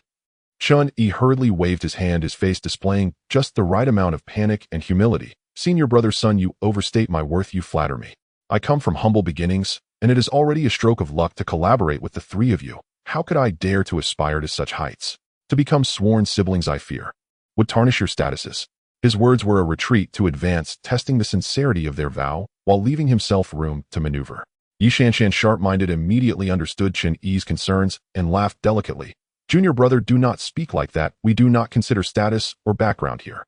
Your wisdom surpasses that of many, and your composure in handling matters may lead to achievements equal to or even greater than ours. Being able to form a bond with you might actually benefit us more, so please do not refuse any further." Sun Jingyuan and Jiang Xiaolu nodded in agreement, expressing their support for Yi Shanshan's words. Seeing the three of them sincere and not merely being polite, Chen Yi's thoughts began to turn rapidly. Initially, he only wanted to bring the three onto his ship without thinking of forming a bond. However, forming a bond with these three had its pros and cons. The benefits lay in a closer relationship and broader channels of information, which might truly allow for mutual assistance in critical times. The downside was a deeper binding, making it more troublesome to handle if fundamental conflicts of interest arose in the future. However, at this moment, they shared common secrets and interests akin to arrows on the bowstring that must be released. If he rejected these three, might very well ostracize him. Understanding this, Chen Yi's face revealed a look of gratitude and determination as he clasped his hands. I am grateful that the three of you would not abandon me. Such kindness is too much for me to accept. If Chen Yi were to refuse again, it would be tantamount to not recognizing kindness. Thus he willingly expressed, I shall form a bond with you as sworn siblings from this day forth, sharing fortunes and misfortunes never depart. Upon hearing Chen Yi's agreement, the four exchanged smiles, and the atmosphere instantly became more harmonious. Next, they needed to establish their order. According to the common customs of the cultivation world, it should be based on cultivation level or potential.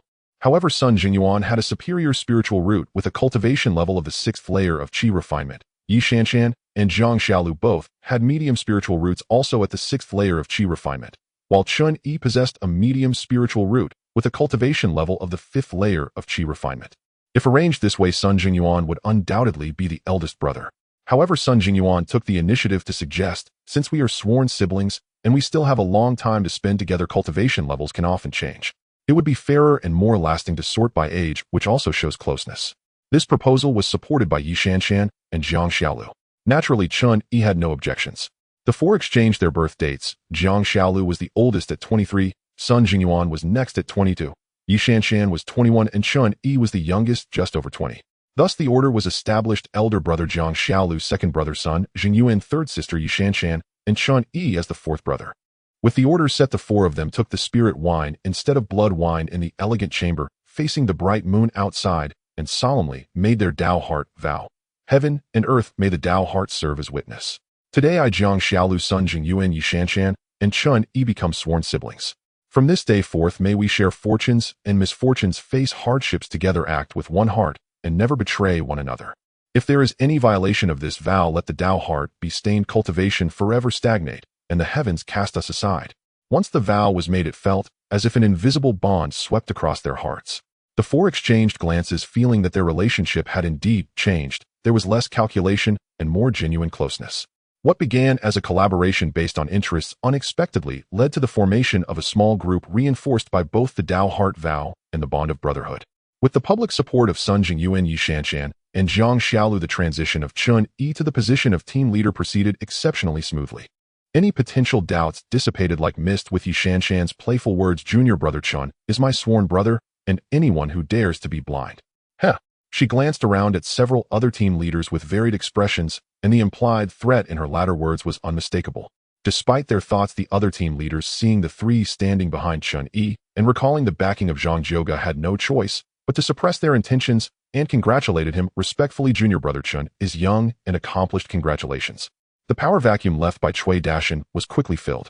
Chen Yi called Qian Xiaowu over, looking calmly at this clever young subordinate. Xiaowu, I've been promoted to team leader, and the previous matters need someone to take charge. I see you handle things quite well. Do you want to take this position? Qian Xiaowu was taken aback for a moment, then joy surged in his heart, and he knelt with a thud, his voice trembling with excitement. I do. Junior brother has dreamed of this.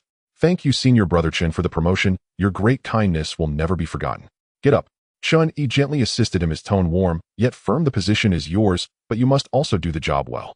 In the future, I will assign some tasks to you. Work diligently, and the benefits will surely follow. Yes, senior brother, you can rest assured. I will do my utmost and ensure there are no mistakes. Qian Xiaowu repeatedly assured him, his eyes filled with gratitude and the excitement of climbing to new heights. Regarding the spirit rice matters, Chen Yi strictly followed the established strategy and did not get involved directly. He entrusted all specific operations to Qian Xiaowu, and if something went wrong, he would just push him out. Chen Yi was no saint. Having taken the spirit stones, did he also want his life? That would be too greedy. Although Qian Xiaowu found it a bit strange, all his doubts were suppressed as he touched the spirit stones that Chen Yi had generously gifted him. He knew that if he didn't take the job, Zhou Dainyu, Zhao Si, and others would be more than willing to step in. 10 days later, it was time for the first financial distribution. Su Beilu discreetly found Chen Yi and slipped an inconspicuous gray storage bag into his hand, wearing his usual smile, while lowering his voice. Junior brother, Chen, count at 5,000 in total. Senior brother, he said, a pleasant cooperation, next month as usual.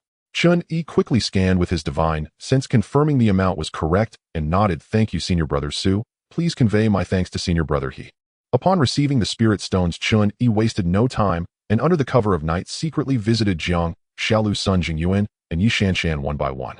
Outside Jiang Ziala's simple, yet fiery smelting room, he handed over a similarly styled bag. Big brother, this is your share. Jiang Xiaolu took it, weighed it in his hand, and simply said done before putting away the bag and resuming his hammering with a clanging sound. In Sun Xingyuan's more elegant courtyard, he received the spirit stones, a smile breaking across his face as he patted Chen Yi's shoulder. Forth, brother, you handle things swiftly. Now I can finally afford that treasured artifact I've long coveted. In Yi Shanshan's abode, filled with a faint herbal fragrance, she took the bag, glanced inside, and her pretty face lit up with even more joy. She affectionately pinched Chen Yi's cheek. You're still the most reliable fourth brother. Now I can finally get the set of flying garments I've had my eye on. Next time there are new cosmetics at the market, I'll bring you a share. Chen Yi, both amused and exasperated, replied, third sister, I have no use for those. Silly brother, you can always gift them to someone later. Yi Shanshan winked mischievously. The entire process was concise and efficient. The four of them had a tacit understanding, only confirming the amounts without further conversation. The three received an additional 1,250 spirit stones each month, and the weight lifted from their hearts was palpable.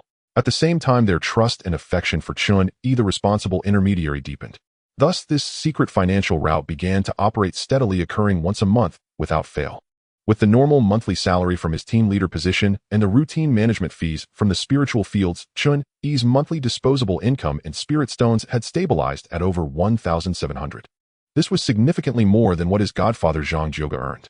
Of course, Chen Yi did not inform Zhang Jioge about this, fearing it might implicate him or that the other party might not allow him to continue. Regarding the matter of obtaining spirit stones, Chen Yi had only one thing to say: if you don't gamble, don't make me gamble. This was 1,700 spirit stones, a sum considered immense for an outer disciple in the midst of Qi training.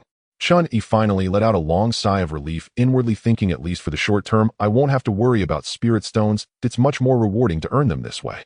Holding a substantial amount of wealth, Chen Yi had no intention of hoarding it. Instead, he became even more composed. These spirit stones come from dubious sources. I must quickly convert them into my own power. Cultivation techniques, pills, artifacts. Only tangible strength can suppress this windfall. Chen Yi's primary goal was crystal clear: the Qingyuan pill. He didn't recklessly purchase in bulk from a single shop. That would be akin to announcing, I have money, I'm a fool, come investigate me. Chen Yi first donned a hat to partially obscure his appearance. Then, like an ordinary disciple, he strolled through different districts, lingering in several reputable medium-sized pill shops. Shopkeeper, how much for the Qingyuan pill? In a Baichao pavilion, he deliberately altered his voice, asking. The shopkeeper, sporting a goatee, raised his eyes to glance at Chen Yi and replied slowly, 155 low-grade spirit stones per bottle, no negotiations. How many bottles does the customer want? The price is a bit higher than elsewhere. Let's start with one bottle to check the quality. Chen Yi pretended to haggle and eventually bought a bottle after some reluctance. At another shop, Dandingxian, he changed his approach. I've heard your Qingyuan pill has a pure spiritual force and is unlikely to produce pill toxicity. I'm here to buy 2 bottles. In this manner, he gradually acquired a total of 10 bottles of Qingyuan pill from 4 or 5 shops, spending a total of 1,500 spirit stones. Watching the pile of spirit stones in his storage bag shrink significantly, Chen Yi felt a pang in his heart, even though he had prepared for it. 1,500. How long would it have taken to save this up before? But he quickly steeled his resolve. You can't catch a wolf without letting go of the child. With these, my cultivation speed can at least double. After completing his purchases, he did not immediately return to the sect. Instead, he pretended to continue wandering around, deliberately choosing bustling and crowded stalls to turn a few times. He then suddenly turned into a small alley, winding around, even employing a bit of light body technique, until he quietly waited in a concealed corner for a moment, fully extending his divine sense to carefully sense his surroundings. Confirming that there were no suspicious auras, he finally took off his hat and strolled leisurely on the main street. Chen Yi's trademark was caution. When Chen Yi returned to his residence after purchasing pills, he encountered a familiar face, Go Dongxi. At that moment, Go Dongxi was no longer his usual arrogant self. He appeared somewhat disheveled with a hint of irritation on his brow. Chen Yi's heart stirred, and he proactively stepped forward, a warm smile spreading across his face. Isn't this Senior Brother Go? It's been a long time. Go Dongxi was taken aback upon seeing Chen Yi, but then recalled that their statuses had changed, making it inappropriate for him to act aloof. He managed to force a smile. Don't call me Senior Brother anymore. Your cultivation now surpasses mine, so I should be the one calling you Senior Brother. Oh, that's not true. I had a deep bond with Senior Brother, so calling you that is only right. But what's going on with you? So I don't mention it, it's just bad luck. Chen Yi immediately took the opportunity to invite him. It's better to meet by chance than to formally invite. There's a decent tavern up ahead, oh why not join me for a couple of drinks? As your junior I'll treat you, and you can share your thoughts with me. Go Dongxi, feeling annoyed, was more than happy to accept the invitation. The two arrived at a modest tavern, and after a few cups of spirit wine, Go Dongxi opened up, pouring out his grievances. It turned out that although he had escaped severe punishment from the sect, due to his father Go Lei, the situation with Cui Dashan was not so easily resolved. The final compromise was that Go Dongxi had to bear the basic care costs for Cui Xiaoya for the rest of her life, paying at least 1 spirit stone each month until Cui Xiaoya naturally passed away. This sum wasn't much, but it was like a persistent thorn in his flesh, constantly reminding him of his disgrace and causing him endless frustration. 1 spirit stone isn't much, but damn it, it's for a lifetime. Just thinking about it makes me feel suffocated. Go Dongxi downed a large gulp of wine, grumbling in anger. Chen Yi listened quietly, a barely perceptible cold light flashing in his eyes. Once Go Dongxi had vented sufficiently, Chen Yi slowly began to speak, his tone laced with sympathy and a hint of sincerity. Brother Go, I understand your difficulties. Paying 1 spirit stone each month may seem trivial, but over the years it adds up to a significant sum. The key issue is that this burden is hard to swallow. With Cui Xiaoya in her current state, to put it bluntly, living is also a form of suffering, and it drags you down. Upon hearing this, Go Dongxi became slightly sober from the effects of the alcohol and looked at Chen Yi. Junior brother Chen, are you suggesting? Chen Yi leaned slightly forward, lowering his voice. What I mean is, if Cui Xiaoya were to unfortunately pass away due to her severe injuries, by then, brother Go, you would have taken care of her for 2.5 years, which would be considered as having done your duty. Who could say anything then? Wouldn't this monthly burden naturally disappear? Go Dongxi's pupils constricted slightly, his hand holding the wine glass froze. He was not foolish and immediately understood Chen Yi's insinuation. A malicious thought began to take root in his heart like a poisonous weed. Indeed, a comatose person relying entirely on pills to stay alive could easily meet with an accident. As long as it was done cleanly, who could investigate? At that point, he would be completely free. The irritation in his eyes gradually transformed into a fierce and determined glint, and the way he looked at Chen Yi held a hint of newfound intrigue. There is some truth to your words, junior brother. But don't worry, brother Go, Chen Yi smiled, filling his cup with wine. I was merely speaking out of sentiment, just a passing thought. Let's drink. Some matters were best left unsaid. Chen Yi understood Go Dongxi all too well. The rest would be up to him to decide. 7 days later, news arrived that Cui Xiaoya, who had been bedridden for a long time, had passed away due to a relapse of her injuries despite all efforts to save her. This incident did not stir up much of a ripple. A mortal woman who had long been forgotten had her life and death treated like mere dust in the vast Qingyan sect. Go Dongxi expressed some semblance of grief and regret, and the matter was laid to rest. His father Go Lei was also pleased with the outcome and acted to smooth over any potential repercussions. When Chen Yi heard the news, he was in his quiet room, polishing his Qingfeng sword. His movements did not pause, but a glint of cold light flashed in his eyes. Cui Xiaoya is taken care of. Next, only Cui Dashan remains. He muttered to himself in a low voice, his tone calm, yet imbued with icy, murderous intent. If you do not die once my cultivation reaches a certain level, I will personally slay you. Chen Yi was a person who held grudges. Oh, Cui Dashan must die. After dealing with these trivial matters, he swiftly entered a phase of frenzied cultivation. Abundant spirit stones allowed him to consume Qingyuan pills without hesitation. The effects of this pill indeed far exceeded those of the qi-gathering pills, as the pure spiritual energy continuously nourished his meridians and qi accelerating his cultivation speed by nearly double. Apart from occasionally dealing with captain duties or communicating with Jiang Xiaolu and the others, he devoted almost all his time to cultivation and the study of techniques. Chen Yi's 5 elements mixed origin technique progressed steadily, and his cultivation was firmly approaching the threshold of the 6th layer of qi refinement. However, he understood that while technique cultivation was fundamental, methods to overcome enemies were equally indispensable. The shadowless sword technique, which had cost him 300 contribution points, became his primary focus. After some research, Chen Yi discovered that the technique came with a strange footwork that was extremely useful. The more he practiced, the more excited he became, and he couldn't help but exclaim, "This accompanying strange footwork is equivalent to a first-tier movement technique." One day, 3 months later, as the sun set in the open space beside the spiritual field, Chen Yi closed his eyes, focused his mind, and let the mental mantra of the shadowless sword technique flow through his mind. When he opened his eyes again, they were filled with a cold and concentrated focus. He moved. There was no warning, no starting posture. He seemed to meld into the deepening twilight. His footwork was executed to perfection, transforming his figure into an elusive shadow that abruptly cut through the air in a strange arc. The Qingfeng sword slipped out silently, and a sword shadow fast to the point of being almost imperceptible flashed into existence alongside his fleeting form. Swish! A light sound akin to tearing cloth. Chen Yi's figure had already materialized on the other side of the wooden post, slowly sheathing his sword. That hard wooden post, seemingly unchanged on the surface, showed no signs of damage. However, a gentle breeze blew by, and a third of the post near the top silently slid down the cut, smooth as a mirror. The sword strike just now was incredibly fast and equally precise. The sword tip did not rely on brute force. Instead, it executed this remarkably accurate cut with a clever angle and refined sword energy while moving at high speed. More importantly, the prelude and process of the strike were concealed by his ghostly footwork and the repressed sword intent, revealing the killing intent only at the moment the technique was completed. I've done it. Chen Yi looked at the severed wooden post, exhaling a long breath of stale, arrow-weary, yet accomplished smile gracing his face.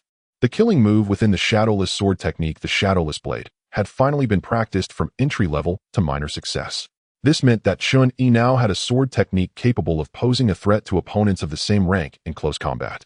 Combined with the lightness technique he had diligently practiced and the increasingly pure golden blade technique, his practical combat ability had once again undergone a qualitative improvement.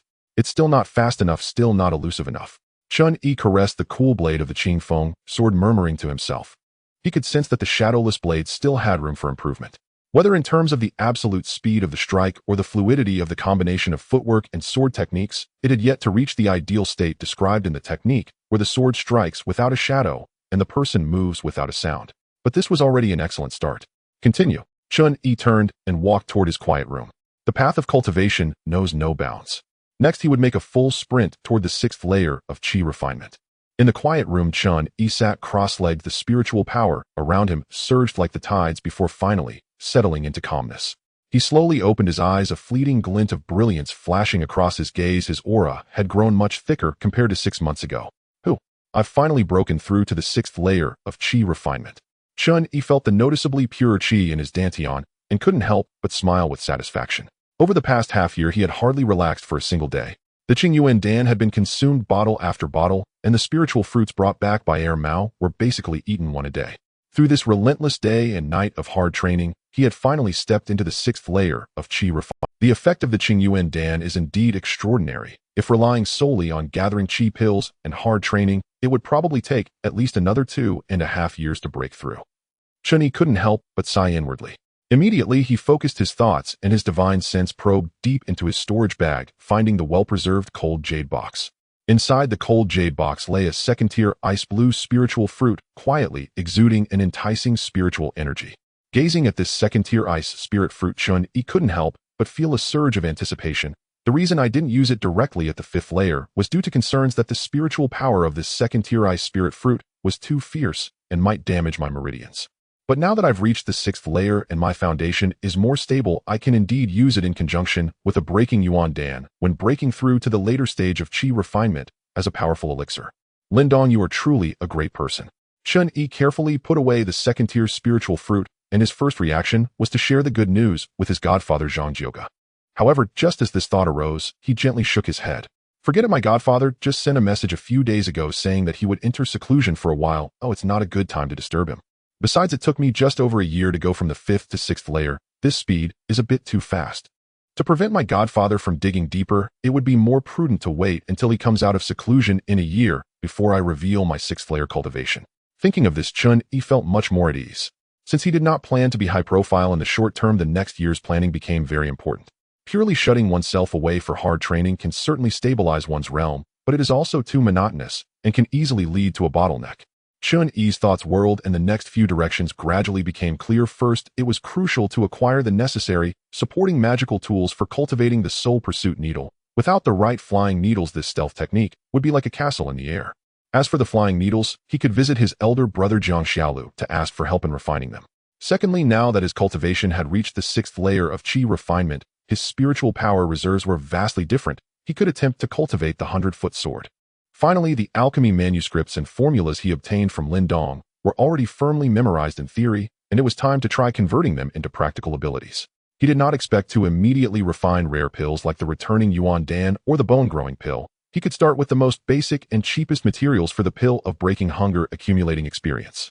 If he could successfully get started, not only would he be self-sufficient, but in the long run, he would also have a stable path. For Chen Yi, studying these skills and techniques was not only about diversifying his strength, but also served as a means of adjustment and expansion during his long training, preventing his path of seeking the Tao from becoming overly monotonous. Thinking of this, Chen Yi stood up and headed straight to Jiang Xiaoli's residence. Jiang Xiaolu did not live in the spiritual field, but resided in the artifact forging room near the sect's fire vein. Before he even entered, a wave of scorching heat surged towards him. Upon pushing the door open, he saw Jiang Xiaolu bare-chested, revealing muscles as strong as iron, wielding a massive iron hammer, striking a piece of red-hot metal. Sweat dripped from his bronze skin onto the burning metal, making a sizzling sound as it instantly evaporated. "Is that you, fourth brother?" Jiang Xiaolu, hearing the noise, did not look up, but replied in a deep voice, "Sit down. They'll clean up the impurities in this iron right away. It's a crucial moment. Brother, don't mind me. You go ahead with your work. I'm just here to broaden my horizons and watch your skills." Chen Yi said nonchalantly, finding a spot that was neither too close nor too far, where the heat was slightly weaker, and watched with great interest. Upon hearing this, Jiang Xiaolu seemed to gain more energy, wanting to show off his skills in front of his younger brother. He exhaled sharply, his arm muscles bulging, and the heavy iron hammer in his hand seemed weightless, yet carried a tremendous force. Bang, bang, bang, bang. The sound of hammering was continuous, yet it was not chaotic. Instead, it carried a unique rhythm and cadence.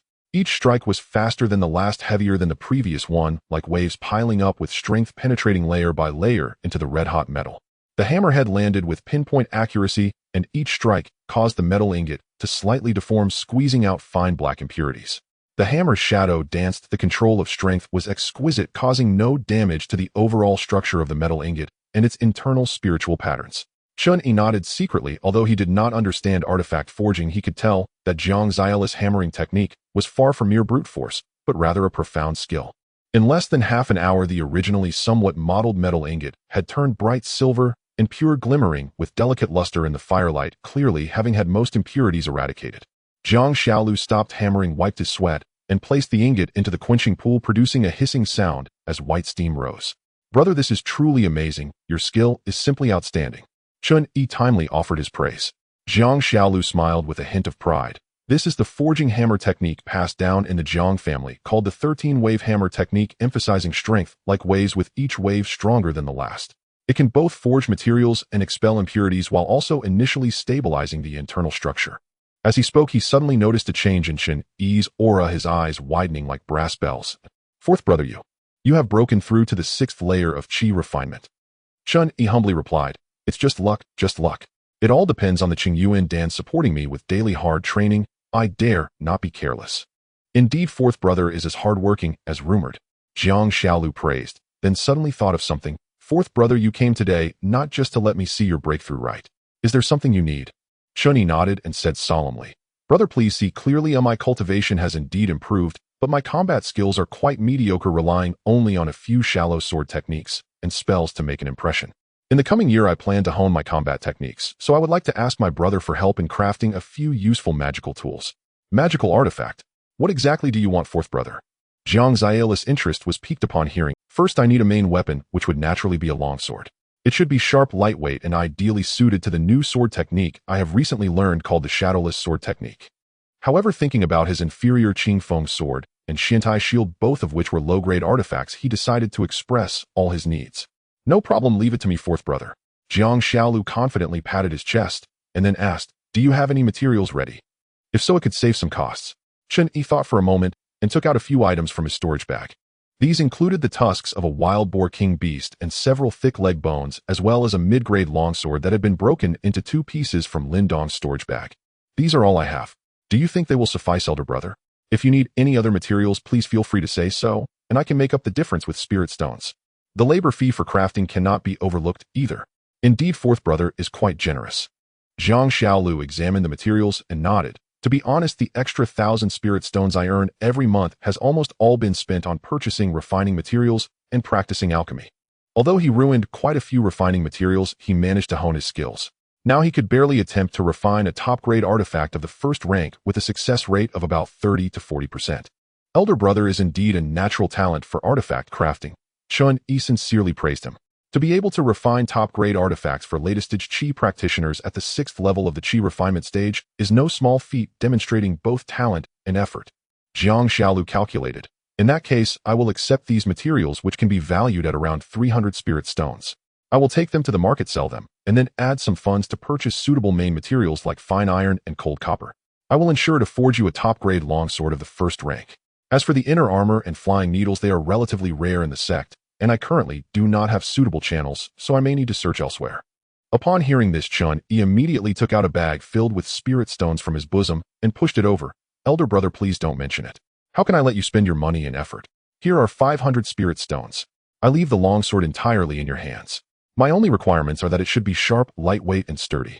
The price for a top-grade artifact generally ranges from 500 to 800 spirit stones.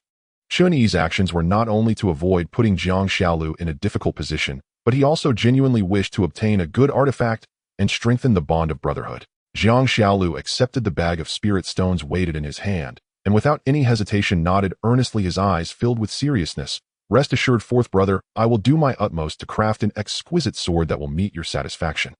After finalizing the longsword, Chen Yi began to inquire about the crucial flying needles. Elder brother, for these needle-type artifacts, I want to use them not only as hidden weapons, but also to coat them with poison.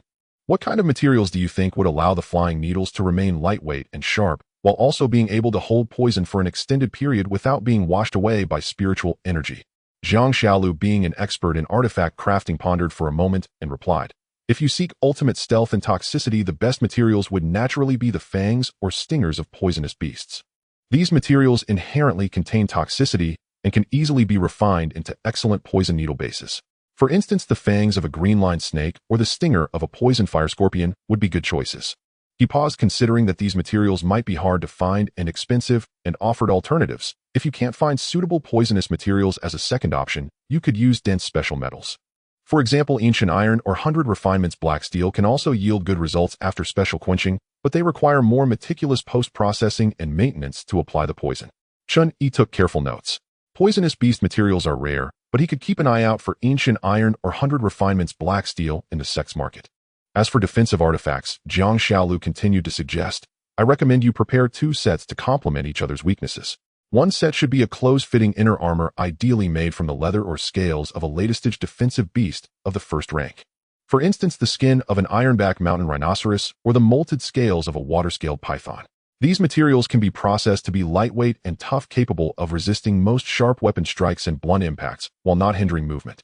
The other set should be a handheld or activated shield, which can be broader in requirements. As long as the material is hard enough to inscribe defensive formations, it can be created using a mix of fine iron shuantia and qitong spirit mines.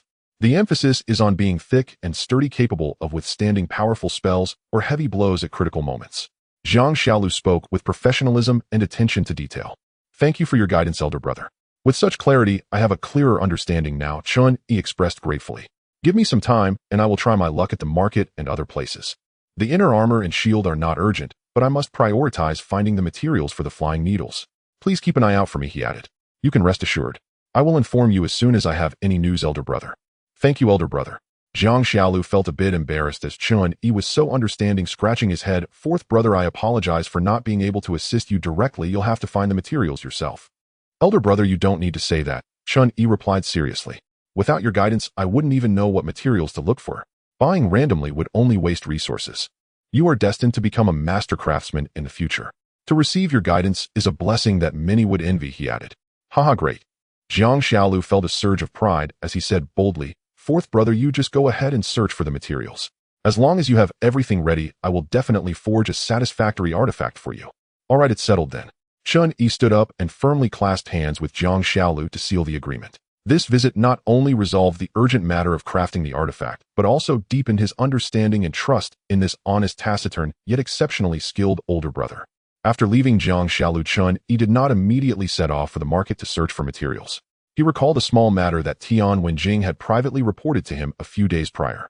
Regarding Tian Wenjing, after being promoted to team leader, Chen Yi not only refrained from squeezing his spirit rice quota, but also granted him significant autonomy. Of course, Chen Yi did not give these benefits without reason. He instructed Tian Wenjing to keep an eye on a few other team leaders under him, especially Huang San, who had once mocked him, to prevent anyone from stabbing him in the back. Tian Wenjing understood the task well and was diligent in his work. However, a few days ago he reported that there had been no movements from Huangsan, but instead Qian Xiaowu, whom Chen Yi had personally promoted, seemed to be getting a bit carried away. Qian Xiaowu, I see you've had enough of living, Chen Yi said, coldly returning to his courtyard and immediately summoning Qian Xiaowu. When Qian Xiaowu arrived, his face still bore traces of lingering alcohol and perfume. Seeing Chen Yi seated in a position of authority with an impassive expression, he felt a sudden tightness in his chest, sobering up significantly. Senior brother, you called for me? Qian Xiaowu asked cautiously. Chen Yi did not immediately explode, but calmly surveyed him from head to toe before slowly speaking. Xiaowu, have you been busy lately?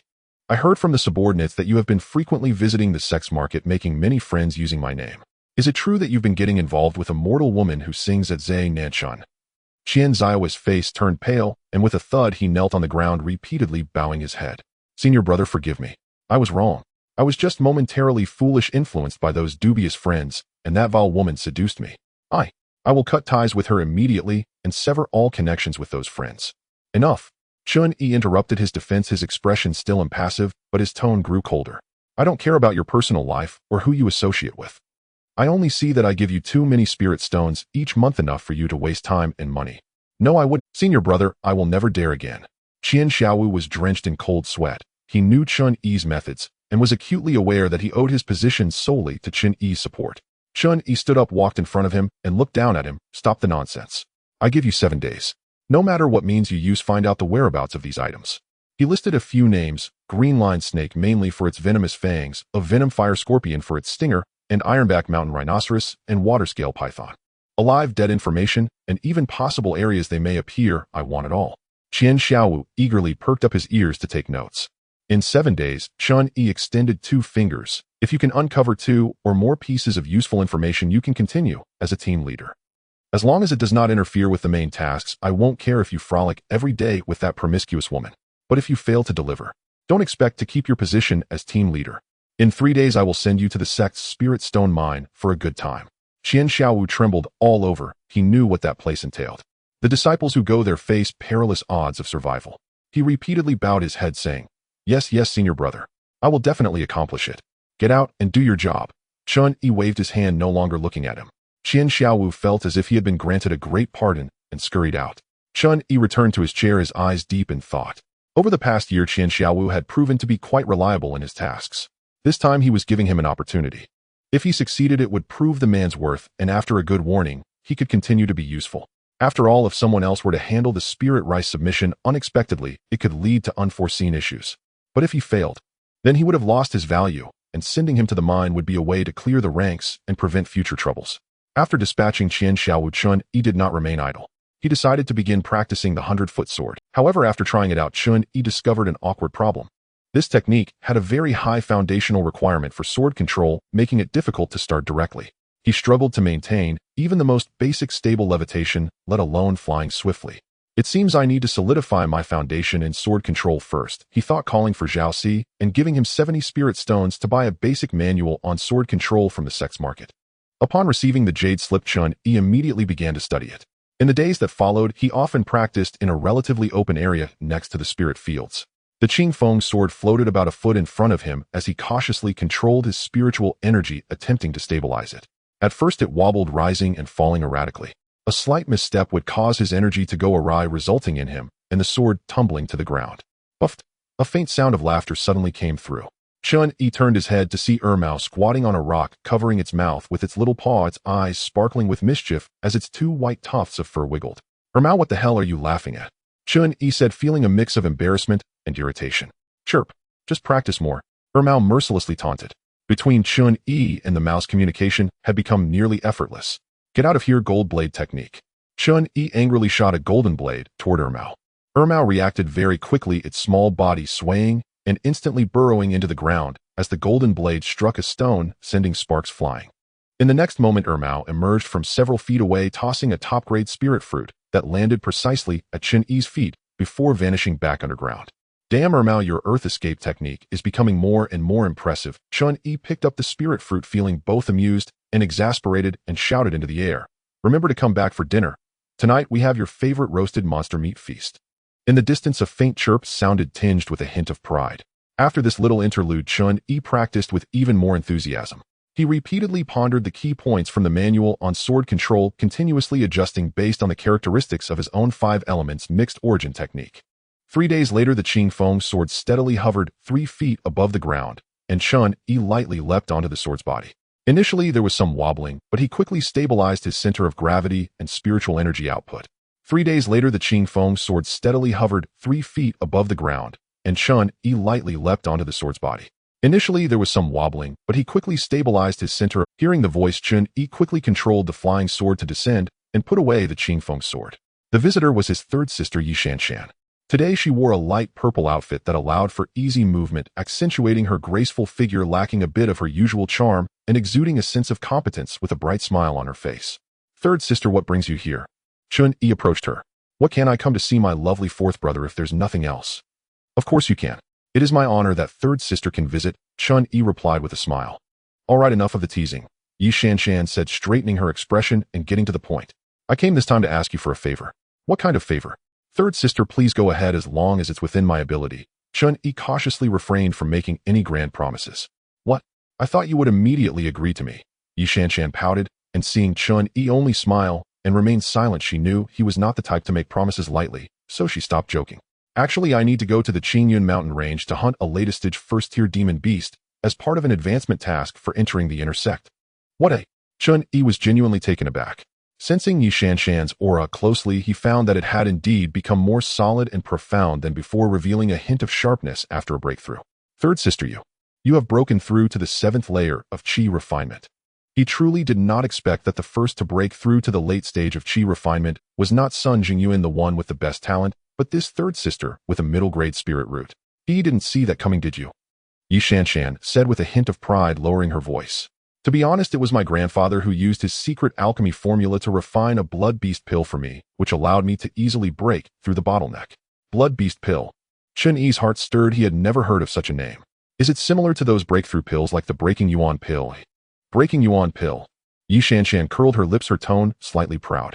That kind of common pill can't compare to the blood beast pill. This is a unique formula that my grandfather has researched for many years. Taking one guarantees a 100 breakthrough to the next small realm of Qi refinement. She added, seeing the shock and curiosity flashing in Chen Yi's eyes. Of course, there are significant limitations. First, a person can only take it once in their lifetime. Second, the refining process is extremely demanding and expensive. I wouldn't tell just anyone, but for you, fourth brother. She leaned in closer, her voice dropping even lower. This pill requires the blood and flesh essence of 5 latest stage first-tier demon beasts that have just died within a day, along with dozens of precious spiritual plants to refine it. Just buying the corpses of those 5 suitable demon beasts cost me over 2,000 spirit stones, and I paid a 30 markup. The other materials also cost my senior sister over 1,000 spirit stones. If it weren't for our extra income each month, my senior sister wouldn't have been willing to spend that much. After hearing this, Chen Yi was astonished that such a powerful pill could directly break through a realm in Qi refinement. But on second thought, it was also understandable. The consumption of this pill is quite high. It cost over 3,000 spirit stones, not including the fees for the alchemist's services. If you calculate it, the value of this blood beast pill is comparable to a foundation establishment pill. However, the foundation establishment pill is not valuable due to the spirit stones, but because of its rarity. Yet Chen Yi was still a bit curious. Why didn't third sister wait until you broke through to the 9th layer of Qi refinement before using it? Wouldn't the benefits be greater then? My silly brother, Yi Shanshan shook her head. In theory, yes. But think about it. What would be required to break through from the 8th layer to the 9th layer? It would probably need at least 3 latest stage first-tier demon beasts of nearly 2nd-tier strength, plus 2 first-tier latest stage demon beasts comparable to the 9th layer of Qi refinement. That cost, even my grandfather can't afford, let alone me. Using it now for a breakthrough at the late stage of Qi refinement is the most cost-effective option. Chen Yi understood. I see. Thank you for clearing that up, third sister. He nodded and then asked, since third sister wants to hunt latest stage demon beasts, why not call big brother and second brother? With their help, the chances of success would be greater. Yi Shanshan revealed a hint of helplessness on her face. I asked them already. Big brother said he is in a critical phase of refining magic tools and can't leave. Second brother, upon hearing that I broke through to the 7th layer, was so stimulated that he insisted on going into closed-door training, immediately vowing not to emerge until he breaks through to the 7th layer.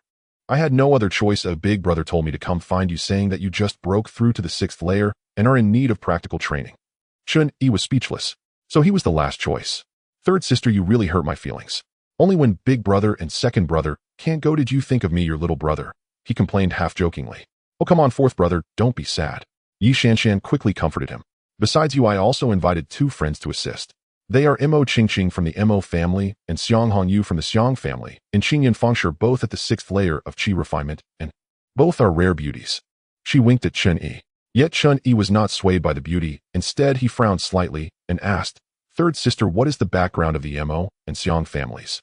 What is their relation to you, or to your grandfather? Fourth brother, you are too cautious. Yi Shanshan laughed. Both families are Qi refinement clans with decent foundations in Qingyan Fengshe, having had dealings with my grandfather for many years, often exchanging pills. As for Qingqing and Hongyu, we've known each other since childhood. We are close friends and can be trusted. Chen Yi pondered for a moment. Yi Shanshan had broken through to the 7th layer, making her the main force. The Mo and Xiang families were old acquaintances with a relatively clear background, and he had just broken through to the 6th layer, indeed needing practical training, which also provided an opportunity to observe his third sister's true combat strength and connections. The risks seemed manageable. Senior sister, I have no problem with this. Chen Yi finally nodded. However, I just broke through to the 6th layer not long ago, and it will take about a month to stabilize my realm before I can exert my full strength. Is there enough time for this task of yours? A month. Yi Shanshan thought for a moment and smiled sweetly. No problem. It's just right. I also need time to prepare some pills and magic tools. So it's settled then. Oh, we will set off in a month. All right, it's settled. Chen Yi stated that he needed a month to stabilize his own realm, though this was not his true intention. His cautious nature had already allowed him to solidify his foundation when he broke through to the 6th level of the Qi refining stage. However, if he used other reasons, it might lead to some dissatisfaction from Yi Shanshan. A woman's heart is as elusive as a needle in the ocean. Since childhood, he had known that women were devils. It was futile to explain or reason with them. His true objectives were twofold. One was to see whether Qian Xiaowu had handled the matters he entrusted to him well. If it wasn't handled well, he would have ample time to deal with Qian Xiaowu, preventing him from fleeing before Chen Yi. As for the other objective, it was to wait for Jiang Xiaolu to finish crafting the high-grade flying sword he had requested. With a sharp weapon in hand, he would feel more secure when hunting latest-stage demonic beasts deep within the Qingyun mountain range. Over the past few days, Chen Yi practiced while waiting for news. To his surprise, good news arrived sooner than expected. On the 5th day, Qian Xiaowu rushed in, looking weary, yet eager to report. Senior brother, I have information. The news about the Baixian snake and the Shui Lin python has come through. Qian Zaiwa's face showed exhaustion, but his eyes sparkled. Oh, please elaborate. Chen Yi responded, somewhat surprised by Qian Zaiwa's efficiency. It seemed the prior admonishment had indeed made an impact. Yes. Qian Xiaowu quickly replied. The news regarding the Baixian snake came from a friend of mine who often does errands in the inner sect. It is said that a senior brother skilled in beast taming recently captured a Baixian snake, harvested its snake gall for medicine, and intends to sell its venomous fangs, which are still intact. As for the Shui Lin python, that information was provided by another outer sect senior brother who frequents the Qingyun market. It was reported that someone had spotted its trace from afar in a deep pool beneath the Hiling waterfall at the outskirts of the Qingyun mountain range. However, seeing that the Shui Lin python seemed to have reached the late stage of the 1st rank, they did not dare to disturb it. After hearing this, Chen Yi quickly weighed the options in his mind. The venomous fangs in the hands of the inner sect disciple would be relatively stable to obtain at an appropriate price, while the Shui Lin python and Hiling pool required real-world hunting, posing both risks and opportunities. Well done, Chen Yi praised, which startled Qian Xiaowu. Continue to keep an eye on news about other materials, especially the Tai Bei mountain rhinoceros. If this matter is handled well, previous issues will be considered resolved. Yes, thank you, senior brother. I will do my utmost. Qian Xiaowu quickly assured. After sending Qian Xiaowu off, Chen Yi immediately contacted He Yud through Su Beilu. Upon learning that Chen Yi needed the Baixian snake's venomous fangs, He Yud readily agreed to help make the connection. The value of a latest-stage 1st rank Baixian snake lies in its snake gall, skin, and venomous fangs. The meat on the snake's body is practically worthless. The total value is approximately around 1,000 spirit stones. Generally, the venomous fangs are worth up to 350 spirit stones. However, Chen Yi directly gave He Yud 500 spirit stones, successfully acquiring the pair of Baixian snake's fangs. The intermediary fees must still be paid. As for the Shui Lin python, there is no rush for the moment. He noted the location, planning to hunt it later when his cultivation improved. Half a month passed in the blink of an eye. One day, Chen Yi received a message from Jiang Xiaolu asking him to visit. Chen Yi's heart stirred, and he hurried over. Pushing open the familiar wooden door that radiated warmth, he saw Jiang Xiaolu standing at the workbench holding a long sword in its sheath. His eyes were bloodshot, his face weary, but there was more excitement and anticipation from completing his masterpiece. Fourth brother, you're just in time. Jiang Xiaolu greeted Chen Yi with a booming voice, handing over the long sword. Take a look, this is the Han sword crafted specifically for you by your elder brother. Chen Yi received the sword with both hands. The scabbard was made of ordinary shark skin, but he immediately felt a chilling aura emanating from it. He slowly drew the sword from its scabbard. Clang! A clear ringing sound echoed like the sound of a cold spring flowing. The sword was about 3 feet long, showcasing a profound dark silver color with fine ice crack-like natural patterns near the spine characteristic of cold iron. The blade was as thin as a cicada's wing, shimmering with a cold light under the furnace's glow. Merely looking at it, one could sense a sharp aura rushing toward them. What a fine sword! Chen Yi exclaimed sincerely. He could feel the pure gold and water attribute spiritual power contained within the sword alongside a restrained sharpness. This sword is primarily made of cold iron blended with a small amount of powder from the horn of the golden armored rhinoceros repeatedly forged together. Jiang Xiaolu explained, his tone filled with pride. Cold iron is cold and resilient, effectively stabilizing spiritual power output, while reducing consumption and recoil during use. The powder from the golden armored rhinoceros horn endows it with unparalleled sharpness and armor-piercing properties. Your elder brother can assure you that a typical first-rank, mid-grade defensive magical artifact would be as fragile as paper in front of this sword. Even a high-grade defensive magical artifact, if not timely activated with spiritual power, would struggle to withstand a full-force strike. He patted Chen Yi on the shoulder. Fourth brother, why not try the feel of it? Chen Yi gripped the hilt, swinging it a few times. The sound of slicing through the air was slight, yet fierce, and the infusion of spiritual power was exceptionally smooth, as if it were an extension of his own body. He infused a hint of spiritual power and lightly sliced at a piece of discarded refining waste nearby. Swish! The waste split cleanly in half, the cut smooth as a mirror. Elder brother, this sword is amazing. Chen Yi's face lit up with delight, and he couldn't help but cherish. This Han sword far surpassed his previous Qingfeng sword in terms of material craftsmanship and compatibility with his own spiritual power. It could be said to be the strongest offensive magical artifact he currently possessed. However, this was understandable, as the Han sword had cost Chen Yi a total of 800 spirit stones. This price could buy the most top-notch high-grade magical artifact in the sex market, so its outstanding performance was to be expected. As Jiang Xiaolu noticed Chen Yi's satisfaction with the Han sword, his thick face broke into a radiant smile, more delighted than if he had benefited himself. The successful forging of this sword not only proved his skills, but also lived up to the trust between brothers. Seeing his elder brother so supportive, Chen Yi took out the pair of Baixian snake fangs and handed them to Jiang Xiaolu. Elder brother, these are the Baixian snake fangs I had someone search for a few days ago. I will entrust you with the matter of the flying needles.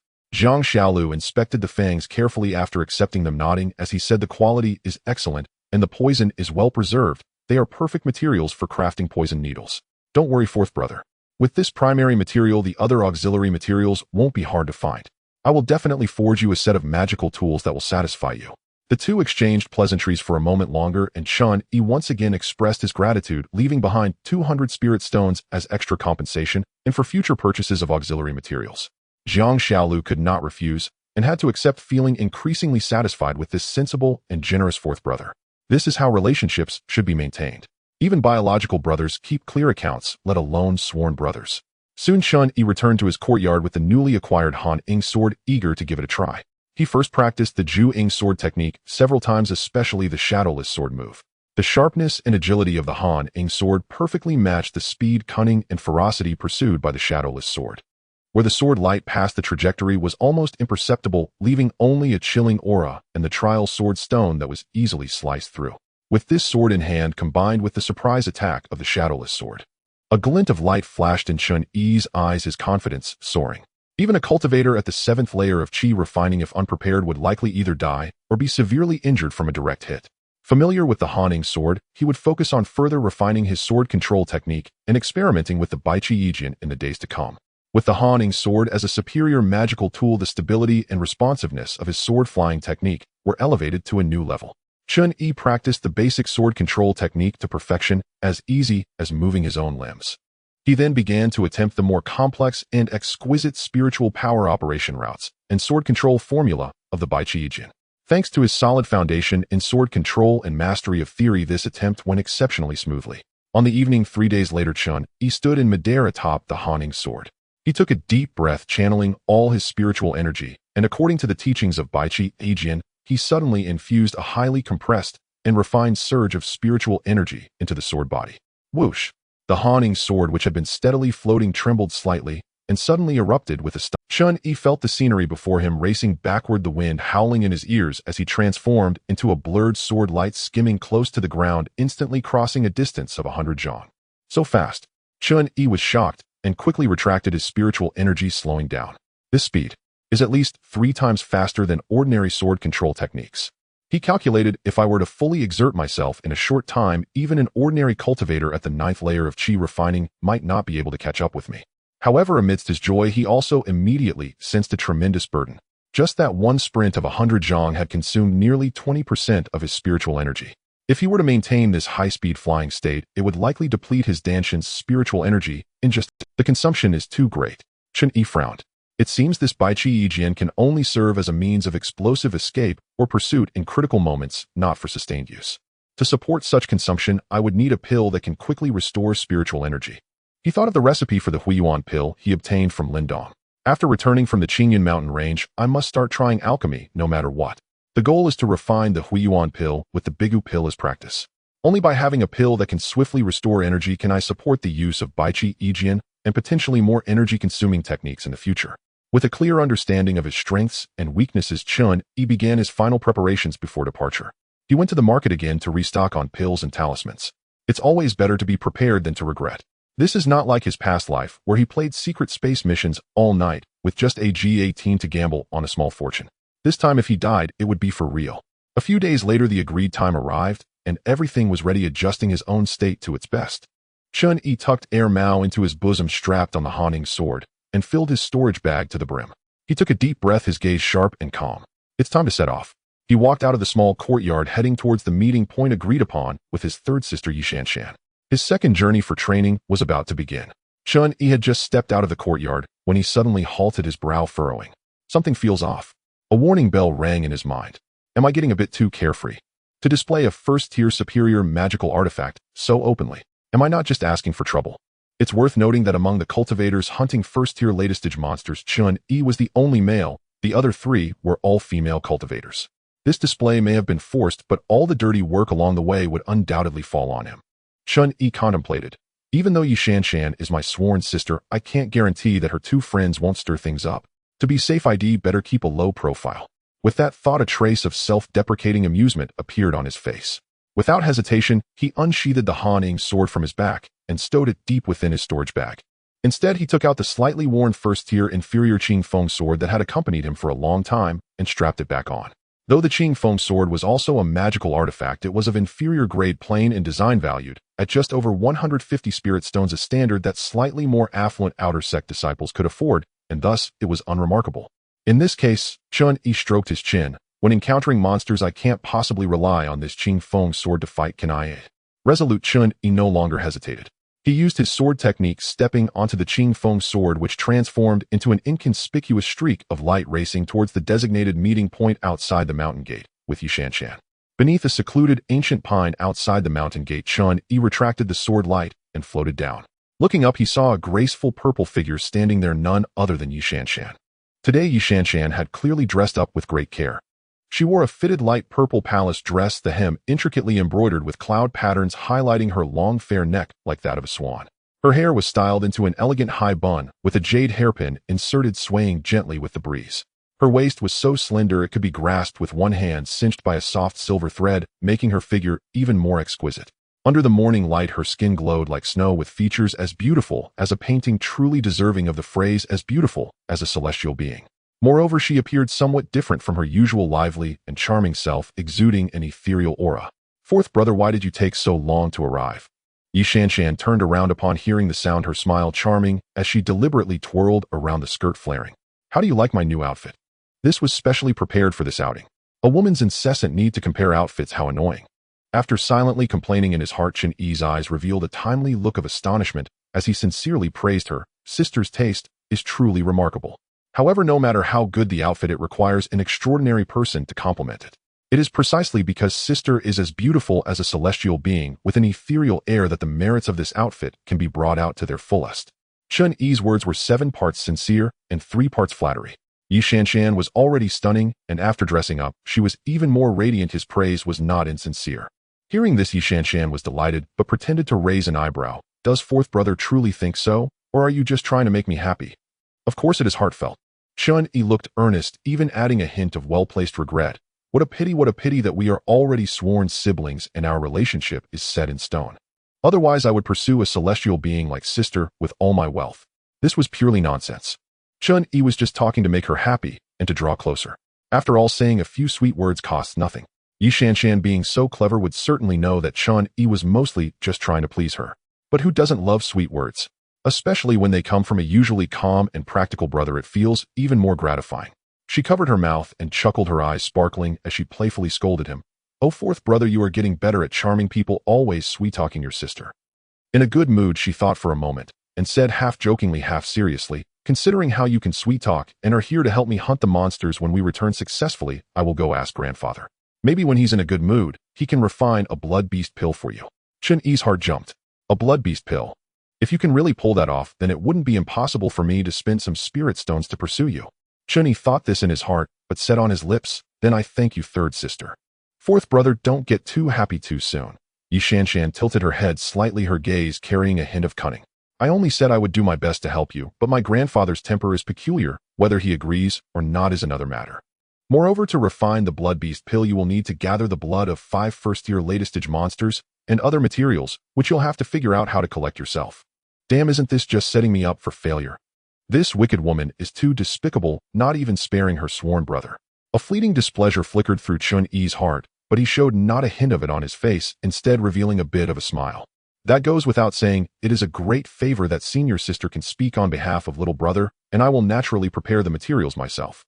Chen Yi spoke earnestly, then seamlessly shifted his tone to one of vulnerability. "However, sister, you know I usually focus solely on my cultivation, improving my skills, and I am quite inexperienced in battles and conflict.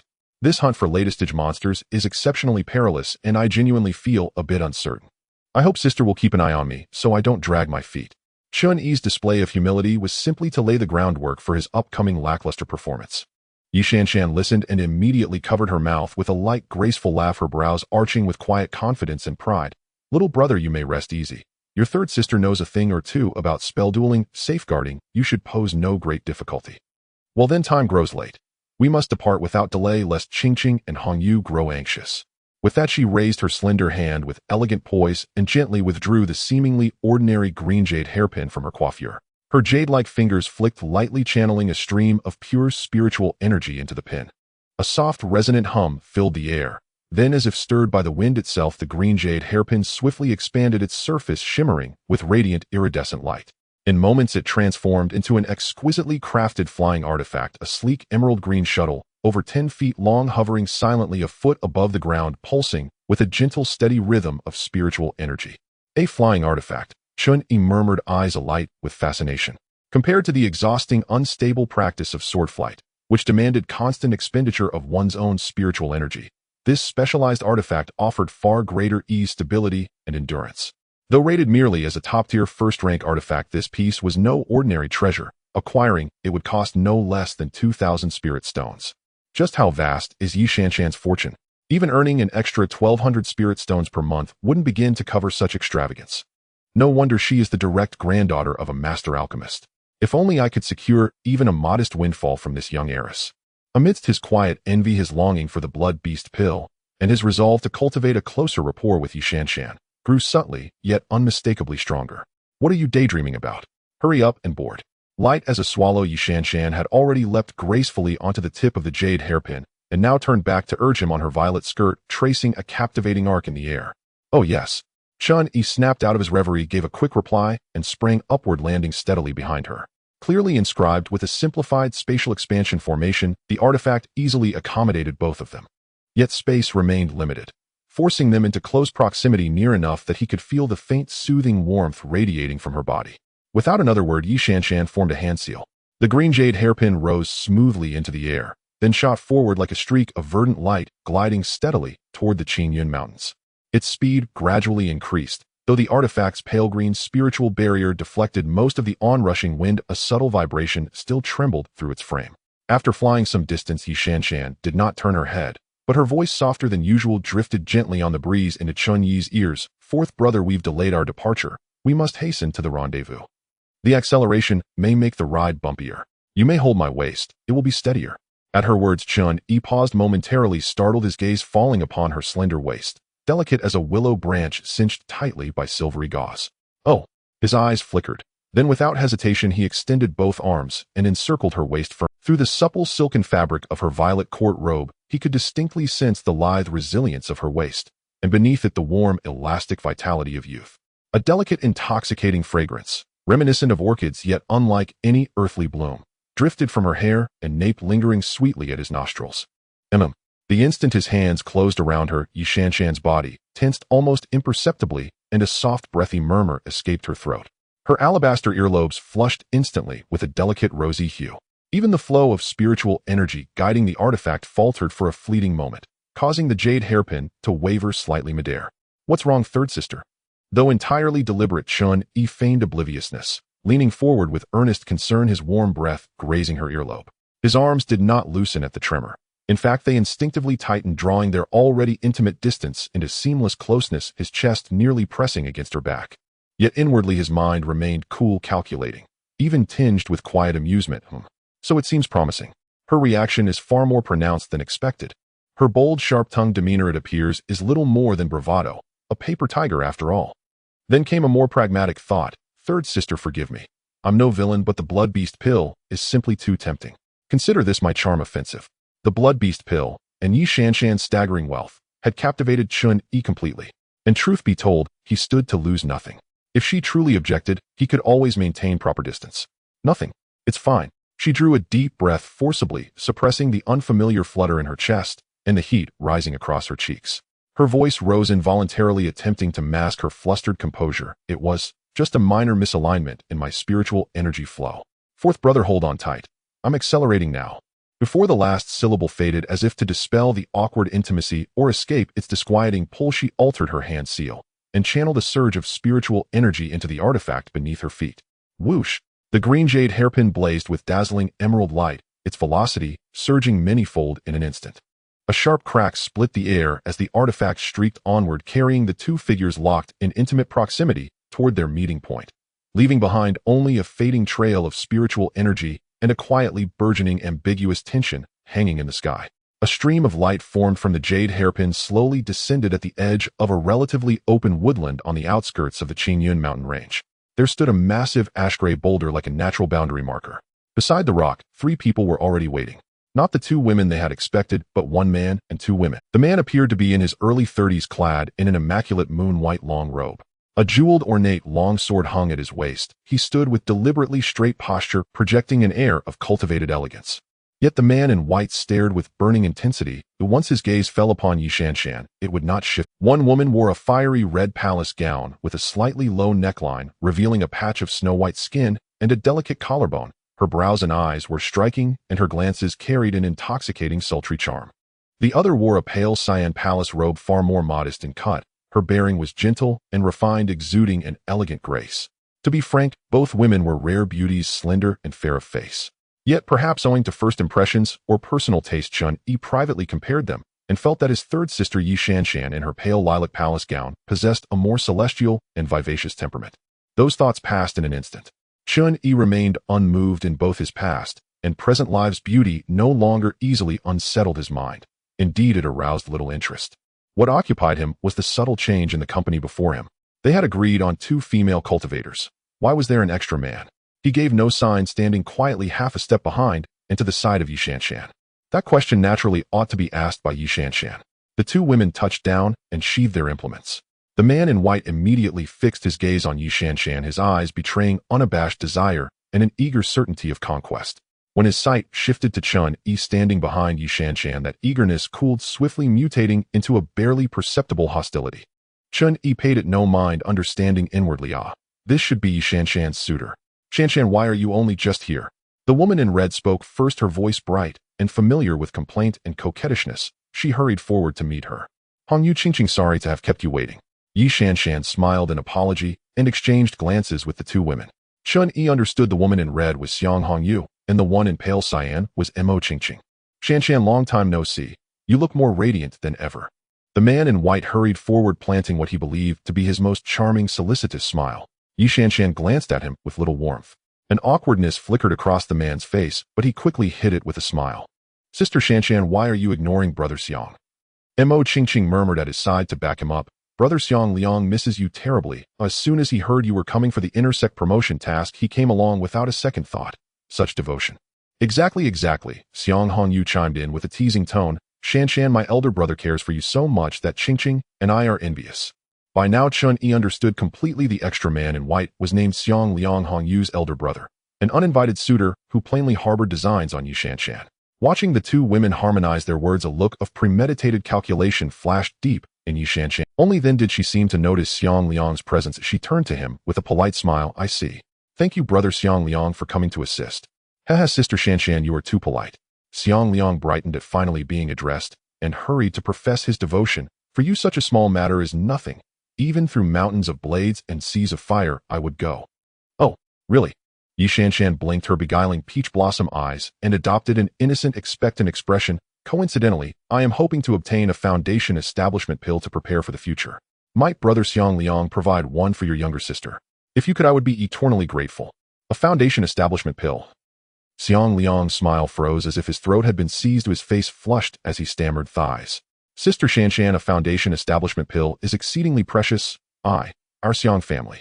He fumbled for words and could not form a coherent reply. His earlier grandiose boasts now sounded pale and ridiculous in the face of the pill's reality, and his whole demeanor wilted. Chen Yi observed coldly, realization dawning that nearly made him laugh aloud. My third sister is a She executed that flatter thin cast-aside scheme with finesse. She clearly did not regard Xiang Liang seriously, merely using him as free muscle. Judging by this, she must have long expected such a sycophant to present himself uninvited. He pieced together Yi Shanshan's earlier confidence, and suddenly everything fell into place. I thought so. She has only just broken through to the 7th level of Qi refinement. Even with a strong background, her personal combat experience might be lacking. How could she be so sure of taking a few 6th-level cultivators to hunt latest-stage beasts? It turned out she had long calculated that such a late Qi refinement sycophant would willingly present himself as the primary muscle. Brilliant, truly brilliant. Seeing that Hongyu could not come to terms with her brother, she hurriedly smoothed things over and changed the subject. Oh Shanshan, please don't joke about my brother. The foundation establishment pill is something us small families could even dream of. Our entire clan doesn't even have a single foundation establishment cultivator. She shifted her gaze to the quiet and low-key Chen Yi, curiosity flickering in her eyes. By the way, who is this handsome little junior brother? Shanshan, why don't you introduce him to us? Yi Shanshan smoothly took over the conversation, introducing to the three. This is my sworn fourth brother, Chen Yi. He just broke through to the 6th level of Qi refining not long ago. I brought him out this time mainly to see the world and gain some experience. He's young and inexperienced, so when we enter the mountain later, I hope Hongyu Qingqing and Brother Xiang Liang can take good care of him. In her introduction, she deliberately emphasized that Chen Yi was still inexperienced and needed care. Upon hearing this, Chen Yi's previous thoughts of complaining about the green tea dissipated, instantly replaced by a wave of gratitude. What green tea? This is clearly my understanding and caring good sister, arranging everything so clearly that I don't even need to pretend to be humble. He immediately stepped forward, bowing respectfully to the three, his demeanor low and humble, with just the right amount of youthful innocence and respect. Younger brother Chen Yi, I've met Sister Hongyu, Sister Qingqing, and Brother Xiangliang. It's a pleasure to meet you all, and I hope for your guidance. Sister Hongyu, despite Chen Yi's understated attire, he is remarkably handsome, sweet-tongued, and respectful, instantly endearing him to her. She playfully patted his shoulder, her chest moving slightly. Younger brother, you really have a sweet tongue. When we enter the mountains, if you encounter danger, come hide behind your sister, and sister will protect you. Mo Qingqing also smiled, gently nodding in agreement. Younger brother Chen, you need not be nervous. Oh, just stay close to us. Chen Yi quickly expressed his gratitude. Thank you, Sister Hongyu. Thank you, Sister Qingqing. Seeing that Chen Yi was merely Yi Shanshan's sworn brother, and that his attitude was so humble, Xiang Liang's previous hostility dissipated, significantly replaced by a sense of superiority as a senior. He straightened his chest, assuming a reliable demeanor. Younger brother Chen Yi, rest assured. Since you are Shanshan's brother, that makes you my brother as well. With me here, you will be well protected. Oh, is he that foolish? Chen Yi thought to himself, but he wore an expression of gratitude and admiration on his face, showering Xiang Liang with unreserved flattery. Brother Xiang is indeed profound in cultivation, kind-hearted, and extraordinary. With Brother Xiang here, I feel at ease. This mission relies entirely on Brother Xiang's prowess. This flattery pleased Xiang Liang, causing his smile to become more genuine. Yi Shanshan noticed her two good sisters and Chen Yi chatting so warmly, especially the affectionate demeanor Hongyu displayed towards Chen Yi, and an inexplicable trace of mild displeasure flickered through her heart as if something belonging to her was being taken away. She lightly cleared her throat, interrupting the harmonious atmosphere. All right, everyone is here, and pleasantries have been exchanged. It's getting late. Oh, let's set off now, enter the Qinyan mountain area, and look for suitable targets. The mission is urgent. As she spoke, the group naturally composed themselves. Xiang Liang immediately responded, Shan is right, let's set off. He'll lead the way in front. He then walked ahead towards the increasingly dense forest of the mountain, trying hard to display his masculinity. Chen Yi quietly retreated to the back of the group, walking alongside Mo Qingqing and Hong Yu, perfectly playing the role of someone who needed care. The group left the meeting point and proceeded deeper into the mountains. Xiang Liang volunteered to lead the way, resembling a protector of flowers, as the jeweled sword at his waist sparkled in the sunlight, filtering through the leaves. Not far along, rustling sounds came from the bushes ahead, and a wave of foul-smelling demonic wind rushed towards them. A giant scorpion covered in crimson hard hairs and standing half a person's height crawled out from the shadows. Its pincers clacked as they opened and closed, and the poisonous stinger at the end of its tail was raised high, shimmering with a ghostly blue cold light, its aura clearly reaching mid-stage of the first tier. It's a red-haired giant scorpion. Xiang Liang's eyes lit up, secretly thinking that an opportunity to show off had arrived. He immediately stepped in front of Yi Shanshan and called out loudly, Shanshan, Hong Yu, Qingqing, you all stay back. Just a mid-tier, first-tier demonic beast, leave it to me. Without waiting for others to respond, he shouted and lunged forward, drawing out the elegantly adorned jeweled sword. The sword gleamed with spiritual light. Although it looked flashy, it was indeed a genuine middle-grade, first-tier magical weapon. Seeing this, Chen Yi and the others tacitly took a few steps back, leaving the battlefield to Xiang Liang. You beast, take this sword. Xiang Liang deliberately showed off, executing his swordplay beautifully, the sword light flashing as he delivered 3 powerful and heavy slashes, accurately striking the connection point between the red-haired giant scorpion's hardest carapace and its pincers. The giant scorpion was momentarily stunned by this sudden fierce assault, staggering backward. What a good op! Xiang Liang, feeling pleased, gathered his energy, once more swinging his sword to unleash a foot-long pale white sword chi, leaving several deep gashes on the red-haired giant scorpion's shell, severing its crimson hairs and causing bright red liquid to seep out. Hiss! The intense pain thoroughly enraged the red-haired giant scorpion, letting out a sharp screech as its venom glands in the tail contracted violently. In the next moment, a cloud of foul-smelling black poisonous mist shot towards Xiang Liang like an arrow. Xiang Liang had been prepared. He changed his footwork, easily dodging the poisonous mist. At the same time, he twisted his wrist, the sword drawing a tricky arc, and another, even denser sword chi shot out, hitting the red-haired giant scorpion's mouth precisely. Puff! The sword chi pierced in. The massive body of the red-haired giant scorpion suddenly stiffened, and after a few convulsions it fell to the ground lifeless. The battle was over. Xiang Liang flicked his wrist, sheathing the sword in a rather suave manner, the motion flowing smoothly, clearly having practiced many times. Big brother Xiang Liang is so impressive, his mastery of sword energy is so refined, effortlessly slaying a mid-stage first-level monster. Chen Yi was surprised that the first to praise him was actually Mo Qingqing. She looked at Xiang Liang with unabashed admiration in her gaze, even a hint of worship. However, Xiang Liang's eyes immediately turned towards Yi Shanshan. Seeing her calm demeanor lacking much approval, he couldn't help but feel a bit disappointed, but quickly rallied. He hurried to the corpse of the giant scorpion, quickly dismantling its formidable pincers and the deadly ash. Then, using the purification technique, he cleaned them up, holding them in his hands as he approached Yi Shanshan with what he thought was his gentlest smile. Shanshan, although this red-haired giant scorpion is only a mid-stage first-level monster, its pincers are made of tough material, perfect for crafting claw-type magical tools or shields. This stinger is poisonous and quite valuable, together worth at least 300 to 400 spirit stones. I'll give it to you. Yi Shanshan glanced at the dripping pincers and stinger, then at the eager Xiang Liang before revealing a faint smile, maintaining a certain distance in her tone. This is not very appropriate, big brother Xiang. You hunted them yourself. They should rightfully be your spoils. What do you mean yours and mine? As long as you like. Seeing her smile, Xiang Liang was overjoyed and quickly pushed the items forward. If you refuse, it would mean you look down on me. I'll check over there to see if there are any leftover monster materials. After saying that, he shoved the items into Yi Shanshan's hands and turned back to the giant scorpion's corpse, pretending to inspect it. In reality, he was secretly glancing at Yi Shanshan's reaction.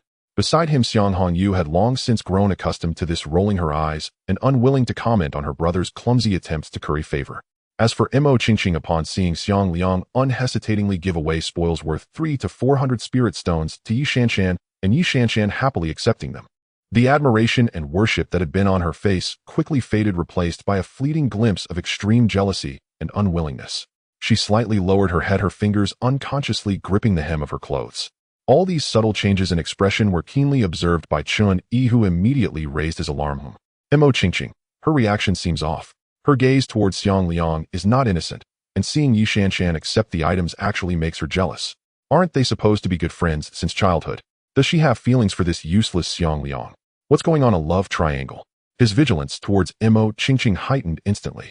Regardless of whether it is or not, this woman probably does not harbor entirely good intentions towards Yi Shanshan.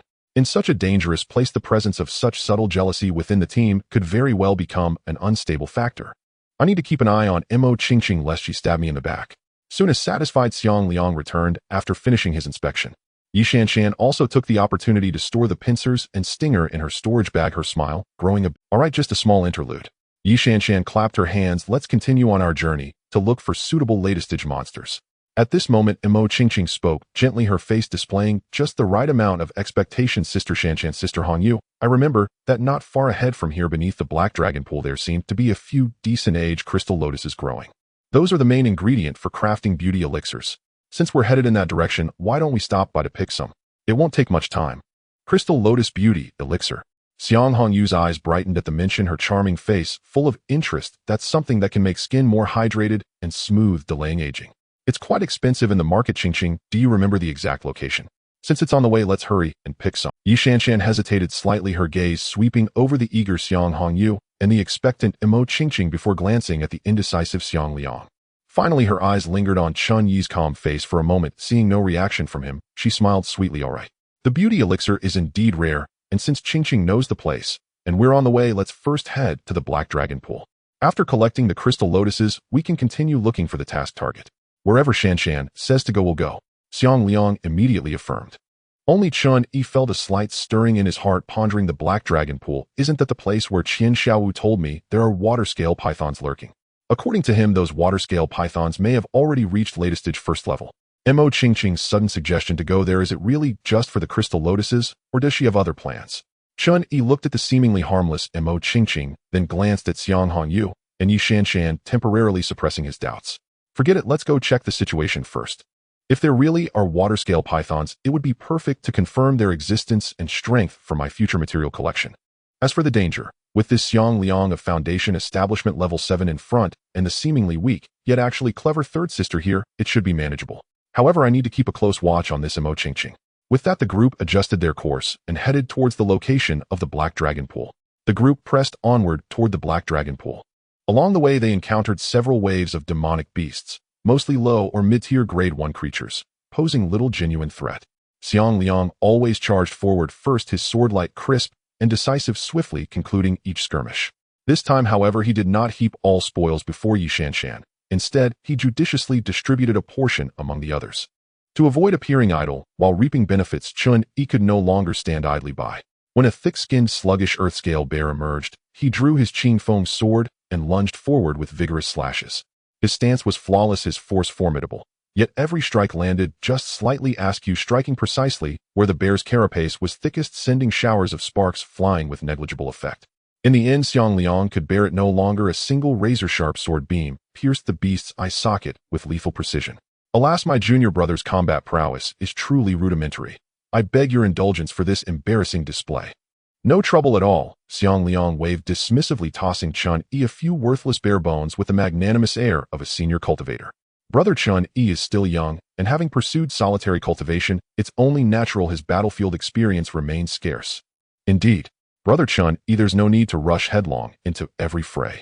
Xiang Hongyu added with a playful smile, her eyes shimmering with quiet charm. With my elder brother here, swift, precise, and fair in dividing spoils, you need only observe closely from behind and gather materials at your leisure. Wouldn't that be far more agreeable? Sister Hongyu speaks wisely. Chen Yi accepted her words readily, offering a grateful, yet faintly bashful smile as he clasped his hands in respectful salute towards Xiang Liang. Then I shall with due humility borrow some of elder brother Xiang's illustrious aura. And I am deeply indebted to elder brother Xiang for your guidance and protection throughout this journey. Haha, no need for such formality. Xiang Liang, increasingly pleased with Chen Yi's deferential demeanor, felt thoroughly gratified by the well-timed flattery. He patted his chest proudly. Rest assured, brother Chen Yi, under my watch you'll not only return laden with riches, but also gain invaluable hard-won combat insight. Yi Shanshan watched silently from the side, saying nothing. In her eyes, Chen Yi was the ideal younger brother, tactful, perceptive, and effortlessly putting everyone at ease, albeit unremarkable in actual combat. Mo Qingqing meanwhile remained mostly silent and reserved, seldom engaging in battle. Yet whenever Xiang Liang generously shared spoils or demonstrated his prowess, her gentle gaze would linger on him a moment longer, her lips curving faintly as if touched by quiet joy, or something else entirely. Half a day later, the terrain gradually descended, and the forest air grew thick with damp mist carrying a cold, earthy musk. After passing through the final grove of ancient gnarled trees, the vista suddenly opened, a vast still pool nestled within a mountain hollow. Its waters were an unfathomable ink-dark green, smooth as polished obsidian, mirroring the charred black rocks and unnaturally lush vegetation encircling it, like a colossal uncut piece of jade, heavy and somber, sunk deep into the earth, exuding an uncanny hush and profound stillness. All surrounding rocks bore a scorched jet-black hue, as though seared by infernal flame, creating a grotesque contrast with the vibrant flora at the pool's edge. Most arresting of all were several enormous lotus leaves drifting sparsely across the water's surface. Each leaf was abnormally large, carved from living emerald, dense and lustrous, and at the center of every one stood a stately lotus blossom. Their petals were not the usual pink or white, but translucent crystalline blue, like flawless sapphire carved by divine hand, glowing with a soft, dewy luminescence that emanated from within even beneath the dim light. Crystal lotus. Judging by its hue and size, these must be over a century old. Xiang Hongyu's beautiful eyes lit up instantly, her lovely face alight with delight and longing as she instinctively stepped half a pace forward. The water's color is wrong. Xiang Liang's brow furrowed tightly, his right hand unconsciously settled upon his sword hilt, his sharp gaze sweeping the unervingly placid surface. Too deep, too still. There's a metallic tang in the mist, faint yet unmistakable. Something dwells beneath, and it is certainly no benign presence. Elder brother Xiang speaks with wisdom. Yi Shanshan nodded, her expression turning grave as her eyes flickered between the alluring crystal lotuses and the abyssal depths of the pool. Crystal lotus naturally gathers aquatic spiritual essence. It inherently attracts water-aligned demonic beasts. Moreover, the ambient spiritual energy here is unnaturally dense. It would be far stranger if no guardian beast resided here. We must proceed with utmost caution. First probe the situation, ascertain the truth, and only then act. Oh, Sister Shanshan, elder brother Xiang, you're far too cautious. Mo Qingqing laughed softly, her voice still warm and gentle, yet now edged with the impetuous eagerness of youth. We've endured countless hardships to reach this place. Precious medicine lies before us within arm's reach. Shall we truly retreat, empty-handed on mere suspicion? How regrettable. She pointed to the nearest leaf, barely 3 or 4 zhang from shore. Look, it's not. My footwork is swift. I'll retrieve them in moments. Once gathered, everyone shares equally. Without waiting for further counsel, she sprang forward, landing lightly upon the nearest colossal lotus leaf. Her toes barely brushed the leaf's surface before she leapt again, gracefully alighting beside the first crystal lotus, and raised her delicate hand to pluck it with meticulous care. Yi Shanshan's brows knit slightly, but with Mo Qingqing already in motion, halting her now risked unforeseen complications. Swiftly composing herself, she commanded firmly, "Very well. We shall guard and watch over Qingqing. Hongyu, monitor the water's surface and every shadowed crevice along the bank. Raise the alarm at the slightest anomaly. Elder brother Xiang, please cover our rear and both flanks. The dense forest may conceal ambushes or distractions. Brother Chen Yi," she turned to him, her tone softening slightly, "stay close beside me. Do not stray far. Should danger arise, we can support one another." "Yes, third senior sister." Chen Yi replied, his gaze discreetly tracing Mo Qingqing's retreating silhouette before returning to the fathomless ink-green water. Simultaneously, a subtle stir rippled beneath his sleeve.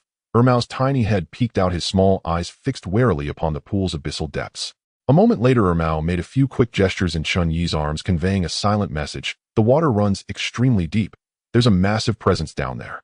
Its aura is faint, as if sleeping." This was one of Ermao's new abilities since breaking through to mid-stage grade 1, detecting nearby demonic beasts by their spiritual resonance. Chen Yi's heart lurched. So, it truly exists beneath. And if even Ermao senses it as formidable, it must be at least latest stage grade 1, or stronger. But is it the scale water serpent? Qian Xiaowu reported. Silently, he gathered spiritual energy within his dantian, his right hand lowered subtly at his side, fingers curling inward. In an instant, a slender, nearly invisible golden blade, forged from condensed metal element qi, coalesced in his palm, poised to strike. Mo Qingqing actually dared approach alone to harvest them. Does she truly have no awareness of the beast below? His suspicion did not wane. It deepened, sharpening his vigilance to its absolute peak. After all, any cultivator could discern this place likely harbored a demonic guardian. Even if harvesting were necessary, reconnaissance should precede action, without exception.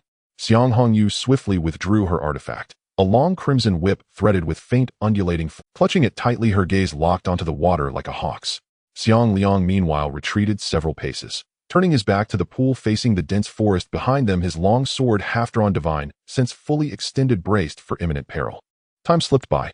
Mo Qingqing moved with practiced grace and delicacy, already securing four crystal lotuses into a special jade casket. A radiant smile graced her face as she sprang lightly toward the fifth bloom, the largest, most luminous of all, her fingertips mere instants from brushing its stem. Splash! The mirror-still ink-green water erupted violently. A colossal wave surged skyward, and from its churning depths burst a titanic black shadow, drenched in spray reeking of decay, rising with terrifying speed. Not good. Qingqing, come back quickly. There is a monster in the water. Yi Shanshan's pupils constricted, her voice slightly trembling with urgency. Almost as soon as she spoke, the true form of that shadow emerged. A monstrous python head as large as a grinding wheel broke through the dark green water, creating towering waves. The python's body displayed a deep emerald green covered in dense scales the size of a palm, their edges shimmering with a cold blue light. Each scale resembled meticulously polished metal, refracting a disquieting glow in the dim light. The portion of the giant python that had surfaced was already over 10 feet long. Its thick body resembled the trunk of an ancient tree, casting a suffocatingly large shadow on the water's surface. A chilling, brutal aura characteristic of a top-tier predator surged forth like a tangible tide, pressing down on the grass and trees along the shore. The strength of that aura clearly indicated it was a latest-stage first-tier monster comparable to a cultivator at the 8th level of chi refinement. It is a latest-stage first-tier monster, the water-scale python. Xiang Hongyu's face paled, her voice quivering as she instinctively tightened her grip on the fire whip in her hand. The water-scale python's cold vertical pupils, like two ghostly green flames, instantly locked onto the nearby Mo Qingqing. In the next moment, its blood-red maw suddenly opened wide, revealing interlocking ivory fangs, while its crimson tongue lashed out like a venomous whip, stirring up a gust mixed with the stench of blood and death. The biting action was as swift as black lightning, ruthlessly descending upon the delicate form of Mo Qingqing. Go! At the critical moment, Yi Shanshan's sharp voice rang out.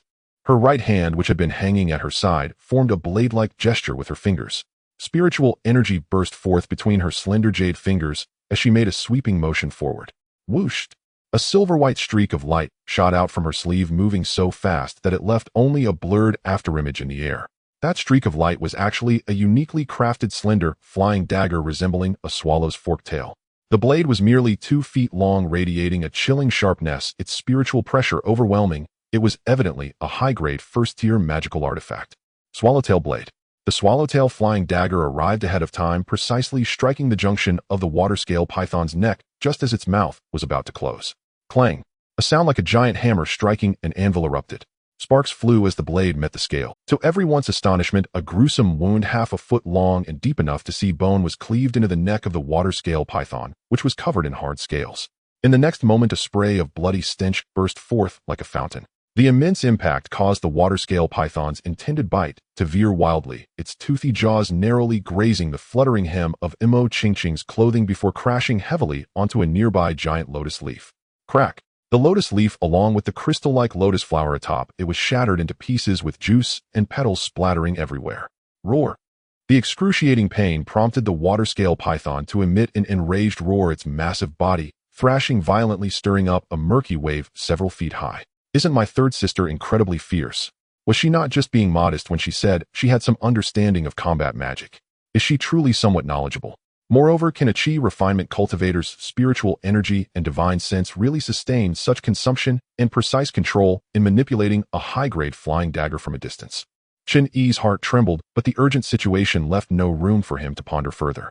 The water-scale python, wounded severely, saw its cold vertical pupils instantly fill with blood tinged with a horrifying hue as its hatred shifted, in an instant locking onto Yi Shanshan, the one who had harmed it on the shore. Its tail lashed violently underwater, producing a muffled boom. The entire upper body engulfed in a torrent of murky water and stench charged fiercely towards Yi Shanshan and the others on the shore. Spirit binding net. Xiang Hongyu forced down the rising fear within her heart, shouting delicately as her 10 fingers danced rapidly before her, creating a flurry of afterimages. A complex pale golden, glowing rune swiftly took shape in the air.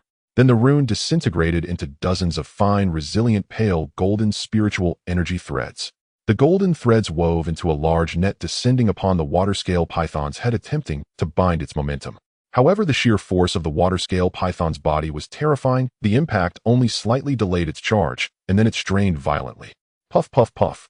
The pale golden threads snapped like strings of aguchine, the spiritual energy net collapsing into a myriad of light spots, without even sustaining for a breath. This caused Xiang Hongyu to falter in her breathing as a momentary gap appeared in the connection of her spiritual energy, her complexion paling. Hongyu, didn't I tell you to practice your spell precision and control more often? You're really suffering now. Xiang Liang, witnessing this, called out softly, not only as a reminder to his sister, but also to gather strength for his upcoming spell. He similarly formed a blade gesture in the air, his movements more steady and forceful than Xiang Hongyu's. The runes he traced were even more solid and bright. The spiritual energy threads he produced noticeably thicker and more resilient, glimmering with a metallic sheen, the resulting light net larger in area and more tightly structured, once again descending upon the water-scale python. Spirit binding net.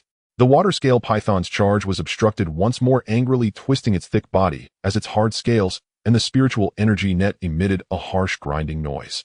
The pale golden light net trembled violently, its glow flickering uncertainly. Although Xiang Liang's spiritual net lasted longer than Xiang Hongyu's, it too collapsed under the brute force of the water-scale python after barely holding for a little over 2 breaths. Xiang Liang's form was pushed back by the rebound force, involuntarily retreating a half step, his expression growing increasingly grave, fine beads of sweat forming on his forehead. The forced dispelling of the spell caused a surge of turmoil within his spiritual energy. Elder brother, if the spell doesn't work, try this. By Luo Cho Go. Xiang Hongyu bit her red lip, seemingly ignited by her brother's words. With a flick of her wrist, a jade-green soft and smooth ribbon artifact slipped out from her sleeve. This by Luo Cho is a first-tier, mid-grade binding artifact. After infusing it with spiritual energy, it appeared to come alive, weaving and darting through the air with astonishing speed. Whoosh, whoosh, whoosh. The Bai Luo Cho coiled around the thick body of the water-scale python like a jade-green spirit snake. It wrapped around it tightly, and with Xiang Hongyu's continuous infusion of spiritual power, it kept tightening. The water-scale python's furious charge suddenly halted, its massive body forcibly held by the Bai Luo Cho. It struggled and writhed frantically, attempting to break free. Seeing this, Xiang Hongyu immediately increased her output of spiritual power. The Bai Luo Cho glowed brightly, emitting faint sounds of tension, clearly under immense pressure. Yet for a moment it truly bound the raging giant python in place. Well done, Hongyu. Xiang Liang's eyes lit up as he cheered loudly. Now is the time. Chen Yi, who had been on guard behind Yi Shanshan, suddenly flashed a cold glimmer in his eyes. His right hand, which had been poised and ready, swung out like a slingshot. Golden blade technique. A refined yet remarkably sharp light golden blade shot out, accurately targeting the slightly vulnerable abdomen of the water-scale python. Puff! A soft yet chilling thud echoed. The light golden blade barely met any resistance and easily pierced through the solid-scale defense, burying deeply into the water-scale python's abdomen. Hiss! The water-scale python let out a shrill howl, far more pained and enraged than before, its roar causing ripples in the pond. Its massive body arched up in response to the intense pain in its abdomen, and it began to thrash and struggle even more frantically, disregarding everything. The Bai Luo Cho wrapped around it flickered vigorously with spiritual light, producing a sound of strain as if it might snap at any moment. The substantial damage and pain inflicted by this strike evidently worsened the water-scale python's injuries, but it also made it more ferocious. Taking advantage of this moment, Mo Qingqing used her agility to escape back to the shore, hiding behind Xiang Liang. Meanwhile, the others on the shore all turned their gazes towards Chen Yi, who had just attacked. No one had expected this brother of Chen Yi, who had been cared for and had been average in combat, to unleash such a devastating blow with the most basic golden blade technique. Chen Yi, your golden blade technique. Quite impressive. Yi Shanshan was the first to retract her gaze, looking deeply at Chen Yi with her beautiful eyes.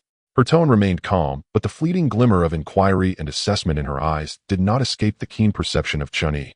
Sister Sin, you flatter me. Chen Yi immediately showed an embarrassed smile, habitually rubbing the back of his head, speaking earnestly, yet with a hint of luck. It really is just the most basic spell, nothing more, just familiarity. The little brother knew his comprehension was average, so he could only repeatedly practice the most basic spells, hoping that practice would make perfect and that he wouldn't hinder everyone at a critical moment.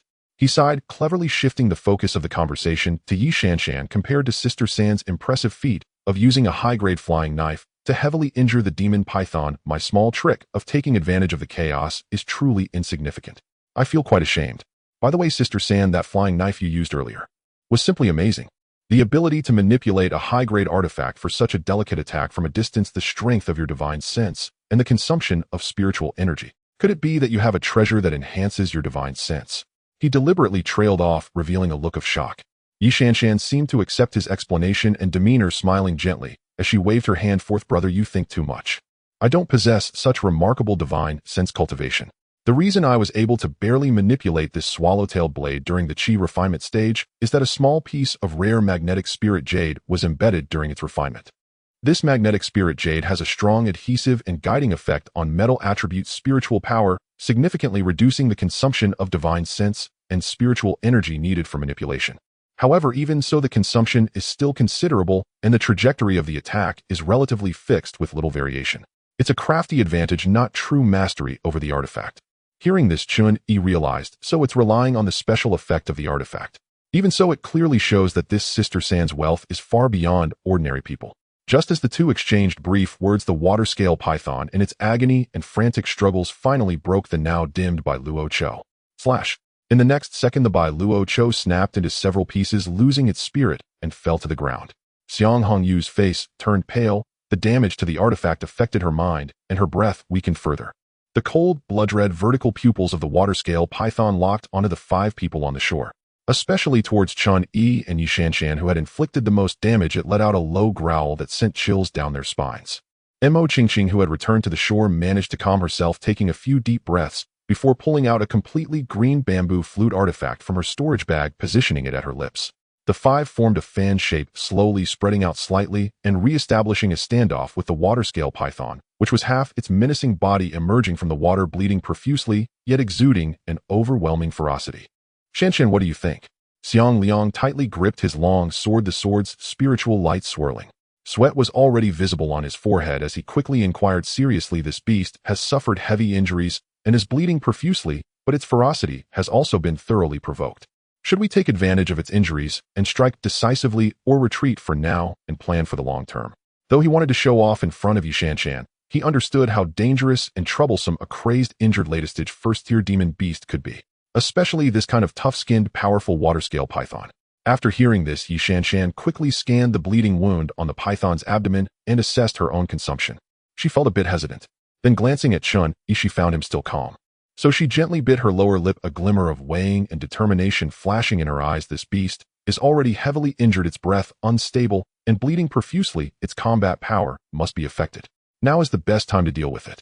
She raised the swallow-tailed blade in her hand, her voice cold and firm, leaving no room for doubt. If we let it recover or escape back to the deep pond to heal, it will be much harder for us to kill it later. Kill. And no sooner had Yi Shanshan uttered the word than her swallowtail blade transformed into a silvery streak, slashing once more toward the wound on the water-scaled serpent's neck. Simultaneously, she issued rapid, crystal-clear commands. Brother Xiang Yu and I will lead the frontal assault and hold its attention. In Qingqing, use your music to disrupt its movement and perception. Hong Yu, focus on flanking support. Strike opportunistically while safeguarding yourself. In Chen Yi. She paused briefly before continuing. In Junior brother, act according to circumstances. The top priority is your own safety. You do not recklessly advance. Understood. In Chen Yi and Xiang Lianyu nodded vigorously in unison. In leave it to me, Shanshan. And upon hearing this, Xiang Liang's spirit surged. His resolve flared as if ignited by profound encouragement. His right hand gripped a gem-encrusted longsword. With a flick of his left palm, a cattlebone shield shimmering with earth-yellow spiritual light materialized. In with a thunderous shout, he swung the sword. A pale white sword aura barely a foot long shot forth, first cleaving straight toward the serpent's skull. Woo woo. Mo Qingqing raised her transverse flute to her lips, and a haunting melody, laced with soul-disturbing power, drifted forth. The melody burrowed into the serpent's ears like an inescapable parasite, further fraying its already chaotic mind, already unhinged by pain and blind fury. Now, In Xiang Hongyu's eyes flashed with sharp intent, seizing the serpent's fleeting hesitation. In her fire whip lashed out in a blazing arc, transforming into a fiery serpent that struck hard, just beside the abdominal wound previously torn open by Chen Yi's golden blade art. Snap. In flame met flesh with a searing hiss. The scorching agony wrenched from the serpent a shriller, more harrowing shriek. SSSSS. In enraged beyond reason, the water-scaled serpent gaped wide and expelled a thick, grayish-white mist directly at the group. The mist billowed outward, reeking of cloying sweetness and metallic decay. In danger. This mist is poisonous. In Xiang Liang, whose senses were keen, instantly sealed his breath and shouted the warning aloud. Gale Talisman, in Chen Yi, who had been circling the battlefield's periphery, acted the instant the toxic mist erupted. And without hesitation, he drew forth one of the most common talismans, the Gale Talisman, and activated it instantly. The talisman ignited spontaneously, conjuring a violent vortex that roared into existence and swept fiercely toward the spreading poison cloud. In whoosh. Though the gale could not fully dispel the mist, it deflected the bulk of it, diverting its path and drastically diminishing its threat to the group. Seeing its poison thwarted, the serpent's ferocity surged anew. Its body trembled violently, drawing dense water vapor from the surrounding air. Shoo-shoo-shoo-shoo-shoo.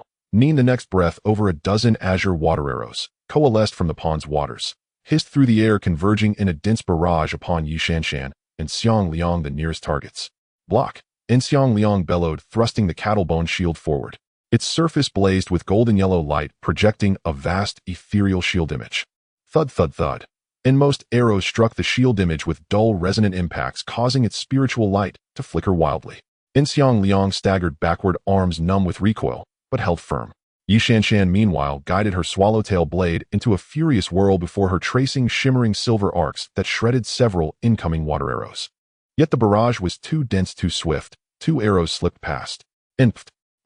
One grazed her left shoulder, spraying crimson droplets, and the other, more treacherous, pierced her hastily erected spiritual barrier and buried itself deep, just above her right breast.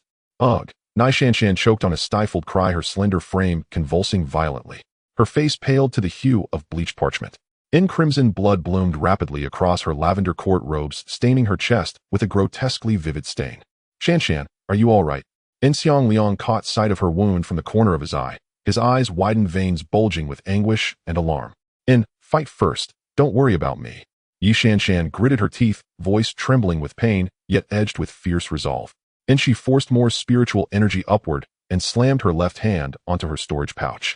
Golden light shot forth, an exquisite metal ring palm-sized and radiant gold engraved with a soaring eagle. The ring expanded instantly in the wind, swelling to several feet in diameter, a grade 1 supreme artifact. And golden eagle ring, go.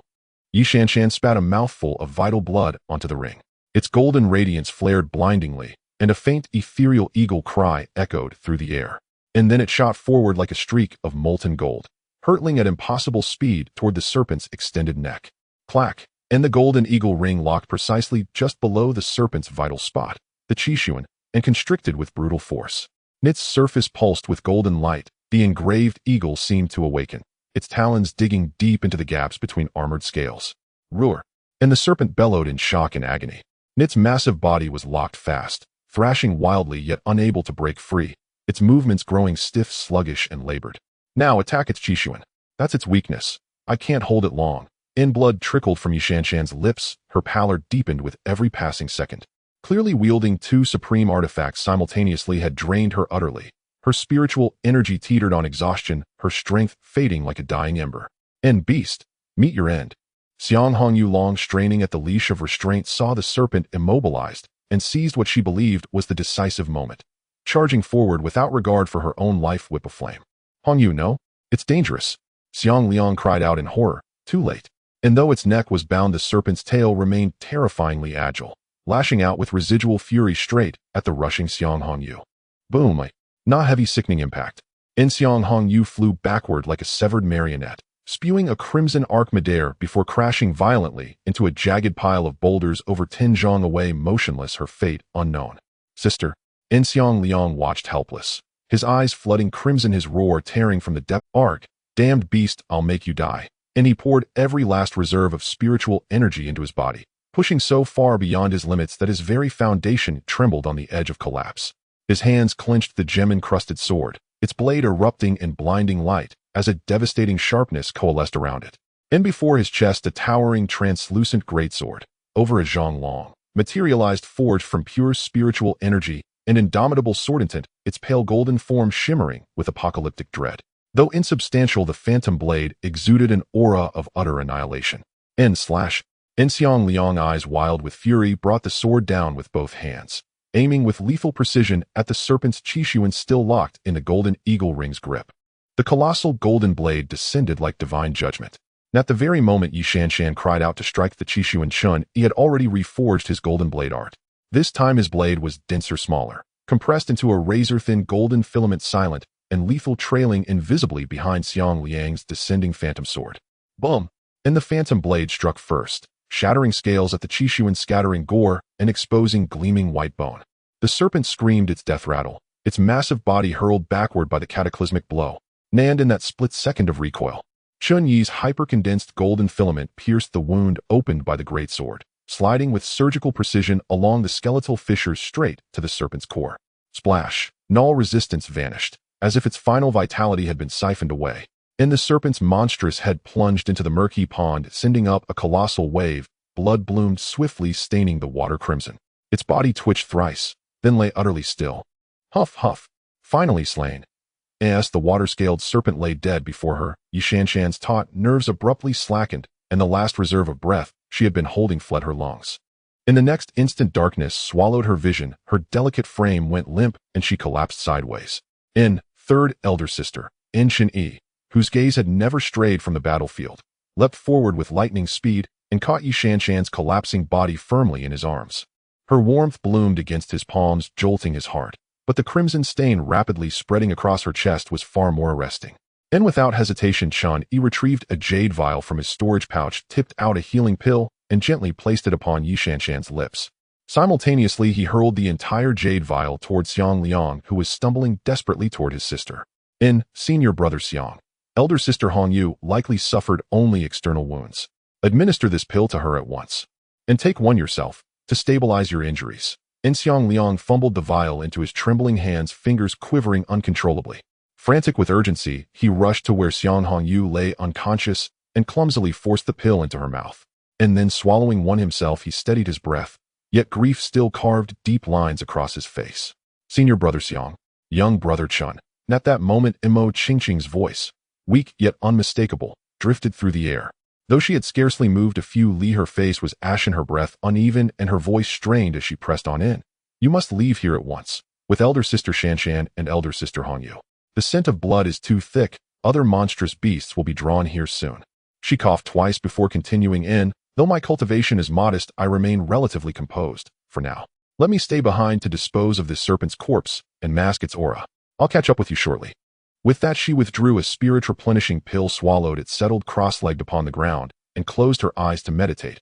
Her posture resolute, her intent clear to restore her strength swiftly and shoulder the grim task ahead.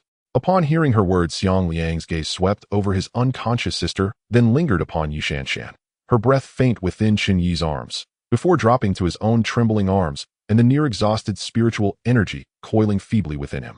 He knew with chilling certainty that Imo Qingqing spoke truth. He drew a slow, steadying breath, suppressed the storm churning inside him, and bowed deeply to Chen Yi. Young brother Chen, thank you for the pills. This kindness, I Xiang Liang shall remember it always. He paused, his voice hoarse, and Hongyu lies unconscious. My spiritual energy is all but spent. Elder sister Shanshan's safety rests entirely in your hands. Lead the way, and tread with utmost caution. And above all, protect elder sister Shanshan. See that her wounds do not worsen. Rest assured, senior brother Xiang. Chen Yi no longer harbored the disdain he'd first felt towards Xiang Liang. Instead, he found himself regarding the man with quiet respect, perhaps even admiration. And he nodded, then lifted Yi Shanshan with careful precision. The young woman was astonishingly light, her breathing, though faint, remained steady, a small solace that eased his mind. And without another word, he turned and strode purposefully toward the path they'd come. Yet the moment he pivoted, a gray blur shot from his sleeve. Innermao, like a silent bolt of lightning, skimmed low along the shadows and vanished beneath the massive corpse of the water-scaled serpent beside the pool. During the fierce battle, Chen Yi had already noted several scales on the serpent's belly, distinctive in texture and inverted in growth pattern. And these were the creature's most precious inverted scales. Uniquely resilient, they were prized above all else for forging protective artifacts, far surpassing ordinary scales in value. And now, with everyone's spirits frayed and attention scattered, the moment was perfect for seizing such treasure. Indeed, though Chen Yi inwardly acknowledged Xiang Liang's grit, and even found himself treating the group with unexpected decency, had it not been for elder sister Shanshan, his sworn elder sister, he would long since have conspired with Ermao to slaughter them all and seize their possessions. But killing Yi Shanshan carried too steep a price, not worth the gain. And nor did he trust Imo Qingqing, as something about her unsettled him deeply. That was why he held back. That restraint, however, did not extend to treasures lying plainly within reach. Ermao moved with preternatural speed, razor-sharp incisors and nimble claws working in flawless concert. As he pried free 3 palm-sized inverted scales from the serpent's belly, iridescent metallic blue and pulsing with latent power. Clutching the scales in his jaws, Ermao became little more than a vanishing gray thread, slipping soundlessly back into Chen Yi's embrace. And the entire act lasted barely 2 or 3 breaths, and went utterly unnoticed by anyone but Chen Yi. Chen Yi's expression remained impassive as he cradled Yi Shanshan and strode briskly ahead along the return path. Xiang Liang, summoning every ounce of remaining strength, hoisted his unconscious sister onto his back and followed closely behind. Soon the 4 figures dissolved into the dense thicket of ancient trees. Nonly after confirming that Chen Yi's group had receded completely, until their auras vanished entirely from her perception. Did Mo Qingqing, who had been seated in serene meditation, slowly open her eyes. In those once gentle luminous orbs now gleamed with glacial coldness, and deep within a sinister, smoldering crimson flickered. The mask of frailty, grace, and timid composure sloughed away instantly, and replaced by an expression both cruel and mocking, laced with ravenous greed and unvarnished malice. She rose with effortless grace and approached the water-scaled serpent's colossal corpse, utterly indifferent to the reek of blood and decay. With a flick of her slender hand, a black banner materialized, its shaft obsidian dark, its surface embroidered with a grotesque, snarling demon's visage, radiating waves of bone-chilling energy. The banner stirred without wind, and a mournful wailing keen seeped forth from its fabric. A latest-stage Tier 1 beast, freshly slain, soul still intact, blood still vibrant, and truly ideal material for crafting a corpse puppet. Worth every stratagem I employed to lure Yi Shanshan and the others here. Mo Qingqing murmured to herself, her voice now guttural, feverish, utterly alien to her earlier timbre. And then her entire aura shifted, abruptly, violently. A torrent of pure, malevolent, black, demonic energy surged from her core, thick as ink, savage as storm, and dripping with corruption and annihilation. This chi bore no resemblance to the gentle water and wood-aligned spiritual energy she had previously displayed. It was unmistakably the essence of demonic cultivation. With one hand, she formed a twisted, unholy seal. With the other, she drove the black banner deep into the earth beside the serpent's corpse. The banner snapped violently, flooding the air with oppressive energy, and a faint shimmering black halo descended, enveloping the serpent's body entirely.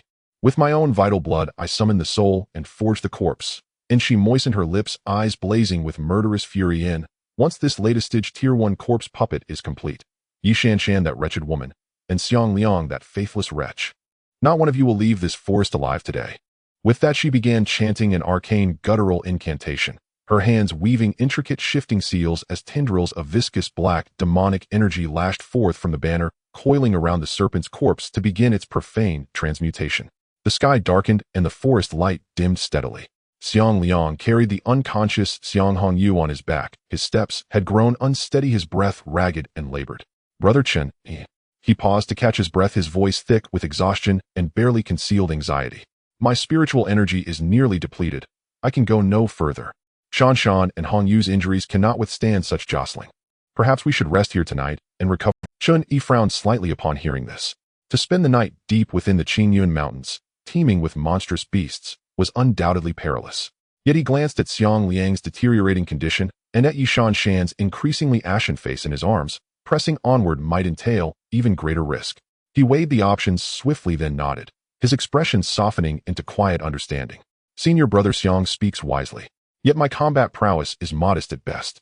Should a monstrous beast attack tonight, especially another latest-stage rank 1-1, I fear I'd be hard-pressed to hold it off. Xiang Liang's brow furrowed, but then his gaze brightened with sudden recollection. Brother Chen, there's no need for excessive concern. We did slay a soil-plated bear along the way, did we not? I recall its den lies just ahead, a well-hidden lair with a narrow entrance. If we simply conceal the opening, we ought to endure until dawn without incident. By then my spiritual energy will have largely recovered, and I'll be able to safeguard us all. Chen Yi pondered briefly as if persuaded.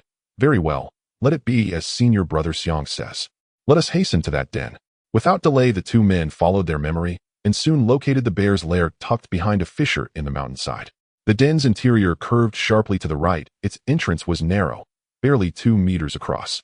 Even for a creature of the soil-plated bear's bulk, ingress proved awkward. Beyond the bend, however, the chamber widened considerably, spacious enough to accommodate 3 or 4 such bears. Yet the air within reeked unbearably, a nauseating blend of the bear's pungent musk, the acrid stench of excrement, and the faint sickly odor of decay emanating from scattered bones of unknown monstrous beasts. Most conspicuous of all was a massive semi-dried heap of bear dung huddled in one corner, substantial in both volume and presence. Cough, cough. Xiang Liang choked twice, his already pallid complexion deepening further. Brother Chen Yi, I entrust the cleansing of this den to you. I haven't a shred of surplus spiritual energy left, and this stench severely impedes my cultivation recovery. I'll gather stones near the entrance to conceal it while also restoring my reserves. Understood, senior brother, rest assured. I'll cleanse the den and tend to third sister and sister Hongyu. Chen Yi replied calmly. Very well, brother Chen Yi, you have my gratitude. Should anything arise, call for me at once. So saying, Xiang Liang carefully laid the unconscious Xiang Hongyu in a relatively clean corner of the den before turning and stepping briskly toward the exit. Chen Yi watched him depart, then gently placed Yi Shan beside Xiang Hongyu. His gaze then fell upon the colossal mound of bear dung in the corner, not with revulsion, but with a flicker of keen, calculating excitement. To most, such filth would provoke immediate retching. But Chen Yi had been a beggar. No foulness, no stench had ever been alien to him. Swiftly he unfastened an empty storage pouch from his waist. He'd prepared this pouch deliberately, to store things best kept hidden.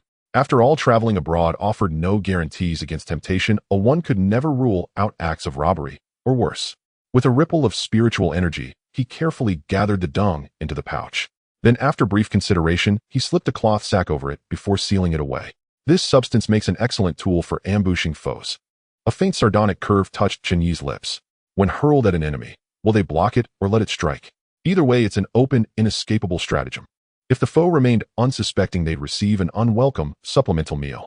If they sensed it in time, the very stench and defilement would unsettle their focus and taint their artifacts, granting him a crucial tactical advantage. After all, even the mightiest adversary, impervious to blade and spear, could not shield their spirit from such a visceral assault. Its damage was negligible, but its capacity to disgust, unrivaled. Having secured this secret weapon, Chen Yi began the true cleansing of the den. He wove several foundational purification spells, dispelling much of the foul odor, and gathered the scattered bones into a distant corner. Next, he drew his azure edge sword and carved a sizable boulder from the inner cavern wall, then heaved it into position at the curve, blocking most of the passage between the entrance and the main chamber. The stone left only a narrow gap above, just wide enough for a person to squeeze through. Done. Even if something befalls senior brother Xiang outside, I'll have precious moments to react. Once all arrangements were complete, he retrieved several thick, supple pelts from monstrous beasts, stored in his pouch, and spread them across the floor, then gently transferred Yi Shan and Xiang Hongyu onto the makeshift bedding. First, he probed Xiang Hongyu's condition with his divine sense. Her abdominal robes were torn, revealing multiple lacerations, gashes inflicted by jagged rocks. Though the wounds themselves were not life-threatening, she had lost considerable blood. Worse still, her artifact's destruction had thrown her spiritual energy into chaos, her body and spirit locked in mutual distress, plunging her into unconsciousness. Fortunately, the healing pills she'd taken earlier were taking gradual effect, stabilizing her condition. All that remained was to wait for her natural awakening. But when Chen Yi extended his divine sense toward Yi Shan, his expression hardened instantly. Her injuries ran far deeper than appearances suggested. Not only had she exhausted her divine sense by forcibly activating two high-grade artifacts simultaneously, but more troubling was the wound just above her right clavicle. Small though it was, it pulsed with a chilling, cold, demonic energy, its frigid aura stubbornly resisting absorption, blocking both the efficacy of healing pills and the natural mending of flesh. Unless this cold essence was first purged, her condition would inevitably worsen. Yet the solution was straightforward. A fire affinity spirit plant could neutralize and dispel the chill, allowing the earlier medicine to take full effect and initiate slow recovery. For Chen Yi, this posed no great difficulty. He carried precisely such a treasure, a top-tier rank 1 fire affinity spirit fruit. Yet his eyes flickered and he made no move to retrieve it. Why should he? This third sister had spent days spinning grand promises. Yet handing over the fruit would almost certainly result in betrayal, like casting steamed buns to stray dogs. Yet he couldn't afford to withhold aid. If Yi Shan truly died, his blood beast pill would vanish with her. Then, as if struck by inspiration, Chen Yi's thoughts shifted. Of course.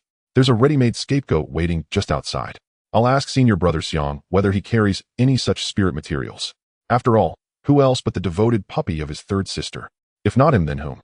Having settled on his course, Chen Yi's face promptly assumed an expression of genuine concern and urgency.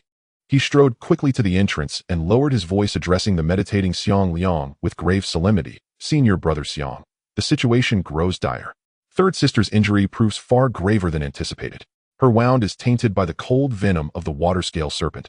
Common pills are powerless against it. We urgently require a fire affinity spirit item to dispel the chill, lest lasting harm ensue. Might you happen to carry such medicine or spirit materials? As he spoke, he maintained his look of worry, while intently observing Xiang Liang's every reaction. Upon hearing that Yi Shanshan's injuries had worsened, the already pale face of Xiang Liang instantly lost all. As he spoke, he pulled over the storage bag at his waist and began to rummage through it with his divine sense. After a long while, he finally took out a slightly dull red flower with only a faint flicker of fire spiritual energy swaying at its center. Brother Chen Yi, I found this a low-grade first-stage flame flower. You should try it first. If it doesn't work, I will think of another way and look around nearby.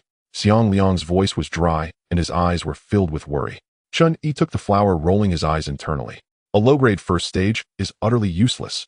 That water-scaled python is a later-stage first-stage cold poison. But he showed no signs of his thoughts, instead nodding gravely and cautiously putting the flower away. Thank you, Brother Xiang, I'll go try it now. Make sure to recover quickly. I will take care of third sister and Hong Yujia. All right. I'm relying on. Xiang Liang wiped the sweat from his forehead and sat back down, restless and trying to adjust his breathing. Chen Yi turned and walked back into the cave, casually stuffing the flame flower into a corner of his storage bag. Forget it, if it's free, take it. The depths of the cave were even darker, with the meager light mostly blocked by the large rocks around the corner. Chen Yi squatted down beside Yi Shanshan, reaching into his bosom, gently poking the warm, furry little. Air Mao was curled up, sleeping in a sprawled position, its small belly rising and falling slightly with each breath. Suddenly disturbed, it let out a dissatisfied squeak. Its small eyes barely opened a crack, sleepily glaring at Chen Yi with an expression that clearly said, "What the hell is wrong with you? Wake up, we have important matters to attend to." Chen Yi lowered his voice, poking its soft belly again with his finger. Stay at the cave entrance, and don't let that big idiot outside catch me taking his herbs. However, Air Mao merely twitched its ears, its head still buried in its fluffy fur, clearly displeased at being pulled from its sweet dreams. Chen Yi didn't waste time, flipping his wrist to reveal 3 Qing Yuan dawn in his palm.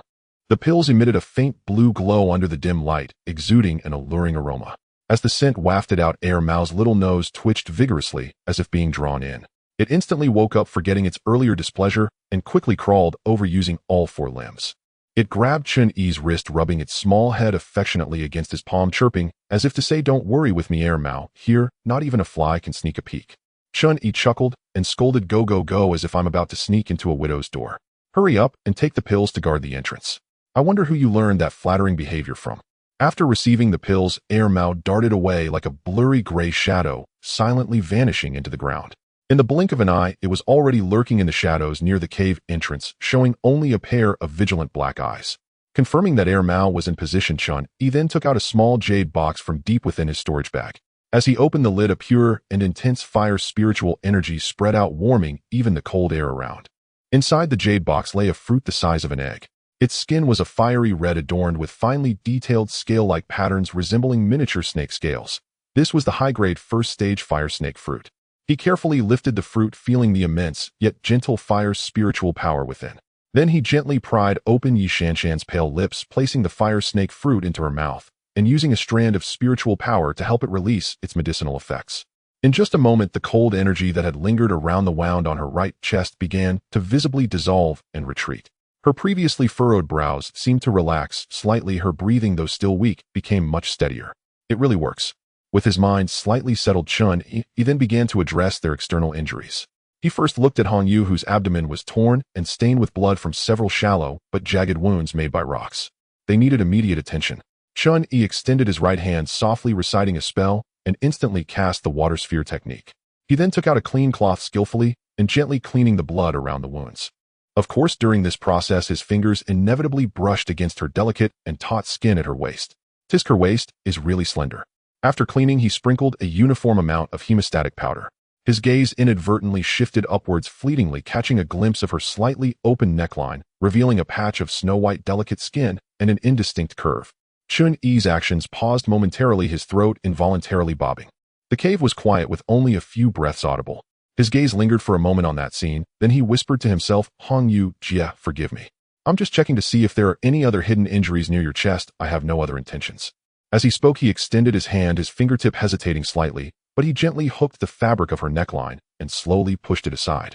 More snow-white skin was exposed under the dim light, the soft and rising contours becoming increasingly clear. Then his finger unintentionally landed on her skin. The sensation was indescribable. Suddenly Chen Yi instinctively turned to glance at the cave entrance, feeling a strong urge to sneak a peek. Air Mao's half-buried body remained in the ground, showing only its head vigilantly scanning left and right, with its black bean eyes clearly performing its duty. Safe. Chen Yi turned back, taking a deep breath, as if making a certain resolution. His fingers no longer satisfied with mere light touches, but began to press and explore with a bit more force, feeling the astonishing elasticity and warmth. Damn, it's so big and so soft. After kneading for quite a while, he suddenly snapped back to reality and reluctantly withdrew his hand. All right, let's get back to business. I can't delay any longer. He shook his head, shifting his attention back to Yi Shanshan. First, he addressed the wound on her right shoulder near the collarbone, cleaning, applying medicine, and carefully bandaging it.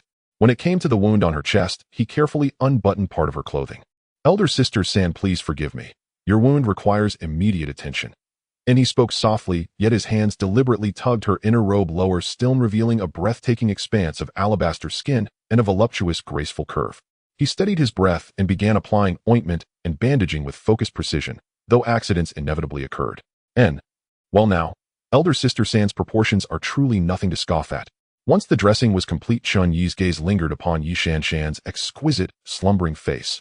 Her beauty as striking as ever, and that quiet, calculating spark within him flickered back to life. A grade 1 superior fire serpent fruit is no trivial acquisition. In saving you was an act of goodwill, but interest must be collected first. And otherwise, if your promises prove as insubstantial as mist, would I not suffer a grievous loss?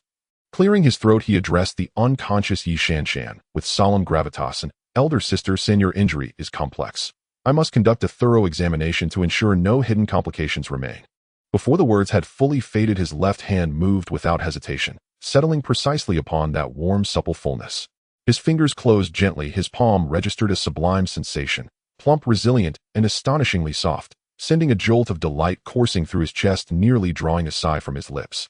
Yet just as Chen Yi sank deeper into that intoxicating sensation, a pair of eyes, first clouded with drowsy disorientation, then swiftly sharpening into cool composure, snapped open, without warning, locking directly onto his face mere inches away. Yi Shanshan had awakened, and she simply gazed at him, unblinking, at his hand still brazenly resting upon her breast, her expression inscrutable, depthless, betraying neither anger nor shame. Chen Yi's entire body locked rigid, his heart skipped a beat. Yet his reflexes were lightning swift. Shock flared across his features for a fleeting instant, then dissolved, replaced by unshakable, radiant candor. With blinding speed, his right hand snatched the azure-forged sword sheathed at his side, and placed it gently beside her hand, well within reach. Meanwhile, his left hand remained steadfast in place. In Elder Sister San, your discernment is unmatched. His voice rang steady, unwavering, his gaze held hers without flinch or artifice. My sole intent is to aid your recovery. No impure thought clouds my mind, no disrespect mars my purpose. This blade bears witness. And he tilted his chin toward the sword.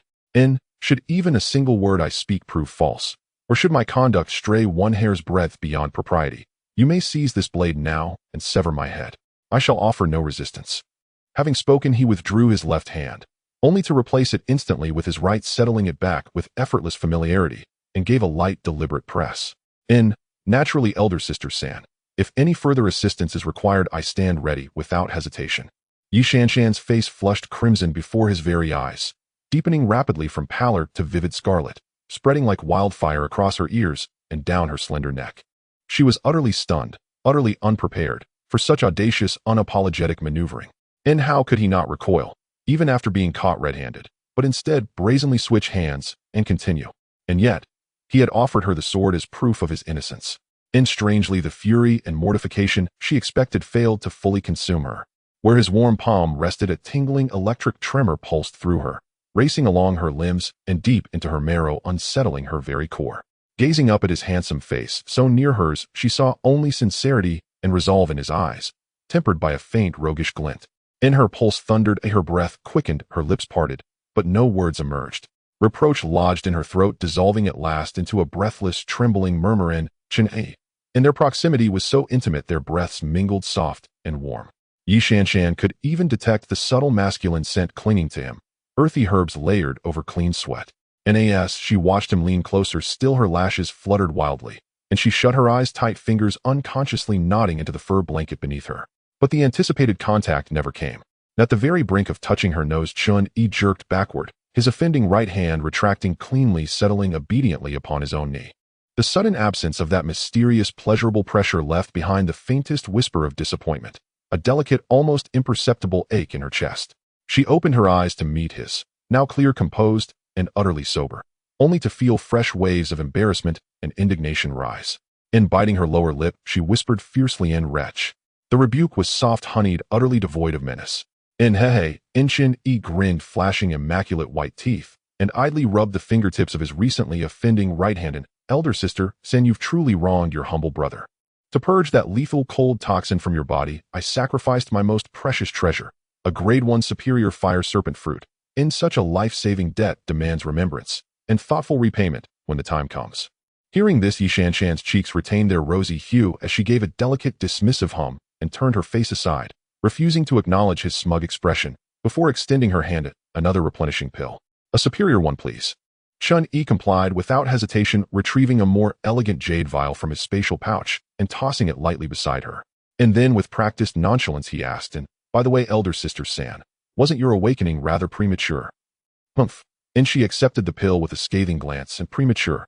Shall I wait until you've thoroughly ruined me?" And she paused. Then, sensing the unintended intimacy of her words, her face burned hotter, still her voice dropping to a hushed murmur.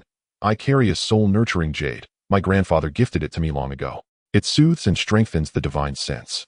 When my spiritual sense collapsed, it spontaneously transferred a thread of soul force, allowing me to awaken earlier than expected." Chen Yi raised an eyebrow, feigning just the right measure of curiosity. "May I ask, what manner of figure was our esteemed grandfather? After all, a 9th-tier Qi cultivator specializing in alchemy, however wealthy, ought not possess such extraordinary treasures. From blood beast pill formulas to soul-nurturing jade." Yi Shanshan swallowed the pill, feeling its potency bloom within her, her complexion visibly brightening. She cast a sidelong glance at Chen Yi, her tone returning to its customary detached calm. Yet upon closer listening, the sharp edge of wariness had softened almost imperceptibly. In his youth, my grandfather forged a blood-brother bond with a golden core true immortal of our sect. Most of these treasures were bestowed by that venerable immortal, or granted by others out of deference to his standing. Otherwise, how could a mere Qi cultivator possibly possess a formula as perilous and potent as the blood beast pill? And so that was the root of it all. Chen Yi's mind clicked into place, connecting scattered threads, resolving lingering doubts. No wonder elder sister San's resources seemed boundless, and her confidence unshakable. "Enough," Yi Shanshan said, closing her eyes once more. "I must concentrate on restoring my spiritual energy. You will guard me." She fell silent for a moment, just as Chen Yi assumed she had entered deep meditation, when a whisper, featherlight and swift, slipped past her lips, clear as crystal, yet barely audible. "Your eyes must not wander again."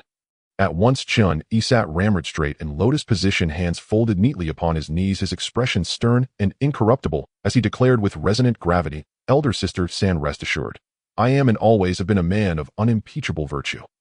Yi Shanshan offered no reply. Only the faintest, almost invisible tremor of her closed eyelashes betrayed her awareness. Seeing that Yi Shanshan was not angry but instead displayed a hint of indulgence amidst her flushed embarrassment, Chen Yi felt the tension in his heart ease slightly. He knew he had made the right bet. This third sister indeed could be swayed by the tactics of ruffians and scoundrels, and obtaining the beast blood pill would likely not be so difficult. In fact, Yi Shanshan's susceptibility to Chen Yi's approach was not without reason. Having long lived under the protection of her grandfather, she was accustomed to the flattery and sycophancy of others. Instead, she felt a fresh and even secret thrill from such bold and audacious offenses. It is commonly referred to as contrast. On the surface, Chen Yi's expression remained unchanged, but a glimmer of icy clarity passed through his eyes. "Third sister, although I made the right bet, your reaction just now saved your life," he silently whispered in his heart as the killing intent within him receded. Indeed, if Yi Shanshan had awakened with true killing intent, disgust, or that cold, aloof gaze of superiority, then Chen Yi would have unhesitatingly struck her down and subsequently eliminate Xiang Hongyu and Xiang Liang at the cave entrance. It would even be permissible to commit a crime before killing, just like with that little lotus back then. In the end, he would only need to disguise it as being killed by a beast. This was unavoidable. If Yi Shanshan were merely the beloved granddaughter of a first-tier alchemist, Chen Yi would have confidence in maneuvering with her, even slowly cultivating this relationship for his own benefit. He had his adoptive father Zhang Jioga as a backing and evidence of their 4 siblings' corruption, allowing him to slowly weave his web. But the golden core realization. These 5 words were too heavy enough to crush everything he currently possessed.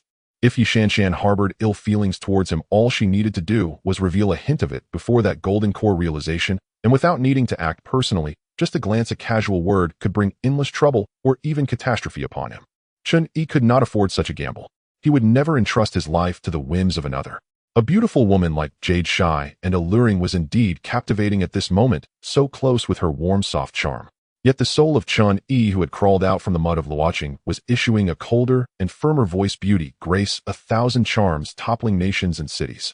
In the end, they are merely red powder skeletons, mere skin and facade. After a century, they all turn to dust. How could they be compared to the eternal path of longevity? Of course, he did not regret his earlier actions, for they were his true intentions.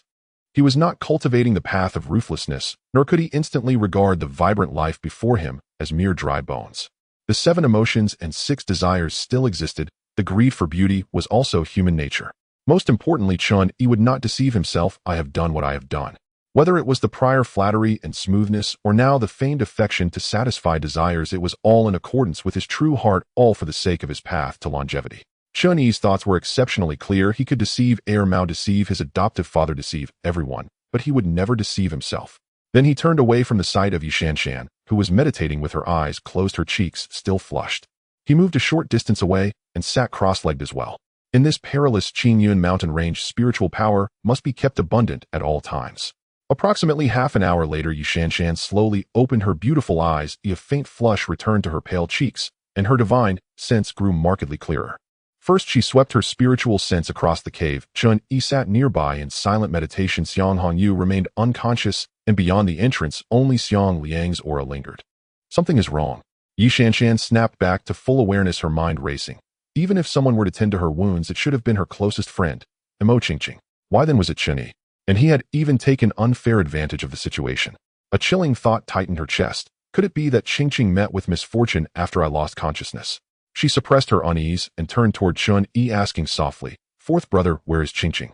Chen Yi did not open his eyes, replying calmly, "Senior sister Imo was in the best condition, so she volunteered to remain behind and dispose of the water-scale serpent's corpse. She wished to mask the scent of blood as thoroughly as possible."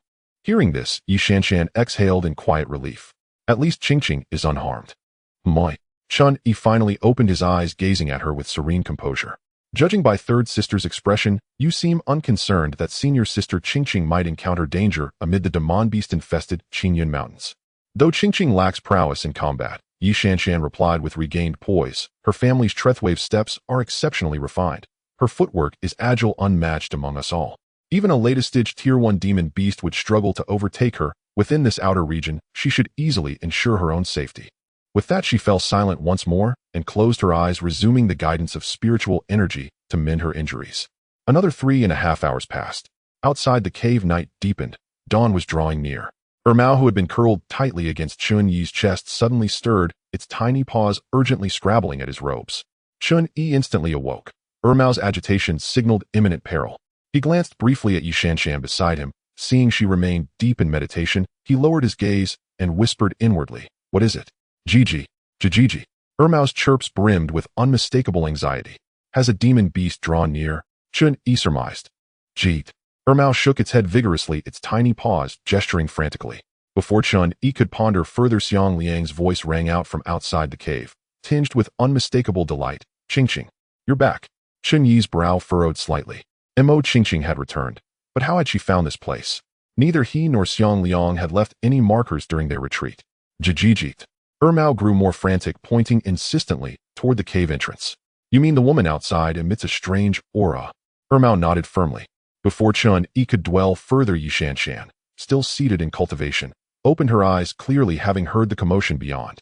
A flicker of relief crossed her face as she said to Chen Yi, "Qingqing has returned. I'll go check whether she's injured. Fourth brother, please watch over Hongyu." With that, she rose, her steps still unsteady yet purposeful, as she made her way toward the entrance. Chen Yi nodded, neither impeding nor rising. He remained seated cross-legged, his gaze calm, yet penetrating toward the cave mouth, his right hand resting subtly upon the storage pouch at his waist. Mao senses something amiss with this woman, and I too felt a subtle dissonance earlier. Caution remains the wiser course. Outside the cave, night hovered on the cusp of dawn, and the forest lay shrouded in the thickest mist of the pre-dawn. Xiang Liang watched Imo Qingqing emerge from the mist, and sighed in relief. "Qingqing, dawn is nearly upon us. Why did you take so long? Did you meet with danger?" Qingqing seemed startled by his concern, hesitated for a breath, then let a faint, involuntary smile flit across her face before murmuring softly, I'm fine. Before she could finish, Yi Shanshan stepped out and asked with genuine concern, Qingqing, you've returned. Were you harmed? Xiang Liang's attention immediately shifted to Yi Shanshan, his tone growing warmer. Shanshan, you've awakened. How is your injury? Did the flame bloom I gave Brother Chen prove effective? Flame bloom. Yi Shanshan blinked in surprise. A mere low-grade, Tier 1 flame bloom could never dispel the chilling venom of a latest-stage Tier 1 water-scale serpent. Yet her thoughts remained fixed on Qingqing, so she assumed Chen Yi had employed multiple methods and replied simply, yes. I feel much improved, and my spiritual energy has partially recovered. Thank you, elder brother Xiang. Hearing this, Xiang Liang's face lit up with delight. Beside him, Qingqing watched his expression, and the fleeting joy that had just warmed her heart vanished, replaced by a surge of searing resentment and murderous intent. Yet she suppressed it fiercely, instead asking calmly, Shanshan, where are senior sister Hongyu and brother Chen Yi? Hongyu remains unconscious. Fourth brother is tending to her inside. Yi Shanshan replied. Oh, so that's how it is. Then I can rest easy. Qingqing nodded. Then in the same breath her expression transformed utterly. In the next instant her right hand shot forth from her sleeve, gripping a dagger carved from human bone. And with lightning speed, she drove it deep into Xiang Liang's unguarded chest. Thwack! The blade sank to its hilt. Simultaneously her left palm flipped upward, unleashing a palm strike thick with acrid malevolent chi, striking Yi Shanshan squarely on the shoulder at point-blank range. Boom! Yi Shanshan cried out in agony, her slender form hurtling backward like a severed marionette, slamming violently against the cave mouth's rocky wall, blood welling at the corner of her lips. Qingqing, what are you doing? Xiang Liang's eyes widened in shock, staring down at the gushing crimson welling around the bone dagger embedded in his chest. His face contorted with unbearable pain and disbelief. Yi Shanshan struggled to rise, her gaze locking onto the lingering pitch-black malevolent chi still swirling in Qingqing's palm, her pupils contracting in horror, earth-devouring palms. This is a cultivation art reserved for demonic cultivators. Silence, you faithless wretch. Qingqing, who had always presented herself as gentle and refined, now wore a grotesque, twisted visage, shrieking as she wrenched the bone dagger viciously sideways. Ugh, ah! Xiang Liang screamed in excruciating agony. And you? Qingqing whirled, her bloodshot eyes locking onto Yi Shanshan with feral intensity, her voice shrill and grating. You shameless harlot, parading about like a courtesan from a pleasure quarter, feigning sisterly affection before me. Don't dare wear that false, pitying mask of concern. Yi Shanshan stood frozen, as if struck by thunder, her face draining of all color. Qingqing, how can you say such things? How can't I? Qingqing raged, pointing first at Xiang Liang, then at Yi Shanshan, her voice raw with madness. It's all you insatiable slut. You knew full well I cherished elder brother Xiang. Yet you kept him dangling, using your petty charms to toy with him. Do you find it amusing? I didn't. Yi Shanshan's voice trembled. Qingqing, is there some misunderstanding? Xiang Liang whispered, his breath shallow and fading, still striving to reason. Misunderstanding? Ha ha. Qingqing threw back her head and laughed, a sound more desolate than weeping. Can't you see? Have you ever truly seen me? You take every kindness I offer as your due, while your eyes remain fixed solely on her. With that she wrenched the bone dagger free and, meeting Xiang Liang's despairing gaze, plunged it in again, deeper. Elder brother Xiang, don't fear. You won't leave me. Her voice softened suddenly, eerily tender, yet laced with bone-deep dread. I shall refine you into the most obedient corpse puppet, forever bound to me. Xiang Liang's body stiffened, the light in his eyes dissolved into emptiness, and he crumpled lifelessly. Now, Qingqing slowly turned, her bone dagger dripping with blood pointed at Yi Shanshan, a cruel and triumphant smile twisting across her face. It's your turn, wretch. I shall flay your skin from your flesh, shatter every bone in your body one by one, and tear your soul from its vessel, forever imprisoning it within my soul-devouring banner, where you shall suffer unending torment day after night. Ha ha ha. With a flick of her left hand, the small obsidian banner reappeared, swelling instantly as it met the wind. Soul-devouring banner, manifest. Black miasma roiled across the banner's surface. Amid piercing ghostly wails, three indistinct, twisted specters surged forth, radiating chilling resentment, and lunged toward Yi Shanshan. Swallowtail blade. Yi Shanshan strained to gather spiritual energy and activated her flying dagger to intercept. Yet silver light flashed, and the blade passed straight through the phantoms, cleaving only empty air. Physical attacks held no power over spirits. The wailing specters closed in, already before Yi Shanshan's eyes. At that very moment, Chen Yi, who had observed silently for some time, struck. Swiftly, three crimson talismans soared forth, arriving just ahead of their target. adhering precisely to each phantom. Boom, boom, boom. Blinding flames erupted, pure scorching yang fire, the natural bane of Yin spirits. The three specters shrieked in agony, then dissolved into nothingness, utterly consumed. Chen Yi emerged from the cave in a flash landing before Yi Shanshan, several more talismans still clenched in his hand. Third senior sister, are you all right? And no, I'm fine. Yi Shanshan, still trembling with shock, gazed at Chen Yi's back, and felt for the first time in moments a fragile sense of calm.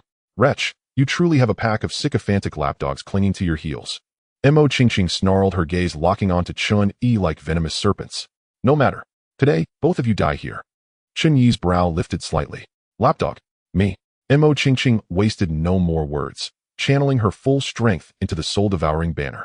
Its black aura swelled violently, coalescing into a thick, fetid gale of malevolent Yin wind that surged toward them both.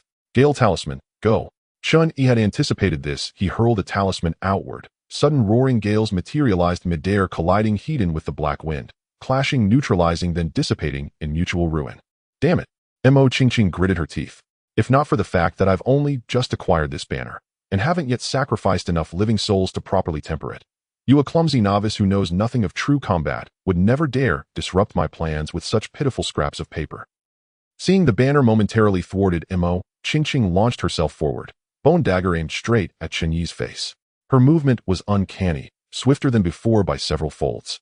Brother, step back. You're untrained in martial sorcery. Let me handle this. Yi Shanshan, suppressing her wounds, forced her swallowtail blade into motion to intercept. Oomph. How long can a grievously wounded body still command a spirit artifact? Mo Qingqing sneered, refusing to dodge, instead letting black chi coil around her dagger, preparing to take the blow heat in. At the instant the dagger and blade were about to collide. Disperse. Yi Shanshan's finger seals shifted. Instantly, the swallowtail blade's tail section fragmented midair, shattering into 12 resorthin silvery blades shaped like willow leaves. From impossible angles, the blades descended like a silver tempest, engulfing Mo Qingqing entirely. What a... She recoiled in shock, frantically parrying and evading, but still suffered multiple shallow cuts, blood blooming across her skin. One blade struck true, ringing sharply as it shattered the warm, lustrous jade pendant she wore at her chest. At the moment of its fracture, the gentle wounded water chi radiating from her vanished, utterly extinguished. In its place surged a far denser, far more savage aura of demonic Yin energy, erupting uncontrollably from within her. Ugh! She spat a mouthful of blood, her vitality collapsing instantly, as she glared at Yi Shanshan with seething venomous hatred. Accursed wretch, you concealed a mother-child blade all along, and ruined my painstakingly forged painted skin jade. Before the final word left her lips, she abandoned retaliation, spinning sharply and vanishing into the dense forest, her form dissolving into a streak of shadow. Her speed was astonishing, gone in the blink of an eye, swallowed by the pre-dawn darkness. Chen Yi stared at the shattered jade on the ground, then at Yi Shanshan. Mother-child blade, painted skin jade. This third senior sister ran deeper than anyone imagined, and Mo Qingqing. She was unquestionably hiding something grave. Cough. Yi Shanshan spat blood, her complexion ashen. Forcing the mother-child swallowtail blade had worsened her injuries drastically. Gasping, she told Chen Yi, "Fourth brother, check if brother Xiang is still alive." Chen Yi hurried to Xiang Liang's side, feeling for breath and pulse at his neck, then shook his head. His breath has ceased. His heart meridians are utterly shattered. He is dead. Yi Shanshan fell silent for a long moment. Her expression unreadable, though a fleeting, complex emotion flickered deep within her eyes. Gritting her teeth, she said, "Fourth brother, please gather brother Xiang's remains, then carry Hongyu. We must leave, immediately and without delay." She glanced toward the direction Mo Qingqing had fled, her voice now heavy with unprecedented gravity and cold fury. "I suspect Mo Qingqing, and perhaps even the entire Mo clan, has been infiltrated by demonic cultivators, or worse, they are themselves disguised evil cultivators. We must return to our sect at once to deliver this warning." Though Chen Yi suspected Mo Qingqing would not abandon her vengeance so easily, and retreat might offer little safety, he voiced no objection. Yi Shanshan was gravely wounded. Xiang Hongyu remained unconscious. Xiang Liang lay dead. Staying was unthinkable. Escape first, plan later. Understood. He nodded swiftly, sealing Xiang Liang's body into an empty spatial pouch, then hoisting the still unconscious Xiang Hongyu onto his back. Yi Shanshan struggled upright, swallowing 2 pills, then cast one last glance over the carnage and bloodstains, before limping resolutely toward the opposite direction of Mo Qingqing's flight. Chen Yi followed closely behind, bearing Xiang Hongyu. Meanwhile, deep within the forest, far away, Mo Qingqing leaned against a charred leafless tree, her chest heaving. She coughed up dark, almost black blood. Wiping her lips with the back of her hand, her eyes burned with undiluted malice. Her right hand plunged into the storage pouch at her waist, her fingers brushing against something cold, hard, and suffused with bone-deep, soul-chilling yin malignance. Without hesitation, she withdrew it, a viscous ink-black mist churning ceaselessly. The moment it appeared, ambient light dimmed, the air filled with a nauseating stench, rotting flesh mingled with raw coppery blood. The black mist swelled, stretched, and solidified, within a breath forming the massive, grotesque silhouette of the water-scale serpent. Yet its once vibrant emerald scales now lay dull and lifeless. Its wounds oozed not blood, but sluggish blackish red sludge that pulsed with unnatural thickness. Its formerly cold, predatory vertical pupils were now hollow and dead, only two pinprick points of sickly green ghost fire flickering deep within their void. An invisible tide of oppressive energy rolled outward, worse than in life, a suffocating amalgam of death, yin corruption, and pure, unadulterated malice. A corpse demon puppet. Its emitted aura matched merely the seventh tier of qi condensation, proof that forcibly binding its soul and refining its corpse had exacted a terrible toll. Yet its innate savagery, the raw concentrated slaughter aura, was purer, more terrifying than when it lived. Mo Qingqing let out a low, vicious chuckle. Even if this corpse demon puppet remains imperfect, it is more than enough to slaughter you both. She leapt, landing lightly atop the puppet serpent's skull.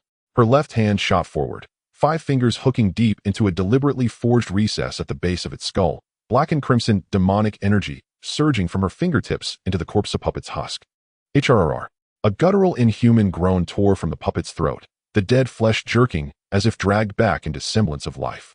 Its colossal body coiled and launched forward, trailing waves of putrid wind and killing intent racing after Chen Yi and Yi Shanshan.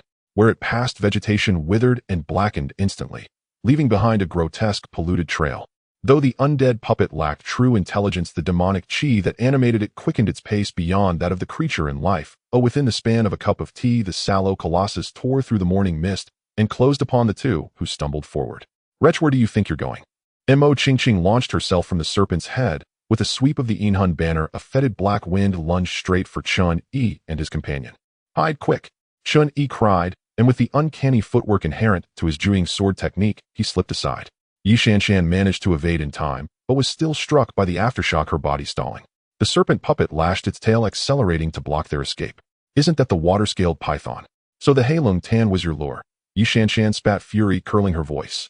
Mo Qingqing laughed, reveling in Yi Shanshan's angry scorn and wearing a smile of triumph.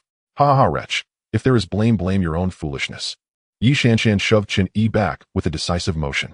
Junior brother, she said, voice edged with finality, take Hong Yu and run. The Xia cultivator's methods are treacherous, and her strength far outstrips yours. They'll hold her off. Go seek aid. Mo Qingqing mocked from her perch on the python's head. I'm leaving now? Too late. With this undead puppet at my command, I would dare even a fight with an 8th level qi refinement cultivator. Today none of you will leave alive. Gold eagle ring now. Gritting her teeth, Yi Shanshan summoned the ring once more. It became a ribbon of light that looped precisely around the puppet's neck, golden radiance flaring as it tightened its hold. The puppet's charge faltered, thrashing desperately. Chen Yi seized the moment to gently set the red jade on his back down. His gaze swept the clearing. He knew if he did not throw himself into the fray, Yi Shanshan would truly be finished.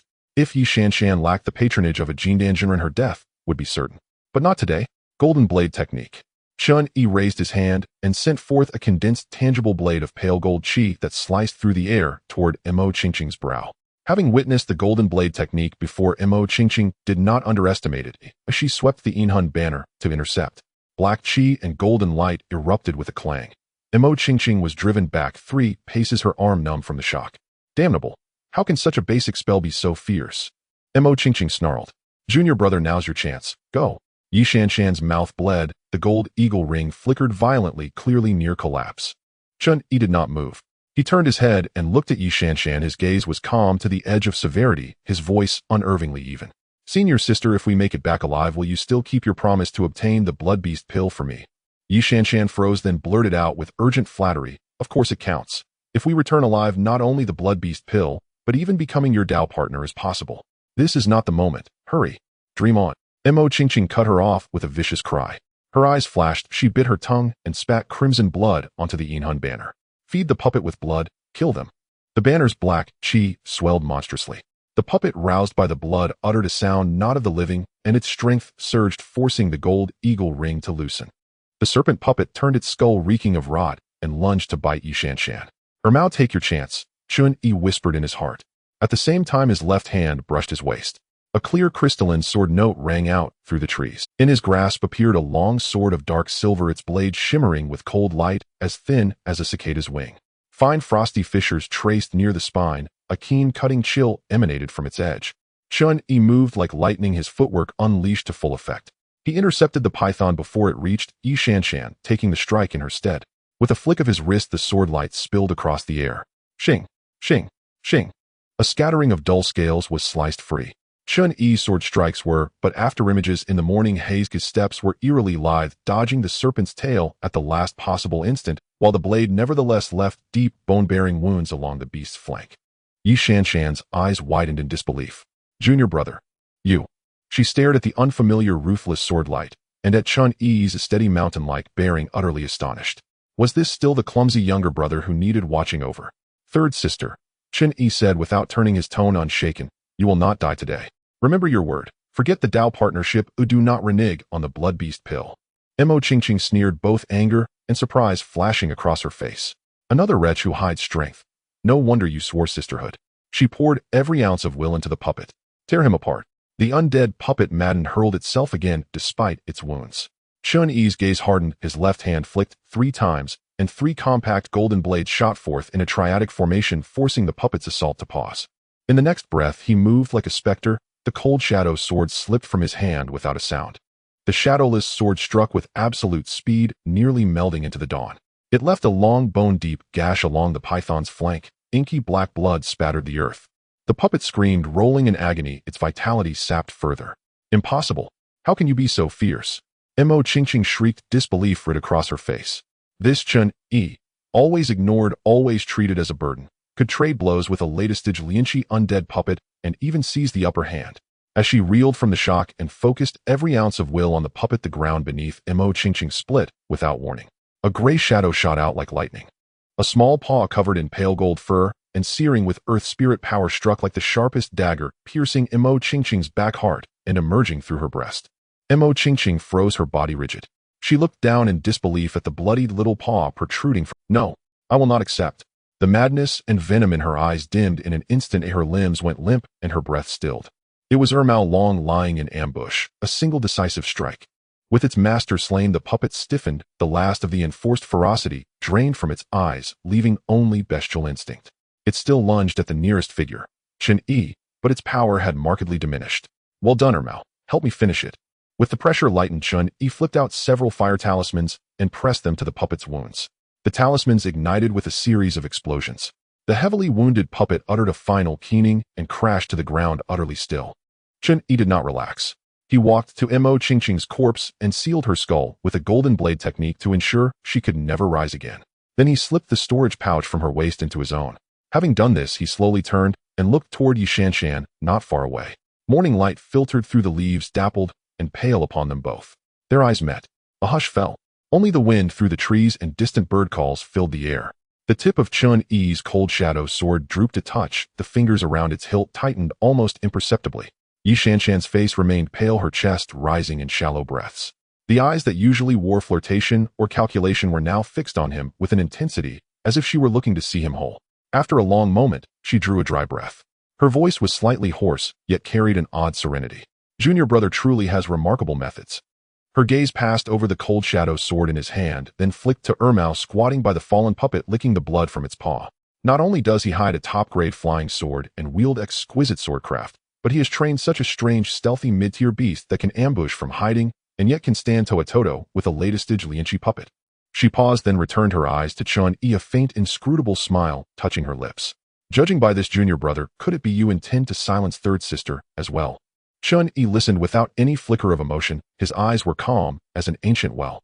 Yi Shanshan waited a beat, and then, voice threaded with either probe or mockery, said softly, "Well, junior brother, aren't you usually much more loquacious? Why mute now?" Chen Yi regarded her in silence. After a few breaths, he twitched his wrist. The cold shadow sword slid home, and he sheathed it at his waist with a casual motion. He lifted his eyes and looked straight at Yi Shanshan, speaking low but with crystalline clarity. "Third sister, you worry too much. I ask only this, please keep today's affair secret for me. In a clearing among the trees, the stench of blood lingered.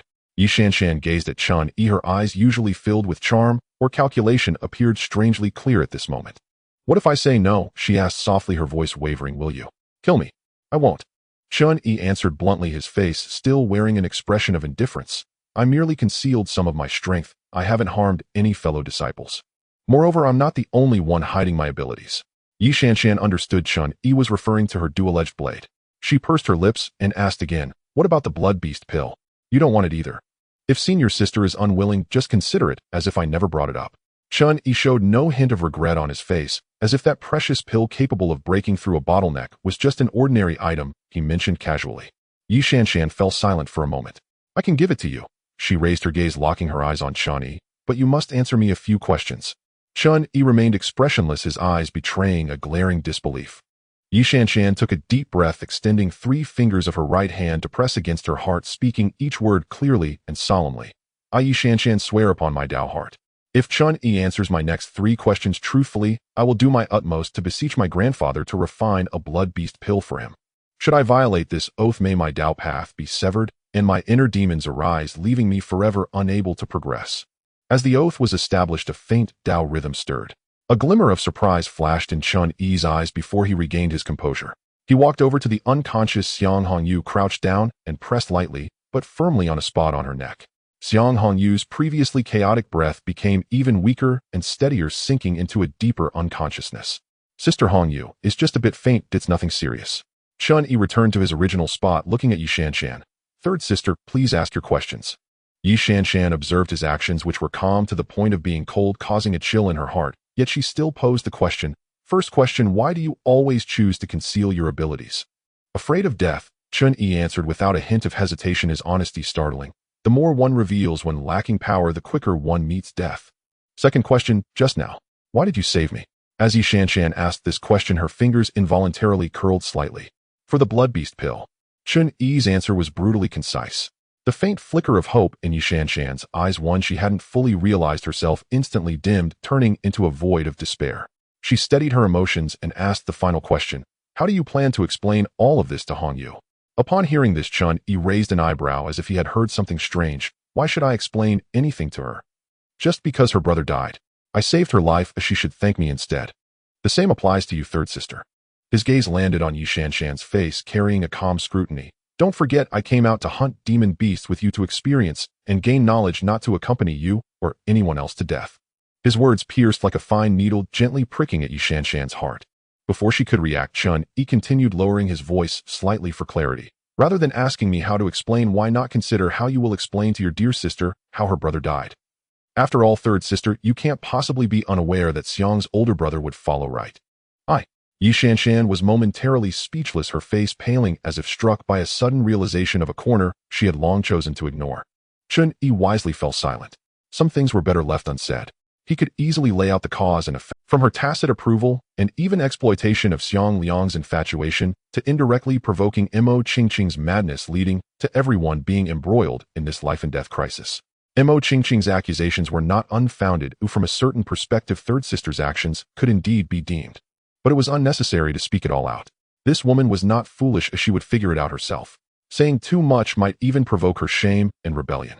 Women, after all, are not swayed by reason. Silence spread between the two, only the sound of the wind rustling through the trees could be heard. After a while, Yi Shanshan seemed to lose some of her strength. Her shoulders slumped slightly, the layer of habitual charm or assertiveness on her face completely faded, revealing a rare weariness and desolation. She slowly walked in front of Chen Yi, lifted her head, her voice a bit hoarse. You don't need to provide the materials for the blood beast pill, junior brother. Can you promise me one thing? What is it? Chen Yi asked. Don't tell Hongyu the truth of this matter. Yi Shanshan's voice was soft yet earnest. Just say that Xiang Liang and Mo Qingqing both died at the hands of the demon beasts. Upon hearing this, Chen Yi's eyes widened slightly in surprise as he looked at her. Third sister, he reminded, didn't you say earlier that Mo Qingqing was involved with evil cultivators and needed to report to the sect? This matter. Yi Shanshan averted her gaze, her voice dropping. I will privately inform my grandfather and ask him to investigate the Mo family discreetly. If the Mo family is indeed involved with evil cultivation, I will request my grandfather to intervene, ensuring no hidden dangers remain. She paused and looked at Chen Yi. As for the items on Mo Qingqing, you can take them all. I won't tell anyone what you've obtained. After all items of evil cultivation must be destroyed. Don't you agree, junior brother? Chen Yi quietly observed her, not immediately agreeing. Third sister, he said slowly, am not at ease. Yi Shanshan bit her lip. I can take another oath on my Dao heart ensuring I won't use this matter to coerce you or disclose it to anyone. The Dao heart has no effect on demonic cultivators or evil practitioners. Oh, what if you were to turn to demonic cultivation, senior sister? I still wouldn't feel at ease. Chen Yi shook his head. What do you wish to do then? Yi Shanshan lifted her head, her eyes carrying a hint of helplessness and an almost imperceptible grievance. Chen Yi remained silent for a moment, suddenly saying, let me ask you a question, third sister. Yi Shanshan paused. Do you want to ask why I've been stringing along Xiang Liang? Or why I did this? Neither is important. Chen Yi shook his head, his gaze calmly landing on her face, asking a seemingly unrelated question. Third sister, what kind of person do you think you are? Yi Shanshan's body stiffened. Time seemed to freeze for a few moments. She suddenly laughed, her smile carrying self-deprecation, even tinged with a sharpness of resigned acceptance. Third sister is nothing but a complete wretch. I just enjoy pretending, ensnaring those foolish men to revolve around me, relishing their adoration. So is that satisfactory, junior brother? Chen Yi observed the hint of forced, near embarrassing openness in her eyes, and for once a slight smile crept onto his lips. It was neither a sneer nor mockery, but a smile of understanding. Confirming their shared gaze, he recognized her as someone who could be a long-term ally. Satisfactory, he nodded, his tone returning to its usual calmness. Let's proceed, as you suggested, third sister. Yi Shanshan seemed to exhale the pent-up frustrations she had harbored for years, her demeanor becoming somewhat more relaxed.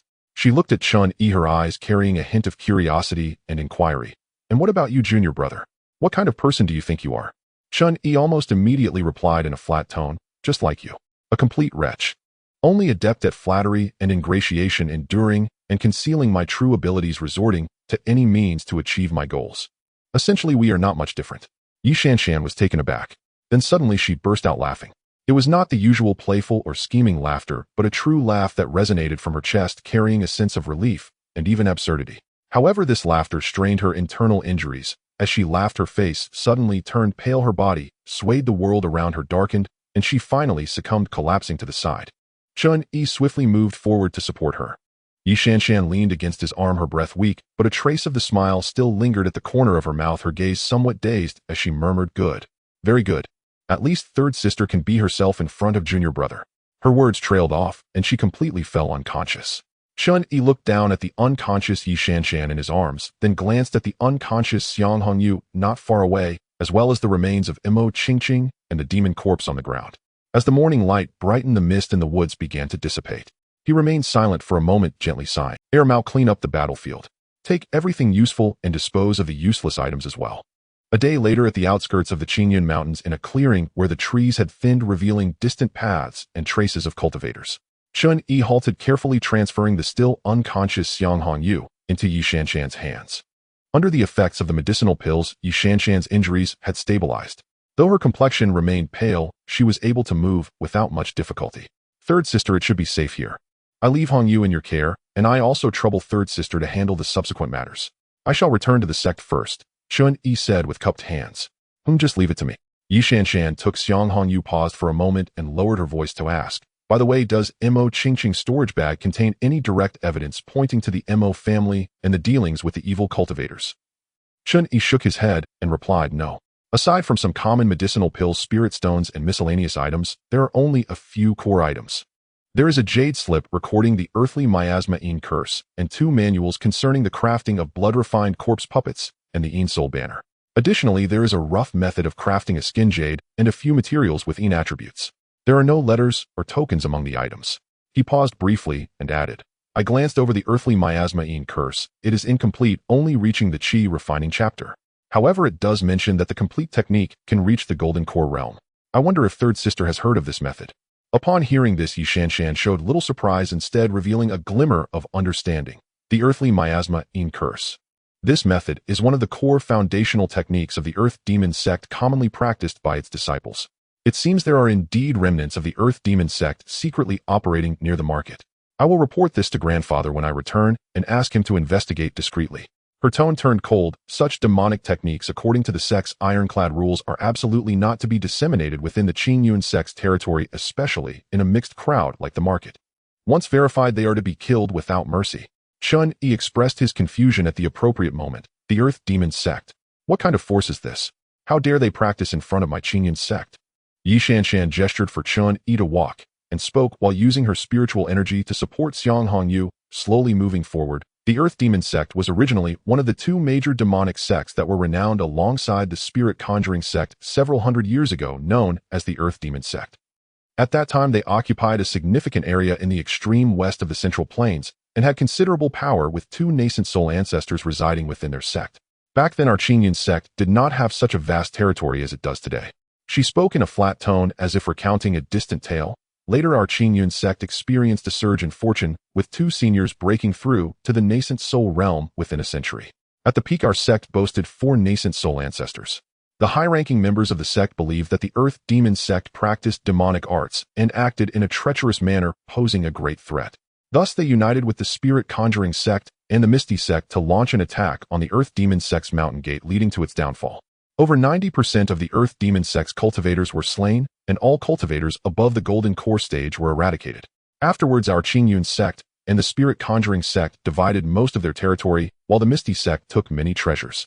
Chen Yi pondered. Wait a moment, third sister. I observed that the earthly miasma-ine curse involves malevolent energy, but its core seems to be the cultivation of earth malevolent energy. While blood malevolence techniques are useful, they do not function as effectively as earth malevolence. This seems quite different from the notorious reputation of the demonic sects that frequently resort to blood sacrifices and slaughter. Yi Shanshan glanced at him and slightly nodded. As expected of third brother, your observation is indeed meticulous. The original Earth Demon Sect was indeed a relatively pure, demonic path, emphasizing the seizing of heavenly and earthly malevolent energies to strengthen oneself. Though it was also domineering, it differed from the later infamous practices of blood demons, corpse demons, and ghost cultivators. She sighed and continued, the turning point in this matter involves another event. About 200 years before the Earth Demon Sect's destruction, there was a notorious evil sect in the Central Plains called the 10,000 Souls Sect. This sect was comprised mainly of evil cultivators and ghost cultivators operating without any limits, often slaughtering mortal cities and refining souls to practice their vile arts, causing widespread outrage. Ultimately, the collective anger of both humans and gods led to the complete extermination of the 10,000 Souls sect by the 4 strongest righteous and demonic sects, at that time effectively ending their reign. This included the Earth Demon Sect, which had not yet been eradicated at that time. The Earth Demon Sect seized a considerable amount of territory that originally belonged to the 10,000 Souls sect during its subsequent expansion and secretly absorbed and studied some of the remnants of the 10,000 Souls sect's teachings. Over time, some branches focusing on corpse refining and ghost manipulation emerged within the sect, and their actions gradually became more sinister and ruthless. In just a century, these branches grew strong, solidifying their reputation as evildoers. Chen Yi exclaimed, I see. Then, what about the Spirit Conjuring Sect, which was on par with the Earth Demon Sect? What connection do they have with the current Beast Control Sect? Yi Shanshan's footsteps paused imperceptibly for a moment before she casually replied, the Spirit Conjuring Sect. Isn't that just the current Beast Control Sect? They merely changed their name. Currently in the Central Plains, there are only 3 major righteous nascent soul sects, Qingyun Beast Control and Xinxia. The demonic sects are long gone. Also, the territory of the Qingyun sect was all seized. I can't help but feel that the operational style of the Qingyun sect resembles that of a demonic sect more and more. Chen Yi silently contemplated this, but did not voice his thoughts. All right. Yi Shanshan stopped, and ahead they could clearly see some scattered cultivators exchanging words. She finally whispered a warning. You only need to know that the so-called Earth Demon Sect today is merely a remnant of the Earth Demon Sect that managed to escape during its downfall, along with some scattered cultivators who acquired fragments of the techniques. Their power has greatly diminished and resembles more of a tool left intentionally by our sect's higher-ups to sharpen the skills of the inner disciples. It is said that their leader is only at the late foundation establishment stage. Once he shows any signs of condensing a golden core, the sect will surely send a golden core elder to eliminate him and will not allow him to grow strong. As for that water-scaled python corpse puppet, she changed the subject. Its materials are tainted with demonic qi and corrupted by malevolent energy, rendering its scales and flesh nearly unusable. The bones may retain some residual value, but it would be impossible to use them for intersect tasks. You can dispose of it as you wish, whether to extract its sturdy parts or to completely destroy it, leaving no trace behind. Chen Yi nodded, understood. But regarding third sister's intersect task, no worries, Yi Shanshan waved her hand. I have my own plans for the task. It's just a matter of putting in a little more effort. As for you, her gaze swept over Chen Yi, and she said meaningfully, You must know that when we divided the Earth Demon sect's legacy, our sect's treasury also included many of their technique manuals. Though not accessible to ordinary disciples among some elders stationed in the original territories of the Earth Demon sect, as well as some who are stuck at bottlenecks, there are indeed those who privately study, reference, and even practice in secret. After all, those regions are rich in attribute resources, and it would be a waste to discard them. As long as there is no major disturbance and they do not touch the bottom line of massacring mortals, the sect often turns a blind eye. But remember, you must never reveal this near the sect nor use it for evil, otherwise the sect rules will be merciless. The more I hear, the more I feel that the Chen Yi sect is not much different from the Earth Demon sect, dressed in righteous robes. Chen Yi again mocked inwardly, but on the surface he respectfully cupped his hands. Thank you, third sister, for your enlightenment and guidance. I will remember it well. These sect secrets and unspoken rules are not found in ordinary scrolls, truly opening his eyes. With this experience, our relationship has also changed from before. Just keep it in mind. Yi Shanshan took one last glance at him before turning to support Xiang Hongyu, steadily walking towards the road leading to the Qingyun market and the Xiang family. Chen Yi stood in place, watching her figure disappear at the end of the path concealed by the trees before turning and using his movement technique to swiftly head towards the Qingyun sect's mountain gate. The mountain wind swept through the fork in the road, stirring up a bit of dust, soon burying the footprints and presence of the two within the gradually rising morning light. An hour later, Chen Yi returned to the Qingyun sect. He moved swiftly, and after a few leaps he arrived at his secluded courtyard by the spirit field. Pushing the door open, he casually closed it behind him and pulled Air Mao from his bosom, placing it on the table. We're home, Air Mao. Air Mao shook its head, its little claws scraping the table, and without a second thought it burrowed down to the floor, disappearing in the blink of an eye. Chen Yi knew at a glance that this greedy little rascal was once again thinking about the sect's spirit plant garden.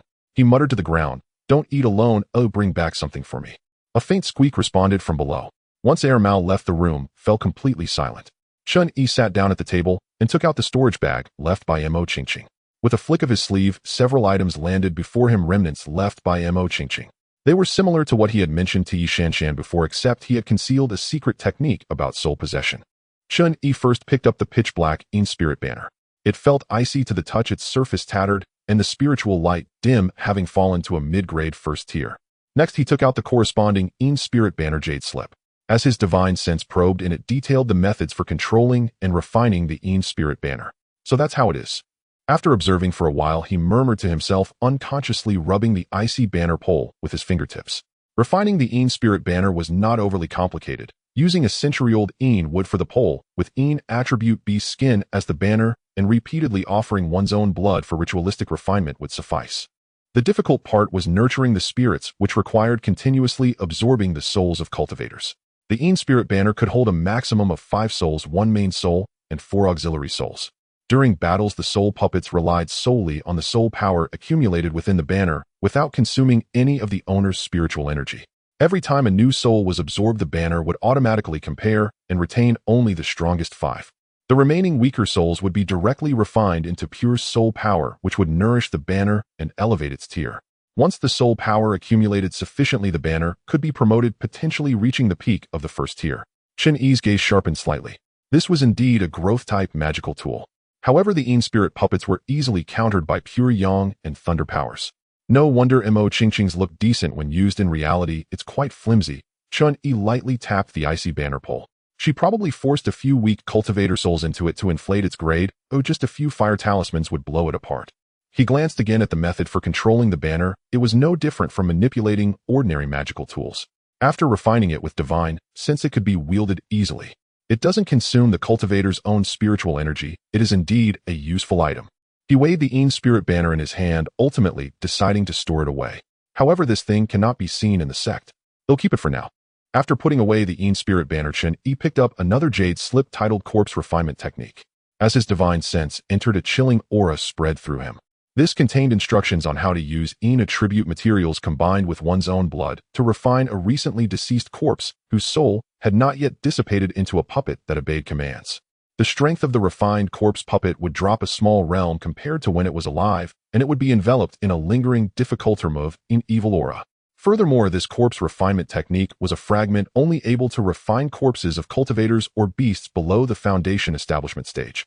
Learning an additional skill is never a bad thing. Chen Yi exited his divine sense, glancing over the attribute materials accumulated by Mo Qingqing in the storage bag. If an opportunity arises in the future, these items could be just right for practice. Then he picked up a jade slip that was dark and had damaged corners. It was precisely the slip containing the method for refining the skin mask jade. As his divine sense entered, Chen Yi's breath momentarily hitched. The jade slip detailed taking in jade as the base, merging it with specific attribute spiritual materials and the skin of a cultivator refined through secret methods. Once completed, the jade could be worn close to the body, not only perfectly concealing one's aura, but also allowing one to disguise their cultivation as any level below their true realm, even simulating specific spiritual root attribute fluctuations. Excellent. This is truly a wonderful item. Chen Yi felt a surge of warmth in his heart. This meant he could completely conceal his cultivation in the future. Moreover, he could change his identity at any time, confusing others and evading pursuit. This was simply an exceptional tool for committing crimes and framing others. Though the jade slip was a fragment, it clearly stated that this method could at most conceal one from cultivators below the foundation establishment stage. Yet for him at this moment, it was an unimaginable boon. He carefully stored this jade slip away as if it were not just a piece of jade, but a path to his future. Finally, his gaze fell upon two unassuming gray jade slips at the bottom of the bag. One was the earthly turbid evil technique, a foundational method of the demonic path.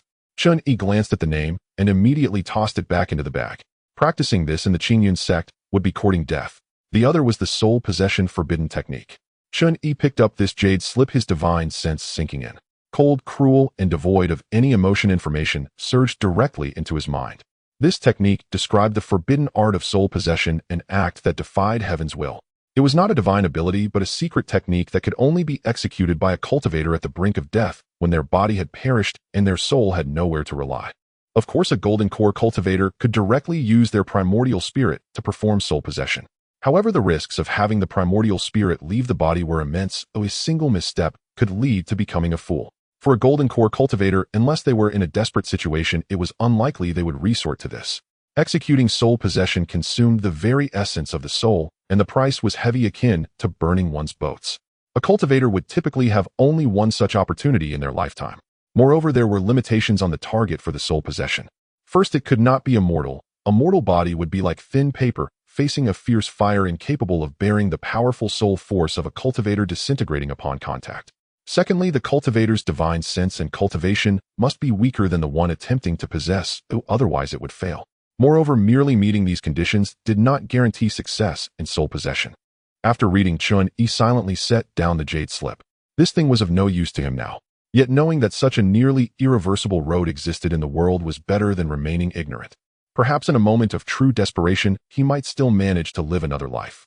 Learn what can be used and keep what can be retained. Regardless of its origins, whether black or white, in this world of cultivation, only those who survive and keep moving forward are qualified to discuss the future. What is useful is what truly matters. Chen Yi tucked away those dubious items and then took out 3 palm-sized scales from his ordinary storage bag, shimmering with a bluish metallic luster. These were precisely the reverse scales taken from the belly of the water scale python by Irmao. The scales felt solid in hand with sharp edges, and their surfaces flowed with dark patterns resembling rippling water, exhibiting both hardness and resilience. With this, the armor close to my body finally has a solution. He weighed the scales in his hand, a look of satisfaction appearing in his eyes. Just in time to find my elder brother and ask him to help refine it. And by the way, I should check if my set of flying needles is ready. Chen Yi stood up and left the small courtyard, heading directly to Jiang Xiaolu's residence. He pushed open the familiar wooden door and found Jiang Xiaolu sitting cross-legged beside the refining furnace. With spiritual power circulating around him, he was actually cultivating rather than sweating profusely as he usually did while forging. "Elder brother, why haven't I seen you swinging the hammer today?" Chen Yi asked with a smile.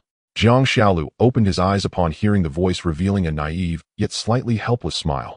"Fourth brother has come. Alas, my grandfather insists that my cultivation level is too low and is forcing me to break through to the 7th layer first. He says that this way I can better control the fire and refine higher-grade magical tools. So here I am in closed-door cultivation." He stood up while brushing off the dust from his clothes. "By the way, you came at just the right time. You are here to pick up those poisonous needles, right? I've already refined them, just waiting for you to collect them." He walked over to a nearby workbench and carefully took out a tray lined with soft cloth from a locked wooden box. On the tray lay 13 slender needles as fine as cow hair, about 3 inches long, glimmering with a ghostly emerald sheen. The tips of the needles gathered a dark glow, and even just looking at them evoked a sense of sharpness and coldness. Here, this is the first-grade, top-quality magical tool, the Poison Shadow Needle, made from the poisonous fangs of the green-lined snake. Jiang Xiaolu introduced his tone, carrying a hint of pride. To ensure it can later accommodate other toxins, I specially extracted the essence of the green line snake's venom and sealed it within the needle body, so the surface is not highly poisonous. This way, whenever you want to imbue it with any poison, you can just apply it directly without conflict. I added a bit of shadowless iron powder to the needle body, though after infusing spiritual power, it's almost invisible in its trajectory, perfect for stealth attacks. Chen Yi picked up one of the thin needles, feeling its extreme lightness, as if it weighed nothing at all. He infused a trace of spiritual power, and the needle trembled slightly, the tip appearing to slightly distort the light. Excellent needle. Chen Yi praised. Elder brother's craftsmanship is indeed exceptional. He carefully stored the 13 poison shadow needles in a specially made leather pouch, keeping it close to him. Then he took out the 3 reverse scales of the water scale python and handed them to Jiang Xiaolu. Elder brother, I need to trouble you once more. Using these, please refine a set of inner armor for me with the highest possible defense and make it discreet enough to wear underneath. Jiang Xiaolu took the reverse scales, immediately feeling their extraordinary quality. He carefully examined them, his eyes widening in astonishment. What excellent materials! These scales are rich in spiritual energy, exceptionally tough, and exude a sense of soft, watery resilience, making them top-tier materials for crafting close-fitting soft armor. Fourth brother, where did you get these? This is just the reverse scale of the water scale python you recommended, isn't it? What's wrong? Isn't a reverse scale still a scale? I got lucky and found them by chance. Chen Yi preferred to be vague, not wanting to elaborate. He then took out a bag containing 300 spirit stones and pushed it in front of Jiang Xiaolu.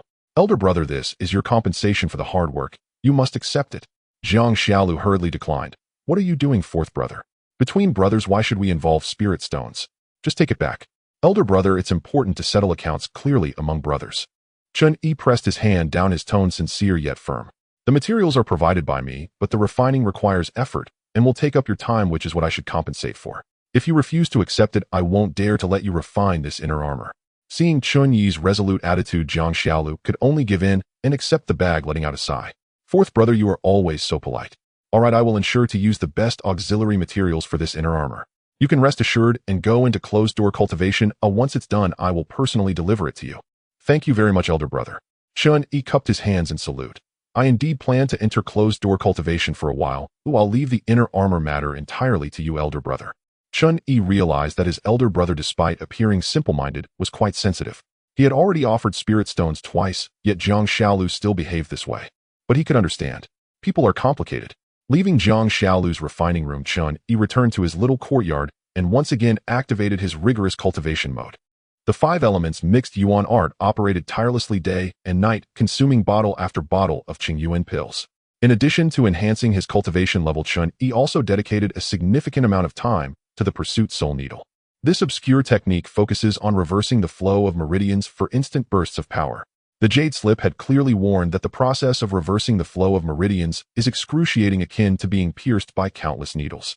Only those with an iron will can endure it. A moment's carelessness could lead to fainting or even permanent damage to the meridians. Chen Yi was not deterred. He spent a full 3 months in a secluded room attempting it again and again.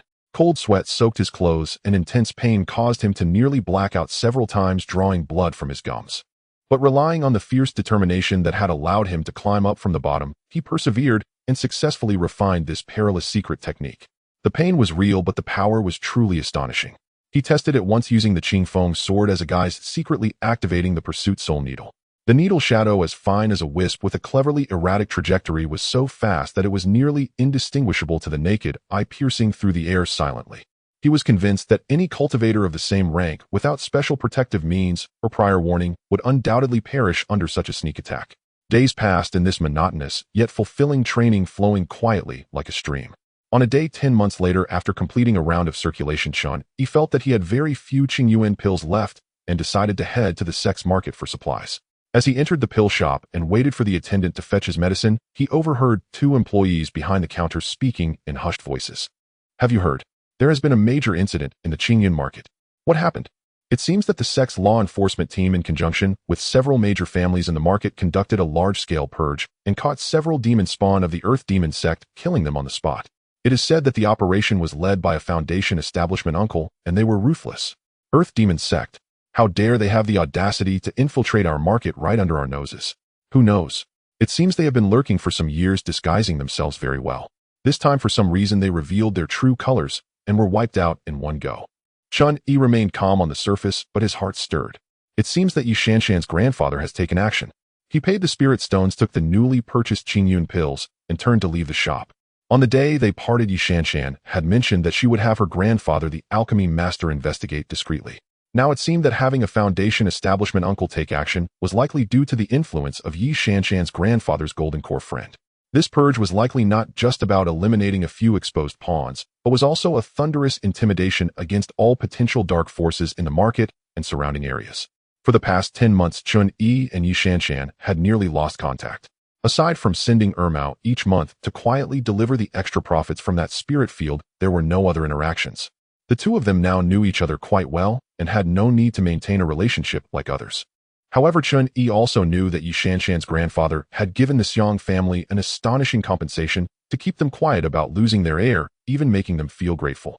As for Xiang Hongyu, she had long since recovered, but had undergone a drastic change in temperament, rarely showing herself. She used spirit stones to buy off her troubles, keeping herself entirely clean. Chen Yi was not surprised by this. It was very much in line with Yi Shanshan's consistently shrewd and self-serving nature. Holding the pills, he walked steadily back to his secluded little courtyard. Closing the door, he isolated himself once again from the external disturbances. He poured out a Qingyun pill and swallowed it, sitting cross-legged ready to cultivate. Time flows unnoticed in the pursuit of cultivation, and in the blink of an eye 2.5 years have passed.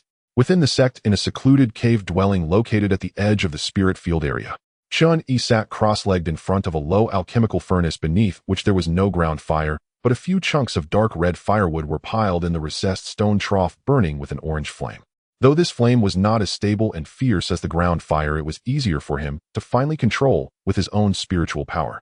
His gaze was focused, and his divine sense had already delved into the furnace, sensing the slightest fluctuations in temperature and the merging of the medicinal liquid's spiritual energy.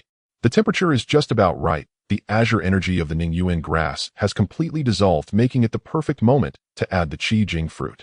He silently noted, steadily picking up the main herb, the Ningyuan grass, wrapping it in spiritual energy and gently tossing it in. The orange flame, guided by him, softly licked the walls of the furnace, and the herbs quickly transformed into a small pool of emerald green liquid. The intensity of the Qi Jing fruit will counteract the slight chill of the Ningyuan grass. He murmured to himself, his fingertips flicking the thin slice of the Qi Jing fruit, accurately landing at the center of the medicinal liquid. The temperature needs to be raised by 30% immediately and maintained for 3 breaths. As his thoughts raced, he formed a hand seal with his left hand, slightly releasing spiritual power, causing the flames from the firewood to surge higher, turning golden. The medicinal liquid surged violently, the crimson and emerald colors merging. As he sprinkled in the earth spirit root powder, he chanted incantations, controlling the fire with exquisite precision. The flames flickered like breathing, maintaining the stringent temperature curve. Next, I need to simmer it slowly over a gentle fire, allowing the medicinal properties to release gradually. It's now time to switch to a gentle flame. Inside the furnace, the medicinal liquids of different colors gradually merged and concentrated under the effects of heat and spiritual energy, with impurities being burned away. A blend of sweet herbal fragrance and a slight bitterness from the earth root wafted out through the gaps in the furnace lid. Sweat beads gathered at Chen Yi's temples, but he seemed oblivious, breathing lightly, his entire focus directed towards the alchemical furnace. The fragrance of the medicine is pure. We have reached the most crucial moment. A glint of light flashed in his eyes as he moved both hands in unison. His right hand drew a faint golden gathering rune in the air, which instantly formed and entered the alchemical furnace. Gather. The rune drew upon the sparse spiritual energy inside and around the furnace, rapidly compressing it towards the center of the medicinal liquid. His left hand pressed down with 5 fingers, steadily releasing spiritual power to maintain a consistent gentle flame, keeping the liquid in a state of near coagulation. The compression of spiritual energy and the steady flames created a marvelous tension, causing the medicinal liquid to spiral inward. Coagulate. A deep commanding shout erupted from his throat. The compressed spiritual energy within the furnace suddenly withdrew inward, the dissipating fragrance of the medicinal concoction retracting and locking entirely into the elixir. Almost simultaneously, he changed his hand seal, moving as swiftly as a shadow, accurately executing the elixir collection technique. Open. The furnace lid gently lifted, and 3 elixirs the size of longan fruit, plump and light blue, with faint cloud patterns, flew out, tracing arcs as they landed into a prepared jade bottle. Huff. Chen Yi exhaled a long, turbid breath, his back relaxing slightly, his chest rising and falling. After nearly 2 hours of intense concentration, his divine sense relaxed, bringing a slight dizziness and fatigue. He wiped away his sweat, picked up the still warm jade bottle, and examined it closely under the light of the moonstone. The elixirs were round with intact cloud patterns infused with spiritual energy. Finally succeeded, he said, his voice slightly hoarse. The quality is average with a stable success rate of 30%. I suppose I'm a first-tier alchemist that can pass muster. Gently stroking the jade bottle, there was no joy in his eyes, only exhaustion and a sense of relief. After a moment of silence, the corners of his mouth curled into a self-deprecating smile. It seems my talent for alchemy is quite mediocre, not comparable to Lin Dong, who could succeed in over half of his first attempts. After securing the elixirs and materials, his expression returned to calm. Although his success rate was average, his overall success rate remained extremely high. This was related to his steady demeanor. Inside the cave-dwelling Chen Yi slowly stood up, and as he willed it, the subtle fluctuations that had long enveloped him, simulating the sixth layer of qi refinement, receded like a tide. A much more substantial solid aura carrying a faint sense of pressure instantly erupted from his body. Indeed, Chen Yi had broken through to the seventh layer of qi refinement half a year ago, becoming a latest-stage qi refinement cultivator. After the Black Dragon Pool incident, the relationship between Chen Yi and Yi Shanshan became subtle yet practical. He obtained a broken Yuan Dan through Yi Shanshan, which required contribution points for exchange. Of course, Chen Yi also paid the corresponding spirit stones for this. On the other hand, there was the ice spirit fruit he had snatched from Lin Dong. This fruit is cold in nature, providing a large amount of spiritual power while also stabilizing the mind and harmonizing the restless spiritual energy during breakthroughs. The combination allowed him to effortlessly break through the bottleneck of the latest stage qi refinement, and the process was even smoother than expected. However, after the breakthrough, he revealed nothing. The jade talisman at his waist perfectly concealed the fluctuations of his true cultivation at the sixth layer of qi refinement without a hint of discrepancy. Therefore, in the sect's records and in the eyes of others, he remained that outer sect disciple of the spirit field. The results of this 2.5 years of hard training extended far beyond just an increase in cultivation. The practice of the 5 elements primordial skill had not stagnated. Thanks to the core fire essence granted by his foster father Zhang Jioge and a piece of earth essence he later obtained in trade at Qingyan Square, he has now successfully integrated these 2 types of spiritual materials into the cycle of his technique. Currently, his internal spiritual power possesses the attributes of metal fire and earth, flowing with a more substantial and violent energy.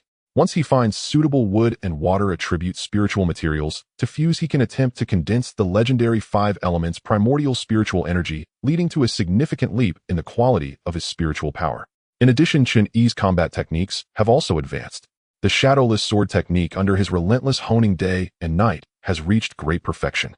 The sword strikes without a shadow, mysterious and unpredictable, complemented by his increasingly profound spiritual power and the sharpness of the cold shadow sword.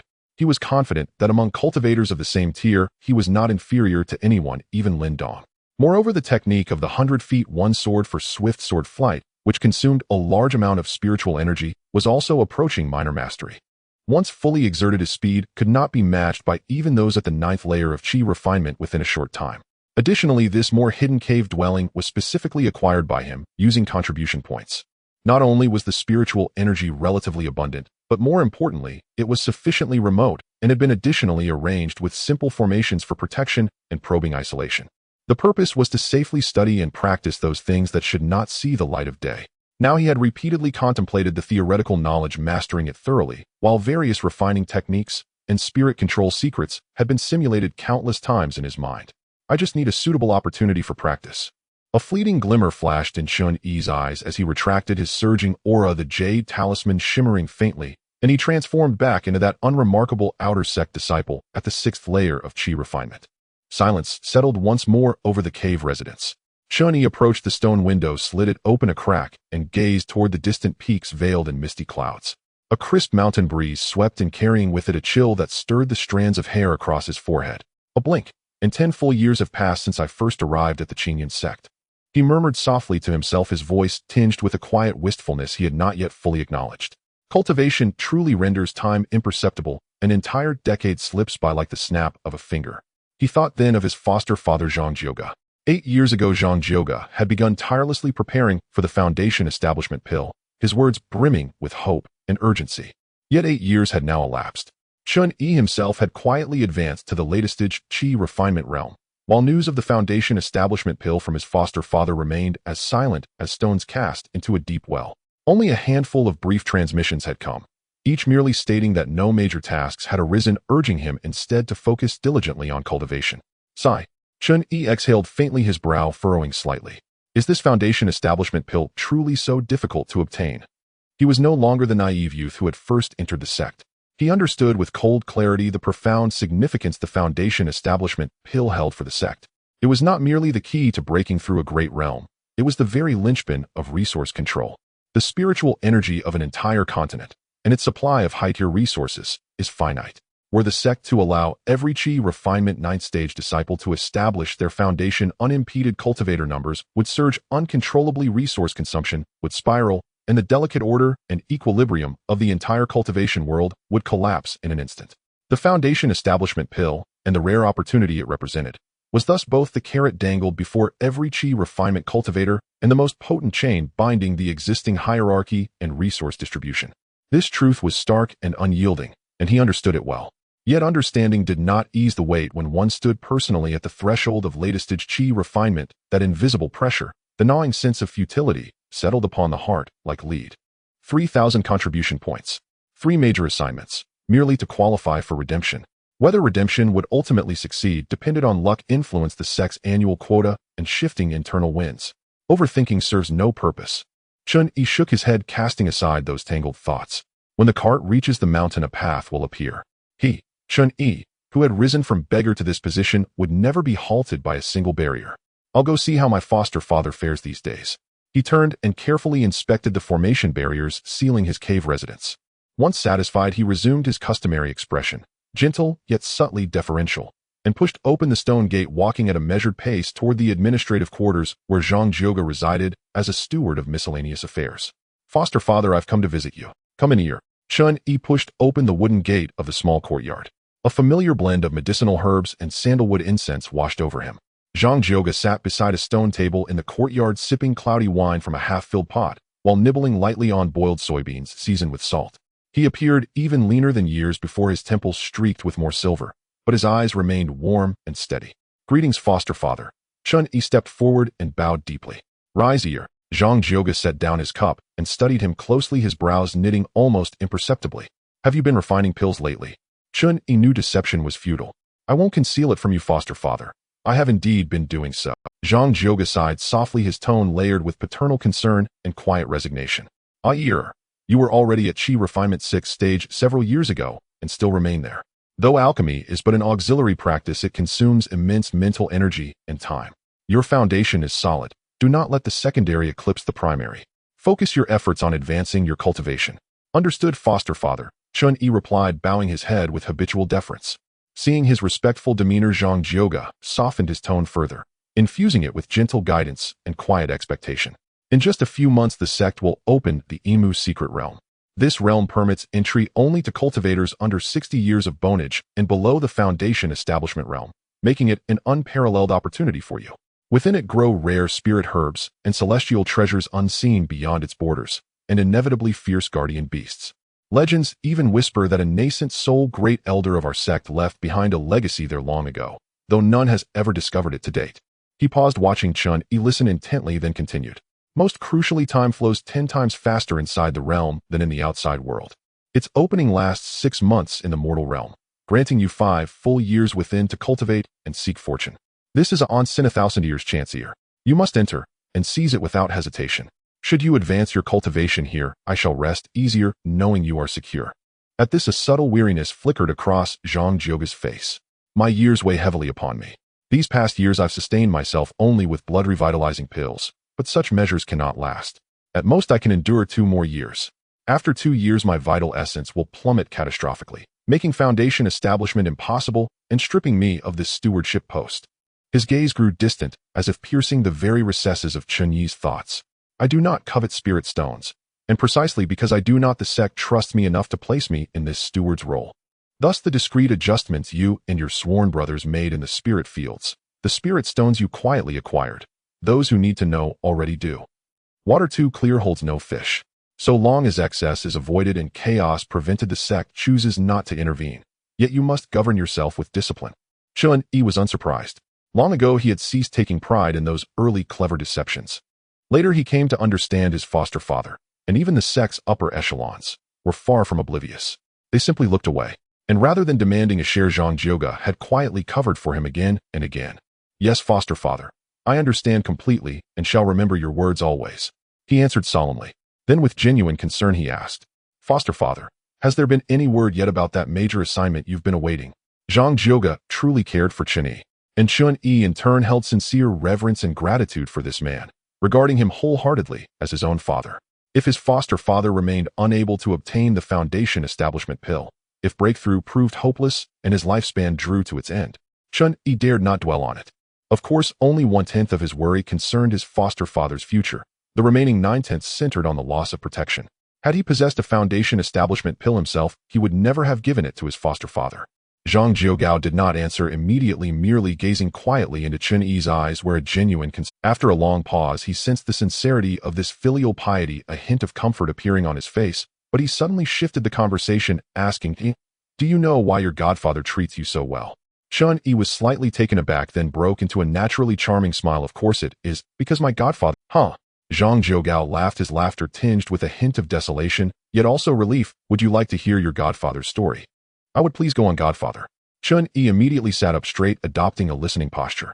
Zhang Jigao's gaze drifted beyond the courtyard walls, as if casting back to a distant past, his voice becoming slow and measured. Before I turned 22, I was merely a mortal wandering and struggling between the various cities of the mortal world.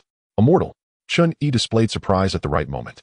Although he had suspected his godfather came from humble beginnings, hearing it from his own lips felt entirely different. Indeed, a mortal, just like you, though my origins were somewhat better.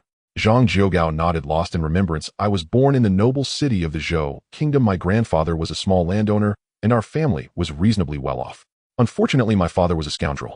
His tone was calm, but a hint of buried pain could not be concealed. On the day my grandfather divided the inheritance, he quarreled fiercely with his brothers because he felt he had received too little. In a fit of rage, he crazily set fire to our family estate. My mother and I, who was only 9 months old at the time, were trapped in the inferno. After that, my mother never returned. My father was not killed in the fire, but he became increasingly muddled, drinking heavily every day and taking his frustrations out on me. Our family's fields were quickly squandered by him. Without any options, I left home at the age of 8, beginning a life of wandering. Fortunately, I was clever enough at that time and willing to endure hardship. While helping others with their work, I secretly learned some characters from outside a private school. As I grew older, I became a carriage driver for a traveling merchant roaming far and wide. Later on, a glimmer of light finally appeared in his eyes, a sense of relief at having survived against the odds. By good fortune, I encountered a benefactor. By chance, that benefactor discovered my spiritual roots. Though they were only of medium quality, they took me back to the Qingyun sect and introduced me to the immortal path. For many years thereafter, my benefactor provided me with guidance and care. That benefactor was the vice master of the alchemy hall, Elder Gu Yun, whose status in the sect now rivals that of a golden core elder. They were the one who fed you elixirs in the past. He looked at Chen Yi, his expression serious. I have always wanted to repay Elder Gu Yun's kindness, but alas, my cultivation is low and my abilities limited, leaving me with no opportunity. This kindness I shall remember for a lifetime. You must also remember, if one day. Well, just keep it in mind. Indeed, Godfather has truly faced many hardships. I too will remember Elder Gu Yun's kindness, Chen Yi replied solemnly. Zhang Jiugao seemed to have resolved a matter in his heart, his expression relaxing a bit, returning to the main topic. All right, here, weren't you asking about that significant task opportunity earlier? He lowered his voice. It is precisely because Elder Gu Yun remembered old ties that he secured an opportunity for me, one that guarantees 100% exchange for a Foundation Establishment pill. Once the Imu secret realm concludes, the sect will begin refining Foundation Establishment pills, and Elder Gu Yun is the one responsible for that process. The sect has also issued several major tasks, and I successfully accepted one. The task involves tracking and eliminating a devil cultivator from the Earth Demon cult at the 9th layer of Qi refinement, skilled in stealth and escape. According to intelligence, this cultivator is likely hiding in the mortal realm. This task is perilous. That cultivator is exceedingly cunning, and my undertaking could lead to unpredictable life or death.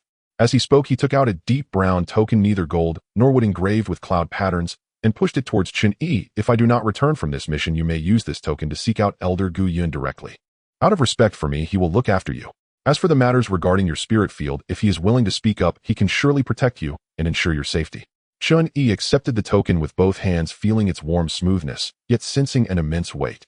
He lifted his head, his face devoid of fear or sorrow, instead revealing a keen, bright expression, his tone resolute. Godfather, you are destined for good fortune, prepared adequately, and will surely return safely to slay the demons and achieve greatness. He did not cry out or futilely worry. On the contrary, a genuine joy surged within him. This was the significant task opportunity that his godfather had awaited for years, necessary to exchange for a foundation establishment pill. If his godfather could complete this task and accumulate enough contributions, there would be a chance to exchange for the pill and attempt foundation establishment. If his godfather succeeded in foundation establishment, his lifespan would greatly increase and his path would continue. Then Chen Yi, as his godfather's closest person, would surely find his own future much brighter and broader. At the very least, the pathways and hopes of obtaining a foundation establishment pill would increase significantly. And as for the dangers, the path of cultivation is inherently a battle against destiny, against heaven, against others, and against oneself. Which step is not fraught with peril? To have a clear opportunity laid before him is already a stroke of fortune. His current happiness does not stem from cold-bloodedness, but from the most realistic understanding. Rather than worry needlessly, it would be better to fully support his godfather in seizing this life-and-death opportunity. This perhaps is the greatest filial piety he could show to his godfather. All right, I shall take your auspicious words to heart. Zhang Jiugao looked at the unfeigned determination and sharpness in Chen Yi's eyes, the last trace of hesitation in his heart dissipating. In its place was a calm resolve. A genuine smile appeared on his face, the wrinkles on it seeming to ease slightly. After I leave, you must act with caution. You do not give others a handle to grasp. Regarding the spirit field, stability is paramount. Everything should prioritize good cultivation. Rest assured, godfather. Chen Yi carefully tucked Elder Gu Yun's token into the innermost part of his storage pouch, standing up straight, his tone carrying a near promissory seriousness. When you return from slaying the demons, I will surely break through to the 7th layer of Qi refinement and will not let you down. He did not say he would try or make an effort, but rather provided a definite result, hoping to reassure the other party. Good. Zhang Jiugao nodded repeatedly, looking at the young man he had raised, who now subtly revealed his brilliance, his heart filled with mixed emotions. He waved his hand, his tone returning to its usual gentleness. Go ahead. Remember, while the secret realm is good, dangers coexist, so prepare well. I will remember, my son. Chen Yi bowed again, saying no more as he turned and exited the small courtyard. 1 month before the opening of the Imu's secret realm, Chen Yi was cultivating in his cave dwelling when a familiar female voice suddenly called out from outside. 4th brother, 3rd sister, has come to see you. It was Yi Shanshan. Chen Yi slowly withdrew his energy, the glimmer in his eyes fading and his brows slightly furrowing. What brings her here? He stood up, adjusted his robe, and waved his hand to open the barrier of the cave. Yi Shanshan was dressed strikingly today in a form-fitting purple palace gown, the hem trailing behind her with a jeweled belt accentuating her delicate figure. Her face was adorned with exquisite makeup, her brows like distant mountains, lips painted a deep red, and the corners of her eyes slightly lifted, exuding a consistent charm. The purple eyeshadow complemented her gown, adding an extra touch of allure. With her level of charm, she could just chastise me. What business does 3rd sister have with me? Chen Yi stepped aside to let her in, his tone remaining casual. Yi Shanshan entered the cave, her beautiful eyes darting around, surveying the somewhat simple yet exceptionally tidy dwelling. She glanced at him reproachfully and said, what can I come to see you without a reason? And you, 4th brother, don't even compliment 3rd sister on her looks anymore. Has 3rd sister become unattractive? Chen Yi readily agreed, his smile becoming more sincere. Of course not. 3rd sister is radiant today, always the most beautiful in my heart. Enough, I know you too well. You're all sweet talk, but who knows what you really think? Yi Shanshan waved her hand dismissively, feigning indifference, though a hint of complexity flashed in her eyes. Without further ado, she took out a delicate white jade bottle from her storage bag and handed it to Chen Yi. I came today to fulfill our previous agreement and give you this blood beast pill. Chen Yi's gaze fell on the jade bottle, his heart stirred. After the Black Dragon Pool incident, Yi Shanshan had indeed vowed to seek the blood beast pill for him. However, there had been little news over the years. He thought this matter might face some setbacks. To his surprise, she had come to deliver it in person, and the timing was just before the opening of the Imu's secret realm. He took the jade bottle with both hands, uncorking it slightly. A rich scent of blood mixed with pure medicinal fragrance immediately wafted out, invigorating him. He quickly resealed the bottle, carefully stowing it away, and cupped his hands in gratitude, saying, thank you, 3rd sister, for your trouble. Yi Shanshan watched his cautious movements, a smile tugging at the corners of her mouth. Oh, is that it? 3rd sister came all the way to deliver a pill, and you didn't even offer me a cup of spirit tea. How disappointing. Her tone carried a hint of teasing, though her eyes held a distant look. Chen Yi's mind raced, but his smile remained unchanged as he responded, I was careless. Since 3rd sister has graced my humble abode, how could I neglect you? Please wait a moment, I will prepare some spirit dishes and spirit wine right away. It has been a long time since we siblings sat down to chat. Today is a good occasion to celebrate. Yi Shanshan's eyes flickered with a brief, almost imperceptible sadness upon hearing this, but the emotion vanished as quickly as it came. She then broke into a bright smile, appearing carefree. All right. Huh. Chen Yi was taken aback. He had only been being polite. However, he quickly masked his surprise, smiling as he said, "Third sister, please wait a moment, I will arrange it now." As he spoke, he took out a sound transmission talisman and whispered a few words into it. The talisman ignited with spiritual energy and swiftly flew out of the cave. "I've already sent someone to prepare it. The signature dish from Zue Nanchun will be ready soon. Please make yourself comfortable," third sister Chen Yi invited. Yi Shanshan, upon hearing this, was not polite at all. She lightly acknowledged and surprisingly began to wander around Chen Yi's small cave dwelling. She touched this and looked at that, completely acting as if she were at home. In one corner of the cave, several clay pots held a few clusters of mundane purple violets, which were currently blooming with light purple flowers. "I didn't expect you to like nurturing these mortal flowers," Yi Shanshan said as she approached, bending down to take a closer look, gently touching a petal with her fingertip. "These clusters of violets are quite beautiful, rather stubborn and resilient. It's just a pity." Her gaze swept over two empty, cracked clay pots nearby. "A number have died, haven't they? It seems you haven't taken much care of them, fourth brother." Chen Yi looked at the two pots of withered flowers, his expression calm and unchanging. "I planted them casually, as sometimes I forget to water them after cultivating for too long, and they wither away. Mortal flowers are delicate and can't compare to spirit plants in resilience." Yi Shanshan stood up and turned to look at Chen Yi, the hem of her purple gown tracing a graceful arc. The teasing smile on her face faded slightly, replaced by a more serious tone. "Fourth brother, I came today not only to deliver the pill, but also for another matter. Please, third sister, go ahead." Chen Yi thought to himself, as expected. The Imu secret realm is about to open. This rare opportunity which can change one's destiny, you will definitely go right. Yi Shanshan gazed into his eyes. "Would you like to join me? I've already contacted a capable fellow disciple, so we can look out for each other. The secret realm is fraught with danger. Acting alone is too risky." Chen Yi almost instantly shook his head, his tone sincere, yet firm. "Third sister is always surrounded by talented youths. My cultivation is low and my skills average. I fear I would be a burden to you if I went. I would prefer to explore on my own and act according to the situation." He refused outright, both to avoid trouble and to protect some of his secrets from being discovered. Yi Shanshan seemed to have anticipated this and did not press the issue, merely smiling. "Then do as you wish." She shifted her attention to Air Mao, who was curled up beside the stone bed, soundly asleep, with its tail wrapped around itself. She approached, gently poking Air Mao's fluffy back. Air Mao stirred its ears in discontent, but did not. "This little fellow looks small, but is quite gluttonous and lazy," Yi Shanshan said cheerfully, sensing its aura carefully. "Huh. Its aura is surprisingly close to reaching the late stage of the first level. How did you cultivate it in just a few years, fourth brother? What have you been feeding it?" Chen Yi smiled without responding. He naturally knew why Air Mao was growing so quickly. After being persistently poked, Air Mao finally opened its sleepy eyes out of annoyance. Seeing Yi Shanshan, the previously annoyed expression immediately softened, even showing a hint of flattery. After all, every time Air Mao delivered spirit stones to Yi Shanshan, she would reward it with pills or spirit fruits. Squeak. Air Mao immediately flipped over to sit up, its shiny black eyes eagerly looking at Yi Shanshan, its tail wagging excitedly. All right, here you go, you little greedy guts." Yi Shanshan laughed at its antics, taking out a pill from her storage bag and handing it to Air Mao. Air Mao accepted it joyfully and began to munch happily. Soon a respectful voice from Qian Xiaowu echoed outside the cave residence. Chen Yi stepped out and brought in a large food box. The food box had multiple layers filled with the meticulously prepared spiritual dishes by Zue Nanchuan, steamed silverline carp, exuding spiritual energy, golden roasted flaming pheasant legs, and fragrant jade spirit mushroom soup. There were also several plates of seasonal spiritual vegetables, along with a small jar of Zue Nanchun's signature spiritual wine sealed with a red sticker.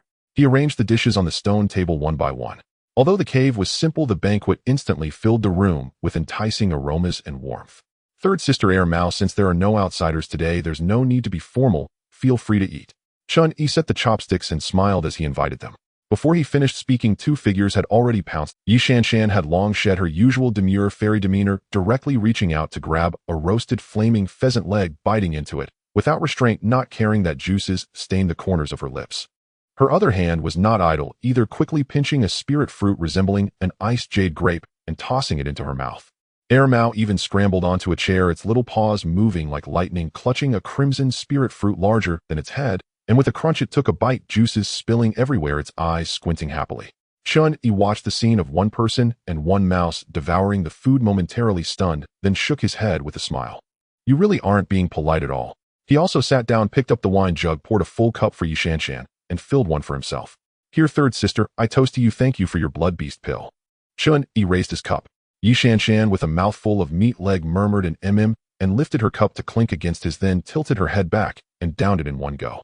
As the spiritual wine slid down her throat, a warm current spread through her, and soon her fair cheeks flushed with two alluring tints, her eyes sparkling even more. After a few cups, much of the spiritual feast was consumed, and the atmosphere grew increasingly harmonious. Yi Shanshan was enjoying the meal, and began to talk more proactively, explaining the details of the Emu's secret realm to Chen Yi, her tone becoming much more serious. Fourth brother, since you've decided to act alone, I must remind you of a few things. Although this secret realm is within the Qingyun sect's sphere of influence, the entrance is not inside the sect. Each time it opens, participants are not just the inner and outer disciples of our Qingyun sect, but also many disciples from affiliated immortal cultivation families, as well as some loose cultivators who obtain spots through other means.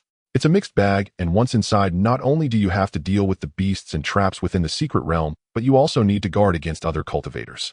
Chen Yi listened intently and nodded.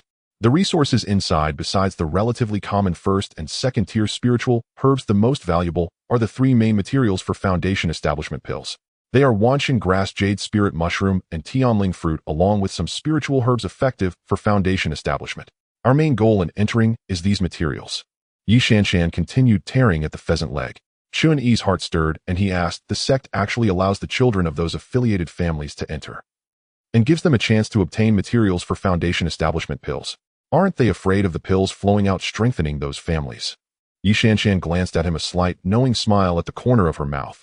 Junior brother, you're overthinking it.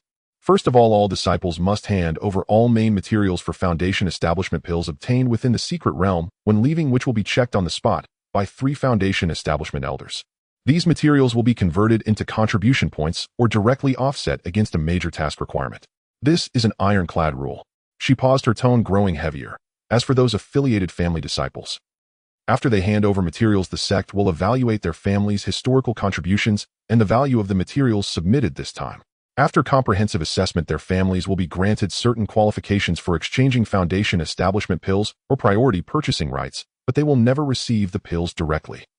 After all, these families have to pay a large amount of taxes to the sect every year, providing resources and manpower, which is also a way to maintain the sect's dominance. Giving them a little sweetness and hope is necessary for them to work harder.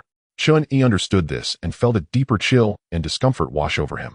It turned out that the things a group of people were desperately fighting for were predetermined to be handed over from the very beginning. I understand now, he replied, his voice somewhat low. Yi Shanshan noticed his change in mood, put down the bone in her hand, took a sip from her cup, and slowly said, I know what you're thinking, junior brother. Do you feel it's unfair? Wondering if you can keep some for yourself? Chen Yi looked up at her, neither admitting nor denying. Yi Shanshan's expression became serious, staring directly into his eyes, and spoke each word clearly. I advise you, junior brother, to never have such thoughts. The checks when leaving the secret realm are personally executed by 3 foundation establishment elders whose divine senses are powerful, and they are experienced and equipped with special tools for probing. Once caught hoarding foundation establishment pill materials, immediate execution without exception. This is the bottom line of the sect. For hundreds of years, no one has escaped punishment, and their families will also face severe consequences. Hearing this, Chen Yi's heart tightened, and cold sweat instantly broke out on his back. He had not expected the sect's control over foundation establishment pill materials to be so harsh and ruthless. He had indeed harbored a glimmer of hope, thinking that if he had extra gains, he might find a way to keep a little. Now that thought was completely extinguished, and his face became somewhat unsightly. Don't worry, junior brother. Yi Shanshan's tone softened. Although hoarding foundation establishment pill materials is strictly prohibited, the sect still allows disciples to take out foundation establishment spiritual herbs by their own ability. Each person can take out 1 portion at most. 1 portion? That's so strict. Chen Yi frowned. Although foundation establishment spiritual herbs are not as valuable as foundation establishment pills, they can also enhance the success rate of foundation establishment and are incredibly precious. Strict. Yi Shanshan smiled wryly. Fourth brother, do you know that in the entire Emu secret realm, the number of foundation establishment spiritual herbs that can mature and be harvested each time is only a dozen or so, scattered across various perilous areas guarded by powerful beasts. Being able to bring out 1 portion is already a tremendous fortune and proof of strength. How many 9th layer Qi refinement disciples enter fighting for their lives only to return empty-handed or even perish within? What about the main materials for foundation establishment pills? Are they also in short supply? Chen Yi pressed on. Yes. Yi Shanshan nodded. The growing conditions for the 3 main materials are even more stringent, and each time the secret realm produces them, the total amount of various materials is barely enough for the sect to refine more than 20 foundation establishment pills. If an exceptional generation of geniuses emerges, they might yield around 30 pills, but that is the limit. Most of the time it hovers around 20. So few. Chen Yi murmured. The Qingyun sect had tens of thousands of Qi refinement disciples with at least a couple hundred at the peak of the 9th layer desperate for foundation establishment pills, yet there were only about 20 opportunities. Sigh? Yi Shanshan sighed, her gaze drifting far away. Junior brother, you need to understand. The sect needs to maintain a stable and controllable level of cultivators. With limited resources in the world, if all potentially powerful Qi refinement cultivators were allowed to establish their foundation's resources would soon be depleted, and the sect would fall into internal strife and chaos. The control of foundation establishment pills and the contribution point system behind them is the most effective shackle for regulating the quantity and quality of cultivators. As far as I know, the materials for foundation establishment pills accumulated in the sect's storeroom could probably be enough to refine over 500 pills. But the question is, what do we need so many foundation establishment cultivators for? She chuckled self-deprecatingly. Out of 100 foundation establishment cultivators, there might not even be one who can achieve the golden core. What the sect truly cares about are the few talents with the potential to form golden cores, as well as the backbone needed to maintain the sect's operation and expansion. The rest are merely the scraps that sustain this vast system. Chen Yi fell completely silent. Yi Shanshan's words coldly and starkly unveiled the cruel essence behind the warm facade of the immortal cultivation world. It's not that it can't be done, it's that they won't allow it.